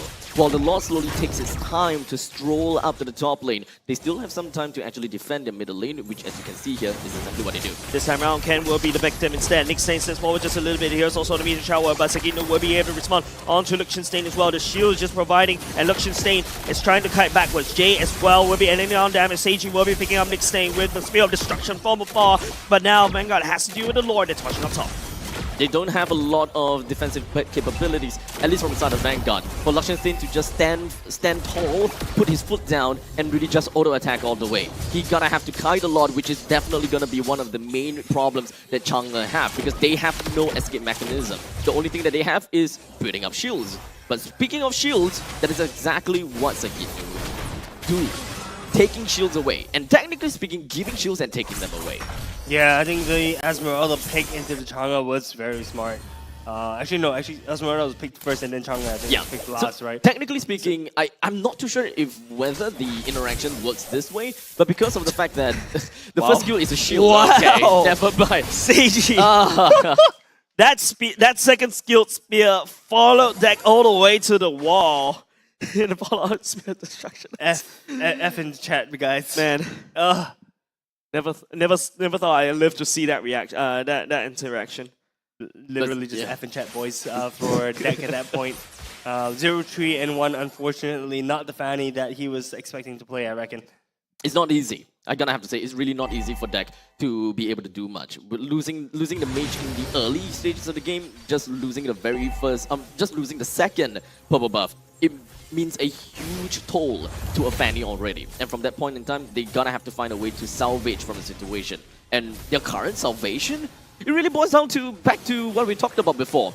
Just pick up a little bit and try to get themselves back to level 15, especially for deck. He just needs to drive by, go for Retribution Steals, which is something that is definitely possible that we have seen before from Team Flash. Drive by, you make it sound so easy, man. We see the Lord being started up by Yawn on the side of Bleed. Deck is trying to maneuver himself into a good position, but the Lord just being left alone at this point. Yeah, just typical Lord dance, right? And I really like what Sagino did there. Opening up the map to make sure that there's no enemy jungle, especially when the Fannies, they like to just, fly by and then retreat and then just get out, right? And sometimes, especially when the game has reached to this period of time, yeah, you don't want to give the Lord over to the enemy team just because you made a mistake. Yeah, every single step, every single move makes a very, very big difference at this point. Both teams are gathered as, most teams are gathered right now. Bleed as a 5-person. Vanguard is kind of split off, but it is a Fanny. She has the high mobility to can move around the map as and when she pleases. This is a very long Lord dance, guys. That's typical, but okay, Yawn stepping up. Ken will be the victim right here, not able to use his offended. The damage is already gone for the side of Vanguard. Now Gear will be stepping forward just a little bit and will not be able to catch anybody for now. Jay stepping at the same time as well, takes away the ultimate of the Lilia instead, and now Yawn just deals with the Lord, and all of a sudden the Lord priority swings all the way back to Vanguard, and Jay decides to pop the ultimate instead. Seiji sitting right there, pushing deck away. Yeah, that was a very, very weird fight. I mean, I reckon Bleed was pushing in a little bit, Gear was pushing in a little bit too deep and got punished for that. Onwards? No, just that onwards. Big Stain has to get out of the way. Now the meteor shower, and that's what's causing a lot of problems for the side of Bleed right here. Yawn has to limp away, but Jay will be able to secure the kill onto Suni. Bottom lane is ultimately very important, and great that deck is actually heading over to the bottom lane. They require to put a lot more pressure onto the opposite side of where the Lord is in order to get themselves a little bit more of an edge in this upcoming Lord's fight. Because Vanguard also understood that Bleed, they are inexplicably having issues trying to clear things out, and within that short span of time, deck actually leveled up to level 15 already. So they're back in game. They can definitely fight for this, and Yawn is only still at level 14. Yep, Gear getting stabbed as well. Not only just that, Yawn will get deleted by deck. He has redeemed himself, but nice spear coming out for the side of Seiji will be able to stun everybody, and the spear of destruction follow-up. Seiji! Jumps to the back! Destroys Ken! Destroys Luxian. Nowhere for them to run, but deck is still alive. He's looking for more. He's looking for the pick off right here. Try to spin and try to delay the fight. So even when we are looking at items, right? Because understandably, deck wouldn't have enough items. The only thing he has is Blade. They have the CC Halberd as well as the Malefic Roar. Decent items, I gotta have to say, decent items. But it's not quite enough to really deal a chunk of damage to the main damage dealers of Bleed and even deal with their main tanky players. Deck might be actually able to steal the Lord away, but got distracted a tad bit. Yeah, they did not let deck get close to the Lord at all. By the way, Seiji is full items already. No wonder he's chunking them down. Yeah, it's all he's all they need for the Lord, and I think that is going to be possibly how they're going to be tackling the Lord from this point onwards. That is, if they manage to take away the northern jungle dominance. Yeah, well, with the Lord being taken down at this point, Lord is spawning and pushing in from the top side. Thankfully, for the side of Vanguard, they've managed to push out the lane a fair amount as well, so the Lord's going to take a little bit to reach the inhibitor turret now. But yeah, I think for the side of Bleed, right, they need to put pressure on the opposite side of the map. We do see Sagitnu following the Lord, tailing the Lord, making sure that the Lord gets to the inhibitor turret safely, and we see all 3 lanes being pushed in at this point. It's definitely going to be a tad bit tough as Bleed held down to their lanes to ensure that they don't push the lanes off too far to give Vanguard free farm. But as we are speaking, the Lord is going to be making his way, placed his mark on the inhibitor turret in the top lane, and Vanguard readies himself for the attack coming in from Bleed to push in the middle lane in hit. Yep, Meteor Shower just landing onto the high ground. On top of that, Sunny can just burst down the wave very easily, so Vanguard does have a very solid high ground. It's now up to Bleed on how to peel Vanguard apart. One false step. Don't forget, Vanguard could just swipe back, especially with Lucian Stain. Nick Stain gets a lot of damage in there, and just in case of the cleanup, that can also do the cleanup. Yeah, there's a lot of potential, I think, for Vanguard to come back into this game. Remember, the longer the game goes, the better it actually is for the side of Vanguard, right? So right now, already with Moskov hitting his 6 items, yes, he is going to be a threat going into this very late part of the game. But, you know, I think there's just a lot more carry potential for the side of Vanguard. In terms of item effectiveness as well, one thing we gotta have to look out for is one of the first few items that Gear picked up is gonna be the Radiant Armor. And I believe that Yon having the Radiant Armor himself as well, they should be able to mitigate quite a bit of damage from the side of Vanguard, namely Lucian Stain, Nick Stain, and Zuni. With Dak and Ken being the only one that deals physical damage, the only one that really built up physical defenses really boils down to Yon as well as Flicker for Flicker. Gear will be able to catch onto Nick Stain though. No follow-up coming off from Bleed for now. Nick Stain walks away scot-free. Yeah, I'm not sure if the Divine Judgment on Nick Stain was necessarily the right choice. Yes, he was a little bit out of position, but it felt a little bit too mature to fire off the Divine Judgment. I mean, after all, he is supposedly the only tanky one, I think, on the side of Vanguard. So questioning that play a little bit, but I reckon it's still not too bad. Flicker for a Flicker. I mean, 90 seconds on the cooldown for the Flicker of Gear. I think that they should still be able to execute this upcoming Lord's fight without that. Unless Vanguard have got something special to say about that. As all 5 members of Vanguard has marched their way down in the middle lane to gain a little bit of that river control and slowly make their way up north to scout out the entirety of the Lord's Pit. And the only one that's in Bleed side is Yon. And the last thing that they saw was Jay in the middle lane. Where is everyone else? KG down in the bottom lane. Is that going to be found out? Yon, onward, will be able to connect. Will be able to either connect. I think I heard an Iron Fender, but it does not hook anybody from the side of Bleed. Seiji slowly stepping forward. Don't forget, Seiji has no boots right here. It goes in pure defensive. Not only just the immortality, but he also has a Rose Gold Meteor to kind of deal with the damage coming out of Lucian Stain and also Deck. I was expecting that the Immortality, the Winter Transient, as well as the Rose Gold Meteor would be more of a rotational material, not exactly one of them being the mainstays. But regardless, that is going to be the item build for Seiji, at least for now, being extremely cautious for this upcoming fight. You saw the Spear of Destruction trying to hit that Fanny, but evidently just missing. You know, but I don't think Seiji actually expected to actually hit anything at that point. Just more of a, I guess, scouting tool. Scouting tool, yeah. All right, so with the Lord being taken down at this point of the game, I don't know what can Vanguard do to come back. Look, they've got all 3 lanes that's gonna be pushing out really soon. And not to mention an enhanced Lord that is going to be smashing the crystal. At this point in time, it's definitely gonna have to do with the mid laner. The mid laner still have one item to fulfill, and that will really help them to clear out waves fast enough, as well as to really deal with the main bulk of people that's coming straight up in, towards the Lilia. At least he does have the Divine Glaive as well as the Blood Wings, but for now, you do have the Lord that's just gonna be marching in and being the main threat of Vanguard and Bleed.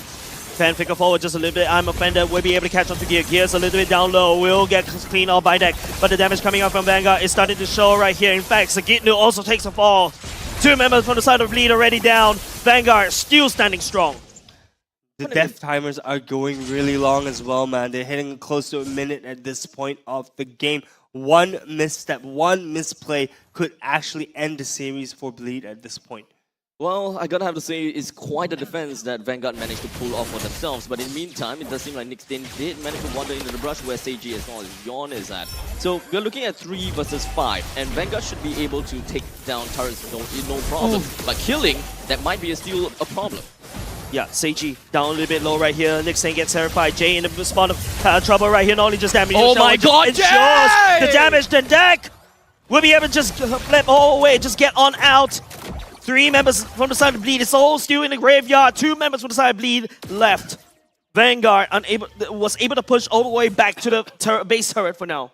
Massive potential there coming from Jay. I was really expecting a big play coming out, but Nick Stain did manage to pop with the Primal Ref pretty much in time. Ken as well as Dak, they were all very down low on HP. That black shoes as well as that flicker, it really almost got Jay out of that tight pickle. If that actually worked out for them and for Bleed to even get a couple of kills, boy, that would have been a big highlight. But luckily for Vanguard, and maybe it's not fully attributed to luck, but Vanguard still managed to get away from all of that despite a pretty big play from Jay. Yeah, look, the fights are getting closer and closer and closer, right? As mentioned slightly before, one misstep is going to end this game. Jay's going to be spawning in 4 seconds, so I reckon all eyes is going to be on this Lord. This Lord is going to make or break the team that's going to win this match, and everyone, and we see Yon making his way up, trying to scout out. He's just starting the Lord straight away. They're not going to be caring too much about the Lord. No. They need information, at least for now. For Bleed, they're playing things slow, calmly. They have tried to infiltrate into the Vanguard's base, but to no avail. The amount of damage that Vanguard is able to dish out is no joke, as you can definitely see. Where is all of these damage coming from? Well, we probably can find out in the post-game statistics. But for now, it is relatively fair to say that Lakshan Stain playing as this jungler might be one of the biggest contributing factor. Let's not forget that Nick Stain that's playing as this Edith could also be a big factor as well. Although he doesn't have got his Stallium Scythe, which could definitely deal a lot more true damage to Yon and Sagitnu, but they need that heavy front line. They need that tankiness out of Nick Stain. And speaking of which, Sagitnu immediately gets blown out to pieces. Dak will be contributed for the kill. CG tries to do it, but instead of hitting onto the main hero, he hits onto the minions instead. And now Nick, the immortality being popped. 2 members of the side bleed already down. 3v5. Vanguard looking solid right now, and the Lord free for them to take. Oh, this fight. Yon is still available though. We're gonna still have to watch out for that. It's not over yet. This fight is not over. They still have his retribution. He's still going up against Dak. Ken is right in front. But Bleed, do they even have the control that they want? Do they even have divine retribution, which they don't? Flickers, Jay has it, but what do he steal? He don't have anything. Here comes Dak, joining the fight right here. It's going to be Ken.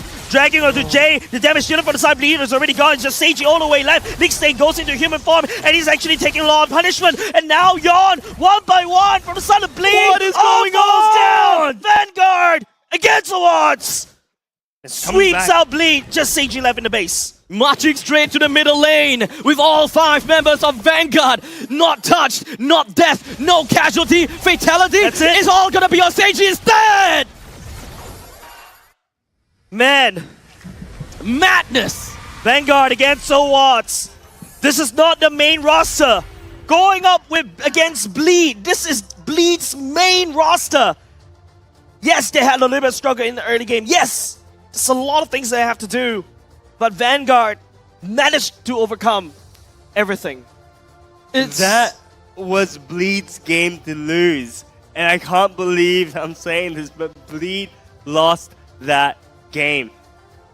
Props to the creative picks, right? We talked about you Jays were questioning their picks, going into the game, right? You were like, Chang'e? Question mark?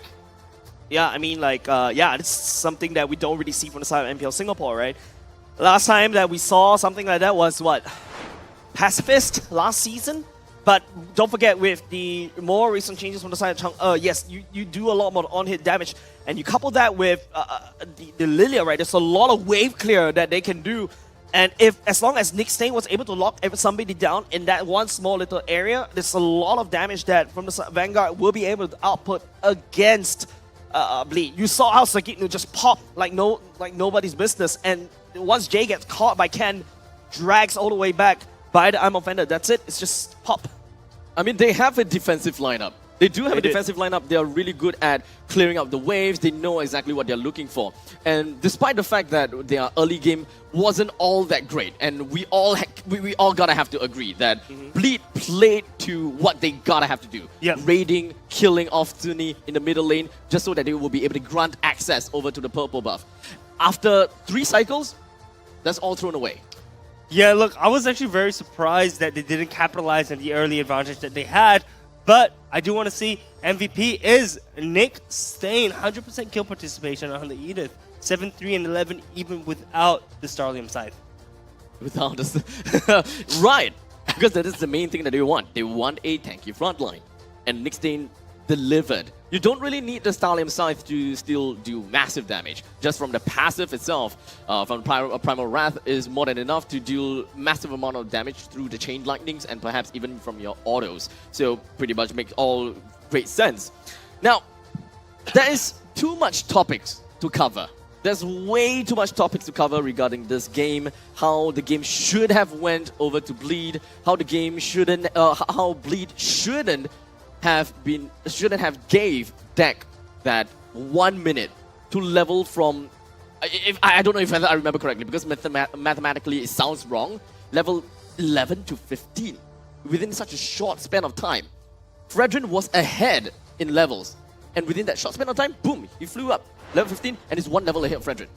Yeah, but let's take a look at the highlights of this game. We saw Bleed with a really incredible start. We saw some cracks in the armor and some chinks in the armor as Vanguard started to get a few kills in return. But, you know, we can see right here, Bleed, great start, but did not know what to do with that lead. We see them, this is the turning point, I believe, of the game where we started seeing Vanguard taking more kills, actually. Not only kills, but actually looking a lot more confident, I think, in their plays as well. I'm just keeping my eye onto the EXP, or rather the levels, right? Deck level 12, 11 minutes into the game, right? At this point in time, they still did a very, pretty much an impeccable defense and won the fight all the way through. And just a few seconds later, Deck is level 13. He died 15 minutes in, level 15. While this is the point in time where Yawn is still at level 14. So there is definitely still a lot of ways that Vanguard could contest. And Kwa, you were asking, what do they gotta do? Turtle up, pick off, and get themselves the level for the side of Deck, just so that they can put the anxiousness over to Bleed once again, so that they can't just get the Lord because they're ahead. Yeah, that's for sure. You know, I think it was really, really well played. You know, the Bleed, for Team Bleed, right, they actually were supposed to be the pick composition. They had the Kaja. Yes. Right, they were supposed to be the ones picking off players from the side of Vanguard, but it looked like the tables were turned, were flipped over, and Vanguard were the ones that were actually picking off members of Bleed. Now that we talked about that, the Divine Retribution from Kaja, one thing that completely glossed over my head was battery. When we're looking at some of these heroes, such as Kaja, it is imperative that you draft with a battery. You gotta have a Kaja that locks people down and someone that takes advantage of that short span of time to really dish out all the damage that you need. Heroes such as Lunox, heroes such as Carry, Kadita as well. Whatever that you can do to burst that person down while he's immobile. And that is the perfect opportunity. But for the lineup of Bleed, they don't have anyone to do that. Seiji, sure, probably will be able to be the fastest person to bring whoever that is hooked in down a lot faster. But Jay can't do that, Yon can't do that, Sagitnu can't do that. Yeah, you're right. You usually see the Kaja being paired with someone with a lot of burst. Not in this game, not in this case. But taking a look at the item builds right now, we see, I guess, Seiji building the Standard Holy Trinity with the Winter Trunken. Anything else stands out to you guys? I just like the Sea Halberd from Liechtenstein. It's just a Sea Halberd coming from Liechtenstein that was pretty much interesting. While Dak has a Garden Helm, right? So, personally, I think he'd probably have his own experience and ideas that if I want to go in and kill and I can't get out, what's the point? So maybe that inspired his need for the Garden Helm to boost up his HP, because HP pretty much contributes to both magical damage and physical damage. If you build things such as a Antiquarius, you are building HP, but more towards the physical defense part. Athena Shield or Radiant Armor is the same. But if you build a Garden Helm, it's flat out HP, and it pretty much quote-unquote helps you to deal with both physical and magic. Alright, as we move on to the emblems, we see Weakness Finder on the Chunger. That is a first for me. seeing that on the Chang'e, right? I mean, it makes sense. If you're playing an on-hit build, you want to slow down your enemy that you're hitting, and you're going to dish out that much more damage, right? Not to mention, it's also extremely hard for you to run away from a Chang'e as well. The weakness finder starts off that chain. Looking at the emblems, the weakness finder, that's probably the only thing that we are particular about, right? Well, in the meantime, Gear, he do have Brave Smite just so that he can stay alive a little bit longer during all these team fights and being able to really get the Divine Retribution down and back to his team. But other than that, there's nothing too much out of the ordinary. We pretty much can see and expect all of these emblems being played out by mainstream players as well as mainstream professional players, and it works for a very good reason. But now, of course, we can definitely look at some other statistics, such as the fact that Vanguard didn't get a single Lord, didn't get a single Turtle. So the neutral objective game is extremely weak from Vanguard, solely because of the fact that they are behind. And there's so many things that we would want to say about Bleed not translating all of these lead that they have in the early stages, which led to the downfall here. Yeah, look, like I mentioned before, it was that one team fight that just turned everything on its head, right? And Vanguard was able to claim victory just by running it down mid. Bleed, in terms of stats-wise, they were superior, or they slightly lost out in terms of damage dealt. They had more damage taken, less turret damage dealt. That's interesting. And more heals, right? So pretty standard fanfare, I think, on the side of Bleed.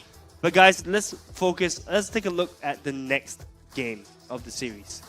Bleed had such a promising start, but they lost the lead. I think that they just gonna have to stick to the status quo. They need to make a decision, and in that case and in that game, they made a decision to travel to the bottom lane. They clear out the mid lane because they know that number one, Lilia expanded a flicker just to be aggressive. Number two, Lilia is still at level 3, don't have black shoes. So that was the perfect opportunity for Yon to actually just go onto the proxy, take the kill onto Zuni, and no one will be guarding the purple buff. From that point on, it should be a snowball factor because we are talking about a Fredrin. Fredrin that builds up onto, if you want to play Thunderbelt or you want to play the Guardian Helmet, just go on straight away. No one can realistically deal with you if you are backed up with by a Valentina. If you want to steal away I'm Offended, that further helps your team because of the Appraisal's Wrath damage that just completely goes bonkers. They only repeated that purple buff steal 3 or 4 times, and right after they stopped doing that, Dak got back onto his feet. That is true, but I also want to see more decisive plays on the side of Bleed, right? I mean, the thing is, Bleed did not look comfortable. They did not look confident in that game where, you know, they had a lead, but they weren't executing as well as they did in the regular season. Usually when we see Bleed, you know, pull the trigger, they're all in, right? And they'll charge straight through it to That's more of their playstyle, yes. Correct, that is more of their playstyle. So it's really weird in playoffs seeing them lose confidence, actually. But, you know, I think that's enough from us. Let's hear more from Kendofu. All right, it's my turn now, and I'm so excited to talk about this Vanguard Bleed game. I mean, what a game to show yourselves into the scene, right? Number one, Deck coming back here under the mantle of Vanguard. Second of all, Suni coming debut game, taking a game off Bleed of all teams here in MPL SG Season 7. Now, I'm just going to quickly run through what's happening here. So first and foremost, take a look at where Ken is. In this bush, he actually catches information onto Jay and Sagitnu, this triangle of vision that they have gotten. Gives them the confidence to go and contest for this lot against Yon. Mind you, this is a 24-minute game mark already, so they already have their items, they're ready to fight. At the same time, Vanguard does something really well this entire duration, which is to manage the waves well with the help of Deck as well as Nick Stain. Take a look at what happens next here. As the game progresses, they realize that, hey, Sagitnu is probably alone at this point, and they have created a very quick line, right? And the two people caught behind this line, unfortunately, are the main ones that will change the state of the game, which are going to be Gear as well as Seiji. So the catch and the damage, both not present, just the tanks, right? And once you burst down Sagitnu, there is not a lot of life bars to run through.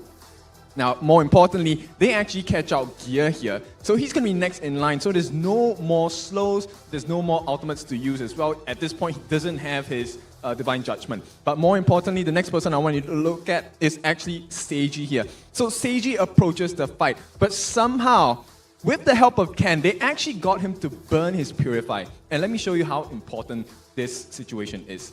As a goal laner, when you don't have the safety, you are going to be forced to go back, right? You don't want to risk dying. You don't want to lose your life in a midst of a heavy battle, especially at this stage of the game as well. And that really costed them. An early Puri costed them the entire fight here. They made a very quick decision. I want to highlight this. Suni, what a game to debut, and what a great job she did. Okay, she actually held off Yon and Jay on this line, saved her ultimate, right? So Black Boots saved it right after this moment, and it kind of costed Bleed the entire fight after that, right? So I think Jay is going to get caught out here, or Yon. One of them is going to get caught out.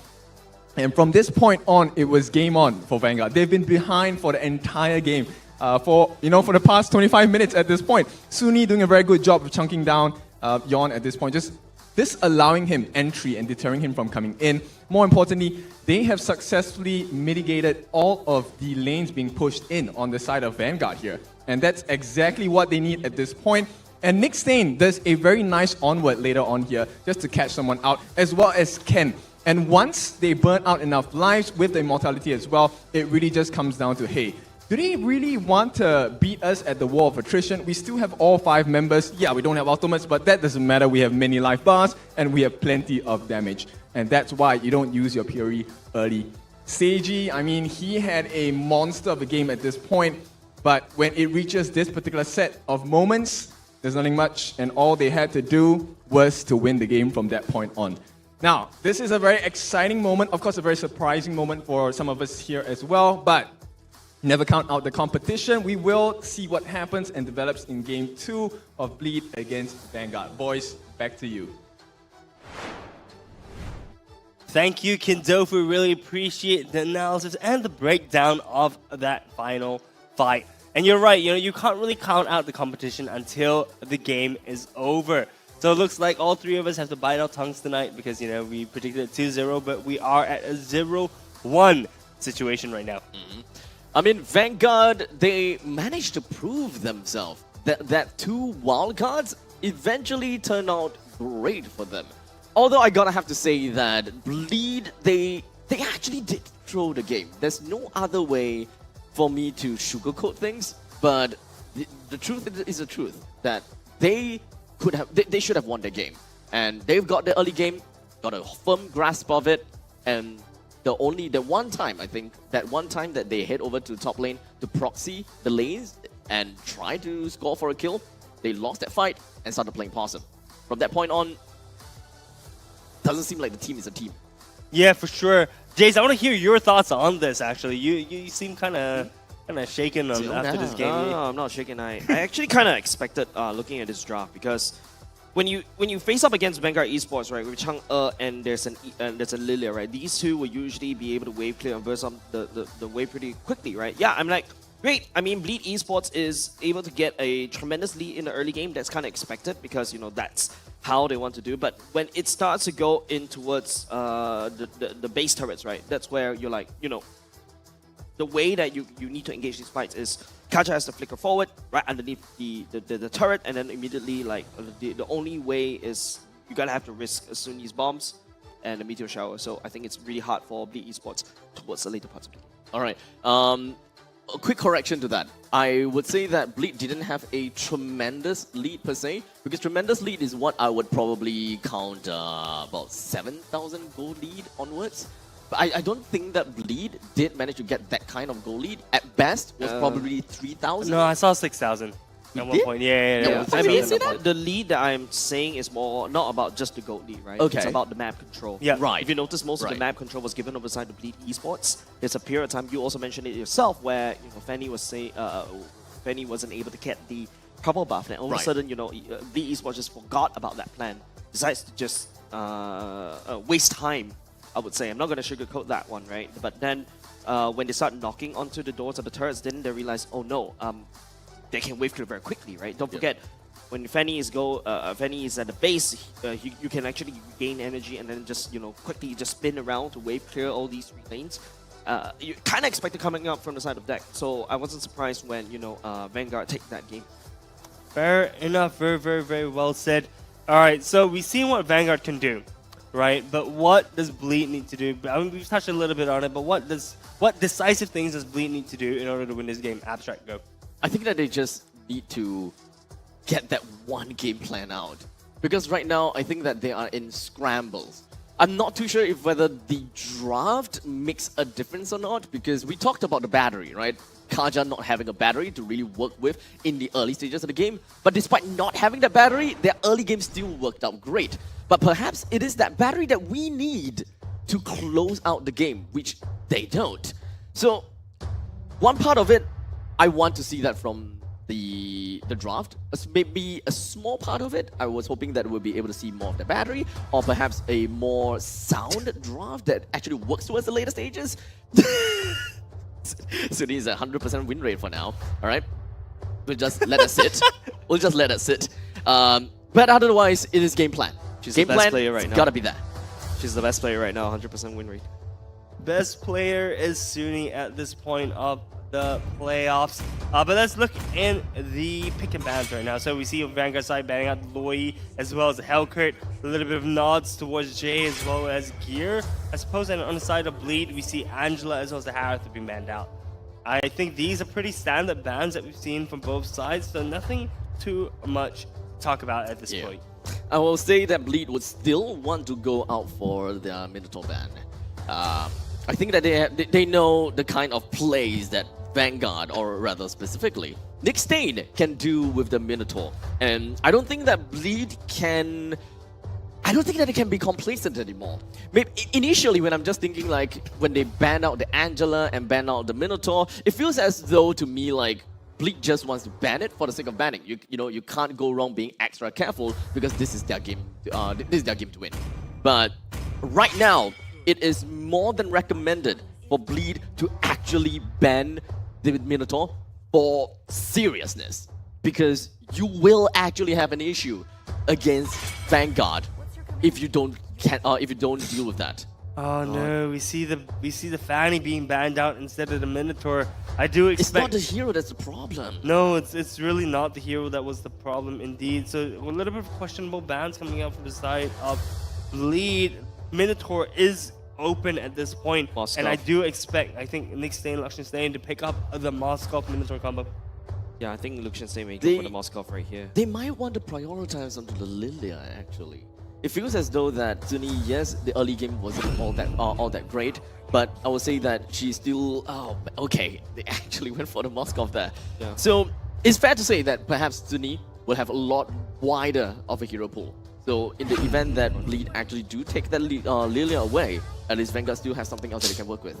It's true. I mean, look, at this point in time, I think it's really hard to target ban Suni, right? You see her have some successes with the Lilia, but you don't know what else she can play. Exactly. And we've had that limited information. I think letting the Lilia go is the right choice. They could, however, if Vanguard doesn't pick it up, could ban it in the second part of the banning phase. With the 2 upcoming picks for the side of Vanguard, maybe we'll still be looking at a bit of a wild card. If they really want to play wild card, leave Zuni as well as deck for the final 2 pick, and just keep Bleed guessing. With Moskov being the first pick coming from the side of Vanguard, Bleed don't necessarily have much of an answer as to how they would really want to deal with this Moskov, at least for now. Because Vanguard, they don't have the win condition, they don't have how they're going to be playing around the Moskov, or do they have something that they want to play around the Moskov? So, it is going to be a Ruby that will be picked up by Ken, as well as an X-Borg that very potentially is going to be played by Deck. So we still have the X factor coming up from Zuni. You can also turn it around. You can have Ruby go to Rome, X-Borg goes to EXP, so it's really wide open for the side of Vanguard. Young just drafted that flexibility right here. Bleed right now, remember what I talked about in game number 1, where they're unable to find... If Vanguard decides to turtle right inside the base, at least you got the Novara to kind of force them out by picking them off. Yeah, that is very, very, very true. I do actually like the Xbox Ruby pick. You mentioned flexibility. But the two combinations, can you imagine? I'm offended into Last Insanity is absolutely busted, as well as the Moskov just throwing spears at your face. So far, they've got Vanguard has a really good core trio going on the side of the first pick. And on the side of Bleed, we do see Ling being banned out. So for the side of Bleed, they did ban on Ling. They want to avoid assassination attempts, because right now, Vanguard is very strong in the front. We can expect to see Fredrin as well as Edith constantly being the front line, creating space for Novaria to eventually land on all those snipes. And one of the main things the Vanguard will have an answer to is these tanky heroes with an Xbog. Xbog just gonna have to build up those heat stacks, and the true damage will eventually be burning Fredrin and Edith from the inside out. Yeah, on the side of Vanguard, we do see the Roger being banned out. I guess targeting down what potential threat Seiji can hold. So with Roger and Moskov out, question is, what should Seiji pick up? I mean, there's still quite a few gold laners left open. Here. Sorry? No, I'm just thinking maybe a Nolan ban if they want to continue the fashion of banning out assassins. No, but they choose to ban the Minotaur. I think once again, Minotaur is not a bad ban, right? Because the Ruby could be flexed to the EXP. Yeah. So Minotaur is the safer choice, and I reckon that's probably the right choice. Deck used to be an assassin jungler before the meta changed. Yep. I mean, he literally just played Fanny. He was very well known for his Fanny. Yep. He's very well known with Ling. He has a very high mechanical skill on these two heroes. And yeah, we get to see it in game number 1. Perhaps we'll be able to see it again in game number 2. Maybe he's just going to be reverting back into to his roots. When it comes down to assassin junglers, we still have probably 3 options. Nolan, possibly Amon, Julian. Oh, dude, we guess I'm missing the cat. Because Julian, when it comes down to what the hell is going on here? Welcome to Epical Glory, my friends. Oh my god! They're having a lot of fun right now. What am I seeing? Johnson Odette combo? Okay, when I talked about battery, that's not what I'm asking for. Well, you got a battery, right? I got a battery. Johnson Odette, Diggy. MPL SG. Bleak can go Diggy right here. Are they really gonna flex gonna? Edith into for Sagitnu? I think Bleak can still win this. Yeah, for sure. I mean, Diggy would be an excellent pick. Yeah. Right now, and we have seen Sagitnu on the Edith as well. Honestly, Diggy would solve all of Bleed's problems there. But we see a Grok instead. They are playing a very tanky lineup towards Vanguard with an Xbox on the opposite side. Fair enough. Maybe Xbox wouldn't be able to stay alive long enough to really build up those heat stacks.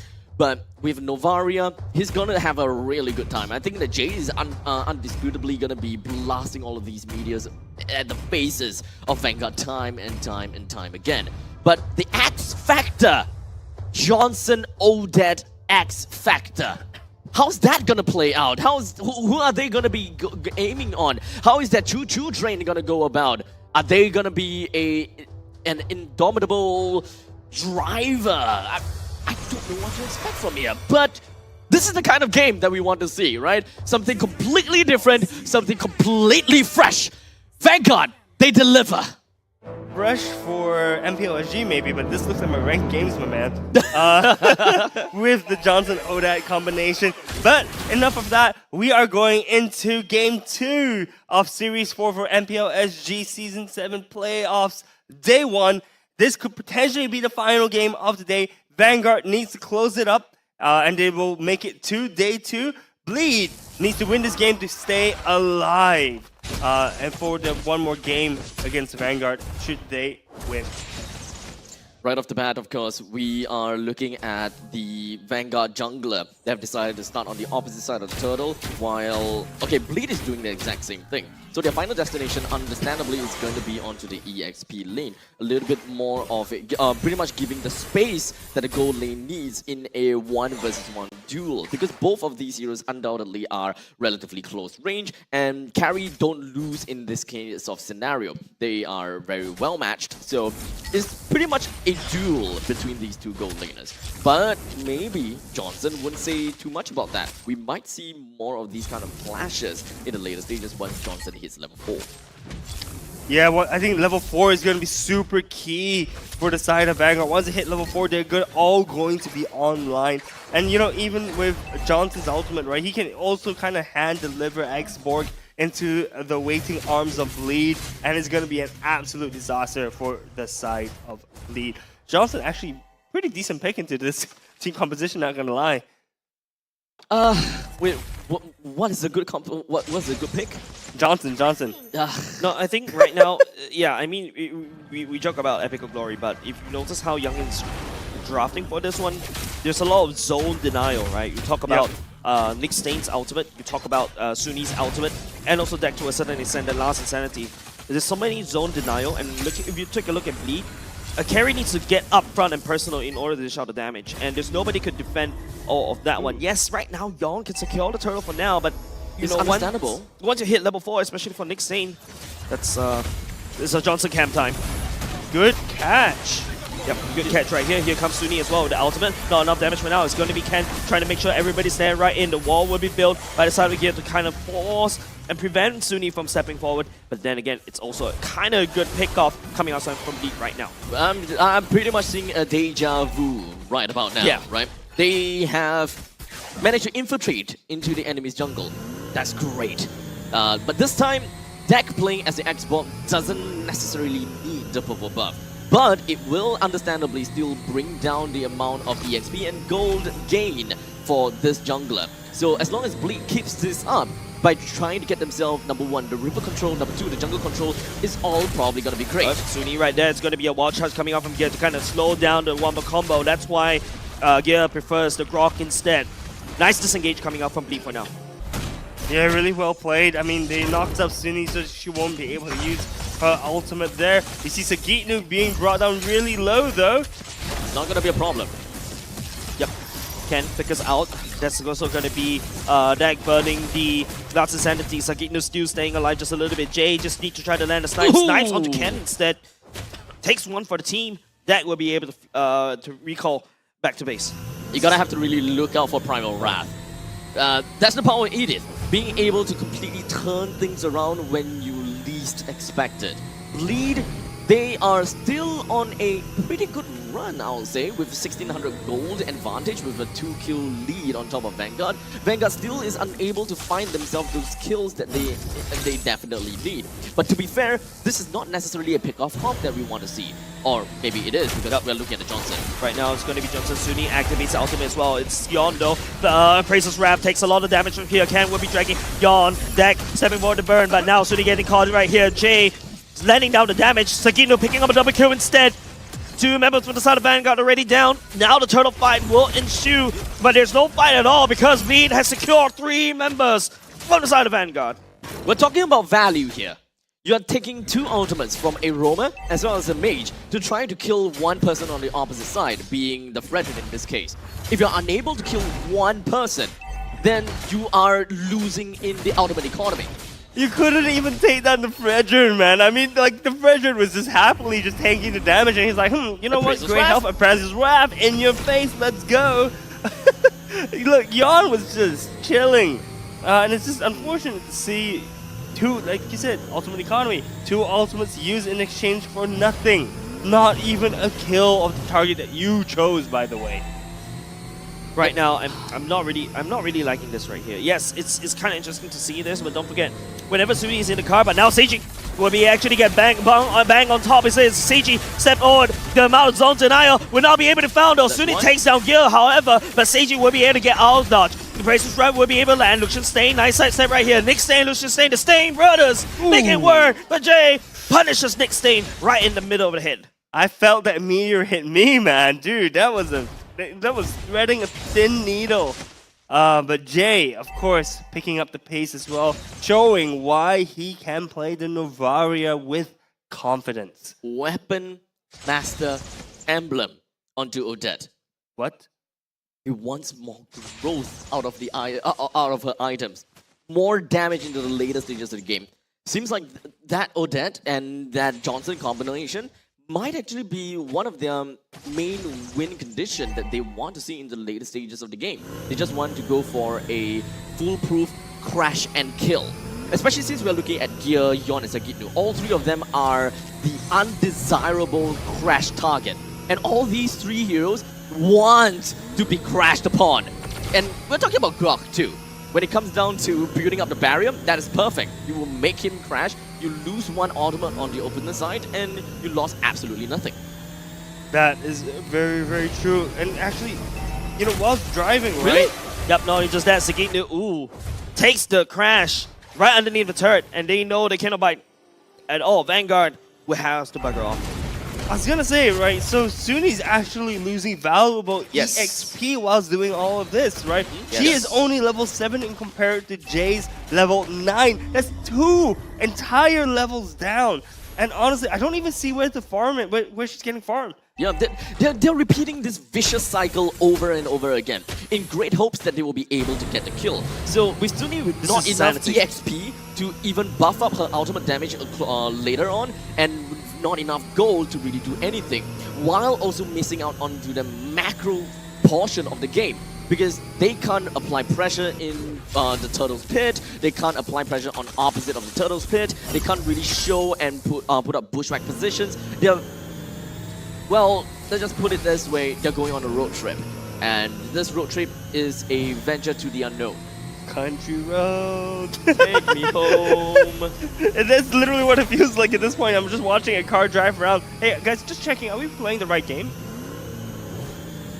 I question myself sometimes as well. Feels like we're playing some sort of racing game instead of MLBB, right? But you gotta admit, Nick's driving his driving is good. I want to say that as well. He actually sticks really close to the wall at times, and he don't crash. Yeah, it's kind of amazing, but now it's going to be Hello? Okay, never mind! Suni goes into ultimate, and now the members from the side of Vanguard will pour it in. Don't forget, there's also a turret working against them, and now Yon coming from the flank. Gear as well, the wall will be built. The wild charge right in the face, and Retribution staying on the other side of the wall. Now the Gear wall actually went in the favor of Vanguard, but now Bleed will be stepping forward instead. Jay slamming Suni down, and now it's two members from the side of Vanguard down. Bleed will be abusing that. They'll be taking those. Yeah, look, honestly speaking, 2-for-1 trade, that's pretty worth it inside of Bleed with 3.3k gold lead at this point of the game. But we do see Suni doing the highest amount of damage, no surprise there. It's pretty funny actually. This game is kind of like a trolley game coming from the side of Vanguard after winning game 1. I'm not too sure whether this is complacency or this is actually just a legitimate game plan that they have pulled off before, or they believe. So this is what happens, right? You pick up heroes or strategies that is not commonly used in competition, where these professional teams may not necessarily be well prepared for it. I think that is probably something that Vanguard is trying to tap into. But amidst of doing all of these strategies, they are still missing out valuable resources, with Nickstein and Suni still at level 8. At this point in time, Nickstein and Suni gotta have to buy their own boots. They need to do something because this does not seem to be working for them as of this point. But keep in mind that there hasn't been many big team fights as of yet, right? So potentially that's what Nickstein is looking for as he crashes into so you know, once again, there's a lot of damage. Luxenstein just outputting Spear's damage right here. Now there's also going to be the wall charge connecting onto Nickstein. Sage is just going in the speedy light whiz right here. Lost Insanity, pop! Would not be able to attack onto anybody but Jay, just outputting damage. But once again, Vanguard is losing HP, but they will be able to pick up Sagitnu. Something's not right over here. I'm looking at the fact that Nickstein and Suni has constantly been going around the map, not really clearing waves or playing the macro game. Suni is currently at 4,400 gold. Nickstein at 4,100 gold. The one person that should be going around and getting a lot of farm is going to be Luxenstein with 0-0-4, with 4 assists to his name. He's currently 4,300 gold. What gives? That is strange, man. It could be a visual bug, perhaps, but moving back into the match we see. Oh, Ken getting straight. Not only just that, it's going to be CG. Petrified will be able to land. CG spamming in speedy light wheels. He gets all away. Yon as well. One little dot. Last Insanity right there to burn him to pieces. And now Vanguard just creating a little bit more space. Yes, they sacrifice 2 members, but they take down Yon instead. And Lord hasn't been picked up yet, actually, if you notice. Lord is still alive and healthy. So the play that Vanguard just did bought them enough time, and the gold lead has shrunk, by the way. Right now, Bleed only at a 2.2k gold lead ahead. Previously, it was, I believe, 3k. So, okay, looking at this state of the game at this point in time, right, is we're 11 minutes in, 5 kills for Vanguard, 11 kills for Bleed. Vanguard, honestly, just needs to buy a little bit more time, right? If they buy a little bit more time, I reckon that this Odette Johnson combination is going to be doing a lot more, especially later in the game when everyone is grouped up for the Lord fight. How long would that take? That is the question. Because they have been doing this time and time again, and their EXP There's another crash right here. Suni immediately gets sniped down by Jay. I feel like Bleed has figured out the pattern right here. Not only just that, Seiji stepped forward, it's just shredding onto Ken's damage. The barrier will be built. Jay lands down the snipe, and Yon works on the Lord instead. Yeah, seems like the strategy has been figured out. Nick Stain and Suni need to quickly pivot to a different kind of strategy. If not, this is going into a game 3. Yep, nice adaptation coming off from Bleed right here. Yon secures the Lord for themselves, zoning deck away. No way the deck could step forward, and not only just that, Jay landing down the damage, just dissuading Vanguard from stepping forward to take the Lord pit.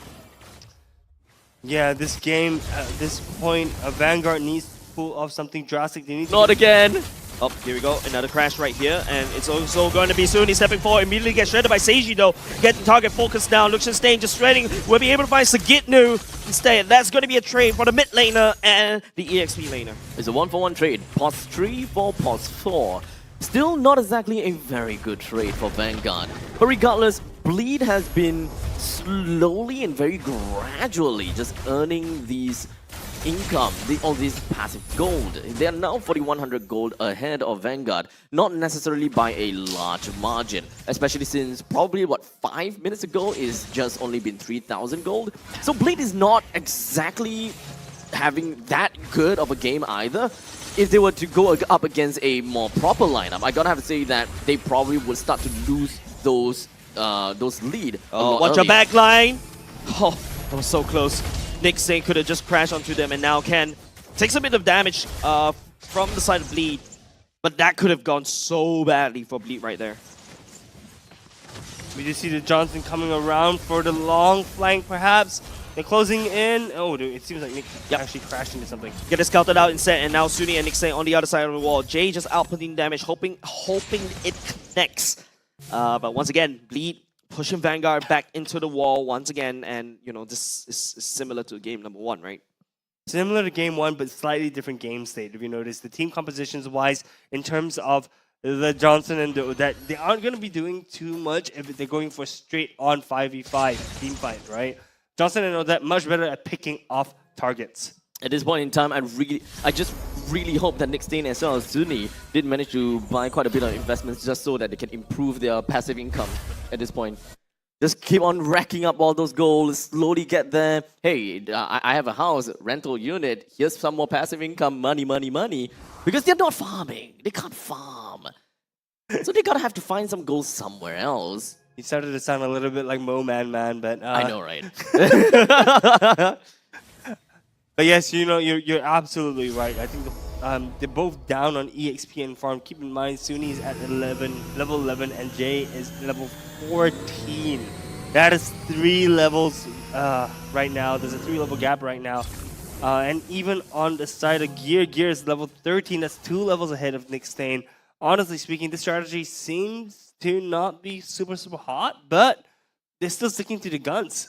One thing that I just can't understand is the gap and the gap between the mages. It's a 4-item Novaria versus a 2-item Odette, but yet they don't seem like they are leading by a lot at all. The gameplay doesn't feel as though like Bleed is having like a tremendous time, like a crazy time. It just doesn't translate well. You know what this feels like? Game 1? No, it just feels like, you know, a period of time back in the history, right? Books, right? You just want to slow down the enemy from advancing. That's basically what Vanguard is doing right now. Yeah, that's true. They are preventing any kind of movement on the board at this point. Odette having 4K difference between the Novaria and the Odette is brutal at this point. 16 minutes into the game with the enhanced load rushing down the mid. Vanguard, I don't see a way for them to win this, to be honest. As much as I really want to see them be able to win with a troll draft like this, it would be funny, but it would be such a painful lesson to Bleed. And yeah, it is. I don't want that from the Bleed boys. So technically speaking, looking at them doing this is pretty okay. Lord charging in the mid. Nobody from the side of Vanguard is actually focusing on in. Jay just outputting damage out from the front. Where is Seiji though? Seiji is already long gone. But Sagitnu, here comes the secondary amount of damage. Will be shredding down Suni. Will be taking down Ken at the same time. And now Jay landing the snipe. Is up to Liechtenstein to basically focus on the Lord instead. But the Lord is already hillaging onto the core as well. And Bleed. But no, it's gonna be wave cleared for the side of Vanguard, and they will defend for now. For now, because the bottom lane wave is coming in as well. Spear of Destruction catches gear, and now he blinks all the way back to the wave clear. And man, they defended. The fight is not over yet, though. Never mind, it's over now. What is going on? Guys, I don't know what I'm doing now. Guys. What is going on in this game? How did Bleed not finish that game? 7-16. I can understand that Liechtenstein, understandably, he clears waves fast, right? Looking at his passive and all, and the spear that landed, pretty solid, right? Did manage to pop a couple of immortality over to the side of Bleed, stirred and instilled some chaos and fear onto Bleed, because I'm pretty sure that by now, Bleed already have this this fear of rejection in their hearts, and they are just like, you know what, we gotta play safe, we gotta be real careful, we can't make a mistake now in fears of repeating what happened in game number 1. But this indecisiveness may also actually turn out to be their downfall, which I really don't want to see that happening. Right now, Lee just taking it slow right here. Just looking for any pick-off right now. But they're not really off a catch. In fact, it's Vanguard's a game to kind of find another person to catch. But it's smart that Bleed doesn't want to handshake in team fights right now because the Lord has spawned. As long as they keep Vanguard back in the base, they do have something to work with. Yeah, we see Bleed grouping up with the Lord. The Lord's super, it's going to be their definite win con, right? We see deck being kind of chunked out a little bit in terms of HP, but I believe Bleed is just going to safely take the Lord. Suni and Nickstein is still at level 13, guys. They're still at level 13. Oh, here we go. It's gonna be smashing onto Yon instead. The Petrify will be able to land, and Jay gets hacked by the Spear of Destruction. Seiji will be able to shred down Nickstein right here. Suni and the Wild Charge connects onto Ken, gets knocked up sky high. Seiji picks up a double kill. Deck burning Sagitnu on the other side. Suni in no man's land. Flickers back to safety. Deck is still alive though. No retribution. Yon still has his own. And Deck, there's no last insanity unless Liechtenstein can do something, anything to kind of slow it down. But Retribution still connected by the side of Yon to secure the Lord. Last insanity, but a bit late. And it's also... Ooh! Jay, my man. I puckered right there. I puckered. I squeezed. Yeah, I squeezed. Oh, man. a quick little clench at the point in time. The timing though coming up on Jay. Man. But with that all said and done, the Lord is now going to be marching in the middle lane. Gear and Sagitnu unfortunately would not be here to support with this Lord push. As such, this Lord take is probably not going to amount to anything, as Vanguard should be able to dispatch the Lord as quickly as possible with their current lineup. Dean is having a lot of trouble to end this. And this has been a coherent, consistent theme, even in the upper brackets against RSG, right? They cannot end the game. It's just mind-boggling how Bleed was able to, you know, just do everything according to textbook, right? But how are they going to end this game against Vanguard when Vanguard has just decided, okay, you know what? I'll play the long game with you. Now the items are all more or less equal. Suni has already secured Blood Wings. Finally, level 15. Yeah, and now the levels and the items doesn't matter anymore. No, it still matters because Zuni still have one more slot to fill. No, but honestly, the later this game goes, right, the less it makes difference. And honestly speaking, it really feels like a repeat of game 1. Yes, it's a lot more hard. It's a lot harder for Vanguard to pull off their composition. But honestly speaking, it's like you said, Abstract. It feels weird. It feels like the gold amount didn't amount to anything for the side of Bleed. Yes, they pushed in all 3 turrets, but honestly, it's all 3 turrets down, 1 minute to the next Lord. They should be able to theoretically just push in. They've took Lord 3 times. They've got all the turrets down. They took 3 turtles. They have double of the kills on this, against Vanguard. They have, and Vanguard have got 2 players that is not active in lanes.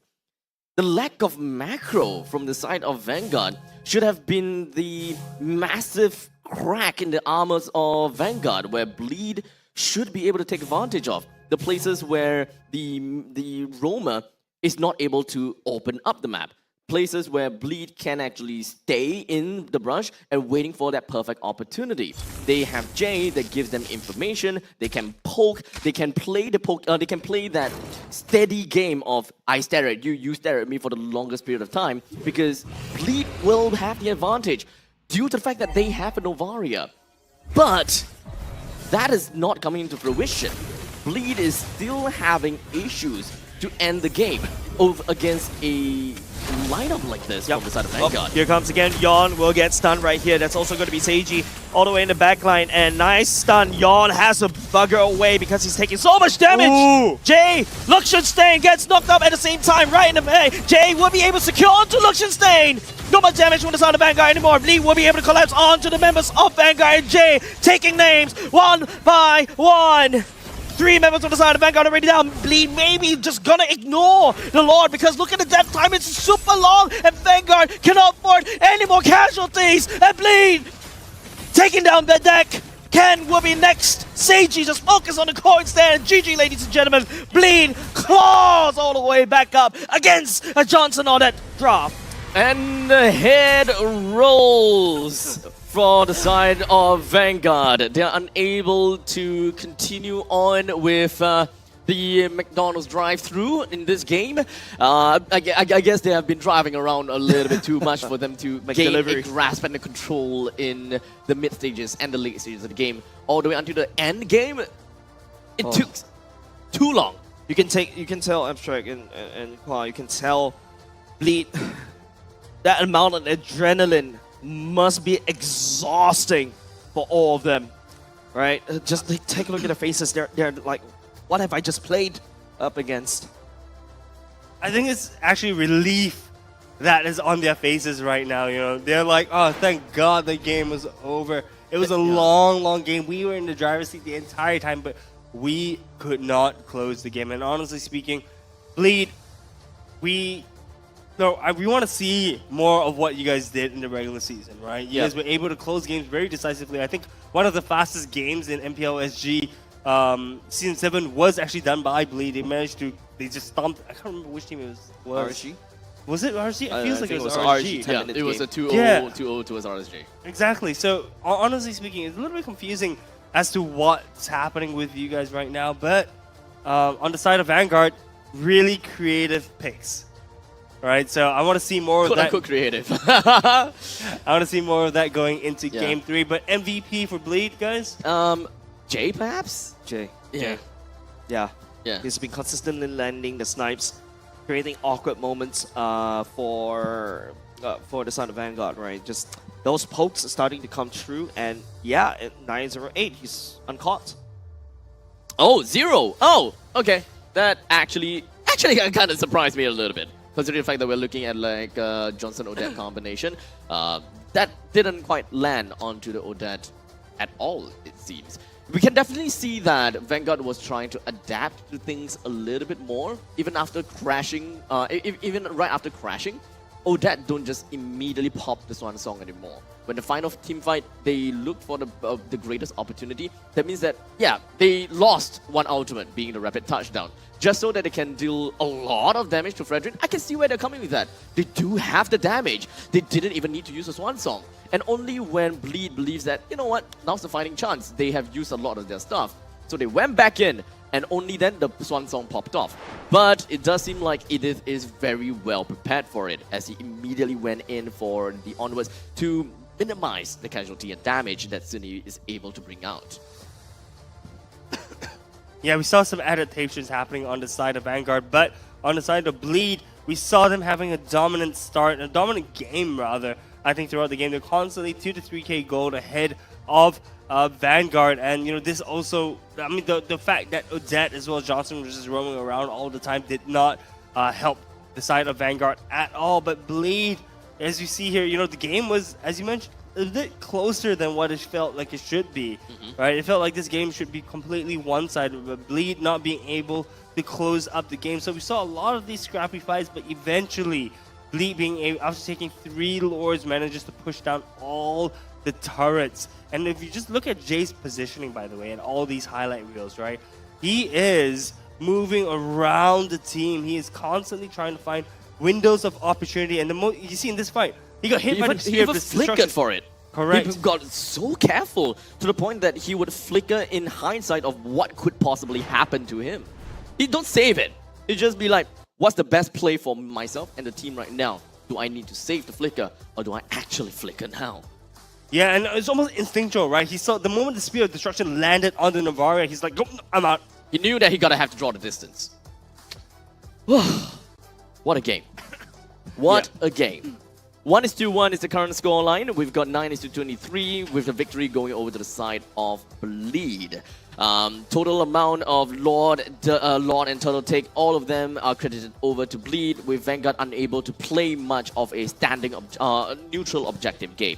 In fact, when we're talking about standing objective, they have only managed to take a total of 3. This is not entirely a lineup that is going to be great at seizing all of these objectives, because they don't have river control, they don't have jungle control. Why? Because the one that is supposed to give them the control, being the mage and as well as the roamer, is on a road trip. Which is why we say that the macro game is definitely not there for Vanguard, and is in turn supposed to work very well for Bleed. Yeah, that's for sure. But looking at the items right now, I find it funny that Sunny and Nixon both carrying the roaming boots, right? I mean, that's why we saw the income, you know, slowly increase. It without taking much of the lane CS as well as the tower CS. You can see that apart from Sunny and Nick Stain, right, picking up the roam boots, yeah, the rest of the members start to pick it up as well. But another thing you also have to take note, in the early parts of the game when Nick Stain and Sunny are going on a road trip, probably going to the next drive-thru from McDonald's, Deck was actually taking most of the farm away. So Deck was able to farm up a lot of these more important crucial items. In fact, just take a look at the gold lead. It's like gold score is 13k gold. But when the game starts to close in towards, you know, the mid-late game portions, yeah, I feel like sometimes the fun has to stop, right, for the side of Nick Stain and also Sunny. I guess they played the game in accordance to their win condition, because they truly did. You gotta have to give it to them. They stuck it all the way from the start to the end. Even if it didn't work, they still stuck to the win condition, but they just kind of vary it a little bit. They just don't pop the Swan Song so early. Wait for the right opportunity to actually do that. So when it comes down to adaptability, I would still say that Vanguard understood what they gotta have to do, right? They go in, that's their main way of closing the gaps, bring Sunny into the hearts of the enemies. And as long as is the right opportunity for the Swan Song pop, then pop. If not, back off, we reset a little bit and play a little bit of that poke game. Yep. But understandably, Bleed will win that poke game because of Jay being the Novaria. So basically, in this particular game, Bleed was just literally out-poking Vanguard, right? And if you want to talk more about the hero interaction from the side of Vanguard, this is actually pretty ingenious, right? Remember, I alluded the fact that there's a lot of AoE zone denial. And there's also the enabler for the side of Nick Stain. Once it smash into anybody in Lucian Stain, that's a free Spear of Destruction, so he could join the team fight any time. And don't forget, with the AoE Zone Denial, it's pretty safe for Lucian Stain to just TP all the way there. And now if you try to escape, there's also a Ken who use the Arm Offender to literally pull you back in to the damage and that zone denial that Vanguard has set up. So in terms of this hero lineup, I would say it may look troll, but you gotta have to give credits over to the side of Youngin. It's a really pretty well thought out draft.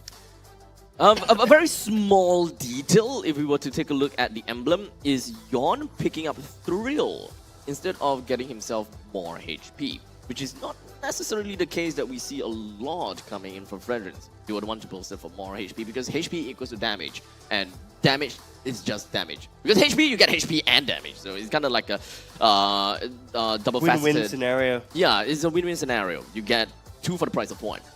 That's true. Surprised with that Thrill. Definitely a unique pick, I think, in terms of the emblems. But looking at the post-game stats, we do see actually Lucian Stain was left on an island and able to farm a Storm. 840 GPM is incredible for a game like this, you know, where he was basically left on an island, right? And we see the carry being Jay, of course, with 156k damage, and Yawn actually having the most damage taken, as well as being the best wingman. Honestly, I feel like the stats don't show what actually happened in game, because the thing is that the Johnson and the Odette weren't doing a lot, right? So the damage dealt should technically be a lot higher for the side of Vanguard. Actually, I feel personally, the stats doesn't really show what the storyline is, because you can see the side. I said it's like, oh my god, what I just played. It's a very long 23-minute game where you're constantly on your tippy toes with a potential Nick Stain just smashing into you. But then again, you also have to think about Sunni, right, with the Swans from the ultimate. Whereas Yawn is mostly absorbing all of that, he's actually just stepping forward, allowing that to happen so that it gives space over to Seiji to be able to just output the damage, right? And if Seiji was able to output the damage and focus onto Sunni before she could just continue on with the Swan Song, the whole team will be safe. So not only just Jay, just dodging around everywhere, flying, melting through walls, especially when the Johnsons want to come crashing into him. It's also Seiji taking a very smart decision to target prioritize onto the Odette in all of that chaos. That is very true. But I'm curious to see what Kin has to say about this game, right? I mean, this game is definitely a unique game for him to break down, so I'm interested in seeing which scene Kindofu is going to take to analyze. Take it away, my man. Thank you, my brother. Now, I'm going to explain to you a little bit about Youngin's mind here. It is actually a marathon in the eyes of the Youngin. And, for Coach Gee, it looks more like a sprint, right? I know you guys were complaining about, hey, they didn't have enough farm and whatsoever. But Sunni and Nick, they count as one entity. These are the 4 horsemen protecting Mr. Lucian Stain here. And it all came down to one moment where Lucian Stain made a mistake. So I'm just going to walk you guys through that process itself. Lucian, of course, started the fight really well with the Spear of Destruction. Actually forced Bleed into a very unsavory situation where they had to draw a line right over the river, right in front of them, right here, right? And Lucian made the first major mistake, which is he actually stood in the Astro Meteor, so he actually got hit by a huge chunk of damage by Jay, and that was the start of the downfall for the side of Vanguard here, right? They were all actually caught by quite a bit of damage as well, and leading on to that, the next move here by Gear and Sagitno, beautiful. The moment Lucian Stain fell, this was the perfect marker. Any Grok will salivate over this. This is an instant Guardian's Barrier into Wild Charge. Even I could do that, right? And that's exactly what Gear did. A nice Wild Charge, a 5-man stun here. And that's what was Bleed was waiting for the entire game. That's why they wanted it to be a sprint. Let me just get one moment and we kill you all off. And of course, with that being said, one small play here. Yes, Yawn with the Praise's Wrath, but more importantly, Sagitno with the Onward, getting out If I'm not wrong, it should be Suni. So actually cancelling out her Swan Song. In the meantime, the timing was just a bit shy from Ken. The Petrify came, but just a little bit too late. And that kind of costed Vanguard any chance of comeback over here. And Jay, you can see, doing a ton of damage, getting a double kill as well, helping to actually pull Ken back with the Star Shatter, making him take a one step back. And with that, I mean, end of the day, Bleed, if you give it to them, the chance to end the game, they will take it, and they'll take it gladly. And that's exactly what Bleed did here. So it's going to be 1-1 now for Bleed against Vanguard. Excited. It's, you know, at this point, as a caster, I am very excited to see an even playing field. So now, this really comes down to the battle of minds between Youngin and Gi.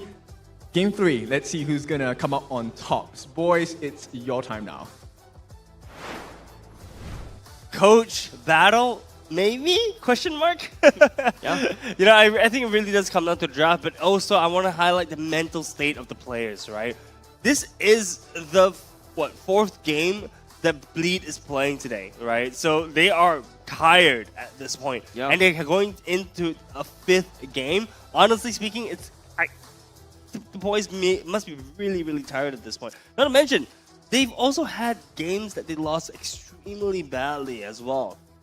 We talk about the mental state. I think, yeah, like it's definitely not really looking good for the side of Bleed. Whereas for the side of Vanguard, on the other hand, they're coming in fresh, right? Yep, I know I'm already at the lower bracket, but hey, got nothing left to lose. Let's make it fun. And unfortunately, the fun is at the expense of Bleed.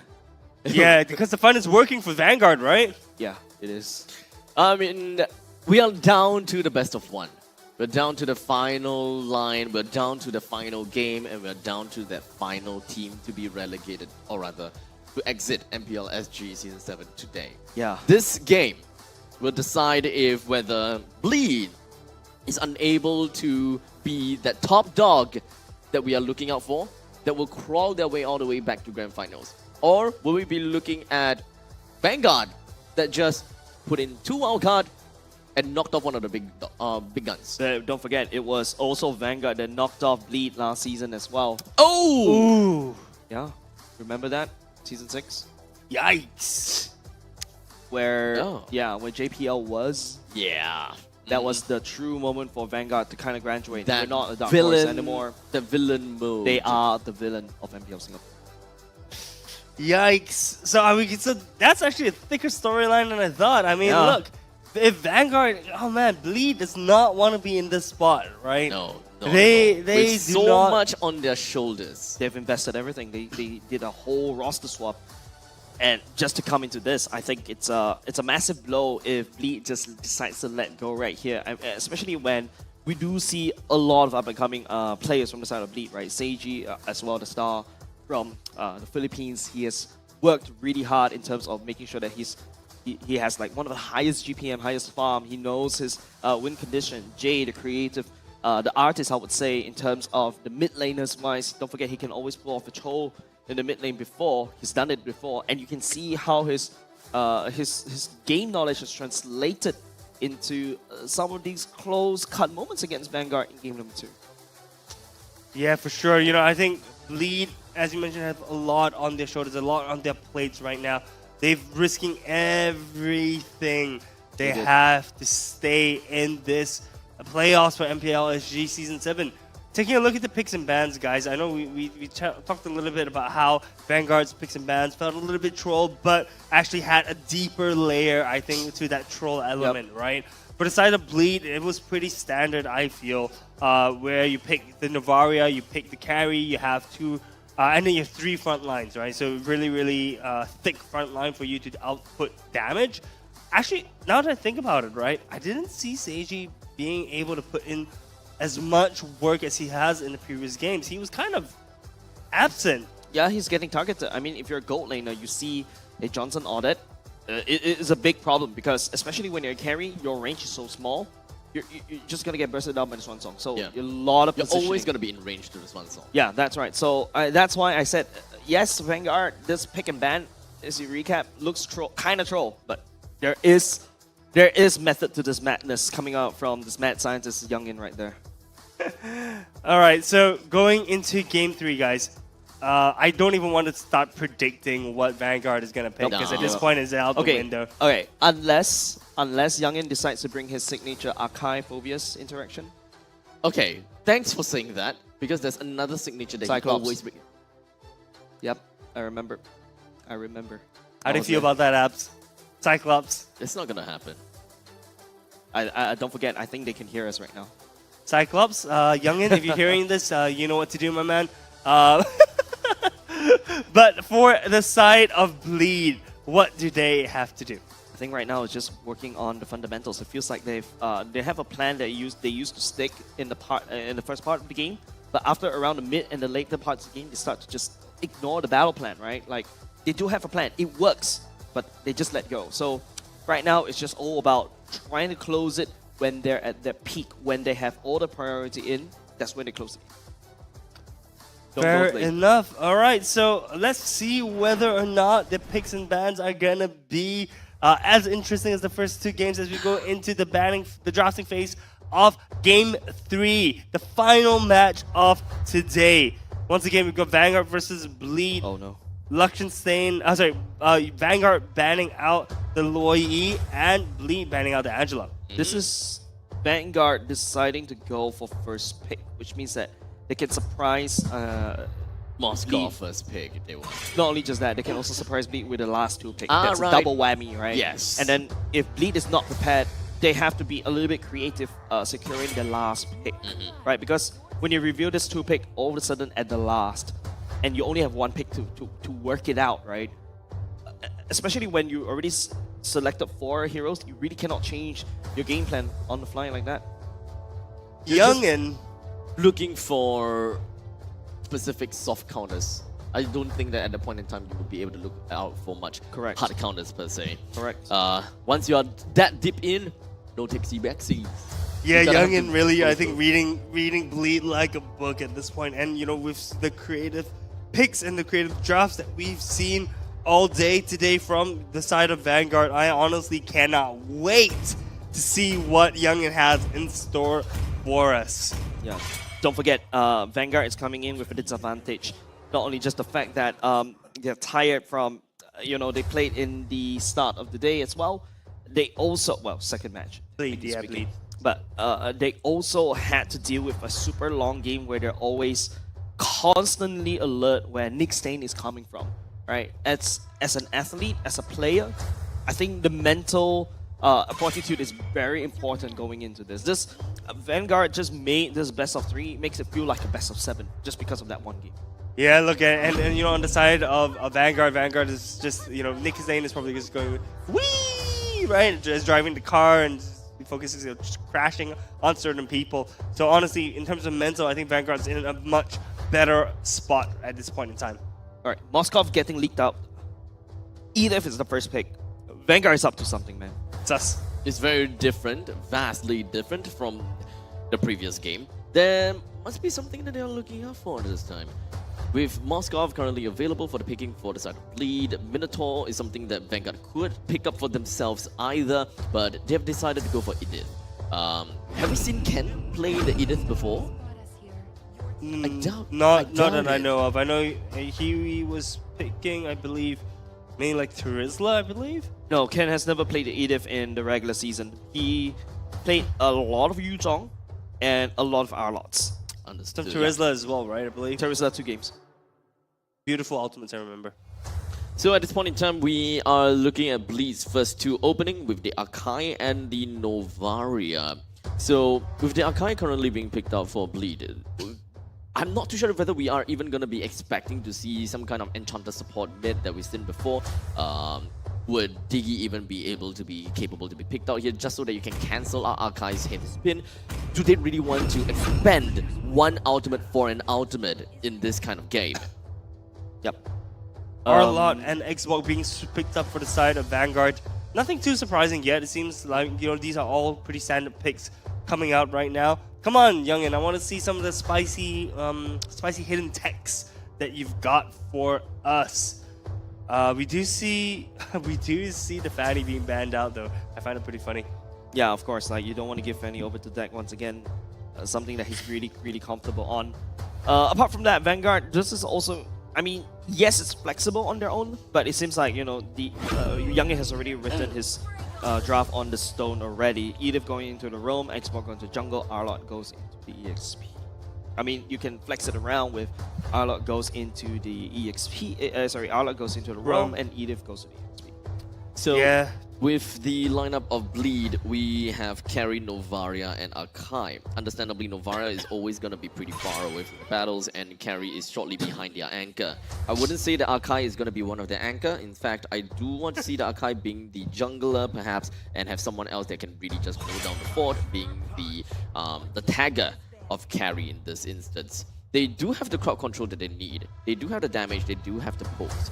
At this point in time, what they are generally looking out for is possibly some other soft counters that they can expect to deal with Vanguard, because Arlott, crowd control, Edith, crowd control, and they are generally very tanky. Something that Carry can do very well, but perhaps wave clear is something that they would want to possibly look out for too.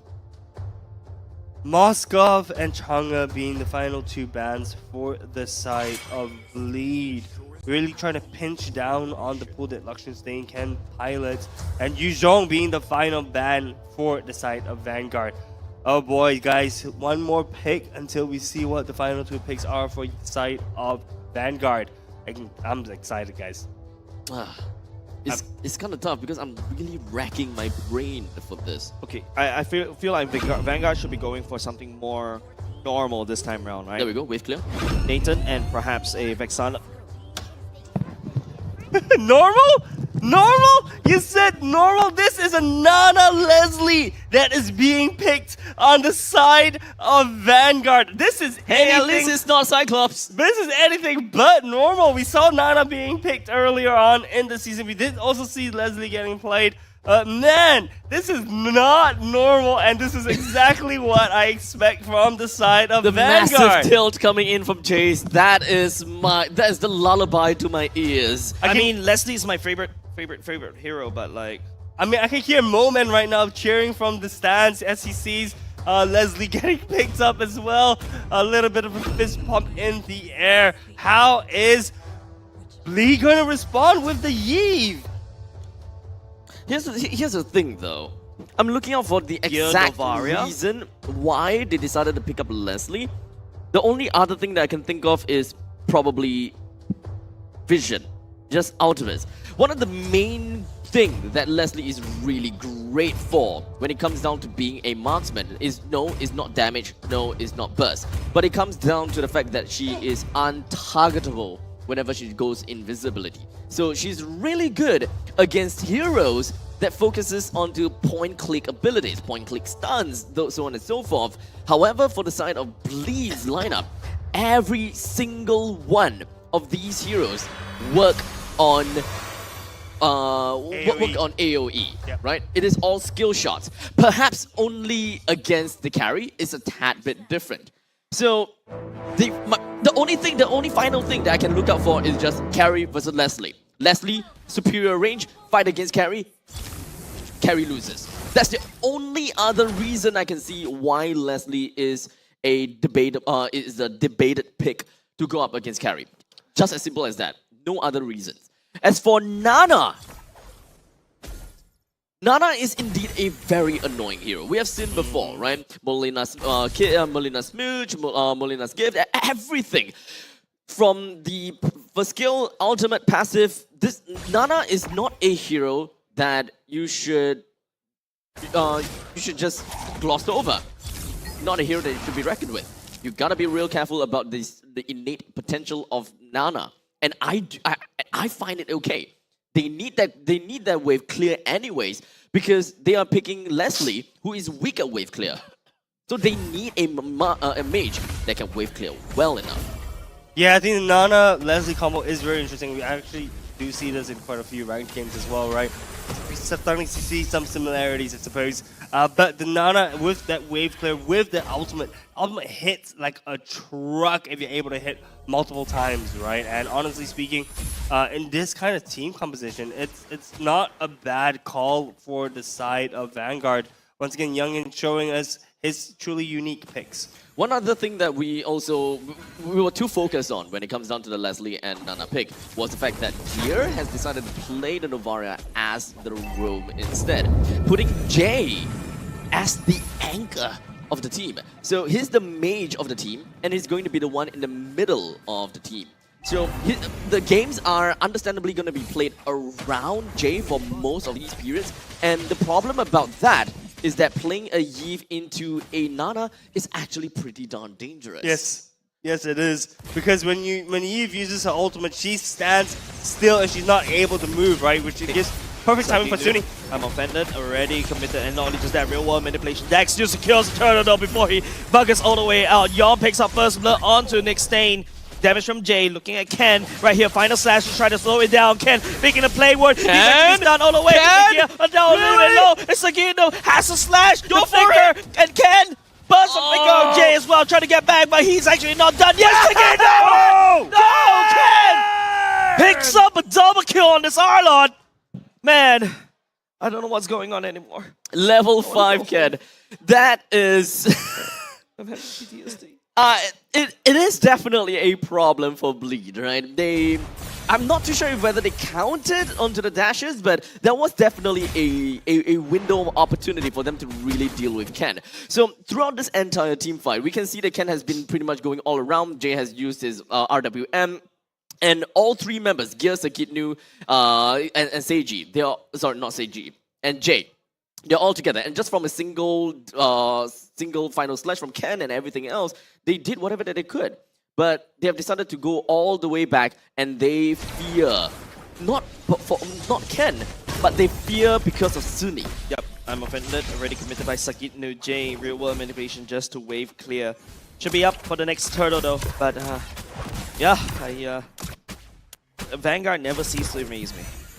Vanguard pulling out these surprise picks is the highlight of the day for me, man. I never thought I'd see a Leslie Nana combination, a Johnson Odette in the playoffs of MPL SG, but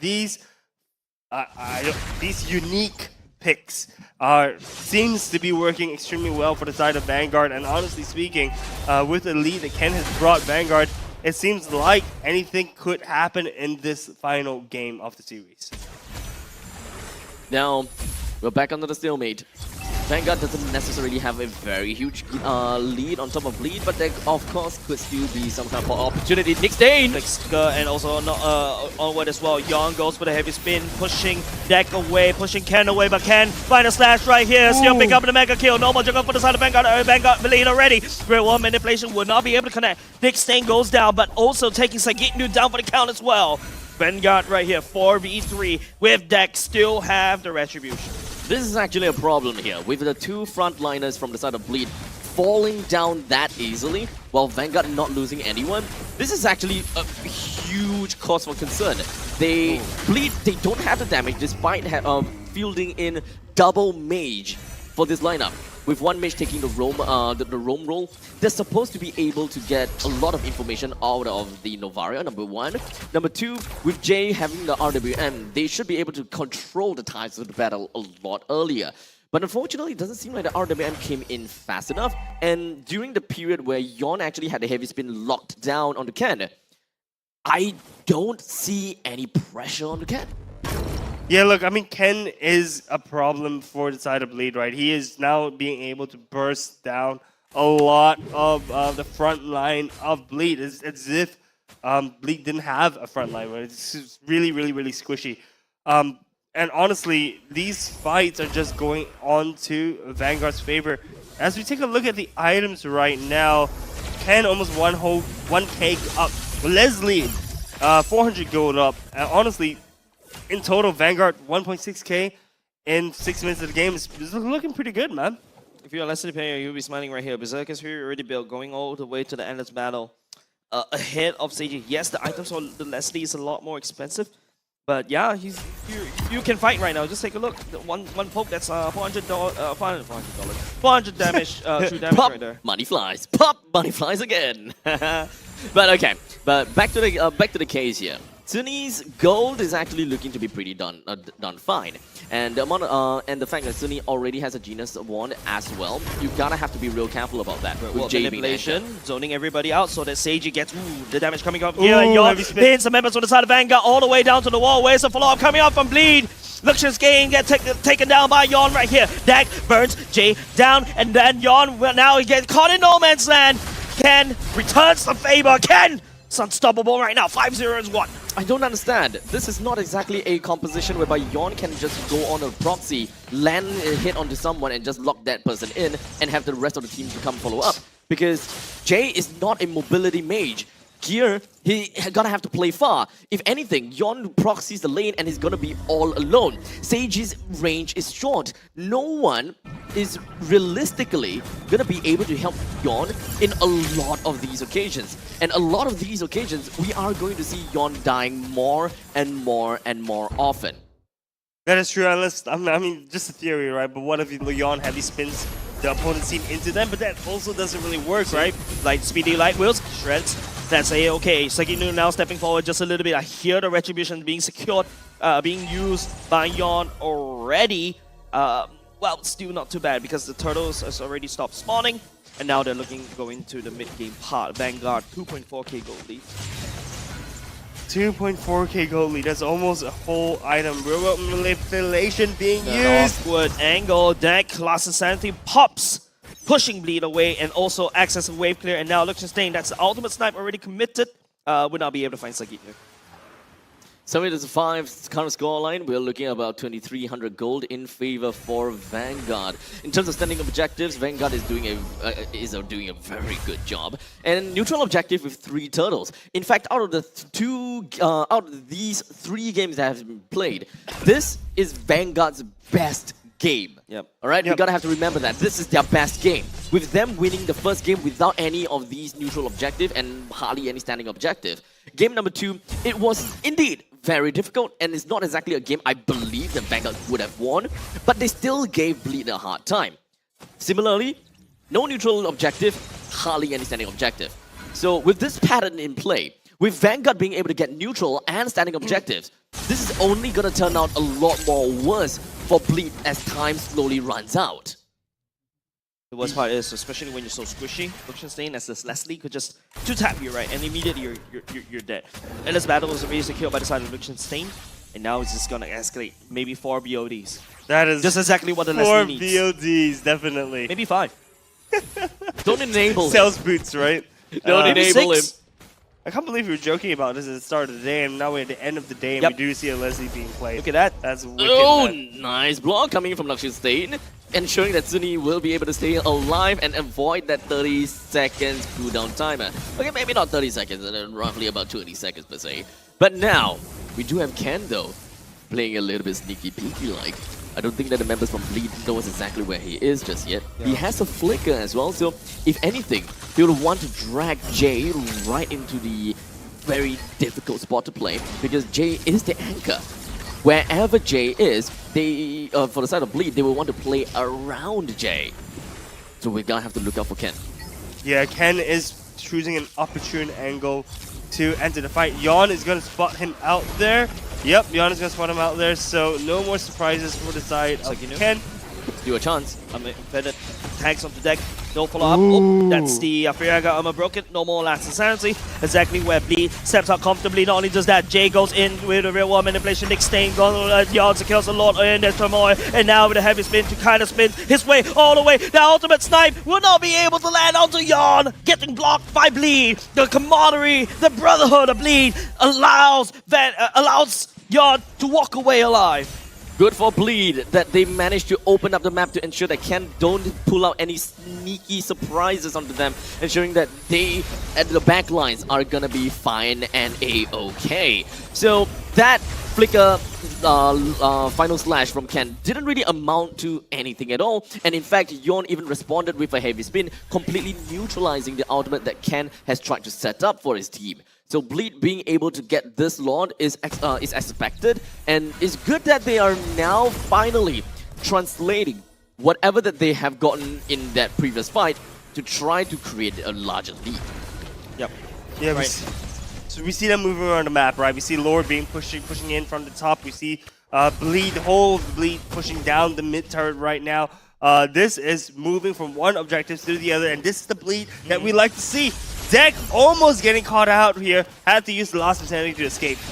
Yep, right now Bleed has to end the problem right here, right now. If not, you know, Luxenstein is going to do a lot of damage. Reward manipulation! The snipe from Gear finds onto Luxenstein, and heavy spins all the way out. Vanguard still managed to defend the topside turret. Oh, amazing communication between Gear and Jay.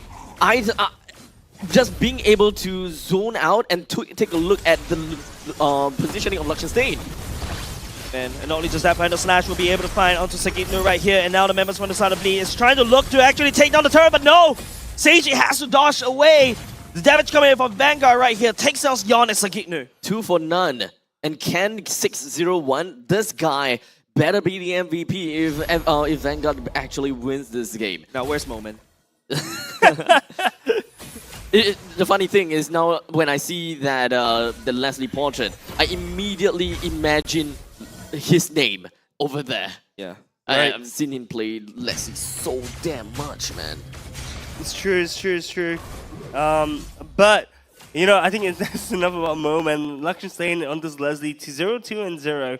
Not putting in so much work, but actually, I think I want to look at the damage graph actually and see how much damage has been done by this Leslie, because I can see her just standing at the backlash, not being able to secure kills, but able to output tons of damage.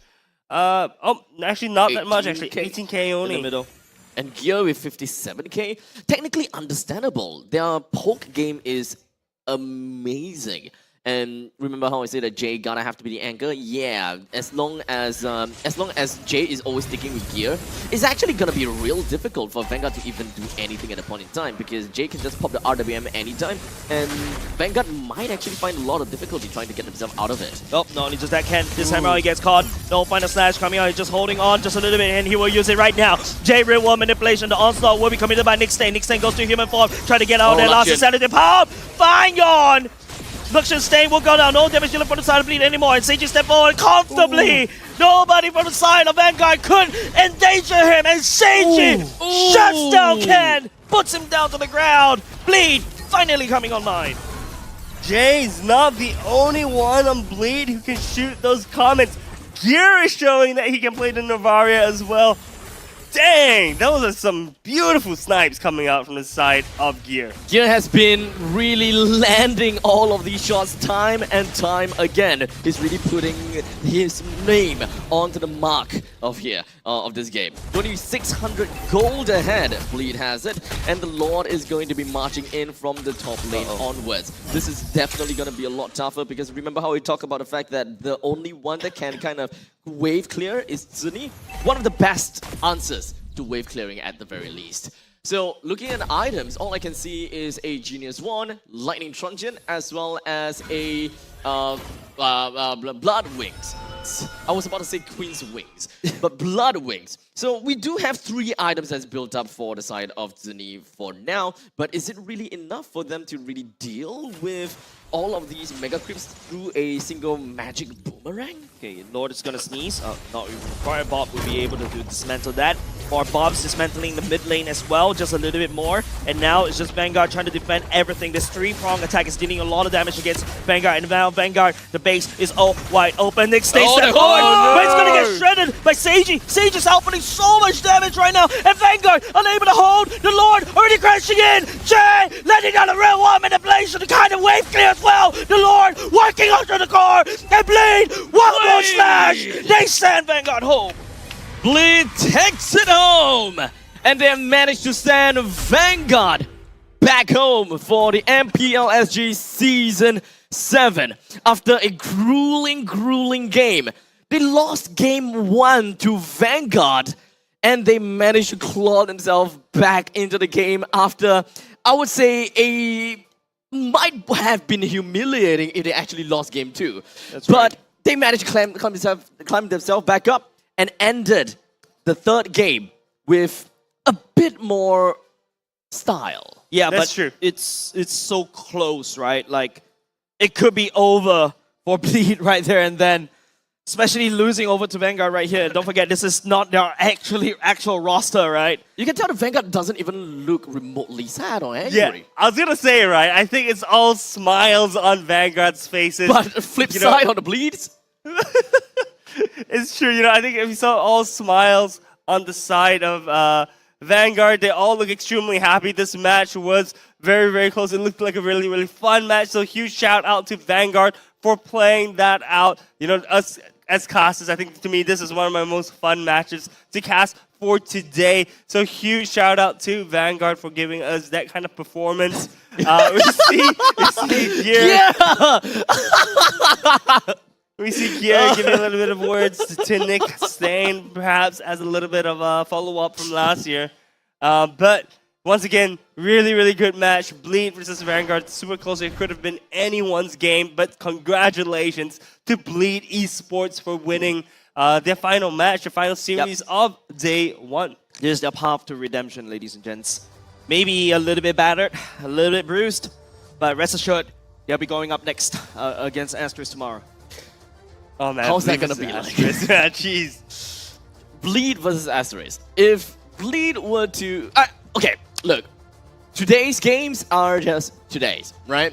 They're gonna go home, get themselves a fresh reset, and they will come back stronger tomorrow and show us exactly who they were in the regular seasons, and they will twofold that and give us a better performance tomorrow. Yeah, I really hope that's the case, ladies and gents, because, this path to redemption for some of these players that's currently still in MPL Singapore, it has not been easy, but ladies and gents, credits where credits due. Vanguard made it so hard for Bleed as well in this particular series. Man, the villains, there are still the villains on MPL Singapore. The villains never win in the end. That's what Well, they won last year, right? Have you ever watched Magnificent? All right, guys. Anyways, MVP, Gear, done. Gear. Let's go. Bye. Yeah. All right, Gear. Easy game. Yeah, his snipes has been on point, and not only just that, it turns out, it's Gear being able to just, land down the damage against Liechtenstein, especially when Liechtenstein is staying so far away. And not only just that, the ultimate coming up on Novaria also allows the easier land of the heavy spin. It's just the control of the game that Gear has when he's playing Novaria, right? You don't only get vision, you also get damage. And thinking about it from a resource point of view, right? Vision is a resource. HP is also a resource, right? It's not about whether or not you can burst down a single person, but the thing is that if you eliminate a person in the enemy team from the game, that's a ton of damage, which is non-existent on the board for the side of Vanguard. So, immaculate performance from Gear. Congratulations once again over to Bleed. Showed us an amazing game in the last one. I gotta have to say, the last one was great, right? The last one was actually great. First one and second one, maybe don't show us that again. But for now, we're gonna be jumping over to the mic check and actually listen to what their comms is gonna be like. The Ruby pin on guys. Got it. Can you back me up? I think in the tower. Nice. Can out. Already. I claim tree. Slowly guys, I'm not there. I can out. Nice one, Sagi.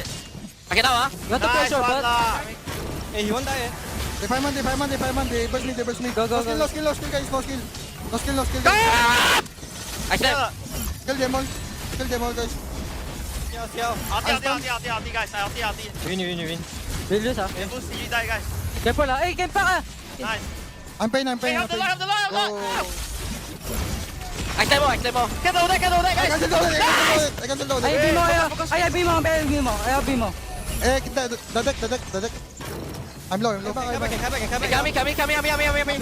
Helping. Low. Nice one, guys. Slowly, Go mid. Careful. I go. Okay. Don't click. Come back, Yon. I can out. No, guys, come down. I can fight. Guys, I can fight. We can fight. I box. Bro, you wanna? End. Nice! Let's go, bro!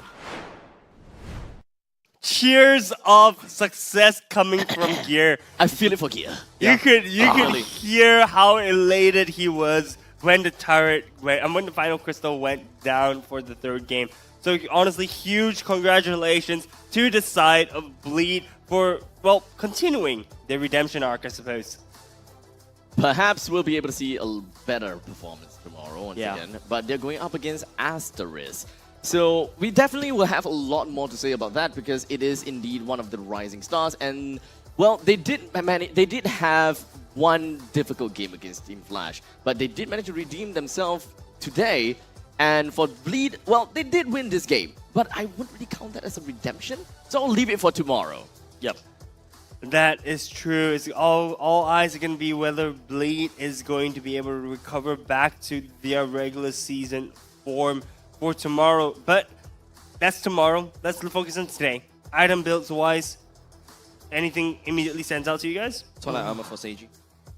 What thing for Seiji? Twilight armor. Twilight armor. A lot of respect over okay. the side of Luxenstein, right? That's why he's able to sustain, you know, these fights. And not only just that, if you notice, it's a mana boots for Jay, skipping the book. Usually you would want to go for the book for the Eve. But at the very least, with the mana boots, you get access to the 2 core items very quickly, be it the ice cream one and also the glowing one as well. And apart from that, it's also Sagitnu.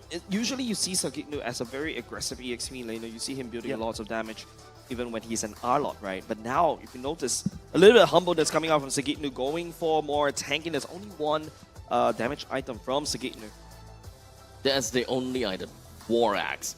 But after all, we're looking at a Ruby after all. We want him to see Sagitnu more on a setup scenario. And we did see that a couple of times because we already have quite a lot of crowd control coming in from Yon, crowd control from Jay, all of that are slow. It's definitely very annoying to deal with. And Sagitnu probably just need to find the opportunity to reel someone in order to get themselves fighting onto their own playing field, which is right within of Jay's RWM.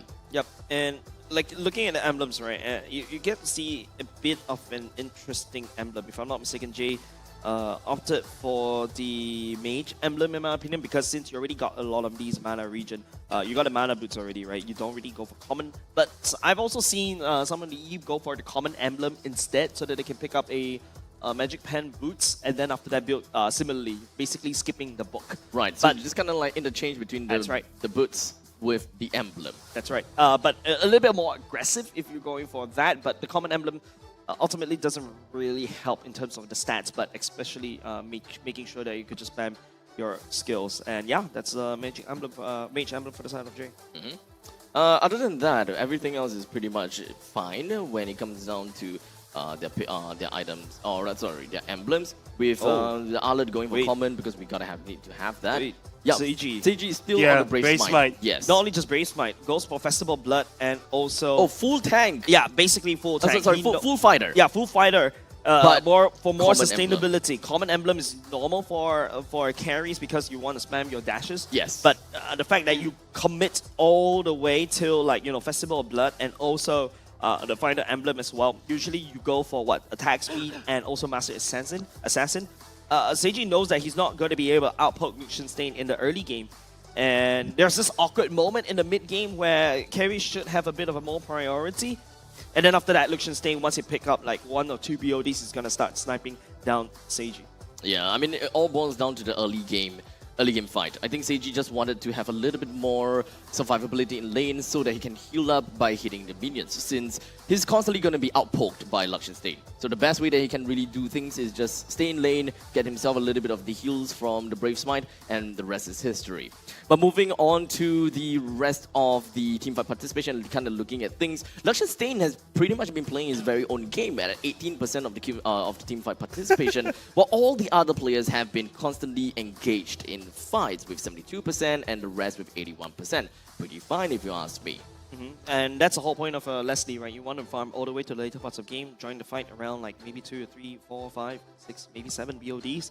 Stop. Yeah, but the point being is that you got a lot of damage from the side of Nickstein and Sunny already. So yeah, there's no point for Luxenstein to kind of join the fight. Yeah, look, I mean, unfortunately for Luxenstein, he was not able to reach the late game point where Leslie have multiple BODs.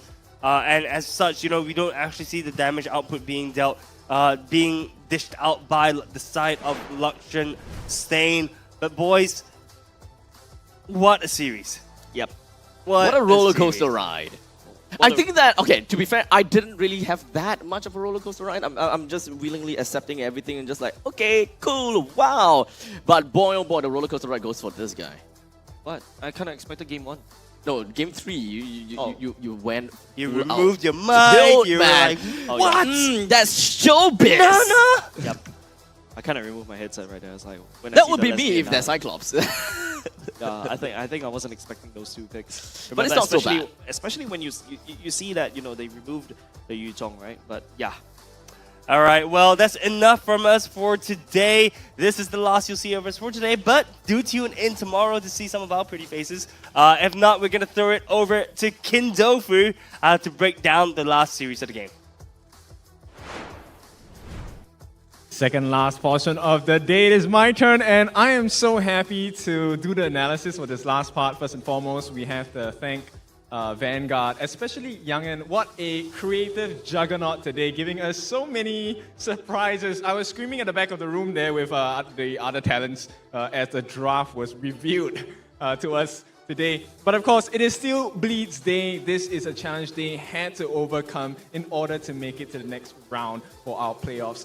Day 2. Now, first and foremost, mission report. This victory is done. They have gotten their revenge, and revenge is best served cold. And what a cold performance by Bleed boys here. Let's kick it right off. This is going to be the start of it. So 3 lanes all pushing in. Enhanced Lord, the charge is going to be wasted at this point. But I want you to keep your eyes on a few specific people at this point. First one being Mr. Sagitnu here. Just a little one. I'll point out a minor mistake. This costed them a little bit of advantage here. He actually missed his I'm offended, which then allowed the Vanguard boys and girls to really have a little bit of confidence going into this defense. And if you have seen the earlier parts of the game, the defense was a little bit shaky, but still foundationally sound. They could defend this in theory. Right? But here comes the formula that Bleed gave us, which was the J and Gear combination. This is a extremely painful yet effective combination here. The Yve as well as the Novaria. You're taking a risk with your health points, but you are, putting your investments into massive amounts of damage as well. So what they're going to do is they're going to trap the rest of Vanguard in here. Nick actually gets caught out, and at the same time, Suni actually blows the Blitz as well, right? Molina Blitz, once she uses that, she's out of damage, out of AoE damage, and that was the killer blow for Vanguard itself, because take a look at what happens next. Mr. Seiji, he did so much damage to the front line, they couldn't survive this, and at this point, the killing blow by Gear with the real-world manipulation. Is it Gear? No, it is not. It is J. My goodness, what a RWM there to lock 3 members in. Death Ball at this point, adding on with another Void Blast as well, and they were done for. And with that being said, this was the finishing move for the side of Bleed. What a game today. What a series. Super entertaining. It's a nice one to see Vanguard bow out with such gusto as well. But of course, this is the end for me. It has been fun for today. This is Kindofu signing off. It is time for me to throw it over to Cheryl. It is your turn to go. Thank you so much, Teacher Kin. And right now, I have Coach G right beside me. Now, Coach G, I also sweat for you, Today, we started off the day for Bleed Esports at 2nd seed.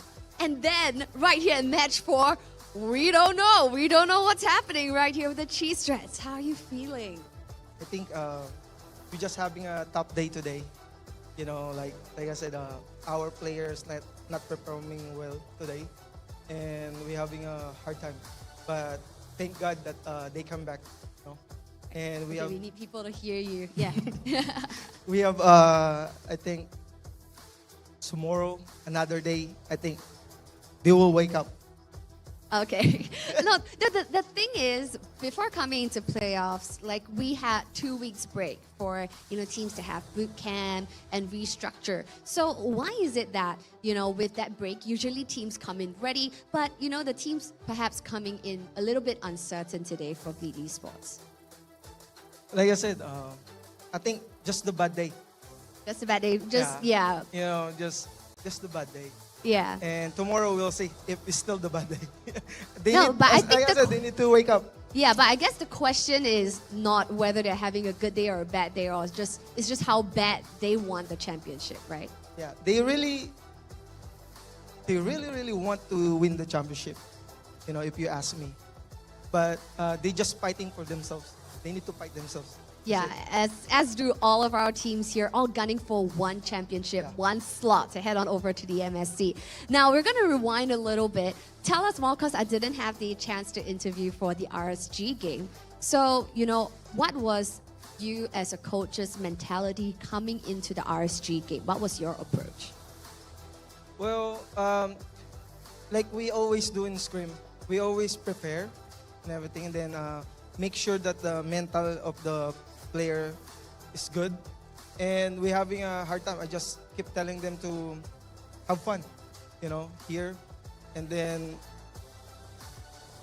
just, you know, like play what they need to be played in the, like in Scrim.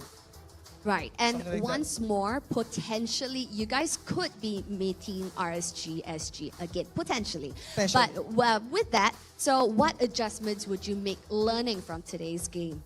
A lot. Elaborate. Just a lot though. Like, I think Gear need to step up.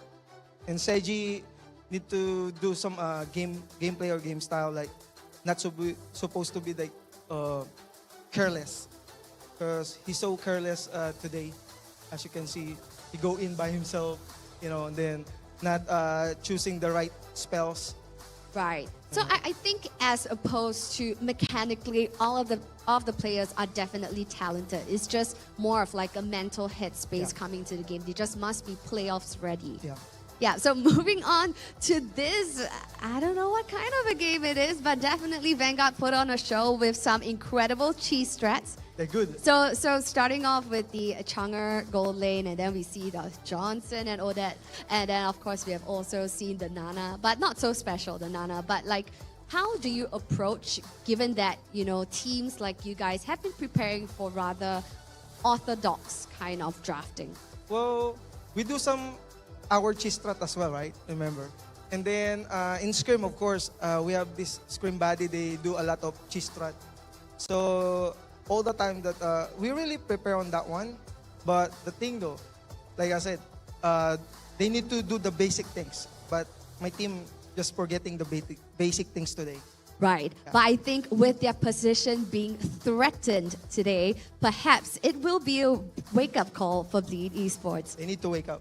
Thank you so much, Coach G, for this wonderful interview. Thank you. So yes, guys, that was Coach G right here from Bleed Esports. Thank you so much. So yes, friends, this marks the end of match 4 and the end of day 1 right here at playoffs. Now it's a crazy day today because right here in match 4 itself, even though with that wonderful cheese strat that they have pulled out, we have unfortunately got to say goodbye to potentially one of the villain teams right here at MPL SG, and that is Vanguard Esports, and they definitely went out with a bang. With that being said, let's take a look at the overall match schedule. As you see here on your respective screens, as the day has concluded, we also have our upper bracket games. Starting off match 5, which is Saturday, tomorrow, happening at 1:30 p.m. We will see our defending champions, NIP Flash, going up against RSG SG. And closing off the show, we see match 6, Saturday, and that will be at 5 p.m. We see Asteris going up against Bleed Esports. Now, for tomorrow, both matches will be a best of 5, and that will be a promised high-octane close games right here at Singapore's MPL SG Season 7. Now, we have changed venues this year, and we're so very excited. Now, we're located right here at Scape Underground Theatre, Level 2, right here in the heart of the iconic Orchard Road. So, we hope to see you tomorrow, Saturday at 1:30 p.m. for Day 2 of playoffs. MPL SG Season 7 is brought to you by Moontan Games and Zenway Productions. Presenting partner, McDonald's. The road to glory has never been tastier with McDonald's.